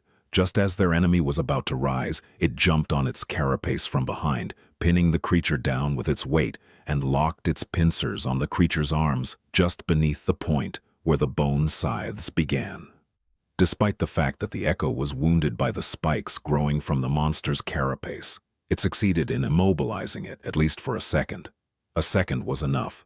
As though out of nowhere, Nephis, who was lying in ambush, appeared in front of the monster. Darting between its terrifying scythes, she leaned forward and delivered a devastating thrust with her longsword, putting her whole weight behind it. They didn't know if the awakened monster had the same weak spot on its back as its lesser relatives, the scavengers, had. However, there was no reason to assume that there was no gap between its carapace and torso armor. It was a mechanical issue. Anything that had to be flexible could not be too rigid. The tip of Changing Star's sword plunged into the narrow gap. Then the sword disappeared into the monster's body, penetrating so deep that its hilt ended up brushing against the chitin. Hell yes, Sunny thought, triumphant. However, in the next second, his expression dimmed, because the creature didn't even seem to notice the wound that was supposed to be, if not fatal, then at least heavily debilitating. Straining its body a little, it suddenly twisted, throwing the echo off its carapace, and rose to its feet. The bone scythes scraped against the rock as it pulled them out from the ground. Defenseless, Nephis was right in front of it, her sword still stuck in the monster's flesh. Oh no! Sunny was too far away to do anything, circling around the massive creature to attack it from behind. The echo was on the ground, still reeling from being thrown off the enemy's back. It didn't seem like it could help either. For the moment, Changing Star was on her own. The scythes pierced the air, aiming for her flesh. At the last moment, however, a pair of pincers locked one of them into an iron grip. That gave Nephis another fraction of a second to react. Letting go of the sword, she dove under the creature's body, hiding in the blind spot of the remaining scythe's attack range. As far as hiding places went, this one wasn't optimal, since all the monster had to do to crush her into a bloody pulp was to lie down. However, in that moment, Nephis had no other choice. This is bad, this bad. By then, Sunny was already behind the creature. Hoping to buy Neph some time, he brandished the azure blade and slashed down. The sword connected with the joint of one of the monster's rear legs, drawing azure blood. However, unlike how it was in the battle against a scavenger, he failed to completely sever the limb. It was too tough and thick. In the next moment, the leg disappeared from Sunny's field of vision. Crap. As that thought appeared in his mind, Sunny raised his head and looked at the monster. Somehow, it had already turned around and was now facing him, two crimson flames burning with bloodlust in its eyes. Before Sunny could properly react, the sharp tip of a bone scythe hit him in the chest with the force of a siege ram. The only thing he managed to do was to transfer the shadow from his body to the puppeteer's shroud. Because of this lightning-fast decision, the armor held. He wasn't pierced through the heart and impaled on the scythe. However, it was a small consolation. The force of the blow was still enough to make his ribcage cave in and send his body flying through the air like a rag doll. Somehow, Sunny found himself lying on the ground. His body felt weird and he couldn't breathe. Something bitter was flowing from his mouth, making him choke. It was blood. He was drowning in his own blood. Weakly, Sunny tried to move, but his limbs wouldn't listen to him. Only the shadow listened, enveloping his body and delaying the inevitable a little. I'm hurt. With his thoughts moving slower and slower, as though submerged in a dense fog, He looked up, hoping to see the stars. Instead, he saw two burning crimson eyes approaching him from the darkness. Chapter 52, Clarity. In that moment, hovering on the edge of nothingness, Sunny realized that he was about to die. He had to struggle against the fog that permeated his mind, slowing down his thoughts and dampening all emotions, all except for fear. Despite the fact that his body was broken and his mind was paralyzed, some stubborn part of Sunny was still refusing to give up. He wasn't ready to die, at least not without giving his all to survive. He was revolted at the thought of giving the world the satisfaction of the win. That would be so infuriating. Hadn't he told Hero that he was going to survive no matter what, to spite them all? That's right. He might be a shameless liar, but a promise was still a promise. But how was he even supposed to survive? No matter how he looked at it, the situation seemed to be hopeless. As the Scythe Slayer approached, its eyes shining menacingly with bloodthirsty crimson light, Sunny tried to pierce through the fog that enveloped his mind. However, his attempts were aimless and weak. It was hard to find purchase in the fog. He needed an anchor. Suddenly, a simple thought caught his attention. It was something that he had repeated 1,000 times, burning it into his mind. Repetition, experience, clarity, clarity. He remembered what Nephis had taught him. The essence of combat was murder. Any action performed during a battle served only one of two purposes. It was either to kill your enemy or prevent the enemy from killing you. If he could learn that, he would have enough clarity to master the mind. Back then, he didn't really understand the profound meaning behind the simple word clarity that Nephis had used, but now, with his mind in shambles, he was finally able to grasp it. The two truths behind the essence and purpose of combat were simple and solid, almost tangible. Even in his half-conscious state, he was able to use them as a stable foundation in the fog. Then he reformed his mind around this foundation, building it along the stark lines of that truth. Suddenly, he was able to think again. What's more, his thoughts were clear and incredibly fast, free of all unnecessary distractions. This was clarity. Sunny looked up at the advancing monster, calmly weighing his options. His body was pretty much useless. He couldn't move his limbs at all. The shadow still followed his commands, but it was busy doing an important job, keeping him from dying immediately. Even with its help, he wouldn't be able to last long. But this was a useless thought. He couldn't do anything about it, so there was no sense in wasting time considering it further. With his body immobilized, memories couldn't be used. That left only the echo. The carapace scavenger was going to have to be his only tool to either kill the enemy or prevent the enemy from killing him. The monster was quickly approaching Sunny. Its mandibles moved, viscous saliva flowing down from them in a torrent of transparent mucus. In a flash of lightning, he was able to see and instantly register every spike, every scratch, every abrasion on the creature's carapace. The handle of Changing Star's sword was still protruding from its body, washed in azure blood. What an ugly bastard. Sunny was being hypocritical.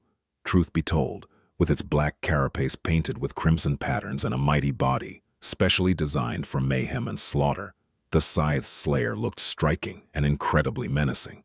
It was almost majestic, in a terrifying, murderous kind of way. Unable to move, he had to look helplessly as the monster closed the distance between them and loomed over Sunny's broken, bleeding body. Its scythes rose into the air, ready to strike down. Looking right into the monster's burning eyes, Sunny thought, "Go to hell, you overgrown bug." The scythes shot toward his body. In the last moment, something massive and furious rammed into the monster from the side, throwing it away. It was Sunny's carapace scavenger, not bothering with its own safety anymore. The echo entwined itself with the enemy in a chaotic mess of limbs as they rolled on the ground. Despite the fact that it was smaller and weaker, its crazy assault and complete disregard for its own life were enough to give the bigger monster some pause. The echo lashed out with its pincers, ramming them against the creature's carapace in a crazy whirlwind of blows. For a moment, the howling of the wind was drowned out by the clamor of chitin striking against chitin. The Slayer's carapace mostly held, but a couple of cracks did appear on its black surface. However, it was still superior to the scavenger in every way.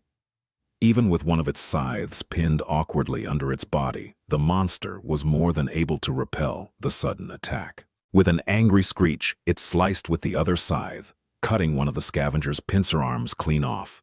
Then, it strained its legs and threw the smaller creature away. In the process, the rear leg that was already wounded by Sunny broke off, but the monster didn't pay it any attention. Burning with madness and fury, it untangled its limbs and slowly stood up. Another deafening screech resounded in the howling darkness of the storm, hurting Sunny's ears. Now what? He thought, momentarily lost for ideas. But then, something very unexpected happened. As the Slayer moved to finish off the echo, it had to slightly raise and lean its torso back to account for the loss of a rear leg and keep its balance. At that moment, a bolt of lightning landed right in the middle of the small island. With how tall the monster was, the lightning was immediately attracted to the handle of the sword that was still sticking from its body, aimed at the sky at a slight angle. At that moment, Changing Star's longsword suddenly became a lightning rod. Instantly, hundreds of millions of volts of electricity coursed through the Slayer's body. In a blinding flash of light, it was thrown to the ground. Wisps of smoke rose from the cracks in its carapace. In a strange turn of events, arcs of residual electricity danced on the monster's chitin, slowly accumulating on the crimson patterns on it. Under that influence, the crimson pattern changed its color, becoming white and incandescent. Sunny stared at all this in bewilderment. It's glowing? For a second he hoped that the monster was dead. But no, a single strike of lightning was not enough to kill a creature like that. Just a few moments after being electrocuted, the Slayer moved, slightly shaking its body. Although it was in a rather bad shape, it was still alive and full of murderous intent. Looking somewhat dazed, the monster gathered its limbs and tried to stand up. Slowly but surely, it was coming back to its senses. The bone scythes scraped against the rocks, helping it rise. However, before it did, Nephis was suddenly right in front of it. Grabbing the hilt of the longsword, she grimaced as the heat burned her hands. Then, she twisted the blade, making the Slayer's body twitch, and pulled it out, breaking apart a large portion of its lower torso armor. The monster tried to slash at her with a scythe, but Changing Star was quicker. Dashing to the side, she simultaneously lashed out with her sword. The glowing white-hot blade caught the creature's arm right below the joint and cleaved through it, sending the terrifying bone scythe flying through the air in a rain of azure blood. The Slayer screeched and swatted her away with one of its legs. Nephis was thrown back and rolled on the rocks, losing her grip on the sword. Her eyes momentarily lost focus. The monster, on the contrary, was back to its sense. It seemed as though the sudden pain of losing a limb had shaken it wide awake. Raising to its full height, it opened its ugly mouth and let out a deafening, enraged shriek. Then, it lunged toward Neph with all-consuming hatred burning in its eyes. But it didn't get far. Right as the livid monster was beginning its attack, the battered echo appeared in its path. Its one remaining pincer shot forward, plunging into the wide gap in the armor created by Changing Star's sword. Twisting its arm, the scavenger pushed it inside the enemy's body, wreaking havoc on its innards. In the end, it even lifted the whole monster in the air a little, its pincer going in almost up to the shoulder. The Slayer lashed out with its scythe, piercing the echo's chest through. Then it twitched a couple of times and fell still. The scavenger screeched angrily and jerked its pincer, tearing the bigger monster's torso clean off its carapace. Proudly giving the eviscerated enemy one last look, it then staggered and collapsed to the ground. Sunny tiredly dismissed the echo, hoping that it can survive. He wasn't feeling too well. In fact, he was pretty much done for. You have slain an awakened monster, Carapace Centurion. The spell's voice fell uselessly on his deaf ears. It sounded distorted and distant. You have received a memory, Starlight Legion armor. Your shadow grows stronger. I won. Sunny closed his eyes, finally allowing pain and exhaustion to flood his mind. The fog was back, making everything feel like it was happening to someone else. He was tired, and he couldn't breathe. Drowning in blood was not very pleasant. As his conscience began to slip, he heard the sound of someone's hurried steps, and then two soft hands gently touched his face. Chapter 53, Immortal Flame. Somewhat surprised, Sunny struggled to open his eyes. As his vision slowly focused, he saw Neff's pale face looming above him. Her short silver hair was wet, sticking close to her skin. She was standing on her knees beside his broken body, caressing his face with her hands. In her eyes there was a strange expression. It was as though she was frightened, but resigned to something. Her pupils were wide and dark. What? Greeting her teeth, Nephis moved her hands to his collapsed chest and pressed them lightly against it, causing a pulse of pain to radiate through Sunny's body. Then, a soft, radiant brilliance suddenly ignited beneath the skin of her palms, reflecting in her gray eyes like two dancing white sparks. Almost immediately, Changing Star's face contorted in a grimace of excruciating agony, and she let out a terrible, muffled scream. Her skin became white as a sheet of paper, and as she bit her lower lip, drops of blood soon rolled to her chin. As the radiance grew in intensity, Nephis shut her eyes tightly, tears streaming down her tortured, bloodless face. Sunny, on the contrary, felt like he was in heaven. All pain disappeared from his body, replaced by gentle, all-encompassing warmth. He felt as though he was being cleansed by something pure and sacred, by a white, pristine, purifying flame. Under the influence of the flame, his dying body began to repair itself. His shattered bones were reassembled from the shards. His torn flesh regenerated and became whole again. His collapsed lungs and damaged heart were brought back to life and rejuvenated, instantly turning strong and healthy. Suddenly, he could breathe again. As his chest moved, drawing in a new breath, Nephis flinched away with a harrowing moan.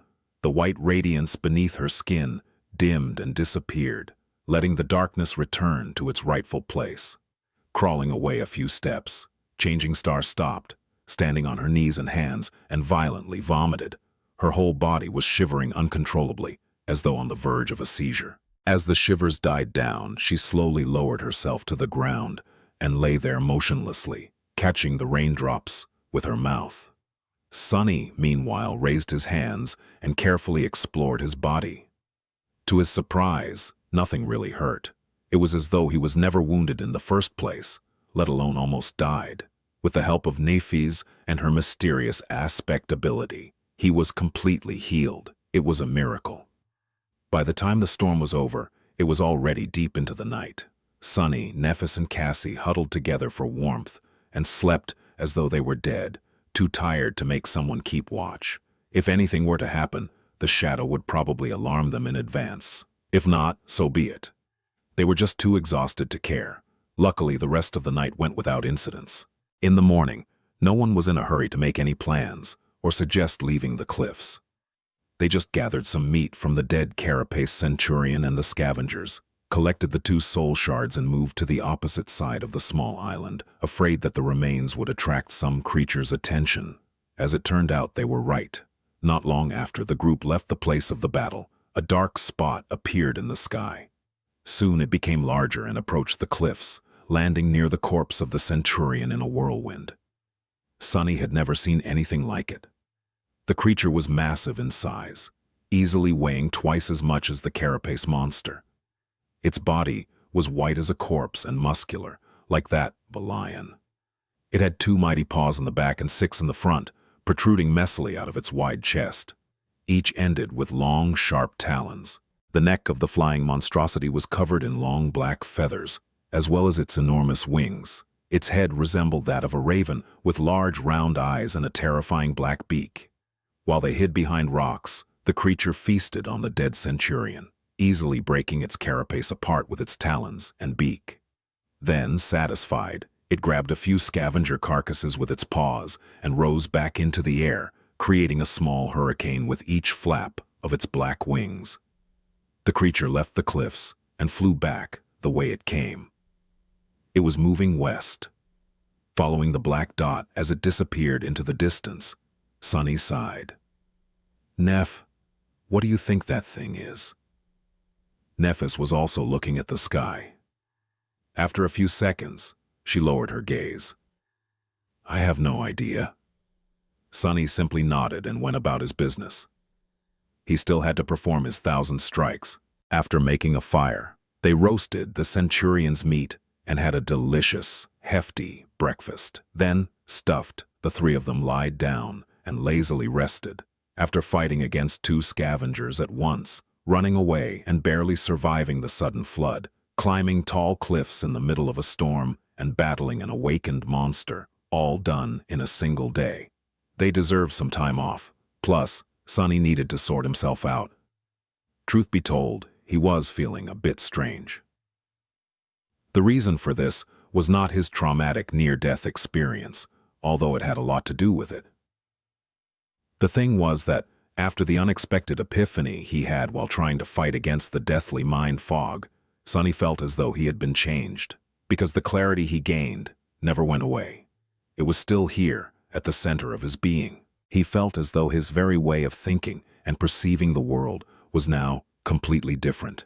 It was stark, streamlined, and dauntless. Sunny felt that he had become calmer. He was now able to think much faster and act without hesitation. Many things that previously seemed obscure and frightening suddenly became predictable and thus surmountable. It was as though he had discovered an underlying order to the world that wasn't there before. That inner understanding gave him an advantage that was hard to explain with words. In a sense, this change was even more profound than the transformation of his body at the end of the first nightmare. He felt that he had made a big leap in his combat ability and overall power, even though it wasn't tied to the number of consumed shadow fragments or unlocked aspect abilities. Looking at the sky, Sunny wondered if this was how Nephis always felt.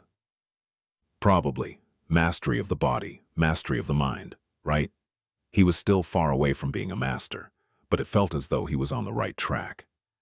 Sometime later, Sunny approached the western edge of the cliffs.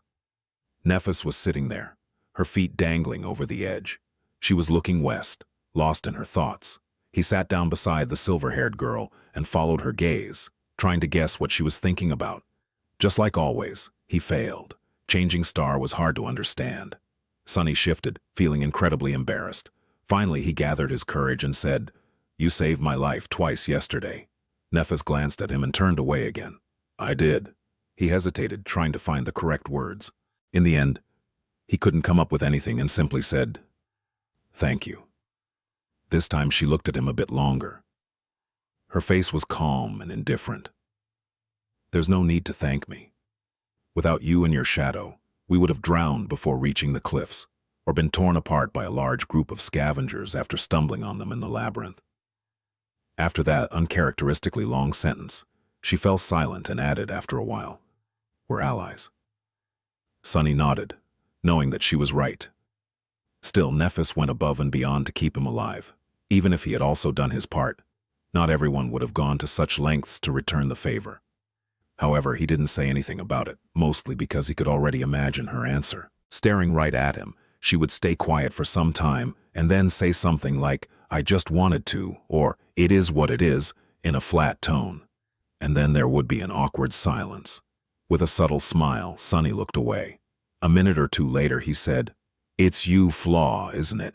The pain you feel every time you use your ability." Nephis was silent for a while before answering. Then she simply said, "Yes." Sunny looked at her. Changing Star's profile was calm and distant.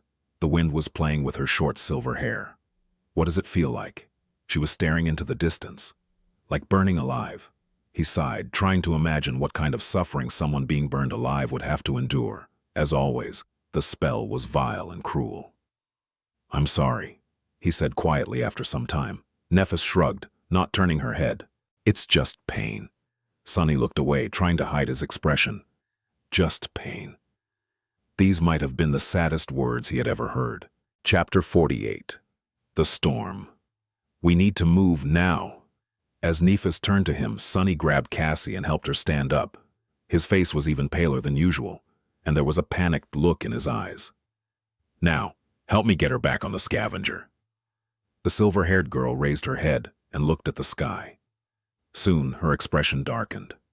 Without saying anything, she did as he had asked. Cassie seemed a bit disoriented. She grabbed the reins and helplessly turned to her friend. "Neff, what is going on?" Changing Star glanced at her. When she eventually spoke, her voice sounded heavy. "A storm is coming." Meanwhile, Sunny sent his shadow to climb on top of a tall pillar of coral and looked ahead, trying to understand how far the cliffs they were aiming for were.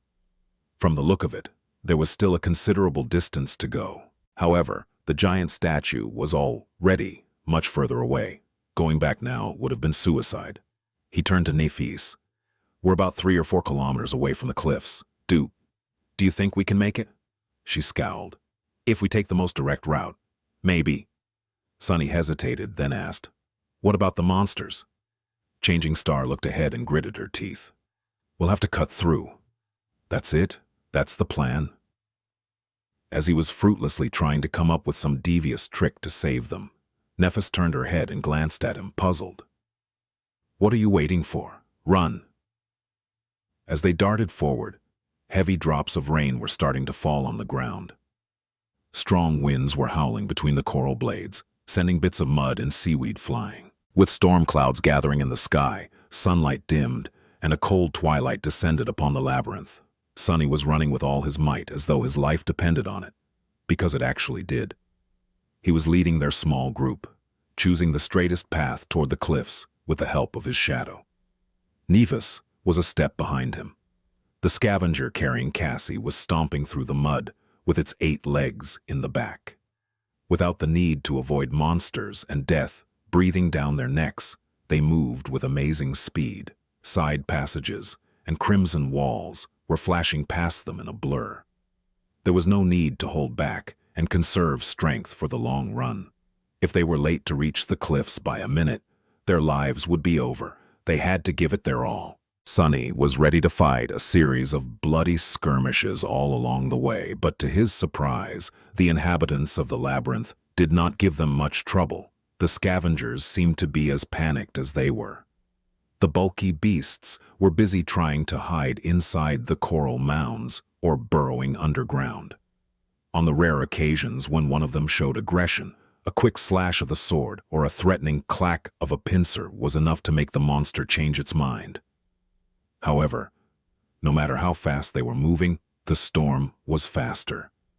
The rain quickly turned into a pelting downpour, each drop becoming a torrent. The winds grew in strength, striking against their bodies with enough force to make them stumble. The light dimmed even further, reducing visibility to almost zero. Finally, a blinding bolt of lightning tore through the darkness, followed almost immediately by a deafening thunderclap. In the next moment, the ground under Sunny's feet trembled, causing him to lose balance and fall. He rolled in the mud and tried to stand up, but slipped and fell again. Someone's arm grabbed him by the shoulder and helped him rise. In the darkness of the storm, Sunny saw Changing Star's face. She opened her mouth and shouted, "Don't stop, run!" He almost couldn't hear her behind the roaring wind and rain.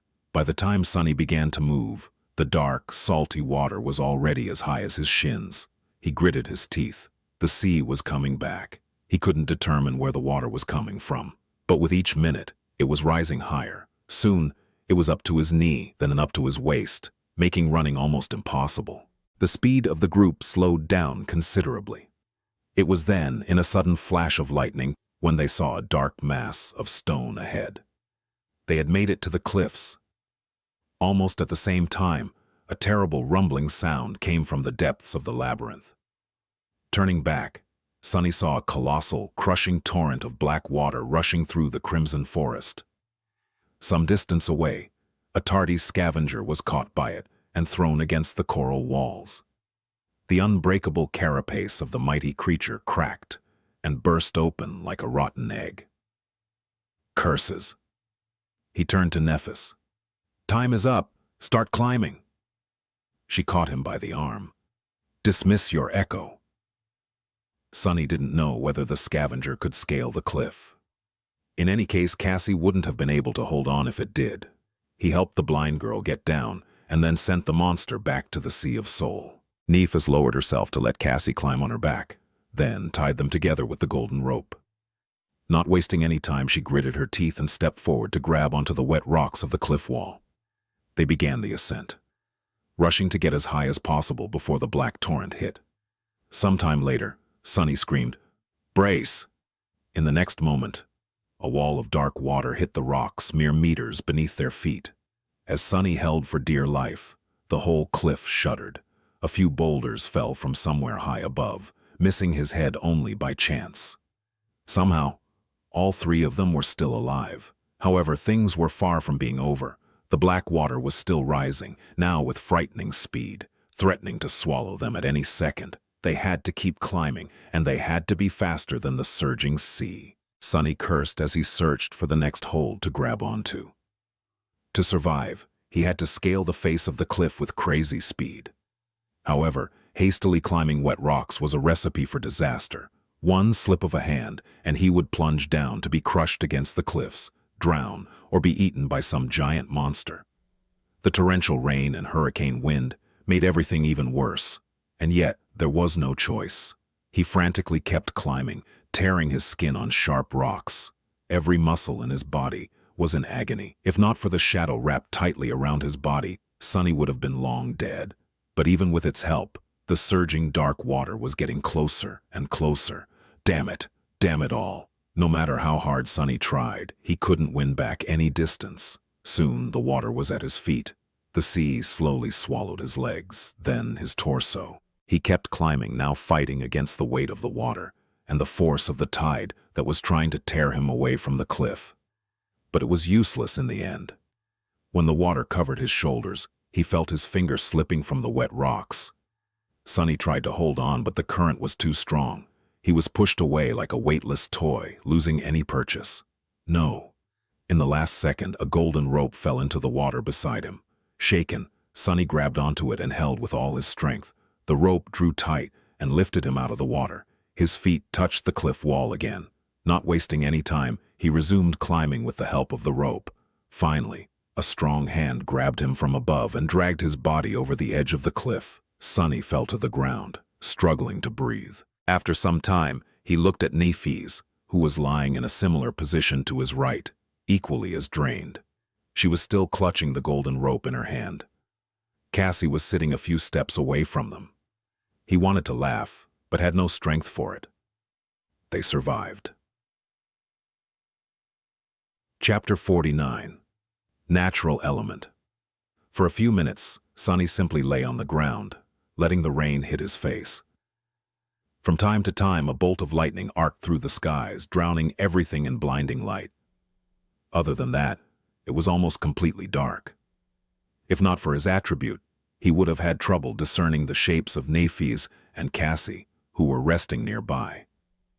After some time, however, a feeling of uneasiness entered his mind. Something was off. Sunny scowled, trying to understand where that feeling was coming from. Finally, he realized that it was his shadow.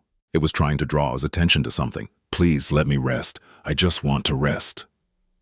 He was too tired to do anything. Both his body and mind were exhausted. However, the shadow was very persistent. It remained adamant.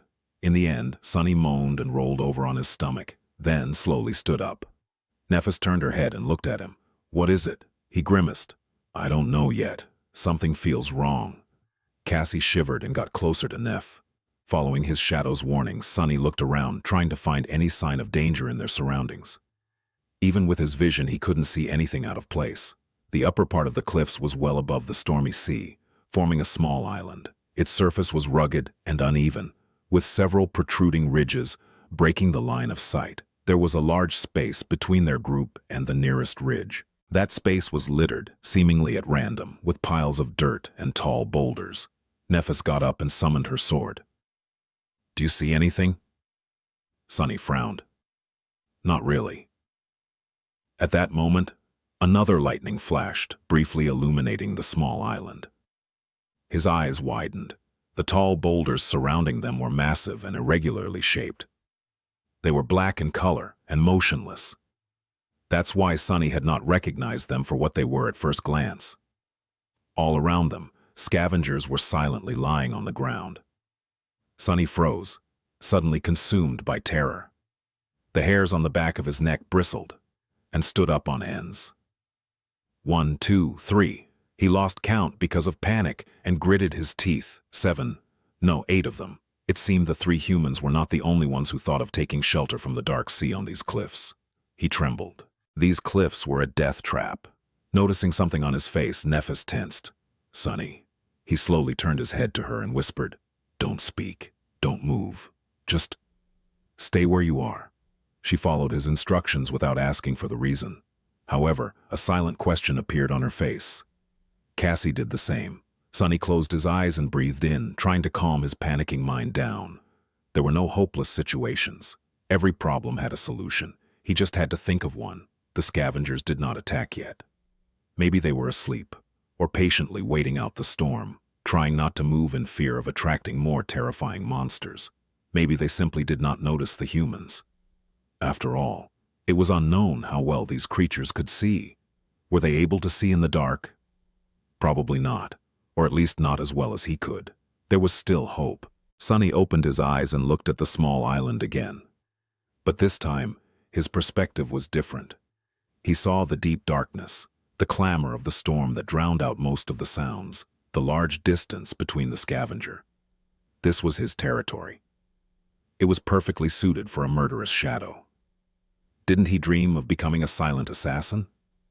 Well, here was his chance. He just had to execute each step perfectly. Crawl through the darkness, strike without alerting the enemy, kill each of them with one precise blow, rinse and repeat. He already knew their strengths and weaknesses. All that was left was to put that knowledge to practice. And even if he makes a mistake, there were other means to fall back onto. Echo and Nephis could do their part if he were to land himself in danger. Yes, that could work. It had to. Sonny looked at Changing Star and Cassie. "I'll take care of this." Before they could react, he seemed to dissolve into the shadows. Under the cover of darkness, Sonny sneaked forward. His steps were soft and measured, his breathing controlled. He quickly determined the optimal order of attack to minimize the chance of being discovered and proceeded to the first target, a hulking scavenger that was the furthest away from the pack.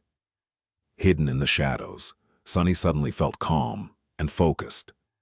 He felt as though he was finally in his natural element. As the looming silhouette of the scavenger approached, he slowed down and circled around his target. The monster did not move, oblivious to the lurking threat that was drawing closer with each second. Sonny held his breath and prepared to attack. He only had one chance. Do it right. With that thought, he silently lunged forward. 1 step, 2. Sonny jumped and easily landed on the monster's carapace. The azure blade was already in his hand. Its steel, dark. A moment later, it plunged into the weak point on the scavenger's back, piercing the chitin and destroying its brain. The quiet crack of the breaking carapace was quickly washed away by the rain. It was done. Sonny felt a sense of triumph appear in his heart and quickly suppressed it. This wasn't the right time to celebrate. 7 targets were still waiting for him in the darkness. He retrieved his sword and jumped down from the scavenger's corpse. Then, Sonny frowned. Why was the spell silent? It didn't announce his kill, nor the absorption of the shadow fragments. Feeling his skin crawl, Sonny turned around and looked at the scavenger. At first, he was afraid that the beast was still alive. But that wasn't the case. It was as dead as could be. However, on closer inspection, Sonny noticed something that he had missed before. And when he did, his face paled. Bapur Rutter 50. Death Trap, the scavenger was dead. However, it wasn't Sonny's blade that killed it. While circling the target, he was focused on staying unnoticed and not alerting the enemy to his presence before reaching the optimal position for an attack. After that, he only saw the monster's back. That's why he didn't notice the terrible wound that ran from the top of the creature's torso to its segmented legs, obscured by the rain. The unbreakable carapace was cut open like a tin can. The scavenger's flesh and mangled organs could be easily seen through the large gap, oozing azure blood. It streamed down, only to be washed away by the storm. Sonny gulped. He might have felt awkward about performing a perfect ambush on a long-dead monster, if not for the fear of whatever had killed it in the first place. Looking around, he hesitated and summoned the azure blade back, then wrapped himself in the shadow. The small island was silent, except for the howling of the wind. The rain was still falling down, forming a constant veil that hid away all details and distant objects. A rare flash of lightning sometimes flooded this bleak world with stark whiteness. Then a thunderclap would come, making the skies tremble. With cold fright settling deep into his bones, Sunny cautiously moved to the next scavenger. He could tell from some distance that it was also dead, but had to come closer and make sure. Indeed, he was right. The creature was almost severed in half by the unknown assailant. Its wet innards were lying on the ground in a messy pile. The darkness had long ago stopped being comforting, becoming terrifying and oppressive instead. Sunny shivered. By the time he checked on all 8 monsters and confirmed that they were all dead, he was nauseous and scared out of his wits. When Sunny had first realized that the black shapes were, in fact, scavengers, he thought that the situation was as bad as it could get. Now he wasn't sure anymore. In fact, he was pretty convinced that things went from bad to worse. Standing near the last scavenger, Sunny observed his surroundings and thought about returning to Neff and Cassie. Maybe the terrifying killer had already left the island. They could just hide and hope for the best. He wouldn't be alone, at least. However, not knowing what kind of danger was hiding in the darkness would drive him insane long before the morning came. Plus, with his fated attribute, hoping for the best was a fool's errand. That's why, although his body was covered in cold sweat, Sunny gritted his teeth and slowly walked toward the ridge that was obscuring the rest of the island from him. Coming close, he started climbing, trying to be as quiet as possible. The ridge wasn't very high, so he was able to scale it without much effort. Sticking close to the rocks, he raised his head and looked down. Then he immediately wanted to let go and fall to the ground. Right beneath him, just a few meters away, a dark silhouette was outlined against the rocks. It was much larger than the scavengers, with jagged spikes growing out of its thick carapace. Its chitin was black and crimson, like an ancient armor splattered with fresh blood. Instead of pincers, 2 terrifying bone scythes were protruding from the joints of its arms. Each one was long and sharp enough to split a scavenger in 2. Sunny froze, afraid to move. He even stopped breathing. So that's the killer. It was one of those monsters that they had seen retrieving the transcendent soul shards from the giant shark's carcass, or another of their kind. He remembered how the 2 creatures had cut through the horde of scavengers, killing or throwing aside any beast that got in their way. Slaughtering just 7 of them would not pose a problem for something that deadly. Not to mention getting rid of 3 sleepers. Careful not to make a sound, Sunny slowly lowered himself down. His whole body was trembling. Moving his arms and legs with utmost precision, he began climbing down from the ridge, praying not to be heard, sensed, or noticed in some other way. Luckily, the monster remained oblivious to his presence. Reaching the ground, Sunny took a few steps back, still facing the ridge. He had to force himself to turn around. Feeling as though his back was being pierced by invisible needles, the young man stealthily moved in the direction where he had left his companions. A couple of minutes later, he returned to Nephi's and Cassie. The girls were tense and nervous, waiting for his return in the darkness. Before coming out of the shadows, Sunny let them know that he was approaching. "It's me." Nephis moved, lowering her sword a little. Her face was a little grim. "What is the situation?" she said, careful to keep her voice low. Sunny slowly exhaled, finally feeling a bit safer. For the first time, he was genuinely happy not to be alone in this cursed place. "There are 8 scavengers around us, but they're all dead. The killer is one of those big monsters we saw. The thing with the crimson pattern on its carapace and scythes instead of pincers. It's hiding from the storm beneath a stone ridge not far from here." A bolt of lightning flashed, illuminating everything around. In its aftermath, it looked as though 2 white sparks ignited in Changing Star's eyes. Soon the reflection was gone, leaving them gray and inscrutable again. She tilted her head and whispered, as though talking to herself, "An awakened monster." Sunny licked his lips. "Yeah, so what should we do?" Nephis thought for a while, leaning on her sword. Then she looked at him and said, "Kill it." Sunny stared at her, lost for words. Finally, he collected himself and said the first thing that came to his mind. "Are you nuts?" The idea of fighting that thing was pretty ridiculous, if not completely insane. Realizing that his words might have sounded a bit rude, he cleared his throat and added, "I mean, have you thought this through? How are we supposed to kill that monstrosity?" Nephis slowly inhaled. "It's not a question of thinking things through. We simply have no choice." She glanced at Cassie, who was listening to them with a pale face, and explained, "We can't leave the cliffs before morning, and neither can the monster. However, once the sun rises, it will easily see us and attack. Then our only advantage, the element of surprise, will be gone. If we have to fight it anyway, it's better to be the ones initiating the fight." Changing Star looked around and added, "It's not completely dark yet, although barely I can still see. Once the night comes, this won't be the case, so we will have to attack it first and do it soon." Sunny shook his head. "This still doesn't explain how we are going to kill it. That thing just dispatched 8 scavengers like it was nothing. We are not its opponents. We don't even know its weaknesses." Nephis frowned. After a short pause, she said, "It's just an awakened monster." Sunny couldn't help but stare at her in disbelief. "What do you mean, just an awakened monster? Have you forgotten that all 3 of us are only sleepers? Dormant humans are not supposed to be able to deal with awakened beasts, let alone monsters. The fact that we can reliably kill scavengers is already abnormal." She looked back at him, undisturbed, and simply answered, "But we are abnormal." Sunny stood there with his mouth open, not knowing what to say. Nephis sighed. "You and I both are not exactly ordinary sleepers, aren't we? Don't try and deny it. Someone ordinary simply would not have survived in this place." He frowned, not happy about her line of thought. Meanwhile, Changing Star continued, "You, me, plus the awakened beast you have as an echo, plus the advantage of a surprise attack.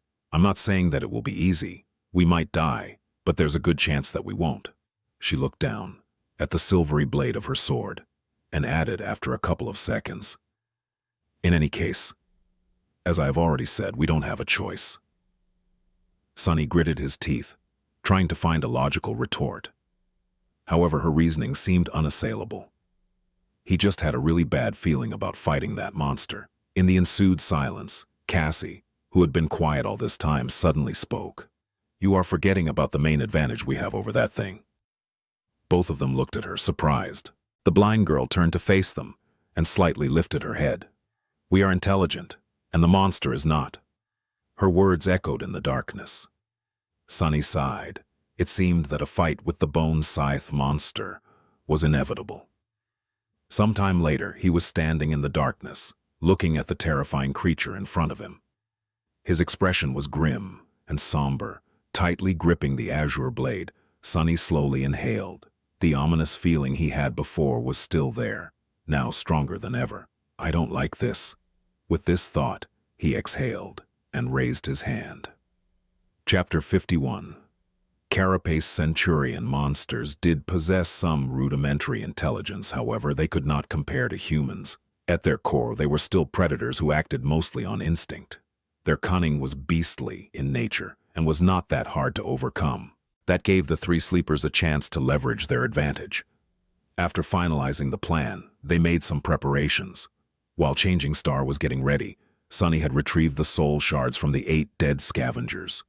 After delivering them to the silver-haired girl, he watched as she brought them to her chest and crushed them in her fist, one after another, absorbing the essence of each shard into her soul core.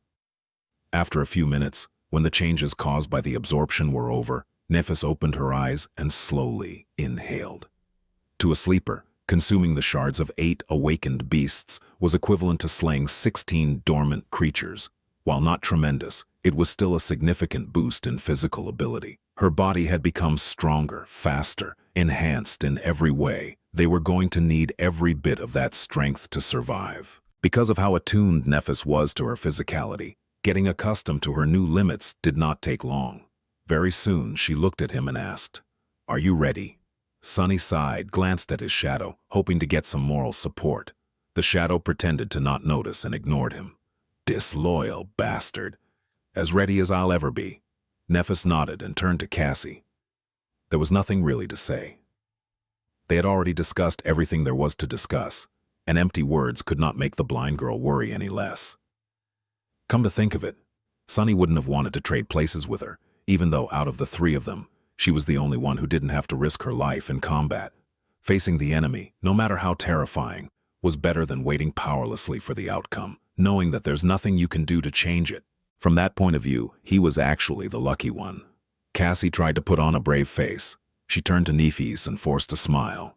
Go and kill that thing. Maybe you'll finally get something decent to wear and stop making me feel so guilty. A corner of Changing Star's lip curled up. Okay. After that, she turned to Sunny and returned to her usual serious self. Let's go. A few minutes later, he was standing on top of the rocky ridge, looking down at the deadly monster. The shadow was wrapped around his body, enhancing Sunny's physical abilities.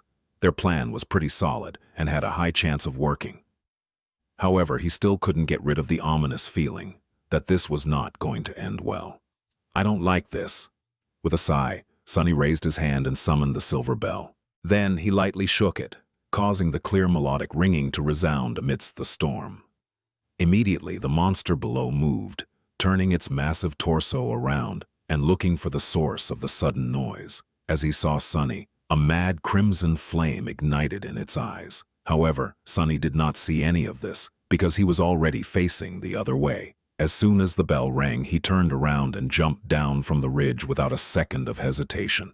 The ridge wasn't very tall, but there was still a considerable distance to the ground. Sunny hit the rocks hard and rolled, trying to disperse the force of the impact. As soon as he got back to his feet, he ran, trying to get as far away as possible. A moment later, the ridge exploded behind his back. The monster simply crashed into it with its hulking body, breaking through the layers of rocks as though they were paper. Simultaneously, there was a flash of lightning and a thunderclap, drowning the loud rumble of the falling debris.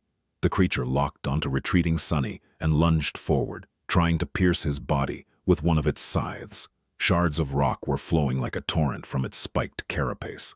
Luckily, Sunny was already far enough. Without slowing down, he lowered his body, ran for several more meters, and then turned around. The picture of the monster, who was more than 3 meters tall, rushing at him like a speeding train, was enough to make any person falter. However, Sunny stood his ground, raising the azure blade above his head. After all, he was the bait. Half a dozen meters away from him, the monster finally reached their trap. Almost unnoticeable in the darkness and the pouring rain, the golden rope was strung between 2 massive boulders at the height of the creature's leg joints. Earlier, Sunny had lowered his body to run beneath it. Overwhelmed by bloodlust, the monster did not notice the tautly drawn rope and ran into it at full speed. If it was a normal rope, it would, without a doubt, immediately snap. However, the golden rope was a memory, and being incredibly sturdy was one of its attributes. The rocks it was tied to, unfortunately, were quite mundane. They shattered almost immediately, but the damage was already done. With its front legs suddenly jerked backward, the scythe slayer lost its balance and crashed into the ground face first, sliding forward on wet stone and leaving behind a shallow trench. Sunny jumped away. The monster was unperturbed.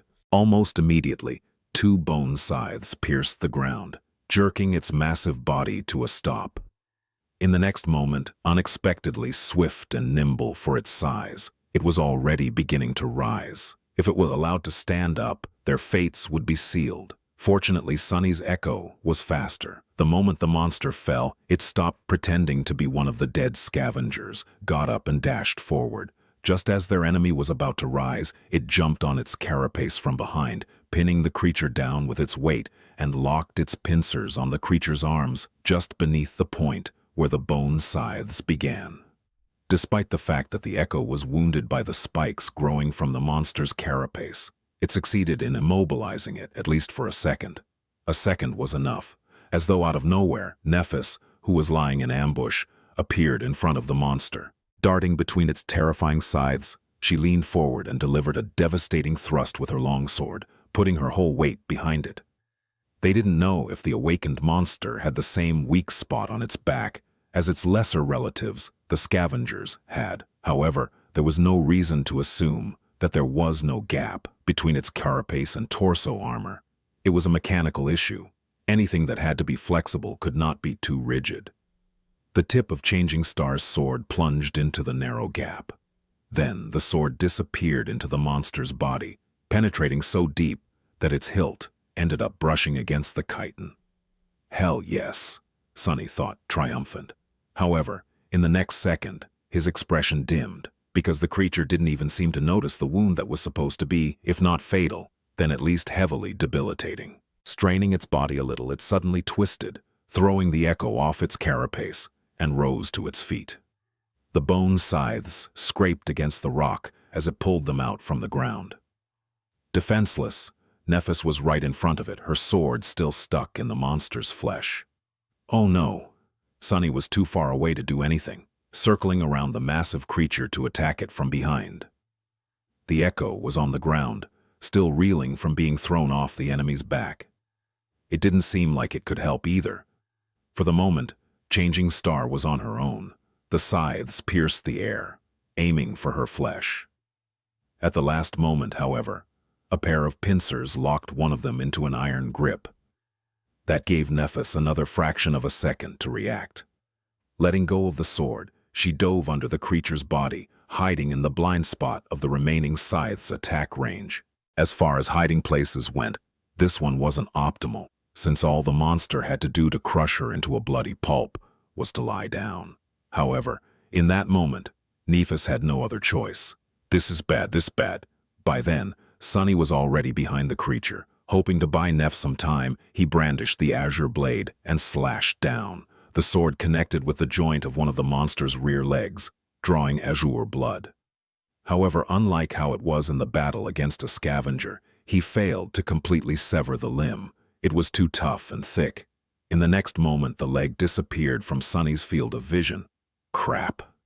As that thought appeared in his mind, Sunny raised his head and looked at the monster. Somehow, it had already turned around and was now facing him, two crimson flames burning with bloodlust in its eyes. Before Sunny could properly react, the sharp tip of a bone scythe hit him in the chest with the force of a siege ram. The only thing he managed to do was to transfer the shadow from his body to the puppeteer's shroud. Because of this lightning-fast decision, the armor held. He wasn't pierced through the heart and impaled on the scythe. However, it was a small consolation.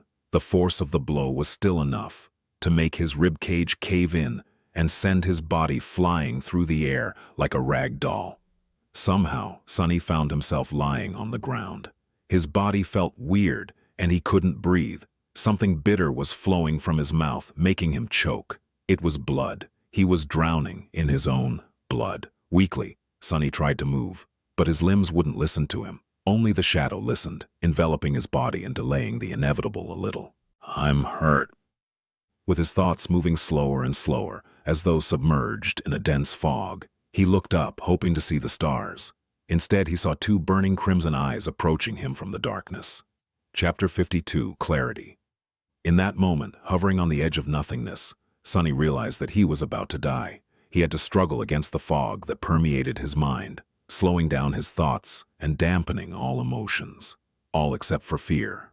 Despite the fact that his body was broken and his mind was paralyzed, some stubborn part of Sunny was still refusing to give up. He wasn't ready to die, at least not without giving his all to survive. He was revolted at the thought of giving the world the satisfaction of the win. That would be so infuriating. Hadn't he told Hero that he was going to survive no matter what, to spite them all? That's right. He might be a shameless liar, but a promise was still a promise. But how was he even supposed to survive? No matter how he looked at it, the situation seemed to be hopeless. As the Scythe Slayer approached, its eyes shining menacingly with bloodthirsty crimson light, Sunny tried to pierce through the fog that enveloped his mind. However, his attempts were aimless and weak. It was hard to find purchase in the fog. He needed an anchor. Suddenly, a simple thought caught his attention. It was something that he had repeated 1,000 times, burning it into his mind. Repetition, experience, clarity, clarity. He remembered what Nephis had taught him. The essence of combat was murder. Any action performed during a battle served only one of two purposes. It was either to kill your enemy or prevent the enemy from killing you. If he could learn that, he he would have enough clarity to master the mind. Back then, he didn't really understand the profound meaning behind the simple word clarity that Nephis had used, but now, with his mind in shambles, he was finally able to grasp it. The two truths behind the essence and purpose of combat were simple and solid, almost tangible. Even in his half-conscious state, he was able to use them as a stable foundation in the fog. Then he reformed his mind around this foundation, building it along the stark lines of that truth. Suddenly, he was able to think again. What's more, his thoughts were clear and incredibly fast, free of all unnecessary distractions. This was clarity. Sunny looked up at the advancing monster, calmly weighing his options. His body was pretty much useless. He couldn't move his limbs at all. The shadow still followed his commands, but it was busy doing an important job, keeping him from dying immediately. Even with its help, he wouldn't be able to last long. But this was a useless thought. He couldn't do anything about it, so there was no sense in wasting time considering it further. With his body immobilized, memories couldn't be used. That left only the echo. The carapace scavenger was going to have to be his only tool to either kill the enemy or prevent the enemy from killing him. The monster was quickly approaching Sunny. Its mandibles moved, viscous saliva flowing down from them in a torrent of transparent mucus. In a flash of lightning, he was able to see and instantly register every spike, every scratch, every abrasion on the creature's carapace. The handle of Changing Star's sword was still protruding from its body, washed in azure blood. What an ugly bastard. Sunny was being hypocritical. Truth be told, with its black carapace painted with crimson patterns and a mighty body, specially designed for mayhem and slaughter, the Scythe Slayer looked striking and incredibly menacing. It was almost majestic, in a terrifying, murderous kind of way. Unable to move, he had to look helplessly as the monster closed the distance between them and loomed over Sunny's broken, bleeding body. Its scythes rose into the air, ready to strike down. Looking right into the monster's burning eyes, Sunny thought, "Go to hell, you overgrown bug." The scythes shot toward his body. In the last moment, something massive and furious rammed into the monster from the side, throwing it away. It was Sunny's carapace scavenger, not bothering with its own safety anymore. The echo entwined itself with the enemy in a chaotic mess of limbs as they rolled on the ground. Despite the fact that it was smaller and weaker, its crazy assault and complete disregard for its own life were enough to give the bigger monster some pause. The echo lashed out with its pincers, ramming them against the creature's carapace in a crazy whirlwind of blows. For a moment, the howling of the wind was drowned out by the clamor of chitin striking against chitin. The Slayer's carapace mostly held, but a couple of cracks did appear on its black surface. However, it was still superior to the scavenger in every way. Even with one of its scythes pinned awkwardly under its body, the monster was more than able to repel the sudden attack. With an angry screech, it sliced with the other scythe, cutting one of the scavenger's pincer arms clean off. Then, it strained its legs and threw the smaller creature away. In the process, the rear leg that was already wounded by Sunny broke off, but the monster didn't pay it any attention. Burning with madness and fury, it untangled its limbs and slowly stood up. Another deafening screech resounded in the howling darkness of the storm, hurting Sunny's ears. Now what? He thought, momentarily lost for ideas. But then, something very unexpected happened. As the Slayer moved to finish off the echo, it had to slightly raise and lean its torso back to account for the loss of a rear leg and keep its balance. At that moment, a bolt of lightning landed right in the middle of the small island. With how tall the monster was, the lightning was immediately attracted to the handle of the sword that was still sticking from its body, aimed at the sky at a slight angle. At that moment, Changing Star's longsword suddenly became a lightning rod. Instantly, hundreds of millions of volts of electricity coursed through the Slayer's body. In a blinding flash of light, it was thrown to the ground. Wisps of smoke rose from the cracks in its carapace. In a strange turn of events, arcs of residual electricity danced on the monster's chitin, slowly accumulating on the crimson patterns on it. Under that influence, the crimson pattern changed its color, becoming white and incandescent. Sunny stared at all this in bewilderment. It's glowing? For a second he hoped that the monster was dead. But no, a single strike of lightning was not enough to kill a creature like that. Just a few moments after being electrocuted, the slayer moved, slightly shaking its body. Although it was in a rather bad shape, it was still alive and full of murderous intent. Looking somewhat dazed, the monster gathered its limbs and tried to stand up. Slowly but surely, it was coming back to its senses. The bone scythes scraped against the rocks, helping it rise. However, before it did, Nephis was suddenly right in front of it. Grabbing the hilt of the longsword, she grimaced as the heat burned her hands. Then, she twisted the blade, making the slayer's body twitch, and pulled it out, breaking apart a large portion of its lower torso armor. The monster tried to slash at her with a scythe, but Changing Star was quicker. Dashing to the side, she simultaneously lashed out with her sword. The glowing white-hot blade caught the creature's arm right below the joint and cleaved through it, sending the terrifying bone scythe flying through the air in a rain of azure blood. The slayer screeched and swatted her away with one of its legs.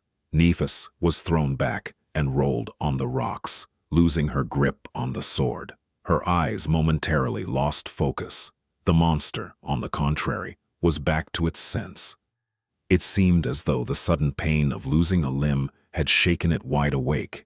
Raising to its full height, it opened its ugly mouth and let out a deafening, enraged shriek.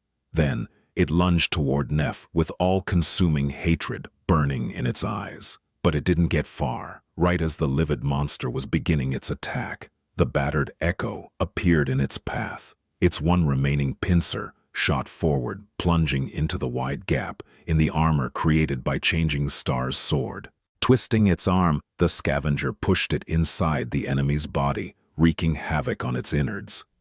In the end, it even lifted the whole monster in the air a little, its pincer going in almost up to the shoulder. The slayer lashed out with its scythe, piercing the echo's chest through. Then it twitched a couple of times and fell still. The scavenger screeched angrily and jerked its pincer, tearing the bigger monster's torso clean off its carapace. Proudly giving the eviscerated enemy one last look, it then staggered and collapsed to the ground. Sunny tiredly dismissed the echo, hoping that it can survive. He wasn't feeling too well. In fact, he was pretty much done for. You have slain an awakened monster, Carapace Centurion. The spell's voice fell uselessly on his deaf ears. It sounded distorted and distant.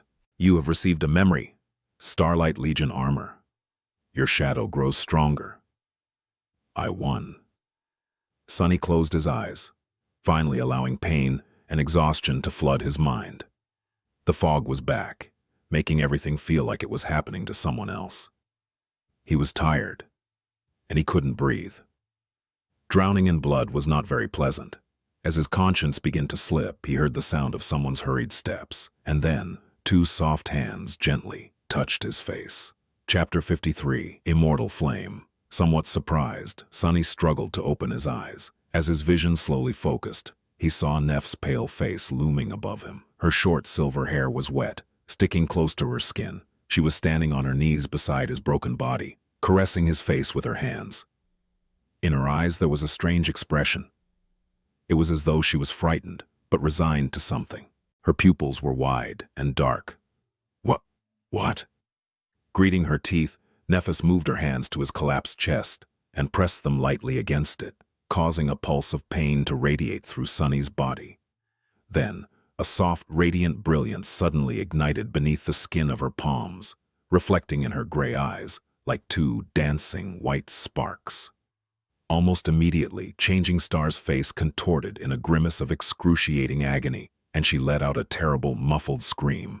Her skin became white as a sheet of paper, and as she bit her lower lip, drops of blood soon rolled to her chin. As the radiance grew in intensity, Nephis shut her eyes tightly, tears streaming down her tortured, bloodless face. Sunny, on the contrary, felt like he was in heaven. All pain disappeared from his body, replaced by gentle, all-encompassing warmth. He felt as though he was being cleansed by something pure and sacred, by a white, pristine, purifying flame. Under the influence of the flame, his dying body began to repair itself. His shattered bones were reassembled from the shards. His torn flesh regenerated and became whole again.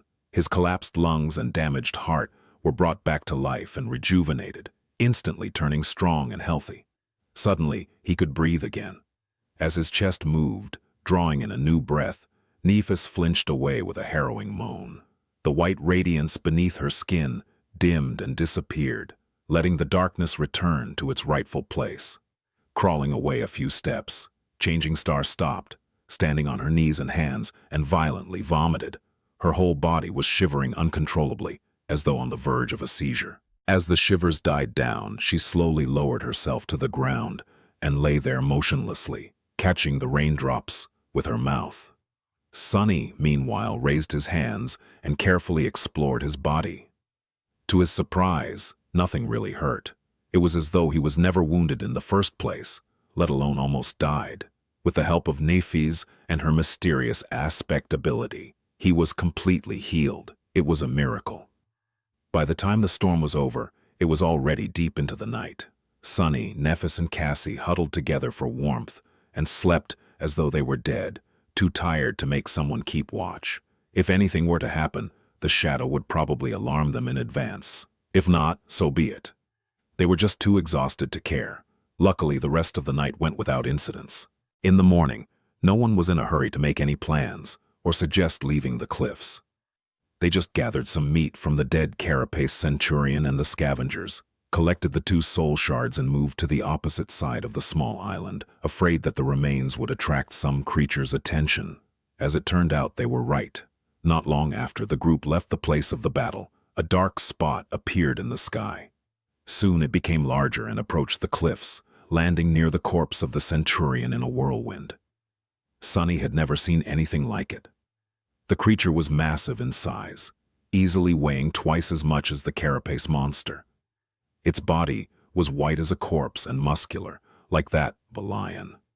It had 2 mighty paws in the back and 6 in the front, protruding messily out of its wide chest. Each ended with long, sharp talons. The neck of the flying monstrosity was covered in long black feathers, as well as its enormous wings. Its head resembled that of a raven, with large round eyes and a terrifying black beak. While they hid behind rocks, the creature feasted on the dead centurion, easily breaking its carapace apart with its talons and beak. Then, satisfied, it grabbed a few scavenger carcasses with its paws and rose back into the air, creating a small hurricane with each flap of its black wings. The creature left the cliffs and flew back the way it came. It was moving west.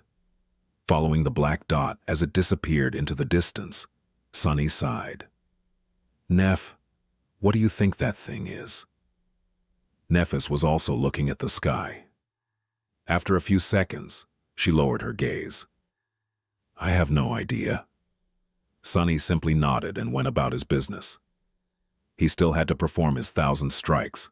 After making a fire, they roasted the centurion's meat and had a delicious, hefty breakfast. Then, stuffed, the 3 of them lied down and lazily rested. After fighting against 2 scavengers at once, running away and barely surviving the sudden flood, climbing tall cliffs in the middle of a storm, and battling an awakened monster, all done in a single day. They deserved some time off. Plus, Sunny needed to sort himself out. Truth be told, he was feeling a bit strange. The reason for this was not his traumatic near-death experience, although it had a lot to do with it. The thing was that, after the unexpected epiphany he had while trying to fight against the deathly mind fog, Sunny felt as though he had been changed, because the clarity he gained never went away. It was still here, at the center of his being. He felt as though his very way of thinking and perceiving the world was now completely different. It was stark, streamlined, and dauntless. Sunny felt that he had become calmer. He was now able to think much faster and act without hesitation. Many things that previously seemed obscure and frightening suddenly became predictable and thus surmountable. It was as though he had discovered an underlying order to the world that wasn't there before. That inner understanding gave him an advantage that was hard to explain with words. In a sense, this change was even more profound than the transformation of his body at the end of the first nightmare. He felt that he had made a big leap in his combat ability and overall power, even though it wasn't tied to the number of consumed shadow fragments or unlocked aspect abilities. Looking at the sky, Sunny wondered if this was how Nephis always felt. Probably. Mastery of the body, mastery of the mind, right? He was still far away from being a master, but it felt as though he was on the right track. Sometime later, Sunny approached the western edge of the cliffs. Nephis was sitting there, her feet dangling over the edge. She was looking west, lost in her thoughts. He sat down beside the silver-haired girl and followed her gaze, trying to guess what she was thinking about. Just like always, he failed. Changing star was hard to understand. Sunny shifted, feeling incredibly embarrassed. Finally, he gathered his courage and said, "You saved my life twice yesterday." Nephis glanced at him and turned away again. "I did." He hesitated, trying to find the correct words. In the end, he couldn't come up with anything and simply said, "Thank you." This time she looked at him a bit longer. Her face was calm and indifferent. "There's no need to thank me. Without you and your shadow, we would have drowned before reaching the cliffs, or been torn apart by a large group of scavengers after stumbling on them in the labyrinth." After that uncharacteristically long sentence, she fell silent and added after a while, "We're allies." Sunny nodded, knowing that she was right. Still, Nephis went above and beyond to keep him alive. Even if he had also done his part, not everyone would have gone to such lengths to return the favor. However, he didn't say anything about it, mostly because he could already imagine her answer. Staring right at him, she would stay quiet for some time and then say something like, "I just wanted to," or "It is what it is," in a flat tone. And then there would be an awkward silence. With a subtle smile, Sunny looked away. A minute or two later, he said, "It's you flaw, isn't it? The pain you feel every time you use your ability." Nephis was silent for a while before answering. Then she simply said, "Yes." Sunny looked at her. Changing Star's profile was calm and distant. The wind was playing with her short silver hair. "What does it feel like?" She was staring into the distance. "Like burning alive." He sighed, trying to imagine what kind of suffering someone being burned alive would have to endure. As always, the spell was vile and cruel. "I'm sorry," he said quietly after some time. Nephis shrugged, not turning her head. "It's just pain." Sunny looked away, trying to hide his expression. Just pain. These might have been the saddest words he had ever heard. Chapter 54. Spoils of War. For a long while, they just sat quietly together. Nephis was looking at the horizon, thinking about something only she knew about. Sunny's mind was strangely empty. From time to time, he would cast a glance inside his soul sea, observing the recuperating echo. The scavenger managed to survive its fight against the carapace centurion. Even if it was just barely. Now, enveloped in a cocoon of light, it was flowing in the calming darkness of Sunny's soul and slowly regenerating. If an echo managed to retreat into the sea of soul alive, it would eventually recover from any wounds. The holes on the scavenger's carapace were already beginning to close. Its lost pincer arm, however, was not growing back anytime soon. Sunny sighed and summoned the runes. He decided to go over the spoils of the harrowing battle. Shadow fragments, 28, 1000. Since it was his echo that delivered the final blow, the kill was considered to be his. Thus, he received 4 shadow fragments, 2 for each of the centurion's awakened cores. The shards of the cores themselves went to Nephis as per their agreement. She decided to consume one herself and give the other one to Cassie. The reward was sizable but seemed disproportionate to the amount of trouble they had gone through to get rid of the terrifying monster. Ultimately, dormant humans like them were really not supposed to battle awakened nightmare creatures. No way, really? He thought to himself, full of sarcasm. It was just their bad luck that there was not a single dormant rank creature in this whole damned region of the dream realm. Sunny remembered his lofty plans of hunting weak monsters while safely protected from all their attacks by his Tier 5 awakened armor, and couldn't help but smile bitterly. Who knew that the puppeteer's shroud would turn out to be merely a minimum requirement for survival, as opposed to a huge, odds-defying advantage. Still, that armor had already saved his life twice, so it was doing its job. Speaking of armor, he lowered his gaze. Memory. Starlight Legion armor. Memory rank. Awakened, memory type. Armor Mimbub memory description. Born in the all-consuming darkness, 7 valiant heroes made an oath to return light to the cursed land. Time has erased their names and their faces, but the memory of the defiant oath still remains. Teacher Julius would have been ecstatic to be reading this stuff. The old man used to be an avid explorer and student of the Dream Realm's history before becoming a professor in the Awakened Academy and settling down in one of the most prosperous human citadels.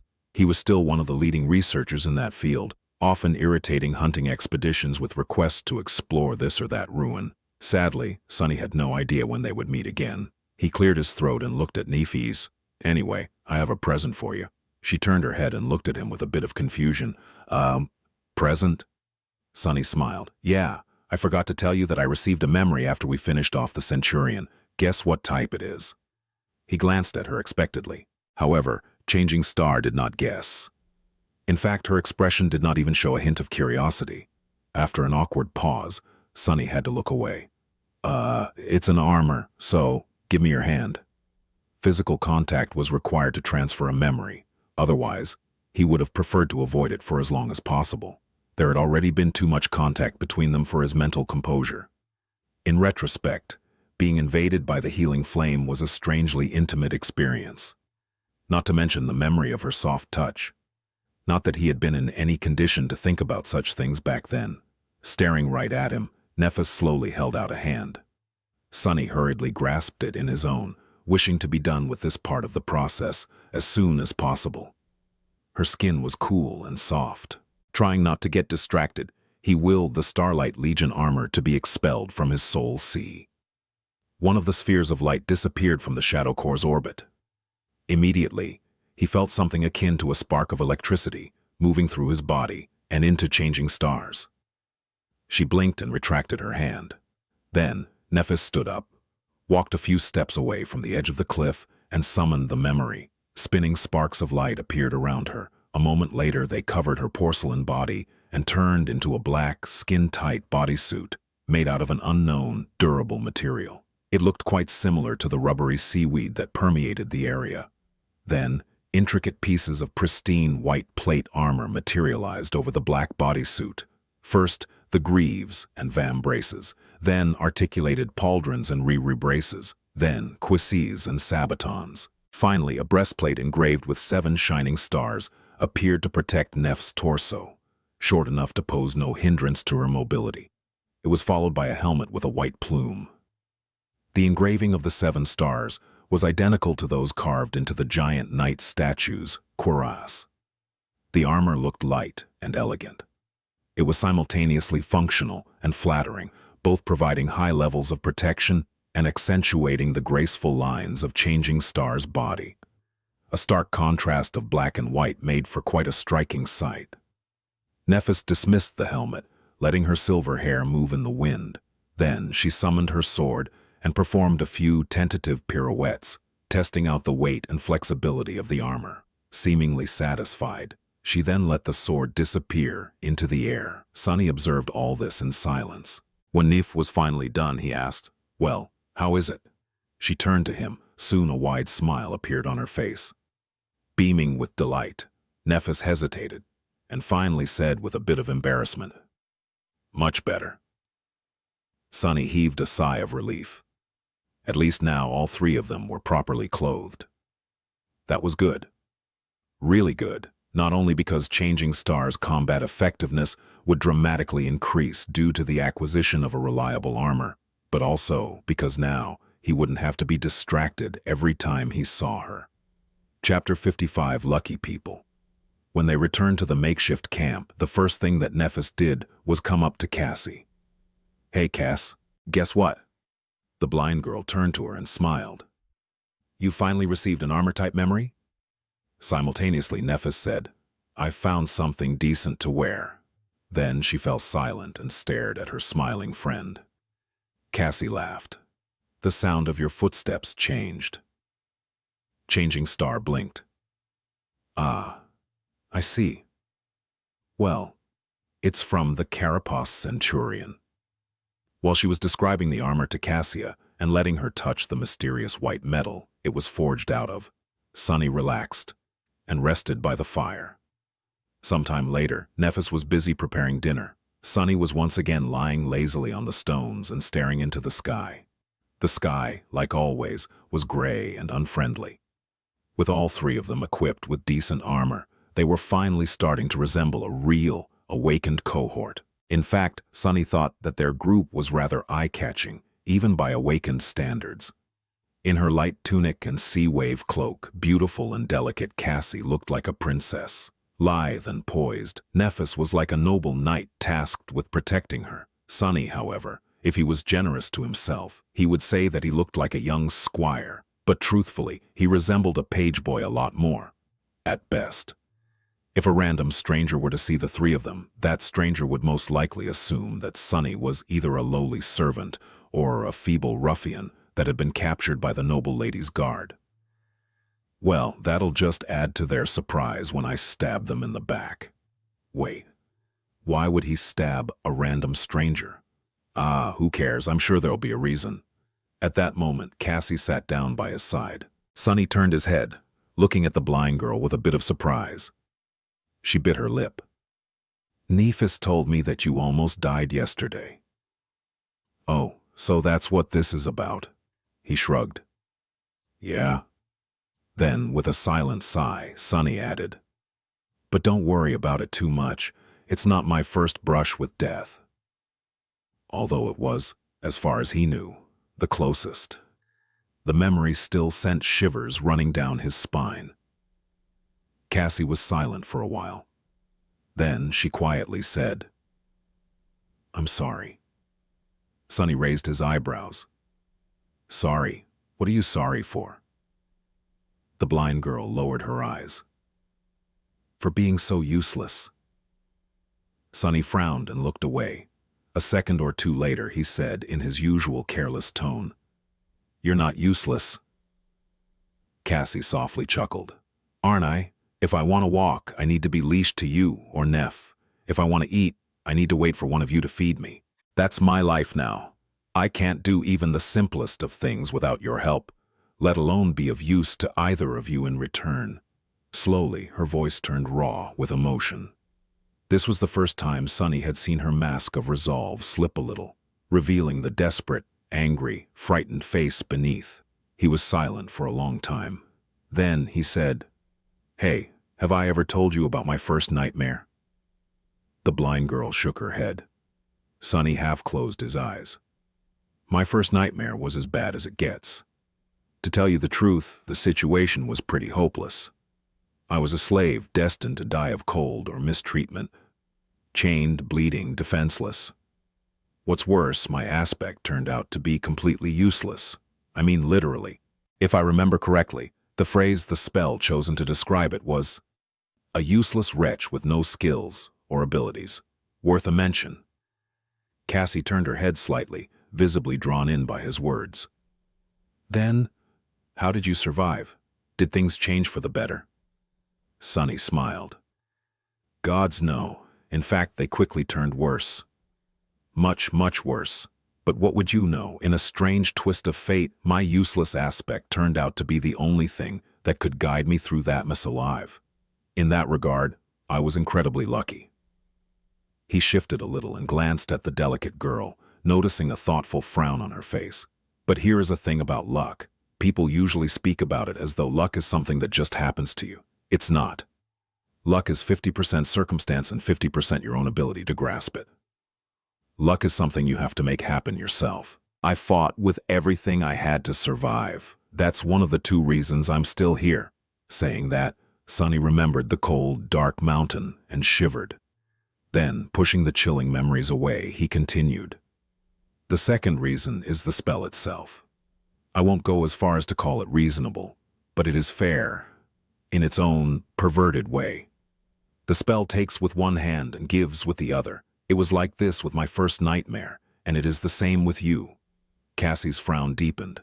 Sunny chose his next words very carefully.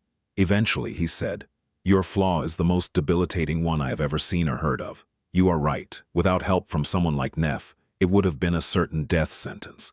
And people like her, well, I'm not even sure that someone else like that exists, but..." The blind girl gritted her teeth. "But what?" Sunny looked at her with a serious expression. "But that also means that the other side of the flaw, your power, is equally as extraordinary. You just haven't found the way to grasp it yet. When you do, believe me, you'll remember this conversation and feel very embarrassed about how naive and foolish you were." Cassie's expression changed to one of doubt and confusion. "Do you really think so?" she whispered. There was a hint of desperate desire in her voice. However, the question itself almost made him laugh, for an obvious reason. "Trust me, I'm the most honest person in the world. 2 worlds, in fact." Sunny would actually love nothing more than to be less honest. But sadly, he was physically incapable of doing so. Of course, she didn't have to know that. Cassie was silent for a long time, lost in thought. It looked as though she was in the throes of some inner struggle. Sunny almost assumed that their conversation was over, but then she suddenly said in a low, raspy voice, "I had more visions than I told you guys about." Chapter 56. The heaviest thing in the world. He blinked, staring at the blind girl with surprise and a bit of apprehension. Her sudden statement really threw him off. Why would she keep something like this secret? And why tell him now? Confused, he asked carefully, "More visions? Why haven't you told us?" A fleeting, tired smile appeared on Cassie's face. She lowered her head and remained silent for a while. Then, closing her eyes, she said, "You probably don't know. How could you know? But knowledge can be really heavy. It can be as heavy as the heaviest thing in the world." Then, a sad smile appeared on her face. "I'm afraid that by telling you, I will actually cause the things I saw to come true." Sunny tensed up, alarmed by the implication behind her words. If she was afraid of the visions coming true, then their content must have been pretty bad. And if it was really bad, if something terrible was destined to befall them, Sunny had to know about it in advance. That way, he would be able to make preparations and deal with whatever happens. As long as he was prepared, many things would become much less dire. However, what if his preparations would become the very reason for that terrible thing to happen, making Cassie's vision a self-fulfilling prophecy? This was the danger of knowing the future. "Damn it, my head hurts. I hate this crap." Sunny struggled for a long time, trying to decide if he should pressure Cassie to reveal her visions. Either outcome was going to leave him uneasy, so he was really not sure what to do. In the end, unable to make a decision, Sunny simply remained silent. Cassie also didn't say anything. After some time had passed, she finally spoke. Can you just promise me one thing?" It seemed as though this was her attempt to find a compromise between revealing everything and doing nothing. Sunny frowned. "That depends on what it is." The blind girl hesitated before speaking. "Can you promise that you'll take care of Neff, no matter what?" He delayed answering for as long as the growing pain allowed him. When it became almost unbearable, Sunny reluctantly said, "I can't. I can barely take care of myself." He also didn't trust Nephis enough to make a promise like that. He had nothing against Changing Star and even liked her quite a bit, but they didn't really know each other. Their alliance was one of necessity, not choice. Who knew what would happen once their need for each other was no longer there? No matter what was too steep of a requirement. Of course, he could have misled Cassie by answering yes. After all, the question was whether or not he could make a promise, not whether or not he would follow through with it. But at that moment, Sunny was strangely reluctant to deceive the blind girl. Maybe that whole honesty thing was slowly growing on him. Cassie sighed and turned away. Suddenly it felt like something imperceptible about her changed. "I see. Yeah, that's fair." With that, she summoned her staff and walked away, leaving Sunny in a somber and uneasy mood. Just like he had expected. No matter how much he tried to relax after that, his thoughts kept wandering. Eventually, Sonny found himself trying to find connections between various pieces of information about the starless void, or the forgotten shore, as it was called in the Azure Blade's description. If nothing else, it could distract him from thinking about the latter part of their conversation with Cassie. Also, for some reason, the need to understand their environment suddenly seemed much more vital. His sword, the Starlight Legion armor, the carapace monsters, and the giant headless statue seemed to be connected in some way, but he couldn't quite understand how. Was the statue a monument to one of the 7 founders of the Starlight Legion? The line of runes describing the armor said that their names and faces were lost to time. The statue's missing head would certainly fit that description. The scavenger's echo suggested that the carapace monsters were cursed soldiers of the fallen legion. Was that fallen legion the Starlight Legion? The fact that he had received the Starlight armor after slaying a carapace centurion was almost a certain confirmation of that theory. If so, why were they cursed? Starless Void, Starlight Legion, what did all of it mean? The 7 heroes were described as being born in the all-consuming darkness. Their oath was to return light to the cursed land. What light did they seek? Starlight. And what was the nature of the all-consuming darkness? Was it the manifestation of the curse that befell their land? And if so, was it the same curse that eventually turned soldiers of the Starlight Legion into carapace monsters? If the curse was still around, was Sonny going to wake up one day with patches of chitin growing over his skin? What a creepy thought. The 7 heroes were forgotten, but the memory of their oath, apparently, still remained. On this forgotten shore, only Stell remembers. That was the Azure Blade's description. Was there a hidden meaning behind these words? Were the memories received on the forgotten shore hiding a secret? Inwardly, Sonny groaned. So many questions, and not a single answer. And then there was the main mystery. Cassie's vision, the one she chose to reveal to them. She dreamt of a boundless darkness, locked behind 7 seals. Once the seals were broken, the darkness escaped. She also saw a crimson spire with 7 severed heads guarding 7 locks. Were these locks connected to the seals, and was the giant knight's missing head one of the 7 guarding them? Or was he completely wrong about everything, leaping to conclusions and forcing connections where none existed? Sonny sighed, knowing that his curiosity would not be quenched any time soon. He had too little information to make a proper theory. If so, there was no point in torturing himself right now. Maybe things would become clearer in the future. The word future made him frown.